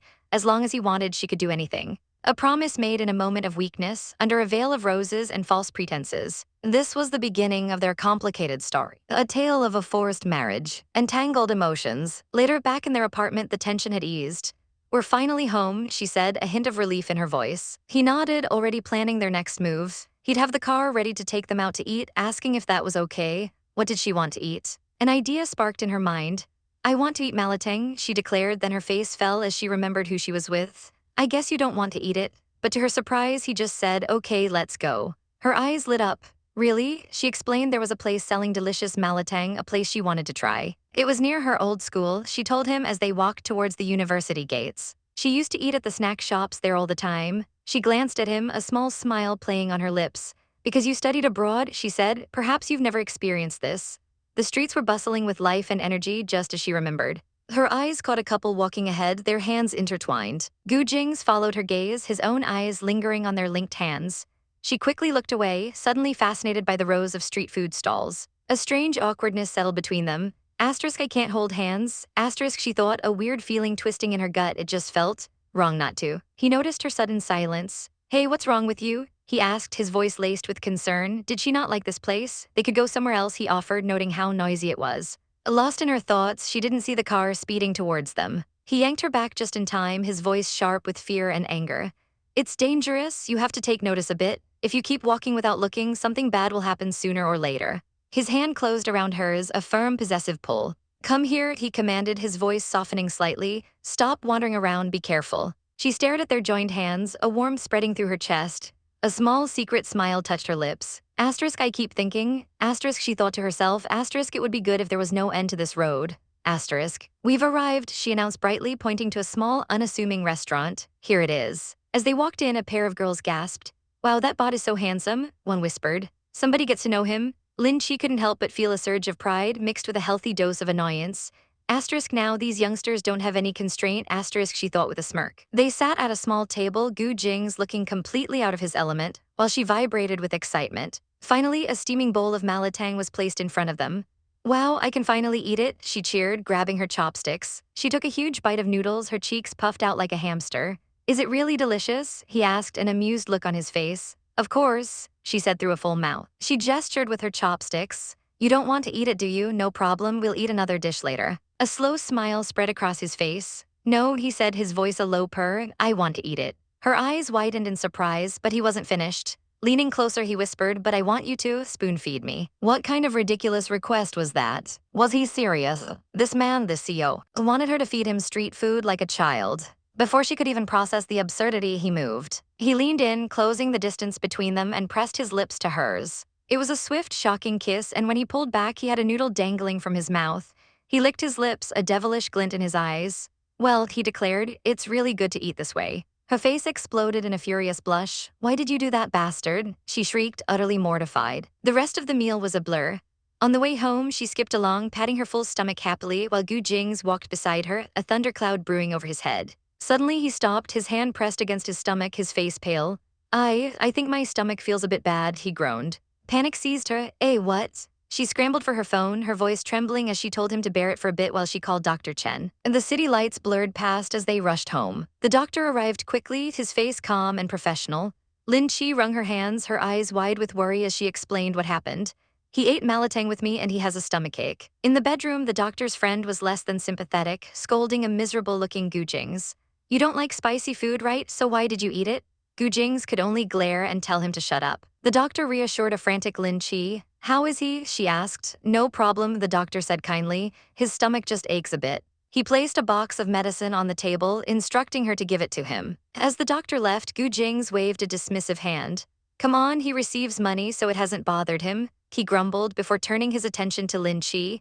Hurry up and come here, don't care about him. The door clicked shut, leaving them alone. She brought him the medicine and a glass of water, grumbling under her breath. He watched her, a faint smirk on his lips. Asterisk, this girl, why is she grumbling? Asterisk, he wondered. Come on, take the medicine, she ordered. He gulped it down, but then clutched his stomach again. My stomach still aches, he whined. Then what do I have to do? She asked, falling for it completely. He looked up at her, his eyes wide and innocent. Rub my tummy, he requested. She stared at him, exasperated. Why are you like a kid? She sighed, but reached out her hand anyway. She gently placed her hand on his stomach, rubbing in slow circles. Does it still ache when I do this? She asked softly. He let out a soft closing his eyes in contentment. But his contentment was short-lived. A little more to the left, he instructed. She moved her hand. A little more to the right, that was it, she snapped. Gu Jingze, she yelled, snatching her hand back. He blinked, his eyes open, the picture of innocence. What's wrong? He asked, a hint of a pout on his lips. Why don't you keep doing that? She was practically steaming with rage. What the FCK, you cheat me? Actually, your stomach stops aching? She accused him, poking his chest. Are you a virus in my stomach, knowing if it doesn't ache? But his expression suddenly changed. He pulled her into his arms, burying his face in her shoulder, his body trembling slightly. Really, it aches, he whispered, his voice muffled. It's true. He pulled back just enough to look into her eyes, his own gaze intense and pleading. So rub my tummy, he murmured, his true intentions finally laid bare. In order that I can hug you a bit, is it possible that it can stop aching? The world was a soft blur of pink roses and delicate archways, a fairy tale waiting to happen. It was the kind of dream every girl had, to be held by the one she loved, a gentle kiss placed on her forehead as they were bound together forever. But for Lin Che, this dream was a beautiful, fragile life. A life intertwined with a man as brilliant and distant as a star, wrapped in shimmering bows and falling petals. The next day, her phone buzzed and his name flashed on the screen. Gu Jingze. Her heart gave a little flutter. His voice, calm and deep, came through the line as he asked for her by name. What's wrong? Did something happen? He wanted to know if she was feeling well enough to work. A small smile played on her lips. She told him she was much better, her voice taking on a teasing lilt as she asked, Are you caring about me? There was a pause on the other end. Then his voice, a low rumble, admitted that of course he had to care about her. After all, her stomachache was his fault. A little thrill went through her. It's good that you know it, she quipped back, feeling a warmth spread through her chest. But he quickly changed the subject, his tone becoming all business. He informed her there was a charity event that night and she was to join him.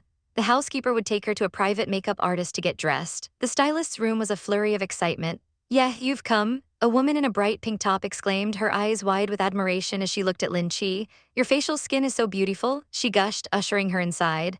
I prepared a dress for you, please follow me. Lin Che blushed at the compliment, murmuring that the dress must be wonderful too. But when she finally saw herself in the mirror, her breath caught in her throat. She was wearing a stunning, pristine white kilt dress with a delicate bow accentuating her waist. Her dark hair cascaded over her shoulders, framing a face she barely recognized. How is it? She asked tentatively, her voice barely a whisper. Is it beautiful? The reaction was instantaneous. A collective wow echoed from the housekeeper and the stylist. And then another voice, smooth and familiar, cut through the air. It doesn't waste this dress. A faint smile touched his lips. Lin Che spun around, her eyes widening in disbelief. Gu Jingze, he was standing right there looking devastatingly handsome in a deep red suit. Gu Jingze, she gasped. When did you come here? He didn't answer. He simply extended his hand, his gaze steady and intense, and commanded, let's go. They arrived at a breathtakingly lavish venue, stepping out of a sleek white car into a sea of flashing lights and murmuring socialites. As he took her arm, a wave of whispers followed them. Wow, Gu Jingze, it's Mr. Gu. People couldn't believe their eyes. This was a man who was practically a myth in the business world, a man who never attended parties. The gossip intensified, sharp and pointed. Someone whispered they'd heard he and Miss Mo were a couple, so who was this girl on his arm? Across the room, a woman with striking blue hair, Mo Huiling, watched them, her eyes narrowing into icy slits.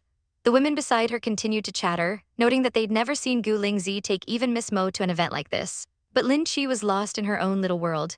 This place is wonderful, she breathed, her eyes sparkling with excitement. An idea popped into her head. It's hard to have a chance like this, she said, pulling out her phone. Why don't we take a selfie? To her surprise, he simply said, okay, and gestured for her to come closer. A moment later, the phone clicked, capturing the two of them in a playful pose, complete with cute cat ears and whiskers from a filter.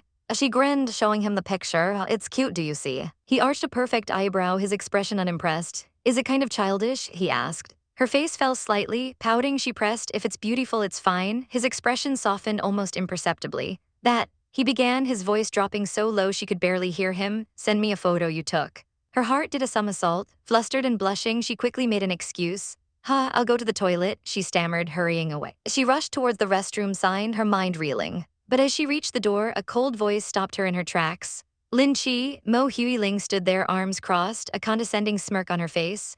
"Is it the first time you've come to a high-quality party?" The words were like a slap. Mo Huiling's eyes raked over her, filled with disdain.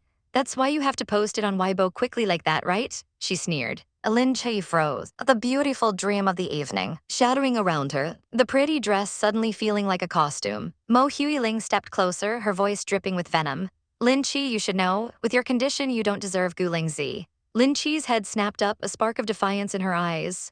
"If anything bad happened, he would tell me," she retorted, her voice shaking slightly. "So it's not necessary that you come here." Just then, a familiar figure appeared behind her. Gu Jingze. "Odd," she gasped. His gaze was fixed on her, a hint of concern in his eyes. "I've been waiting for you for so long, but not seeing you come back," he said softly. "That's why I'm looking for you." Mo Huiling's entire demeanor changed in an instant. The vicious snake was gone, replaced by a simpering kitten. "Gu Jingze," she cooed, her voice sickly sweet, "you come to the dance party." She quickly concocted a lie, gesturing towards Lin Che.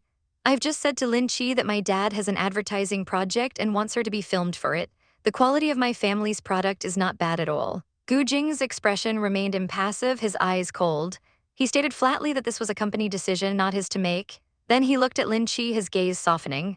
"It's up to her," he said, turning the tables completely. He looked back at Mo Huiling, his voice firm. "Don't want to force her to do anything. If she agrees, it's fine." All eyes were on Lin Che. Cornered, she mumbled, "I'll think of it." As Gu Jingze led her away, she couldn't hold it in any longer.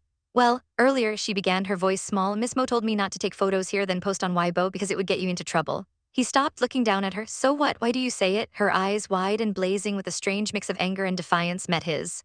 "Because I want to get you into trouble," she declared. A slow smile spread across his face. He placed a reassuring hand on her shoulder.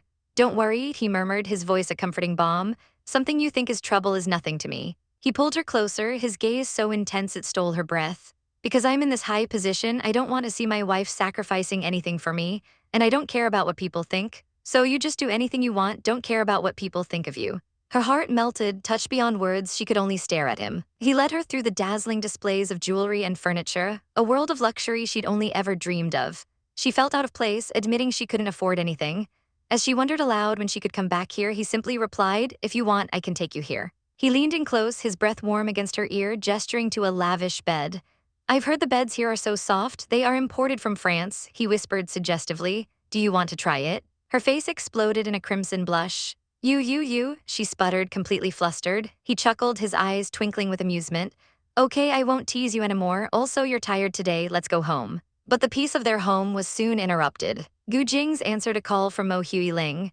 Her voice, sweet as poison, informed him she'd bought him a special gift, a tie clip, and had left it with his housekeeper. Just then, the housekeeper approached with a small, elegantly wrapped box.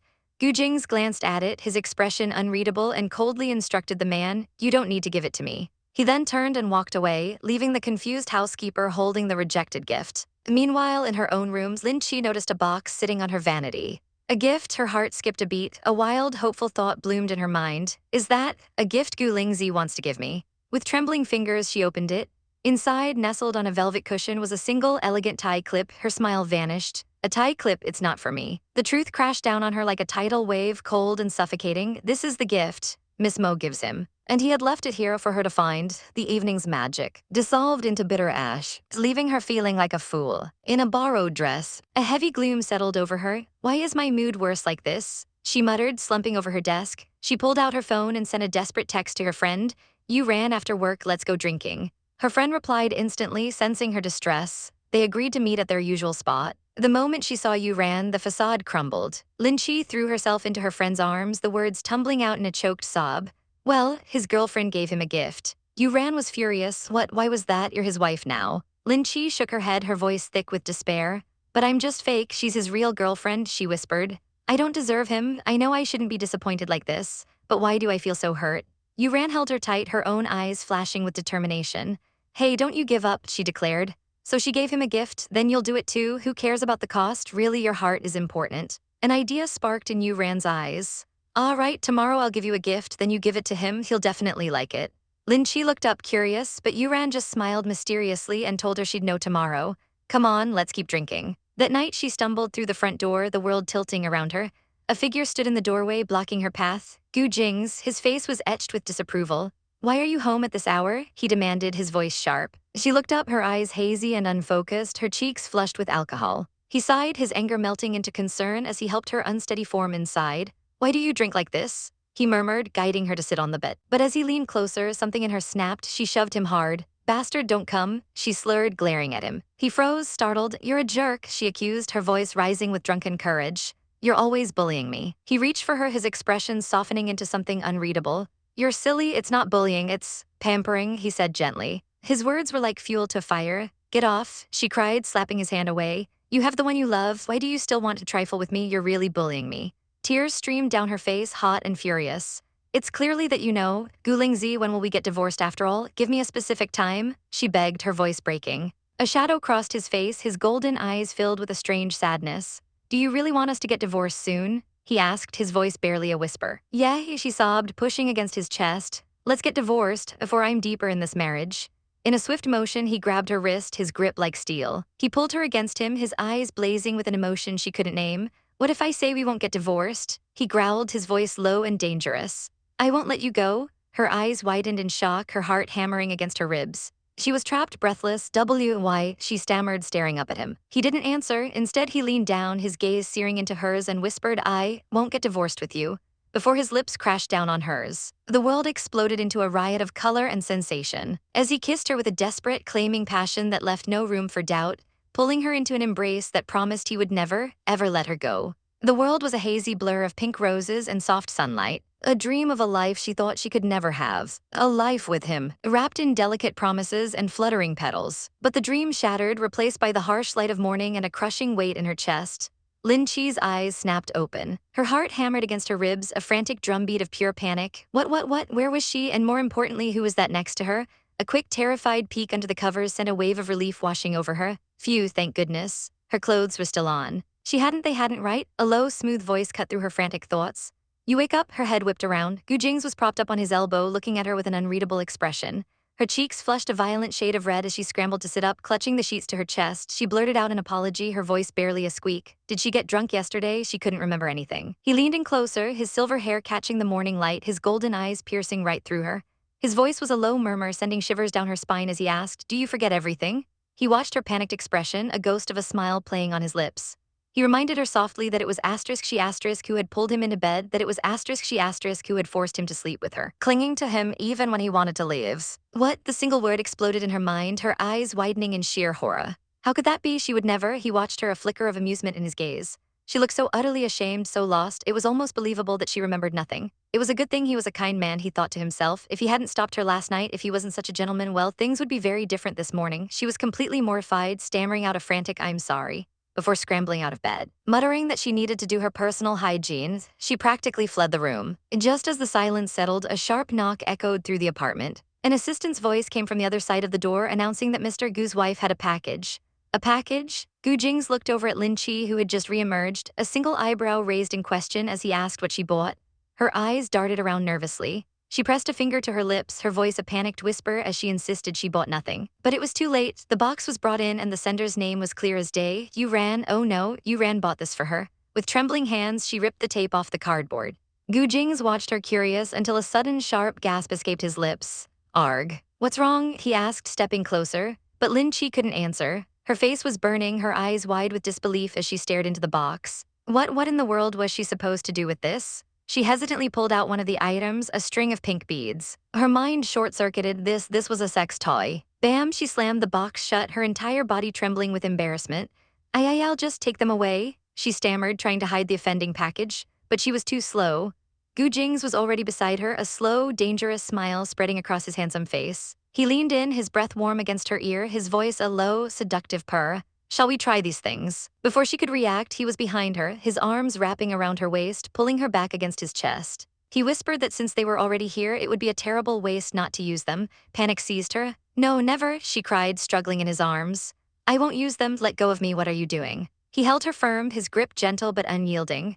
His voice dropped, losing its playful edge and taking on a serious, almost vulnerable tone.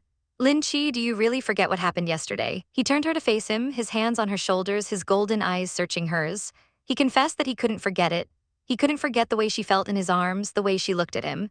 He pulled her into a tight embrace, burying his face in her hair as he whispered that he didn't want to get a divorce. He pulled back just enough to look at her, his voice thick with emotion. "You want me to, right?" he murmured, his gaze intense. Her heart ached. Gu Jingze, he was a good man. The best man she had ever met, she admitted to herself, her voice trembling. But then the image of Mo Hui-ling flashed in her mind. The beautiful, perfect woman who was meant for him. Tears welled in her eyes as she remembered the gift, the easy familiarity between them. Miss Mo was right. They were perfect for each other. A single tear escaped, tracing a path down her cheek as she gently pushed against his chest. "That's why," she said, her voice cracking, "if you just want to trifle with me, then stop it." She couldn't be his plaything. She couldn't accept these fleeting moments of affection when his heart belonged to another. He froze, his expression a mixture of shock and hurt. A bead of sweat trickled down his temple. He hadn't expected this. He hadn't expected her to push him away. He looked down at the toy he was still holding and placed it gently on the box. His voice was quiet, filled with a regret she'd never heard from him before. He was sorry for not thinking about her feelings. He had something to tell her, he said, something about Mo Hui-ling. He explained that from the very beginning, their arrangement was just that, an arrangement. Mo Hui-ling wanted the freedom to love another man, and he had promised her that he would never stand in her way. His eyes were fierce with sincerity. As he looked directly at Lin Che, making his position crystal clear, he and Mo Hui-ling were not in an intimate relationship. She hadn't been his girlfriend for ages. He reached for her, his touch gentle, hesitant. She looked up at him, her heart fluttering with a fragile, budding hope. "Well, Gu Jingze," she stammered, if not." He cut her off, his next words making her jaw drop. He would still do as he did before, he offered softly. He would use his hands for her. He guessed she must be so uncomfortable holding it like that. Her mind went blank. Was he really saying what she thought he was saying? Is it okay?" she whispered, her face burning hotter than the sun. He coughed, a faint blush dusting his own cheeks as he looked away. "So Will," he began, pointing to the box, "you put on those clothes for me to watch." Her eyes followed his finger and landed on the scandalous outfits packed alongside the toys. What? Those were the clothes Yuran sent with everything else." Her chibai form began to spiral into a vortex of panic. Did she just willingly put her head inside the lion's mouth? Beside her, Gu Jingze wore a look of pure, hopeful expectation. With a deep, shaky breath, she grabbed the box. "Then I'll put on these clothes," she declared, her voice far more confident than she felt before scurrying away. A few minutes later, she emerged, her entire body trembling with shyness. Dressed in a tiny pink catgirl outfit, complete with ears and a collar, she whispered, I'm done." His eyes drank her in, a slow heat building in their golden depths. "How is it?" he asked, his voice husky. He closed the distance between them in 2 long strides, pulling her into his arms. "Lin Che, come here," he murmured into her ear. She buried her face in his chest, her voice muffled. "Really? I feel a bit regretful." He held her tighter, a low chuckle rumbling in his chest. "Regretful?" he asked, his eyes smoldering with a desire that made her knees weak. He smirked, his fingers moving to the buttons of his own shirt. "It's late," he whispered, his meaning perfectly clear. He gently laid her down on the soft sheets, the world dissolving into a haze of sweet-smelling flowers and his intoxicating presence. The next day, Lin Che was on the phone, practically breathing fire. "Lin Yuran, you get over to my place right now, I'll definitely kill you," she shrieked. On the other end, her friend just laughed, cheekily asking if it had been an intimate night. Yuran was relentless. "My hands have gone limp," Lin Che complained. Yuran's teasing voice dripped with mock disappointment.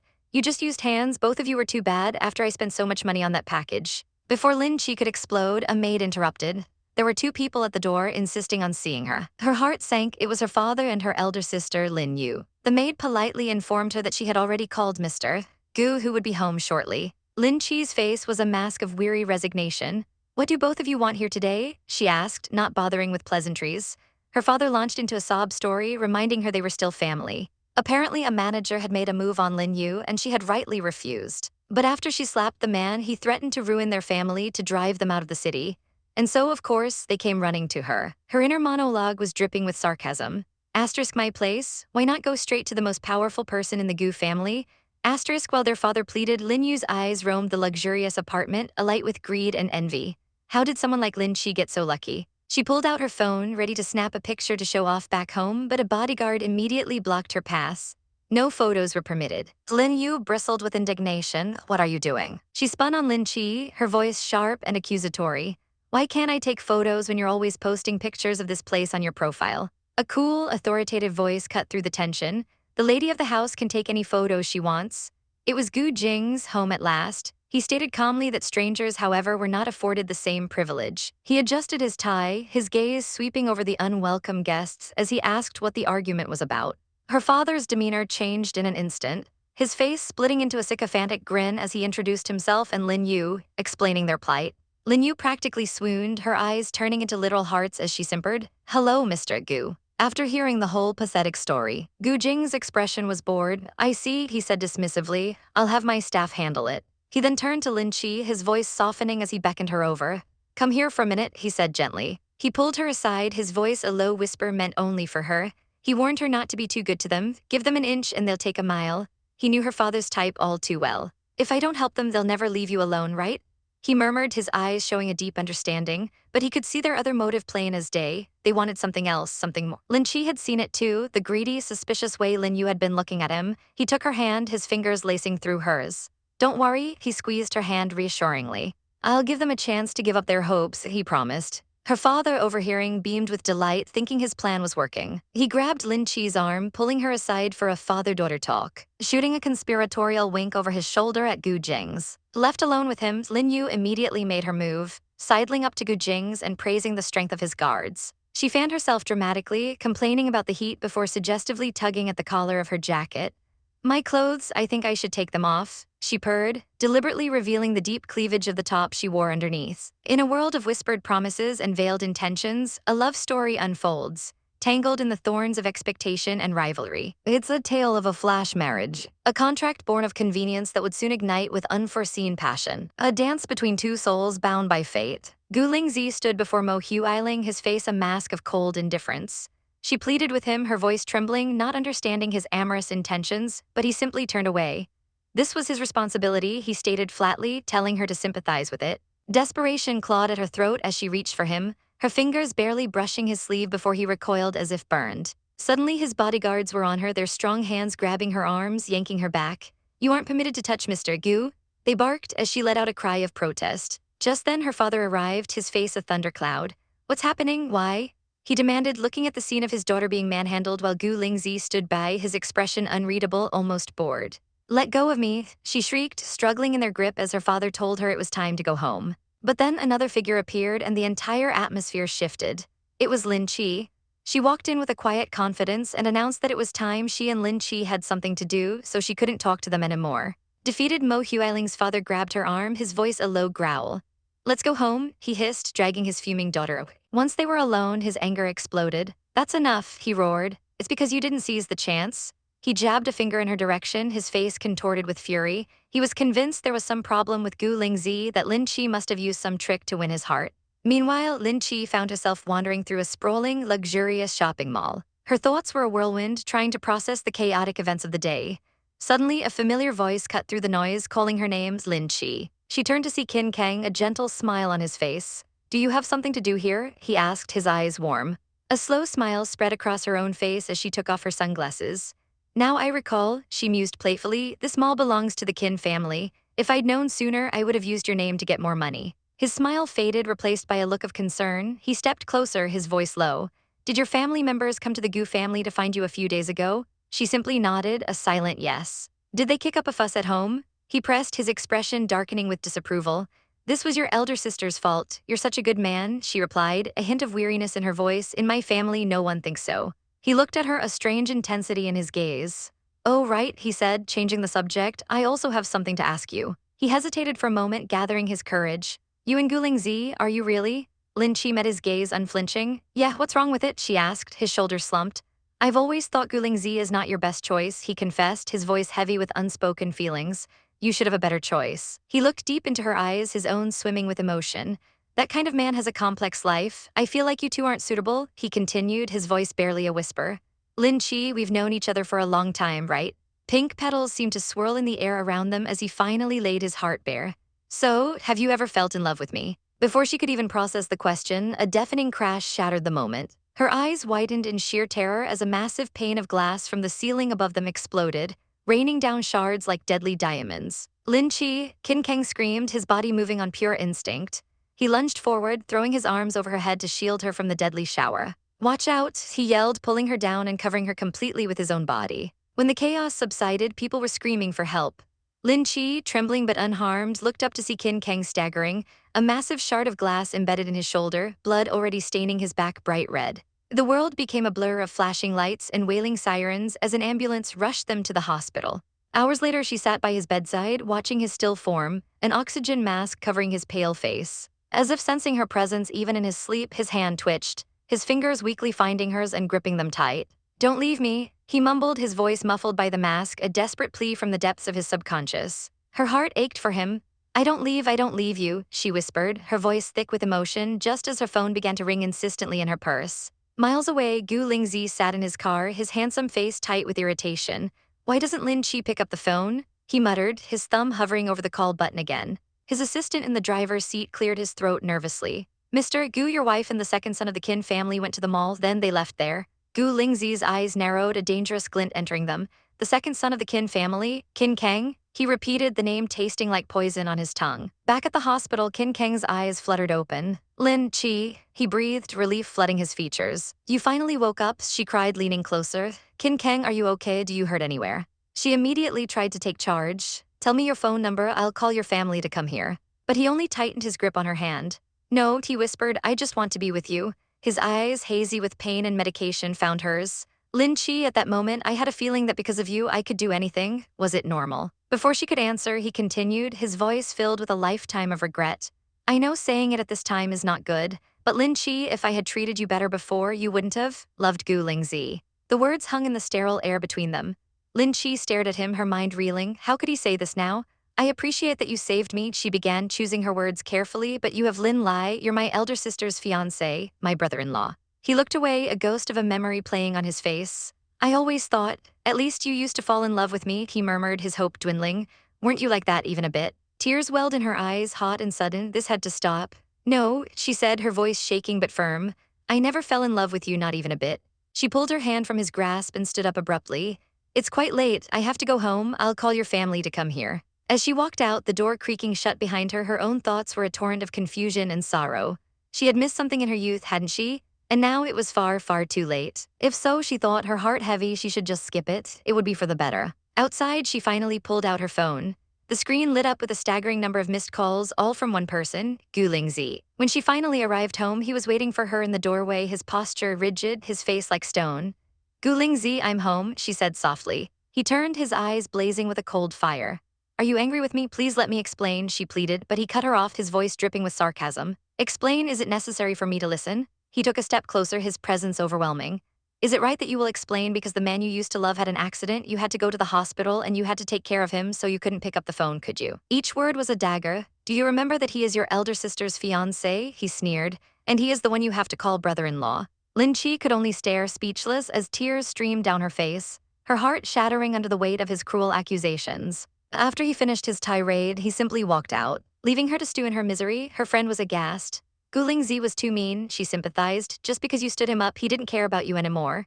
But Lin Che's friend was sharp, her eyes narrowing in thought. "Wait," she said, pointing a finger at Lin Che. "Gu Jingze got angry not because you stood him up. It was because you stood him up to take care of your childhood sweetheart." The realization dawned on her friend's face. "All right, men like being soothed with sweet words, especially the men who are jealous. So today, hurry up and go home. Don't waste your time anymore." Just as she was leaving, a familiar car pulled up. "Lady, I'll pick you up," Dr. Chen called out, waving from the driver's seat. Lin Che was confused. "Dr. Chen, why do you come here?" she asked, a sense of dread creeping into her heart. The doctor's expression was grave. "You haven't stayed at home for over 1 day, right? Mr. Gu is sick." Her heart leaped into her throat. Why is he sick? Is it a big sickness?" she asked, her voice filled with panic. When they finally arrived, the housemaid rushed out to meet her. "Lady, you're finally home. Mr. Gu hasn't eaten anything yet." Lin Che tiptoed to his bedroom door and peeked inside. He was lying in bed, pale and still, a damp cloth on his forehead. He refused to eat anything. "He seems like he has a big sickness," she thought, her heart clenching with worry. Carrying a bowl of porridge, she quietly entered the room. Her movement stirred him. He opened his eyes, his voice a hoarse whisper, but his command was absolute. "I've said no one can come in here. Get out." She stood her ground. "Gu Jingze, you're sick, so don't mess with it," she said gently. "The housemaid says you haven't eaten anything for 1 day. If you keep being like that, it'll affect your health." She sat on the edge of his bed, pushing his resisting hand away. "I know you have no appetite because you're sick," she insisted, "but you have to eat to appease your hunger." She brought the spoon to his lips. "Listen to me, I'll spoon feed you." He turned his head away sharply. "I don't want to eat, please get out," he snapped, his frustration boiling over. With a sudden movement, he smacked the spoon from her hand, sending porridge splattering across the pristine white sheets. "I told you to get out, you lose all self-respect." he growled. She looked at him unfazed. So what if I lose all self-respect? She retorted. I am not like Miss Noble or something. I don't want to be so vain that I feel so tired like that. Hurry up and eat, she demanded. No, he shot back stubbornly. A mischievous glint appeared in her eyes. Seems like I have to do this the hard way, she murmured, a wicked smile playing on her lips. She took a large mouthful of the porridge herself and crawled up the bed towards him. He stared at her, his eyes wide with shock and confusion as she straddled his hips. What are you gonna do? He stammered, his bravado completely gone. Without a word, she leaned down and pressed her lips to his. He gasped in surprise, and she took the opportunity to transfer the porridge from her mouth to his. He coughed, but he swallowed it. When she pulled back, his face was bright red, a mixture of shock, embarrassment, and something else. Something warm. He couldn't even meet her eyes. Okay, he conceded, utterly defeated. I'll eat by myself, can you? Can you get off my body? Lin Che presents the bowl of porridge, her voice a little strained as she tells him to hurry up and slurp it down. But Gu Jingze just stares at the bowl, his silver hair framing a pale, tired face. A wave of annoyance washes over him, his voice weak but sharp as he asks if she feels annoyed having to take care of him. Her eyes widen. Annoyed? Is he kidding? Her cheeks puff out in frustration. Hey, I didn't say it. She screams internally, feeling the injustice of it all. I'm a wife bullied by you, I'm told off by you, and now I have to take care of you. How tragic is this? But before she can voice her complaints, he speaks again, his gaze unwavering. He tells her he doesn't have any intimate relationship with Qin Kang. He clarifies that Qin Kang only saved him, so he went to the hospital with him. That's all. Lin Che is stunned into silence. Was he explaining himself to her? She takes the tray, her mind a whirlwind of confusion, telling him to just get some rest. As she steps out of the room, she overhears the maids whispering. Why does he get sick after all? One asks. The other replies that Mr. Gu was still the only one who could spoon-feed Master, as he refused to eat anything from them. Another maid adds that Mr. swam in the pool all day, and that evening he developed a temperature that scared them all to death. Oh? Lin Che's eyes widen in shock. He swam in the pool all day, really? Why didn't he get sick then but now? A sudden, horrifying realization dawns on her. Gu Jingze, was it because of me? She rushes back into the room, her heart pounding in her chest. Gu Jingze is trembling under the covers, his face pale and beaded with sweat. Are you okay? She whispers, her earlier annoyance completely forgotten. He shivers violently, his voice a hoarse whisper as he says he's cold. So cold, he looks at her, his usual icy gaze replaced with a raw, desperate vulnerability. Lin Che, he murmurs, his voice breaking, I feel so cold. Her heart aches for him. Without a second thought, she climbs onto the bed, pulling the covers over both of them and pressing her body against his. How about this? Is it warmer? She asks softly. He immediately clings to her, his arms wrapping around her waist, burying his face in her shoulder. Lin Che, he pleads, his voice muffled against her skin, please don't go, will you? Her breath catches. Seeing him like this, so weak and needy, shatters her defenses. Okay, I won't go anywhere, she whispers, her hand coming up to gently cup his face. The heat radiating from his skin is intense, a testament to his fever. He looks up at her, his eyes hazy and unfocused, and before she can react, his lips are on hers. The kiss is feverish, desperate, and all-consuming. He deepens it, pulling her closer until there's no space left between them. Then, with a surge of strength she didn't know he had, he rolls her over, pinning her beneath him. His hands find the hem of her shirt, lifting it up. Gu Jingze, she breathes, her mind spinning as he sheds his own shirt, tossing it aside. His eyes bore into hers, a burning intensity in their depths as he whispers her name again. Lin Che. The world dissolves into a haze of sensation and scattered flower petals. A soft moan escapes her lips as his touch sets her skin on fire. Every rational thought evaporates, replaced by a tide of overwhelming emotion. All she can hear is his voice, whispering her name over and over again like a prayer. The next morning, sunlight streams into the room. Gu Jing's eyes flutter open. He feels better, the fever has broken. He turns his head and his breath catches. There, nestled against his side, is Lin Che, sleeping peacefully. A strange feeling stirs in his chest as he watches her. He sits up, the blanket pooling around his waist, and just looks at her for a long moment before calling her name softly. As Lin Che slowly surfaces from a deep sleep, she finds the doctor already in the room. Mr. Gu, you're awake? The doctor asks, adjusting his glasses. He explains that Gu Jingze had a high temperature last night, but the medicine he gave was enough, so it shouldn't have had a side effect like this. His eyes dart between the disheveled Lin Che and Gu Jingze, a knowing smirk playing on his lips. Lin Che's face explodes in a blush. Side effect? What side effect? She instantly understands his insinuation, her eyes wide with mortified panic. Oh, I guess I get it. She stammers, scrambling out of the room as she mumbles something about getting a glass of water. As she flees, Gu Jingze asks the doctor when he can fully recover. The doctor just smiles. Why, you feel good now? You can take this opportunity to receive a little care from your wife. Gu Jing's eyes narrow dangerously as he warns Chen Yusheng that it's time he stopped doing this job. The doctor just chuckles, unfazed. But it's true that your wife treats you so well, he says, his tone softening. Seems like she was really busy taking care of you all night. He explains that when he arrived this morning, he saw an ice pack, water, and her holding a towel beside him. Gu Jing's expression softens slightly at the doctor's words. All right, you're fine, so I'll go, the doctor says, turning to leave. As he passes Lin Che in the doorway, he informs her that Mr. Gu is fine and he's leaving the rest to her. She walks back into the room holding a glass of water. Mr. Gu, here's water, she says quietly. He looks at her, his voice low as he asks why she's doing all this when there are so many housemaids. Just put it down, he commands, you don't need to do this anymore. Then his voice drops even lower. Come here. Her heart skips a beat. What for, she asks, her voice barely a whisper. He pats the empty space beside him. To sleep with me. She stares at him, utterly bewildered as he pulls her down onto the bed. No, she stammers, trying to push herself up. I can't because of your illness. He cuts her off, a faint, amused smile on his lips. I said to sleep, then just sleep. Also, I don't feel asleep, so why do I definitely have to sleep? His logic is baffling, but his gaze is intense. Then just find a way to feel asleep, he murmurs, his eyes glinting with mischief. She deflates, her cheeks burning. I'm wrong, I'll sleep, okay? She cries out, pulling the covers over her head in embarrassment as he chuckles and says, good job. Lying beside him, her heart thumping wildly, she feels his gaze on her, and for the first time, the space between them feels warm and safe. A few days later, Lin Che is back at work, the agency buzzing with energy. Her manager rushes over, her face alight with excitement. Lin Che, it's good that you came here now, there's good news. She reveals that the company has an advertisement project for her from a major phone firm. It was originally for Mu Fei Ran, but now it's hers. Really? Lin Che is ecstatic. Her manager suggests a celebration party tonight, grinning from ear to ear because the money she'll receive will be so much. Okay, my treat, Lin Che declares happily, feeling like she's on top of the world. But just as they're celebrating, a cold voice cuts through the air. Lin Che, a woman with striking blue hair and an imperious aura, stands in the doorway. Miss Mo, why are you here? Lin Che asks, her smile faltering. Miss Mo smirks, her eyes dripping with condescension.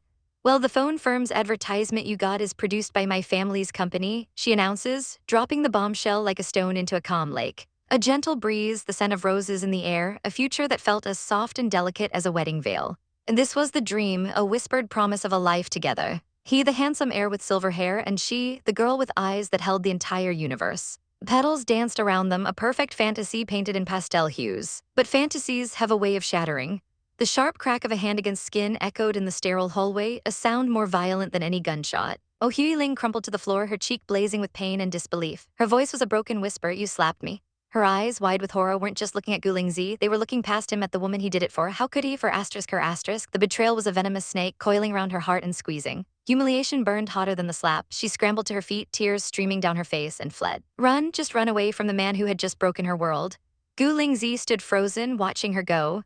His mind was a blank slate, his body acting on an instinct he didn't even know he possessed. He slowly lifted his hand, staring at the palm that had just struck the woman he'd known for years. Why did I do that? The question echoed in the sudden, deafening silence of his mind. Then his focus snapped back to the only person who mattered in that moment. He turned to Lin Che, his golden eyes filled with a storm of regret and concern. Her own eyes were wide with shock, her lips slightly parted. He rushed to her side, his voice low and urgent. Gu Jingze, are you okay? I'm sorry because of me, you? He didn't even finish the sentence. His gaze dropped to her hand, red and angry from the spilled hot coffee. He reached out, his touch surprisingly gentle as he took her wrist. Don't talk anymore, he commanded softly, his thumb brushing against her inflamed skin. Let's check your hand first. Back in the mansion, his orders were swift and sharp. A maid was instructed to bring burn ointment immediately. He told Lin Che to apply it and change her clothes, his voice softening as he added, today must have scared you. Later, Lin Che stood on the balcony, letting the cool night air wash over her. The wind whipped through her long brown hair, but it couldn't blow away the turmoil in her heart. Was this what her life was now? A battleground for another woman's affections? A voice pulled her from her thoughts. I didn't see you earlier. It turns out you are here. Gu Jingze stood behind her, his silver hair glowing in the moonlight. She turned, about to apologize for causing trouble, but he stopped her. I was wrong when I did that, he said, his voice firm, leaving no room for argument. It was not your fault. Come here, Lin Che. Before she could react, he stepped forward, wrapping his arms around her from behind. His embrace was warm, solid, a stark contrast to the chaos of the evening. He rested his chin on her shoulder, his breath warm against her ear. Stay here. Lin Che's heart stuttered. What was this sudden tenderness? Just stay still, he murmured, his voice thick with an emotion she couldn't name. Don't move, let me hug you a bit. She found herself nodding, leaning back into his hold. For a single, fleeting moment, there was peace, but peace was a fragile thing. A shrill ringing shattered the quiet. His phone, the name on the screen glowed like a bad omen, Mo Ling. The moment was over, he answered, his voice tense. "Hello, what's wrong?" And then a hysterical scream erupted from the phone, a voice laced with venom and grief. "Gu Jingze, what did you do to Huey Ling? You treated her like that, now are you still happy she killed herself?" Gu Jingze's face went white as a sheet, his grip on the phone tightened, his knuckles straining. Lin Che saw the blood drain from his face and her own heart plummeted into a cold, dark abyss. "What happens?" The voice on the phone continued its frantic assault. "Huey Ling used an overdose of barbiturates, so her life is in danger now." "Killed herself," the words hung in the air, heavy and suffocating. He turned to Lin Che, his eyes wide with panic. "Stay at home, okay? I'll go to the hospital to see how it is." He was already pulling away, already leaving. She could only manage a weak nod as he disappeared into the night. She watched him go, a single thought circling her mind. Does Mo Huey Ling really love him so much? So much that she would take her own life just because he slapped her? A cold dread settled in her stomach. It was clear now. Gu Jingze wouldn't be coming home tonight. At the hospital, the air was thick with antiseptic and despair. He was immediately confronted by Mo Huey Ling's mother, her face a mask of pure, unadulterated hatred. "You bastard," she shrieked, her voice cracking. "See how Huey Ling is after you hurt her? If she passes away, I'll kill you." Her husband tried to restrain her, turning to Gu Jingze with eyes full of sorrow. He spoke of his daughter's unwavering love, a love so deep she would have ripped her heart out just to give it to him. He reminded Gu Jingze of the sacrifices she'd made. Knowing he was ill, she never pressured him, never left him, even as all her friends married and started their own lives. She just waited. Guilt, sharp and suffocating, twisted in Gu Jingze's gut. The doctor finally emerged, his face grim. He explained the situation. They had done what they could, but she had taken too many pills. Her survival was not guaranteed. Regaining her consciousness, the doctor said gravely, depends on her will. The hours bled into days, a blur of sterile white walls and anxious waiting. Memories of a different time, a happier time, felt like a cruel taunt. Was the man in those memories the same one standing vigil at another woman's bedside? Could they ever go back to that? Finally, after an eternity, a nurse rushed down the hallway. Her voice a beacon of hope in the oppressive silence. "Miss Mo wakes up." Relief, potent and overwhelming, washed over Gu Jingze, but it was short-lived. The moment he stepped into her room, Huey Ling recoiled as if burned. Go away," she sobbed, her voice raw. "What do you come here for? I don't want to see you anymore." She clutched her head, her body shaking with hysterical sobs. "You slapped me because of her, you slapped me." Gu Jingze's hands clenched into fists at his sides. He couldn't deny it. All he could do was stand there and take it, his shoulders slumping in defeat. "I was wrong when I did that," he admitted, his voice barely a whisper. "I'm sorry." His apology only seemed to fuel her despair. He tried to reason with her, his own frustration mounting. "But just because of me, you killed yourself like that? Don't you think about your relatives?" She just sat there looking small and broken in the large hospital bed. Something inside him snapped. His voice rose, laced with a fury born of fear and helplessness. "Because of who? It's you," he roared, his eyes blazing. "That's the reason I get mad." He stepped closer, his voice dropping but losing none of its intensity. "You can't live for anyone else. You should live by your relatives' side. Last night, the ones who worried about you the most were them." He turned on his heel, unable to stay a moment longer. "I'll go now. I'll come visiting you later." As the door clicked shut, Huey Ling's mother glared at her daughter. "He said a lot of words," she sneered. "So what?" A strange, triumphant light entered Huey Ling's eyes. "He looked after me all night, doesn't he?" she said, a small knowing smile on her lips. "He is that type who is stubborn, but," her mother sighed, the fight draining out of her. "Men are thankless," she said softly. "When he had Lin Che, he did stop loving you." The words hit their mark. "You're wrong," Huey Ling shrieked, bolting upright in bed. Her face twisted into a mask of terrifying obsession, her eyes burning with a possessive fire. "Even if I was dead," she hissed, "I would never let him belong with that bitch."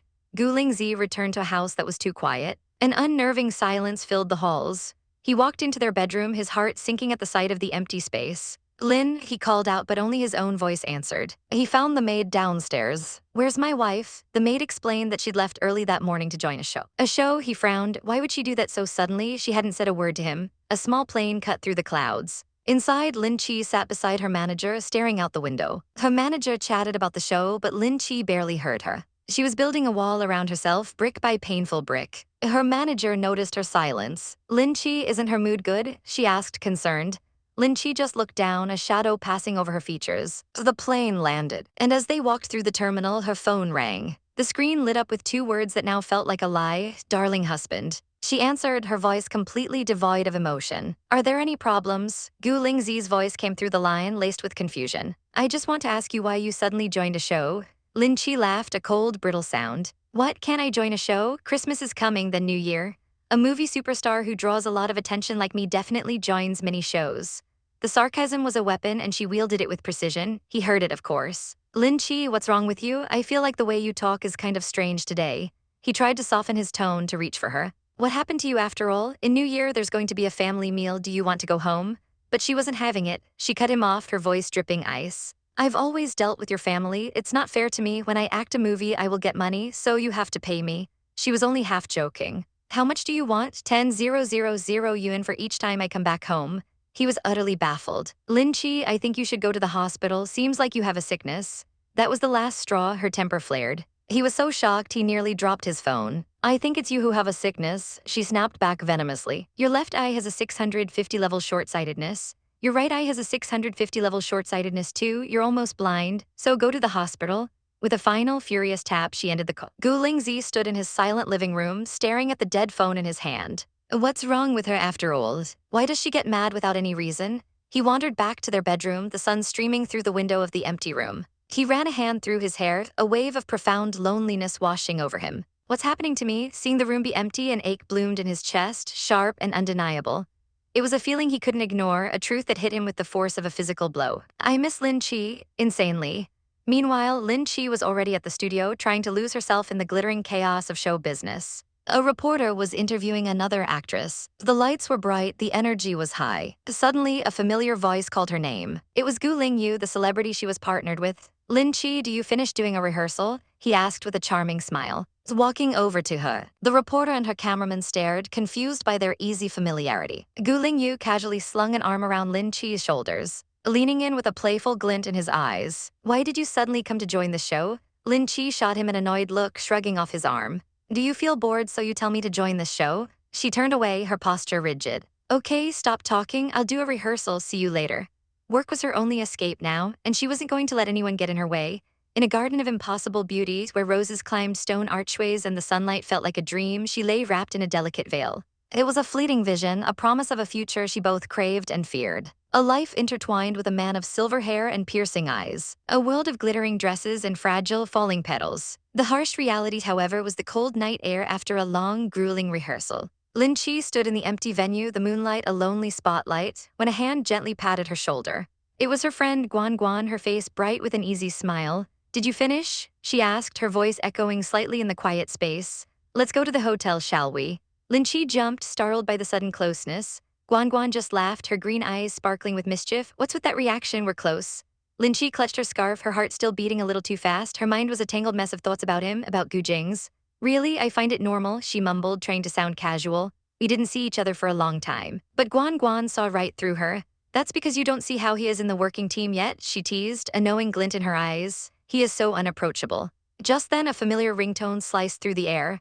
Lin Che's eyes widened as she saw the name on the screen, Darling Husband. Her blood ran cold. He can't know I'm here, he can't. I have to answer the phone, she said, her voice a little too high. Guan Guan nodded, already heading for the escalator.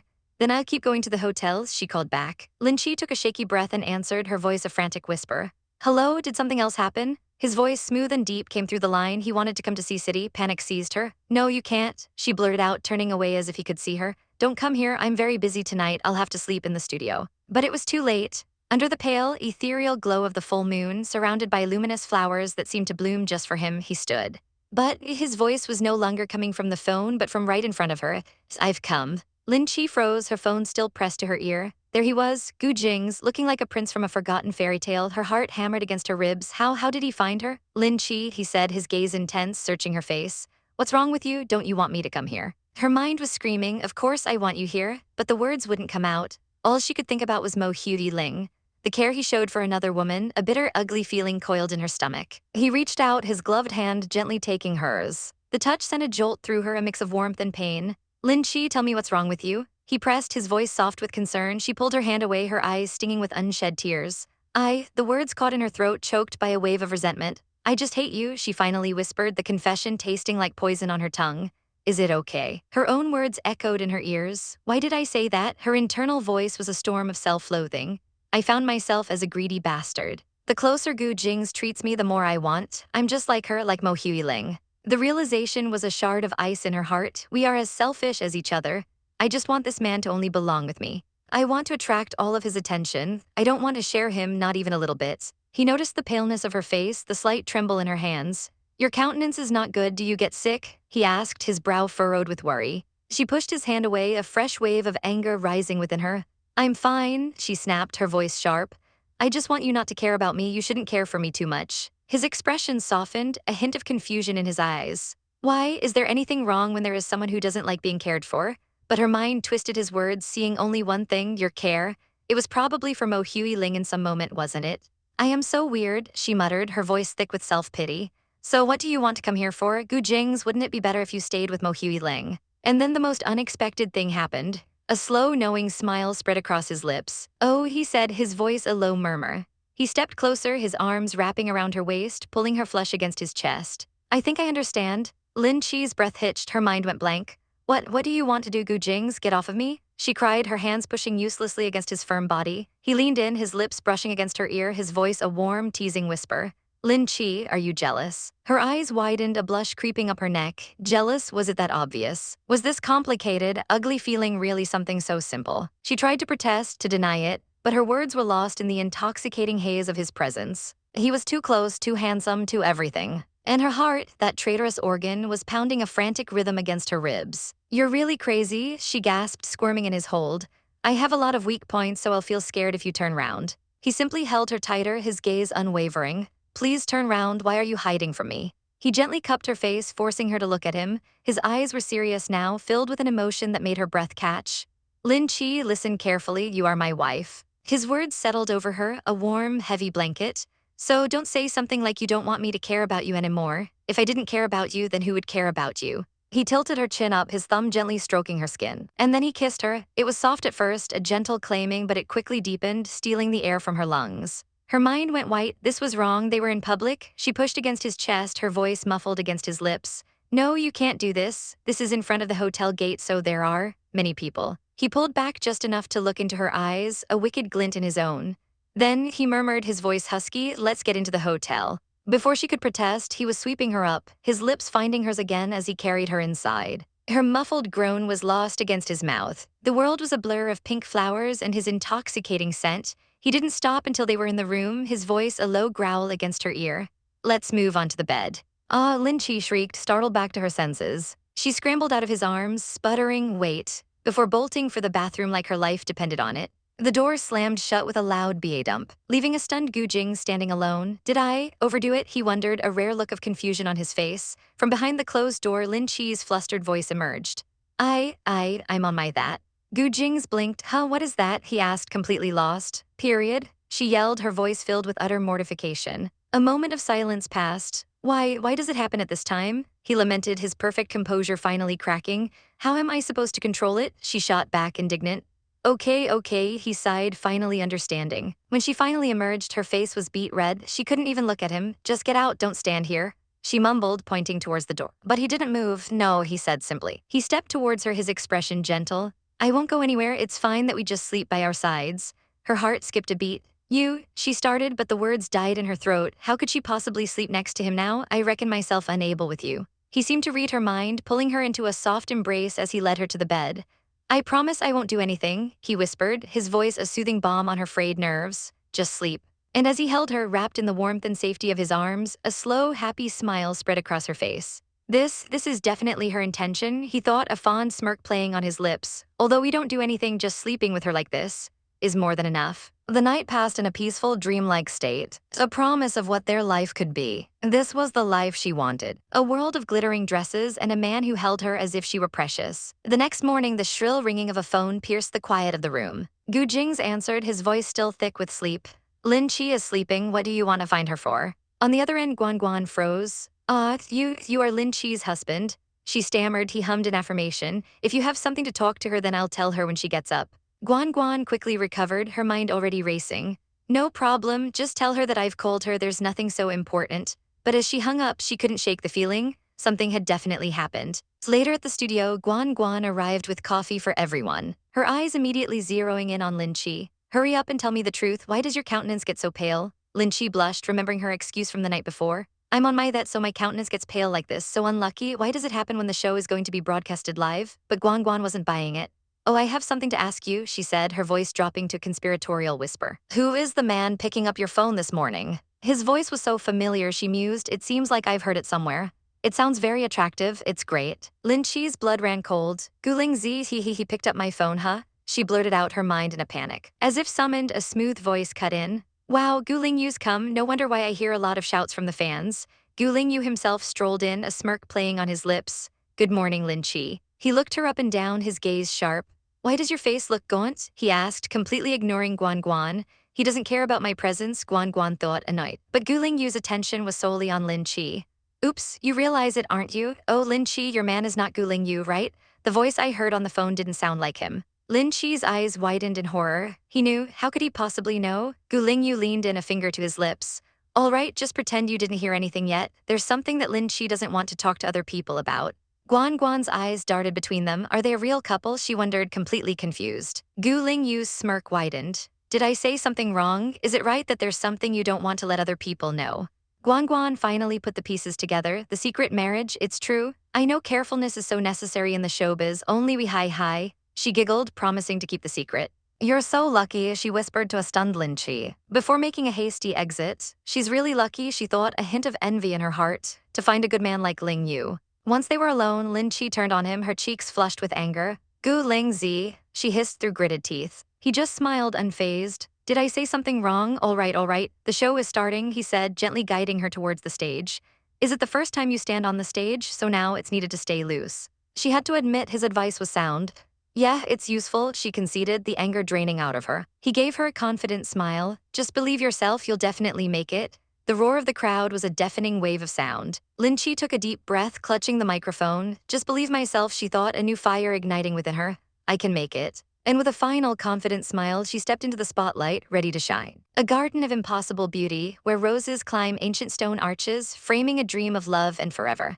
This was the fantasy, a gentle kiss from a man with silver hair and eyes that held the entire world. A promise whispered in a world of petals and starlight. But reality was a harshly lit backstage hallway. The final note faded and Lin Che could finally breathe. A heavy sigh escaped her lips. Phew, it finally ends, she whispered, her hand clutching her chest where her heart was still hammering a frantic rhythm. She turned to her manager, Yumin, a desperate plea in her eyes. Don't tell me to sing anymore, it's so nervous. But Yumin just smiled, telling her that the famous Qin Guan had sung so well. Lin Che's face. It's the end of my image, she thought, her mind spiraling. This was all Gu Lingze's fault. Why did he force me to join the show? A bitter sigh escaped her. Forget it, I'm an actress. Who cares if I can sing or not? Yumin, ever the professional, just patted her shoulder. Let's go. After this show, you'll be a bit more famous. But as they turned to leave, a sudden sharp pain lanced through Lin Che's stomach. An involuntary cry escaped her lips. She doubled over, her face contorting in agony. Lin Che, Yumin cried out, rushing to her side, but Lin Che could barely speak, tears of pain welling in her eyes. It aches, I'm not fine, she gasped, clutching her stomach. My stomach aches, panic flared in Yumin's eyes. What happened? Let me see. Lin Che shook her head, her breath coming in ragged pants. There was only one person she wanted, one person she needed. Please call Gu Lingze, she begged, her voice barely a whisper. Tell him that I have a stomachache. The call was made immediately. Yumin's voice was tight with worry as she spoke into the phone, explaining that Lin Che had a sudden stomachache for no apparent reason. On the other end of the line, Gu Jingze's handsome face was a mask of cool concern. His voice was calm, steady, cutting through the panic. He knew he'd be there to pick her up. And just like he promised, he arrived, a silver-haired angel appearing in the doorway of the private lounge. He found her curled into a miserable ball on the plush sofa, still dressed in her delicate pink gown. Without a word, he strode across the room and swept her into his strong arms. The warmth of his body was a comfort against her cold, trembling skin. He murmured that they were going to the hospital, but buried against his chest, she shook her head weakly. It wasn't that serious, it just ached. She just wanted to go home, to her room. He looked down at her, his golden eyes searching her pale face, and relented. He agreed, his voice a low rumble, but only if she promised to be obedient. Back in their luxurious home, he gently laid her down on her bed. His usual cold demeanor had melted away, replaced by a surprising tenderness. He asked what she wanted to eat, offering to send a maid out to buy anything she desired. But the thought of food just made her stomach churn more. She looked up at him with wide, miserable eyes, confessing she wasn't in the mood for eating. His expression hardened instantly. No, she had to eat something. The command was absolute. Seeing the stubborn set of his jaw, she felt a flicker of her usual spirit return. She asked timidly if she could perhaps eat some noodles. A long-suffering sigh escaped his lips, but the corner of his mouth twitched. Okay, he'd allow it. He tucked her in, his touch surprisingly gentle as she clung to him for a moment. Just rest and wait for me, he promised, his voice softening once more. She nodded, watching him go, a strange warmth spreading through her chest that had nothing to do with the pain. A while later, curiosity got the better of her. She tiptoed out of her room, calling his name. Gu Lingze, have you finished? The sight that greeted her made her gasp.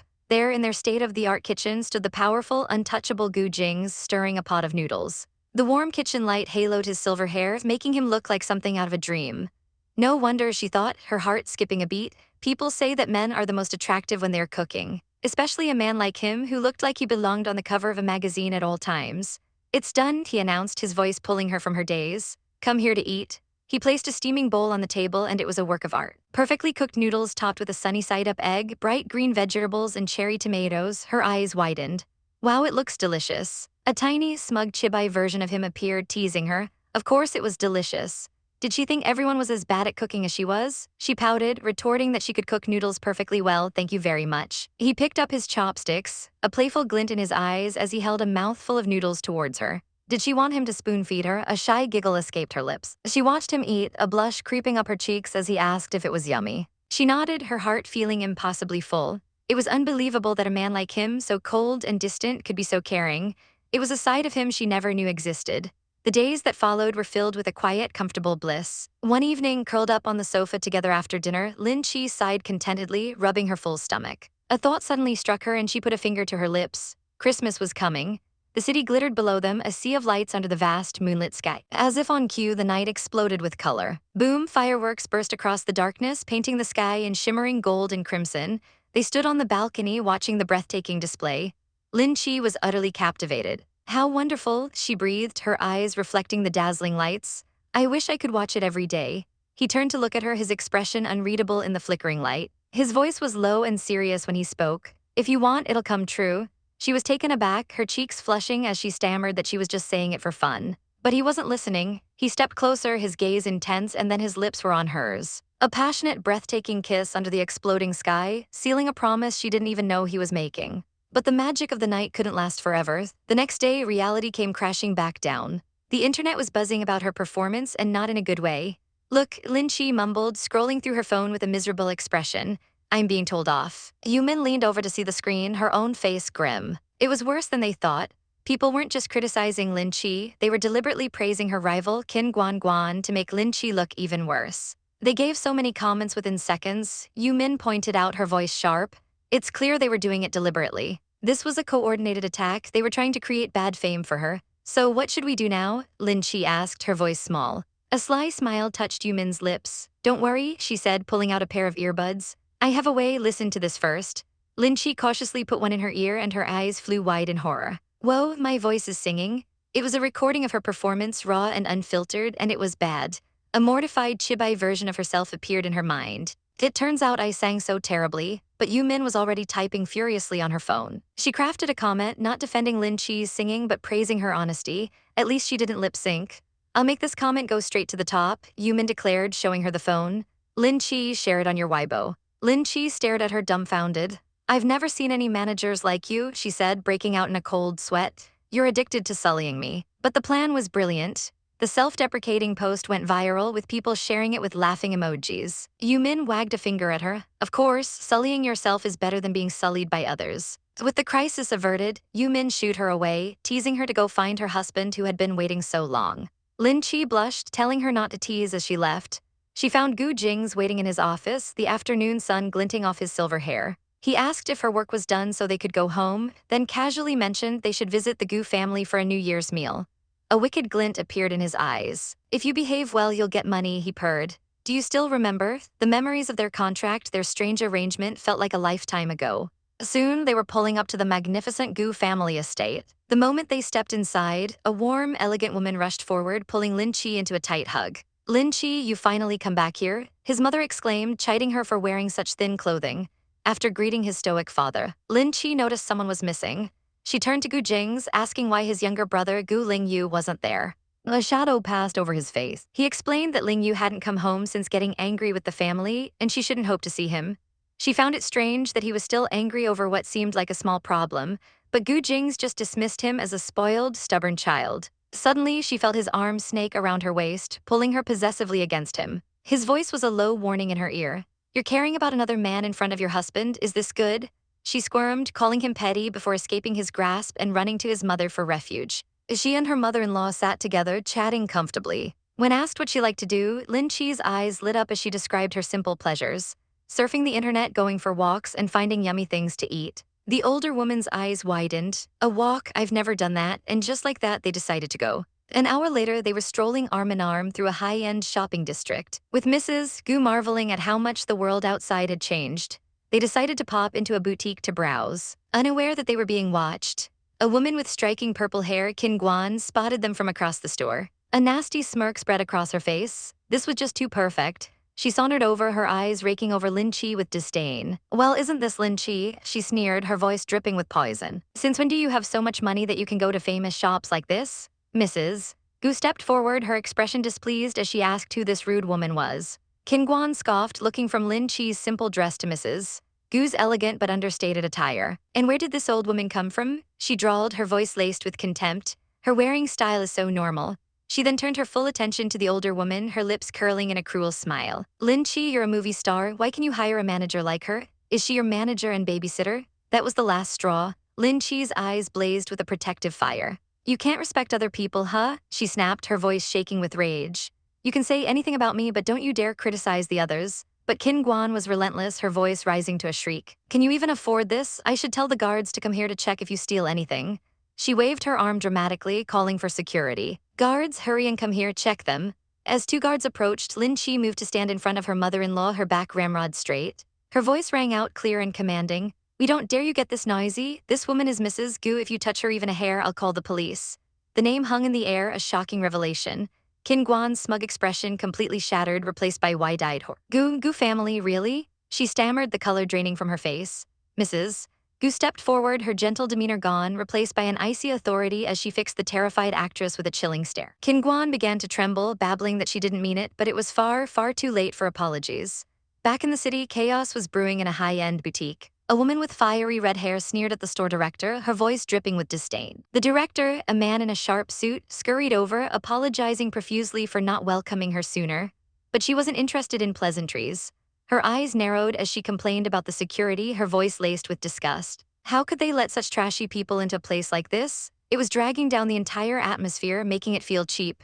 The director could only bow his head, agreeing that they had been neglectful. He promised to expel them immediately. But then the calm, authoritative voice cut through the tension. It was Gu Jingze's mother, her arm wrapped protectively around a bewildered Lin Che.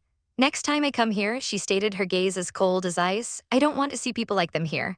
The rude woman's jaw dropped. Was she talking about her? The director, realizing who his real VIP customer was, immediately turned on the woman, declaring that she and her friend would be banned from all their stores. The woman couldn't believe it. She was being kicked out, her face twisted in a mask of fury as security guards began to escort her. "Don't touch me," she shrieked, batting their hands away. "I can walk myself." As she was thrown out onto the street, her humiliation boiled over into pure rage. Her eyes burned with hatred as she stared back at the store. Today was so unlucky, but she wouldn't let it go. "Damn it," she seethed, "when I get home, I will ruin Lin Che's life." She stormed home, her mind consumed with thoughts of revenge, and immediately found her fiancé, Qin Kang. The tears started flowing as she spun her tale of woe, claiming that now that Lin Che had Gu Lingzi's backing, she had become a bully who had her thrown out of the mall. But Qin Kang's reaction wasn't what she expected. His brow furrowed with concern, not for her but for Lin Che. He insisted that Lin Che wasn't like that there must have been a misunderstanding. The words hit her like a slap. "A misunderstanding?" she screeched, her voice cracking. "Are you protecting her now?" Qin Kang fell silent, his expression unreadable. And in that silence, she completely lost control, her body shaking with rage. He looked at her, his eyes filled with a deep, weary sadness. He whispered her name, Lin Lai, his voice heavy with finality. "Let's break off the engagement," he said, the words hanging in the air between them. "I don't think I can get married to you." Meanwhile, blissfully unaware of the drama she'd caused, Lin Che was reflecting on her day. "Maybe I should go out more," she thought with a small smile. "Shopping is actually very interesting." When she and her mother-in-law returned home, Gu Jingze was there to greet them. His mother sighed, mentioning the trouble they'd run into, but he just shook his head, his gaze soft as he looked at them. He told his mother it wasn't her fault, that she was a victim too. The warmth and acceptance were overwhelming. Lin Che threw her arms around her mother-in-law in a tight hug, her voice thick with emotion. "Mom, you treat me so well," she sniffled. "It makes my heart ache to be away from you." Gu Jingze watched the scene unfold, a strange feeling stirring in his chest. Why did it seem like they were so much closer after just one afternoon? Lin Che simply smiled, telling him that their relationship was good. But that wasn't enough for him. His expression turned into a pout. "Lin Che," he grumbled, "why aren't you that happy when you're with me? Look at yourself, you're so boring." His mother chuckled, her eyes twinkling with amusement. "You care about your wife so well," she teased. "Are you jealous of me?" Gu Jing's face flushed slightly as he quickly denied it, insisting he wasn't crazy enough to be jealous of his own mother, but inwardly his thoughts were a storm. It didn't feel good at all to have to share the one who belongs to him. As for Lin Che, he really didn't want to share her with anyone. His mother, ever perceptive, simply smiled and excused herself, promising not to get in their private space. As she left, Lin Che called out, asking if she would visit again soon. Once they were alone, Gu Jing's curiosity got the better of him. He asked why she hadn't gone out with his mother for so long. Lin Che's smile faded, replaced by a shadow of pain. She explained that her own family was complicated like a movie, but an agonizing one where the siblings were disobedient and didn't respect each other. The memory brought a flicker of deep sadness to her eyes. Seeing her pain, Gu Jing's acted on instinct, pulling her into a warm, comforting embrace. "I don't mean that you often go out with moms," he murmured, holding her close. "Thank you." Later, at a glamorous industry party, Lin Che stood beside her manager, Sis Yu, a glass of champagne in her hand. Sis Yu was chattering about another actress whose movie was topping the charts.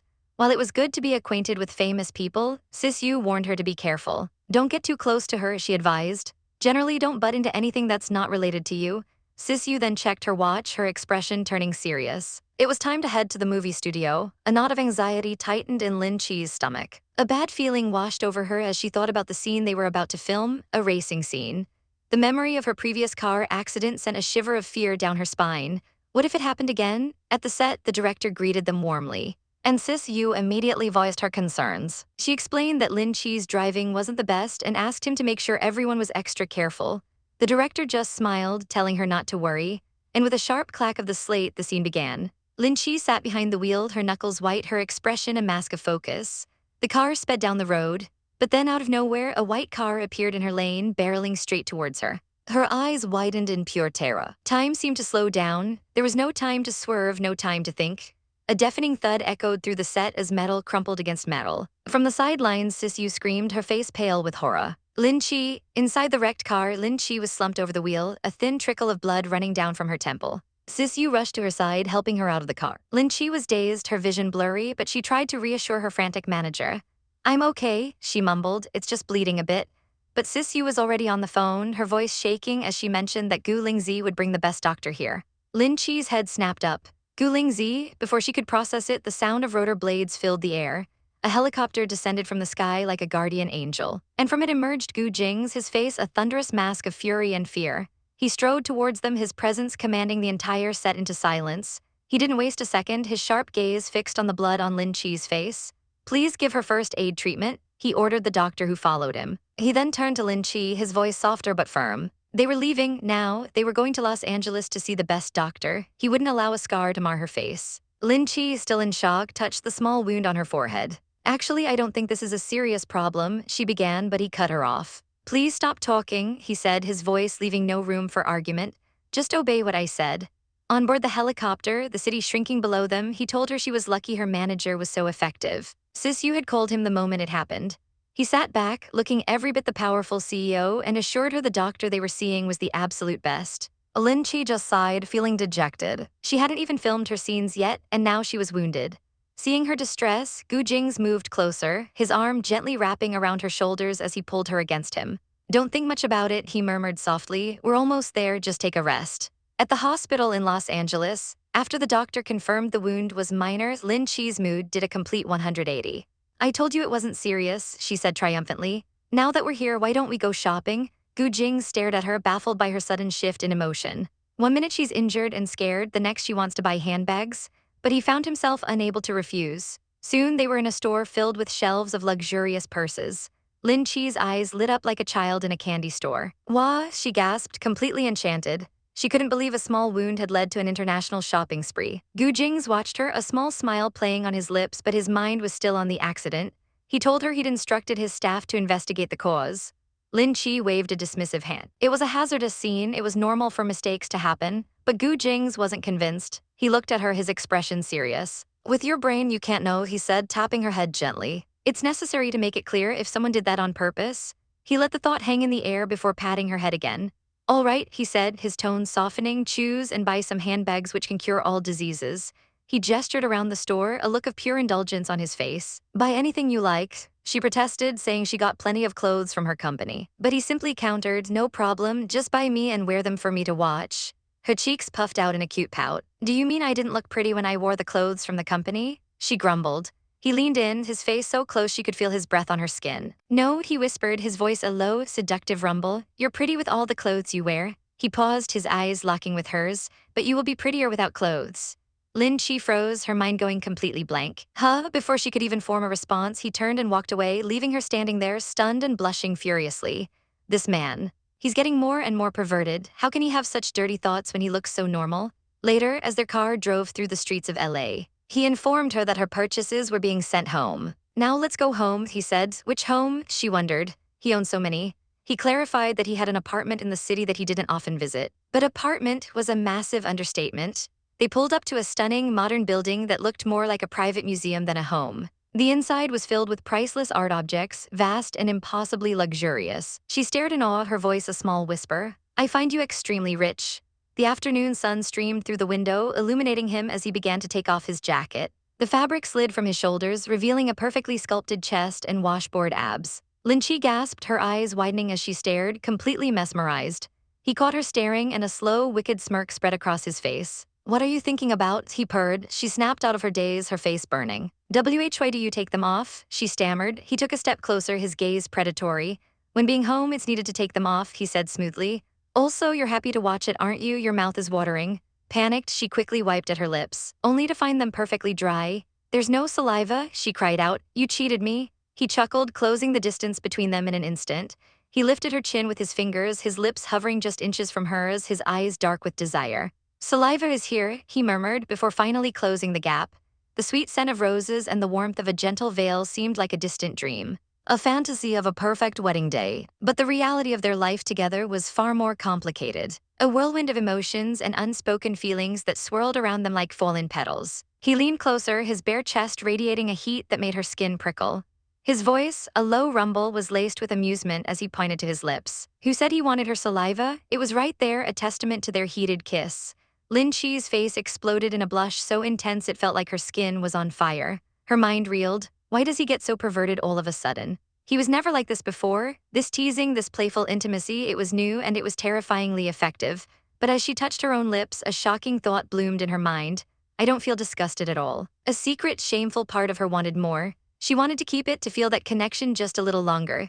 Oh God, what was happening to her? She buried her burning face in her hands, her thoughts a chaotic mess. Do I actually love him? Is this what it feels like? This nervousness, this fluttering in her chest, this strange, desperate yearning for a man stick? His shadow fell over her again, his presence overwhelming. What's wrong? He murmured, his voice dangerously close. Do you regret that we stopped? He leaned in, his lips brushing against her ear as he whispered the final, fatal question. Do you want to continue? That was it, the final straw. Every nerve in her body screamed at once. Disgusting, she shrieked, shoving him away with all her might. He simply chuckled, a knowing glint in his eyes. He gently pushed her back onto the bed, pulling the covers over her trembling body. Sleep now, he said softly, but his smirk told her he knew exactly what effect he had on her. And as he walked away, her eyes couldn't help but drift down, tracing the sharp, defined lines of his sculpted abdomen. The next day, the world outside their bubble was in an uproar. News channels were buzzing with rumors. A car had hit Lin Che's face. She was bleeding so much she might need surgery. The shocking news, though false, had an unintended effect. The movie she starred in became an overnight sensation, rocketing to the top of the charts. The public couldn't get enough of the drama. Of course, 2 weeks later, the company issued a statement, clarifying it was all a misunderstanding. But the damage was done. The name Lin Che was on everyone's lips, but not everyone was celebrating her newfound fame. In a lavish living room, Mo Huiling stared at the television, her knuckles white as she gripped the remote. A furious scowl twisted her features. She gets injured and it turns into a PR miracle? This bitch is so lucky. Her mother glanced over, asking how it was. Huiling's voice was dripping with venom. It was just a small wound on her forehead. A few days ago, the internet was saying she'd need orthopedic surgery. I don't believe she can be lucky all the time. Her mother's expression hardened, a hint of worry in her eyes. She warned her daughter to be careful. If Gu Jingze ever found out she was the one behind the accident, the Lin family would face his wrath. But Huiling was past caring. I don't care about being exposed, she spat, her eyes wild with obsession. I will definitely make her life a living hell. Her mother sighed, trying to reason with her, reminding her of the Lin family's power. If they touched Gu Lingzi's precious wife, they would never know peace. They could be sent to a desert, to the middle of nowhere. But Huiling wasn't listening. Where does her luck even come from? Her mother wondered aloud, and that one question lit a fire in Huiling's soul. It was him. It was all because of him. Since Gu Jingze started loving her, she's always been lucky, she seethed, her teeth clenched so tightly her jaw ached. I don't believe it. Meanwhile, blissfully unaware of the plots against her, Lin Che was bored out of her mind in America. Lounging on the sofa, she texted her manager, complaining that she had no movies to act in. Scrolling through her phone for vacation ideas, her eyes suddenly lit up. A picture of a beautiful snow-covered mountain, an idea sparked. Gu Jingze, she announced, bursting into his study, let's go to the ski resort. He didn't even look up from his work. No, was his flat, immediate reply. She pouted, demanding to know why. He gave a ridiculous excuse about the strange, bulky clothing required for skiing, claiming it wasn't fun at all. He'd rather go swimming, he said, for their health. Lin Che's face scrunched up in annoyance, but she wasn't giving up that easily. She deployed her ultimate weapon, her puppy dog eyes. Husband, she cooed, leaning against his desk and looking up at him with the most pitiful expression she could muster. Please, just try it, I've never gone skiing before. He wavered, his stern facade beginning to crack, but just then a cool female voice cut through the air. Huiling, it called. Huiling stood in the doorway, a polite but possessive smile on her face. Jings, I came here from so far away, she said, completely ignoring Lin Che's presence. Won't you have a meal with me? I found a very delicious Western cuisine restaurant. Gu Jingze hesitated for a moment, his gaze unreadable before finally nodding. Okay, he conceded, only a meal. A triumphant smirk flashed across Huiling's face. As Gu Jingze left the room, she pulled out her phone, her smile turning sinister. She dialed a number, her voice low and conspiratorial. I need your help to prepare something, she purred. Get the things ready before dinner, I want to use it tonight. That evening, the restaurant was bathed in a soft, golden light. Huiling sat waiting, a vision of elegance in a sleek blue dress. When Gu Jingze arrived, she smiled, her eyes gleaming. She raised a glass of ruby red wine. Come on, she urged, taste the wine. He took the glass, his expression still guarded. He swirled the liquid, taking a small sip. It must be good wine, he commented neutrally. She pressed him, asking how it tasted. He noted that it seemed not fully fermented, leaving a bitter aftertaste. What? She feigned surprise. You should taste it again, I think it tastes good.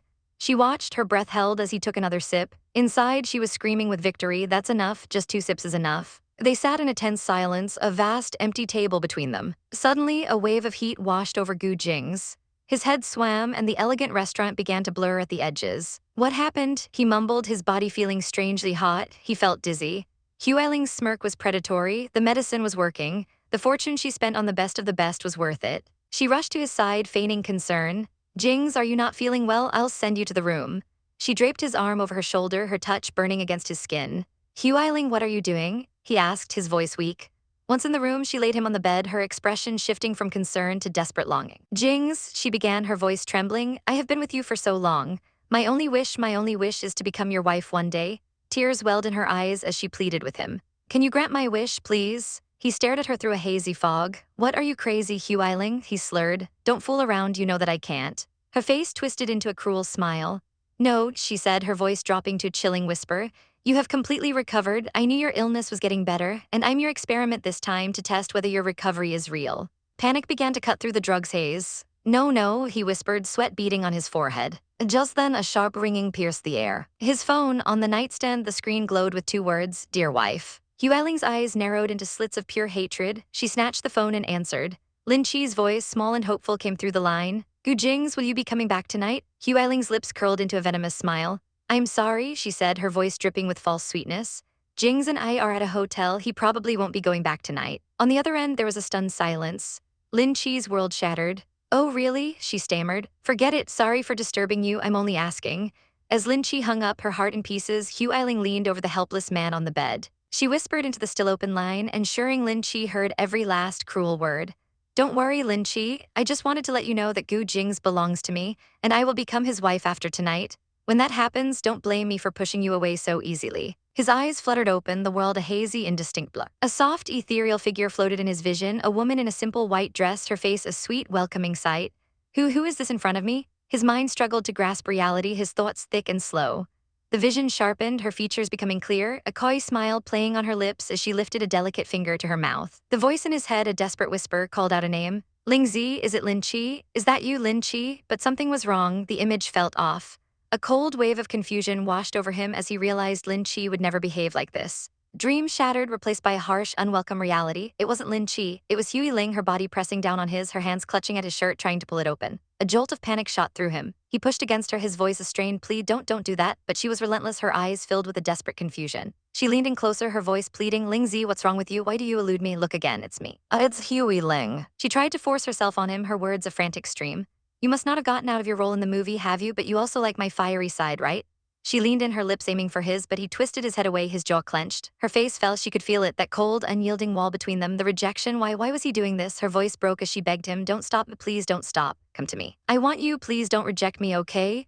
But her words were met with a strangled gasp. He clutched his chest, a searing pain ripping through him, his face contorting in agony. Please don't come here, he gritted out, his body trembling. Huey Ling froze, her eyes widening in horror. His illness, it was starting again, wasn't it? But how could this be? It was supposed to be cured. A terrible, chilling thought slithered into her mind. It was clearly recovered. He could touch Lin Che without a single ounce of pain. Why does it only happen when he's with me? The realization was a shard of ice in her heart. In the aftermath, Dr. Chen's voice crackled with accusation over the phone. Why did you have to give him that drug? He didn't need an answer, already knowing her desperate motives. I think we all know you hoped to take Lin Che's place in his bed, didn't you? Huey Ling's knuckles were white as she gripped her phone, her voice shaking with rage. Why didn't you tell me his illness still acted up like this? The doctor's reply was cold and clinical. Because Miss Mu, his illness was caused by you. His subconsciousness rejects you, that's why he's in pain. Her world tilted on its axis. As if on cue, her phone buzzed with an incoming call. Lin Che, a venomous fury coursed through her veins as she answered. Lin Che's worried voice came through. What's wrong? I'll come right away. Lin Che arrived at the stark, sterile outpatient department, her heart pounding in her chest. And there he was, Gu Jingze lying pale and still in a hospital bed, and Roman 4 drip connected to his arm. She rushed to his side, her voice barely a whisper. Gu Jingze, what happened? On the phone with Dr. Chen, her anxiety mounted. He assured her Jingze was fine, just needing some medicine, but she wasn't convinced. But why does his countenance look so weird? She pressed. The doctor sighed, finally admitting the truth. It's because of a date rape drug. I think you know who gave it to him more clearly than me. The words hit her like a physical blow. A date rape drug? The doctor quickly clarified it wasn't a potent one, just something to encourage things. Her stomach churned. Dr. Chen's voice brought her back to the present. Lady, what should we do now? Lin Che's eyes hardened, a fierce resolve settling over her. Tell Bao to take him home. Dr. Chen has already said there's nothing serious. The hospital faded into the distance as they drove away into the moonlit night. Back in the quiet of their room, she gently dabbed his feverish forehead with a cool, damp cloth. Mind reeled, a dinner, a drug, and Huey Ling was there. A bitter, ugly jealousy clawed at her throat. Just as the thought crossed her mind, his eyes fluttered open. He stared up at her, his gaze hazy and unfocused. Who is the one in front of me? He murmured, his voice thick. Am I hallucinating? His hand came up, his fingers brushing against her cheek, the touch sending a shiver through her. Lin Che, is it you? His eyes cleared for a moment, a flicker of recognition. Of raw longing. No, he whispered, more to himself than to her. This is the real Lin Che, I'm not imagining. He swallowed hard, his throat dry. I'm thirsty, she nodded, moving to get him some water, but his hand shot out, grabbing her wrist with surprising strength. With a sudden, powerful tug, he pulled her down onto the bed. A startled cry escaped her lips as she landed beside him. Gu Jingze, what are you doing? He was on top of her in an instant, his body pinning hers, his breath hot against her skin. The drug had taken hold. His eyes were clouded with a desperate, feverish desire. It's clear that woman Mu Huey Ling caused this, he growled, his voice low and dangerous. I had to endure it all night. In a swift, brutal motion, he ripped her jacket, the sound tearing through the silent room. Don't blame me, he panted. If you're mean, I'll be meaner. His gaze fell to her exposed shoulder, and suddenly the fire in his eyes was replaced by a wave of heart-wrenching pain. He turned away, his expression shattered. He scrambled off the bed, stumbling away from her as if she were poison. The bathroom door slammed shut, the sound echoing his turmoil. Lin Che was left trembling on the bed, clutching the torn fabric of her jacket, tears streaming down her face. Gu Jingze, she called out, her voice shaking. Are you okay? The sound of a shower turning on full blast was his only answer. I'm fine, he called through the door, his voice strained. Go away, don't worry about me. But she could hear the agony in his voice, he was fighting it. But the drug is still working, he thought, the cold water doing little to quell the fire in his veins. What should I do? Go away? He yelled. If you don't go, I won't be sure what I will do to you. He slid down the tiled wall, the water plastering his clothes to his skin as he clutched his head. Outside, Lin Che pressed her ear against the wood, her heart hammering. Gu Jingze, are you okay? Please open the door. Silence, a terrifying, absolute silence. Had he fainted? Was he hurt? Panic seized her. What should she do? She couldn't just leave him. With a surge of adrenaline, she reared back and slammed her foot against the door. Wham! The lock gave way and the door flew open. He was on the floor, soaked and shivering, looking up at her with wide, shocked eyes. Wow, how are you okay? He stammered. He grabbed her arm, his grip desperate, his whole body trembling. Now I can't hold it anymore, he gasped, his voice raw with pain. Do you understand? I don't want to hurt you, God, please leave here. He was begging her, pleading with her to save him from himself, but she looked into his tormented eyes and saw not a monster but the man she loved. I'm fine, she said, her voice steady. If you can't hold it, I can help you. He stared at her, utterly stunned. A deep blush colored her cheeks, but her gaze never wavered. I didn't tell a lie up until now, and I can help you? She leaned forward, her hands gently resting on his chest, and pressed her lips to his. He tensed, a pained groan escaping his lips as he fought against every instinct screaming at him. I can't hurt you, he strained. She pulled back slightly, her face flushed, her breath coming in short gasps. What? He looked at her, his eyes burning with a feverish intensity. Use another way to help me, he whispered. Her mind blanked for a second before the meaning of his words crashed into her, sending a fresh wave of heat through her entire body. Her eyes widened in shocked understanding. He was breathing heavily, his chest rising and falling in ragged pants. I'm harmless, he assured her, his voice a low, seductive rasp. Isn't it fine, do I? She hesitated. But you haven't, he cut her off, his voice dropping to a husky murmur. Darling, do you want the drug to stop working faster? Yeah, she breathed. A slow, predatory smile touched his lips. Come here and kiss me. He tilted his head, his command soft but absolute. Obey me. She looked into his eyes, a silent promise passing between them, and leaned in. Their lips met, and this time there was no resistance. It was a kiss of surrender, of trust, of a fire that threatened to consume them both. It seems like this is the most that you can kiss me on your own initiative, he thought, a sense of dark satisfaction washing over him. He deepened the kiss, his voice a low command against her lips. Just continue. He leaned in close. His brow furrowed with concern as he saw her clutching her wrist. Let me see, he murmured, his voice a low rumble. Your hand hurts, right? She winced, a small pained sound escaping her lips. Ah, it hurts, she admitted, her eyes wide and glassy. His gaze softened. Does it hurt so much? He asked, his voice laced with a tenderness that made her heart skip a beat. She tried to brush it off to be strong. I'm fine, she insisted, but her voice trembled. It was just a little sore.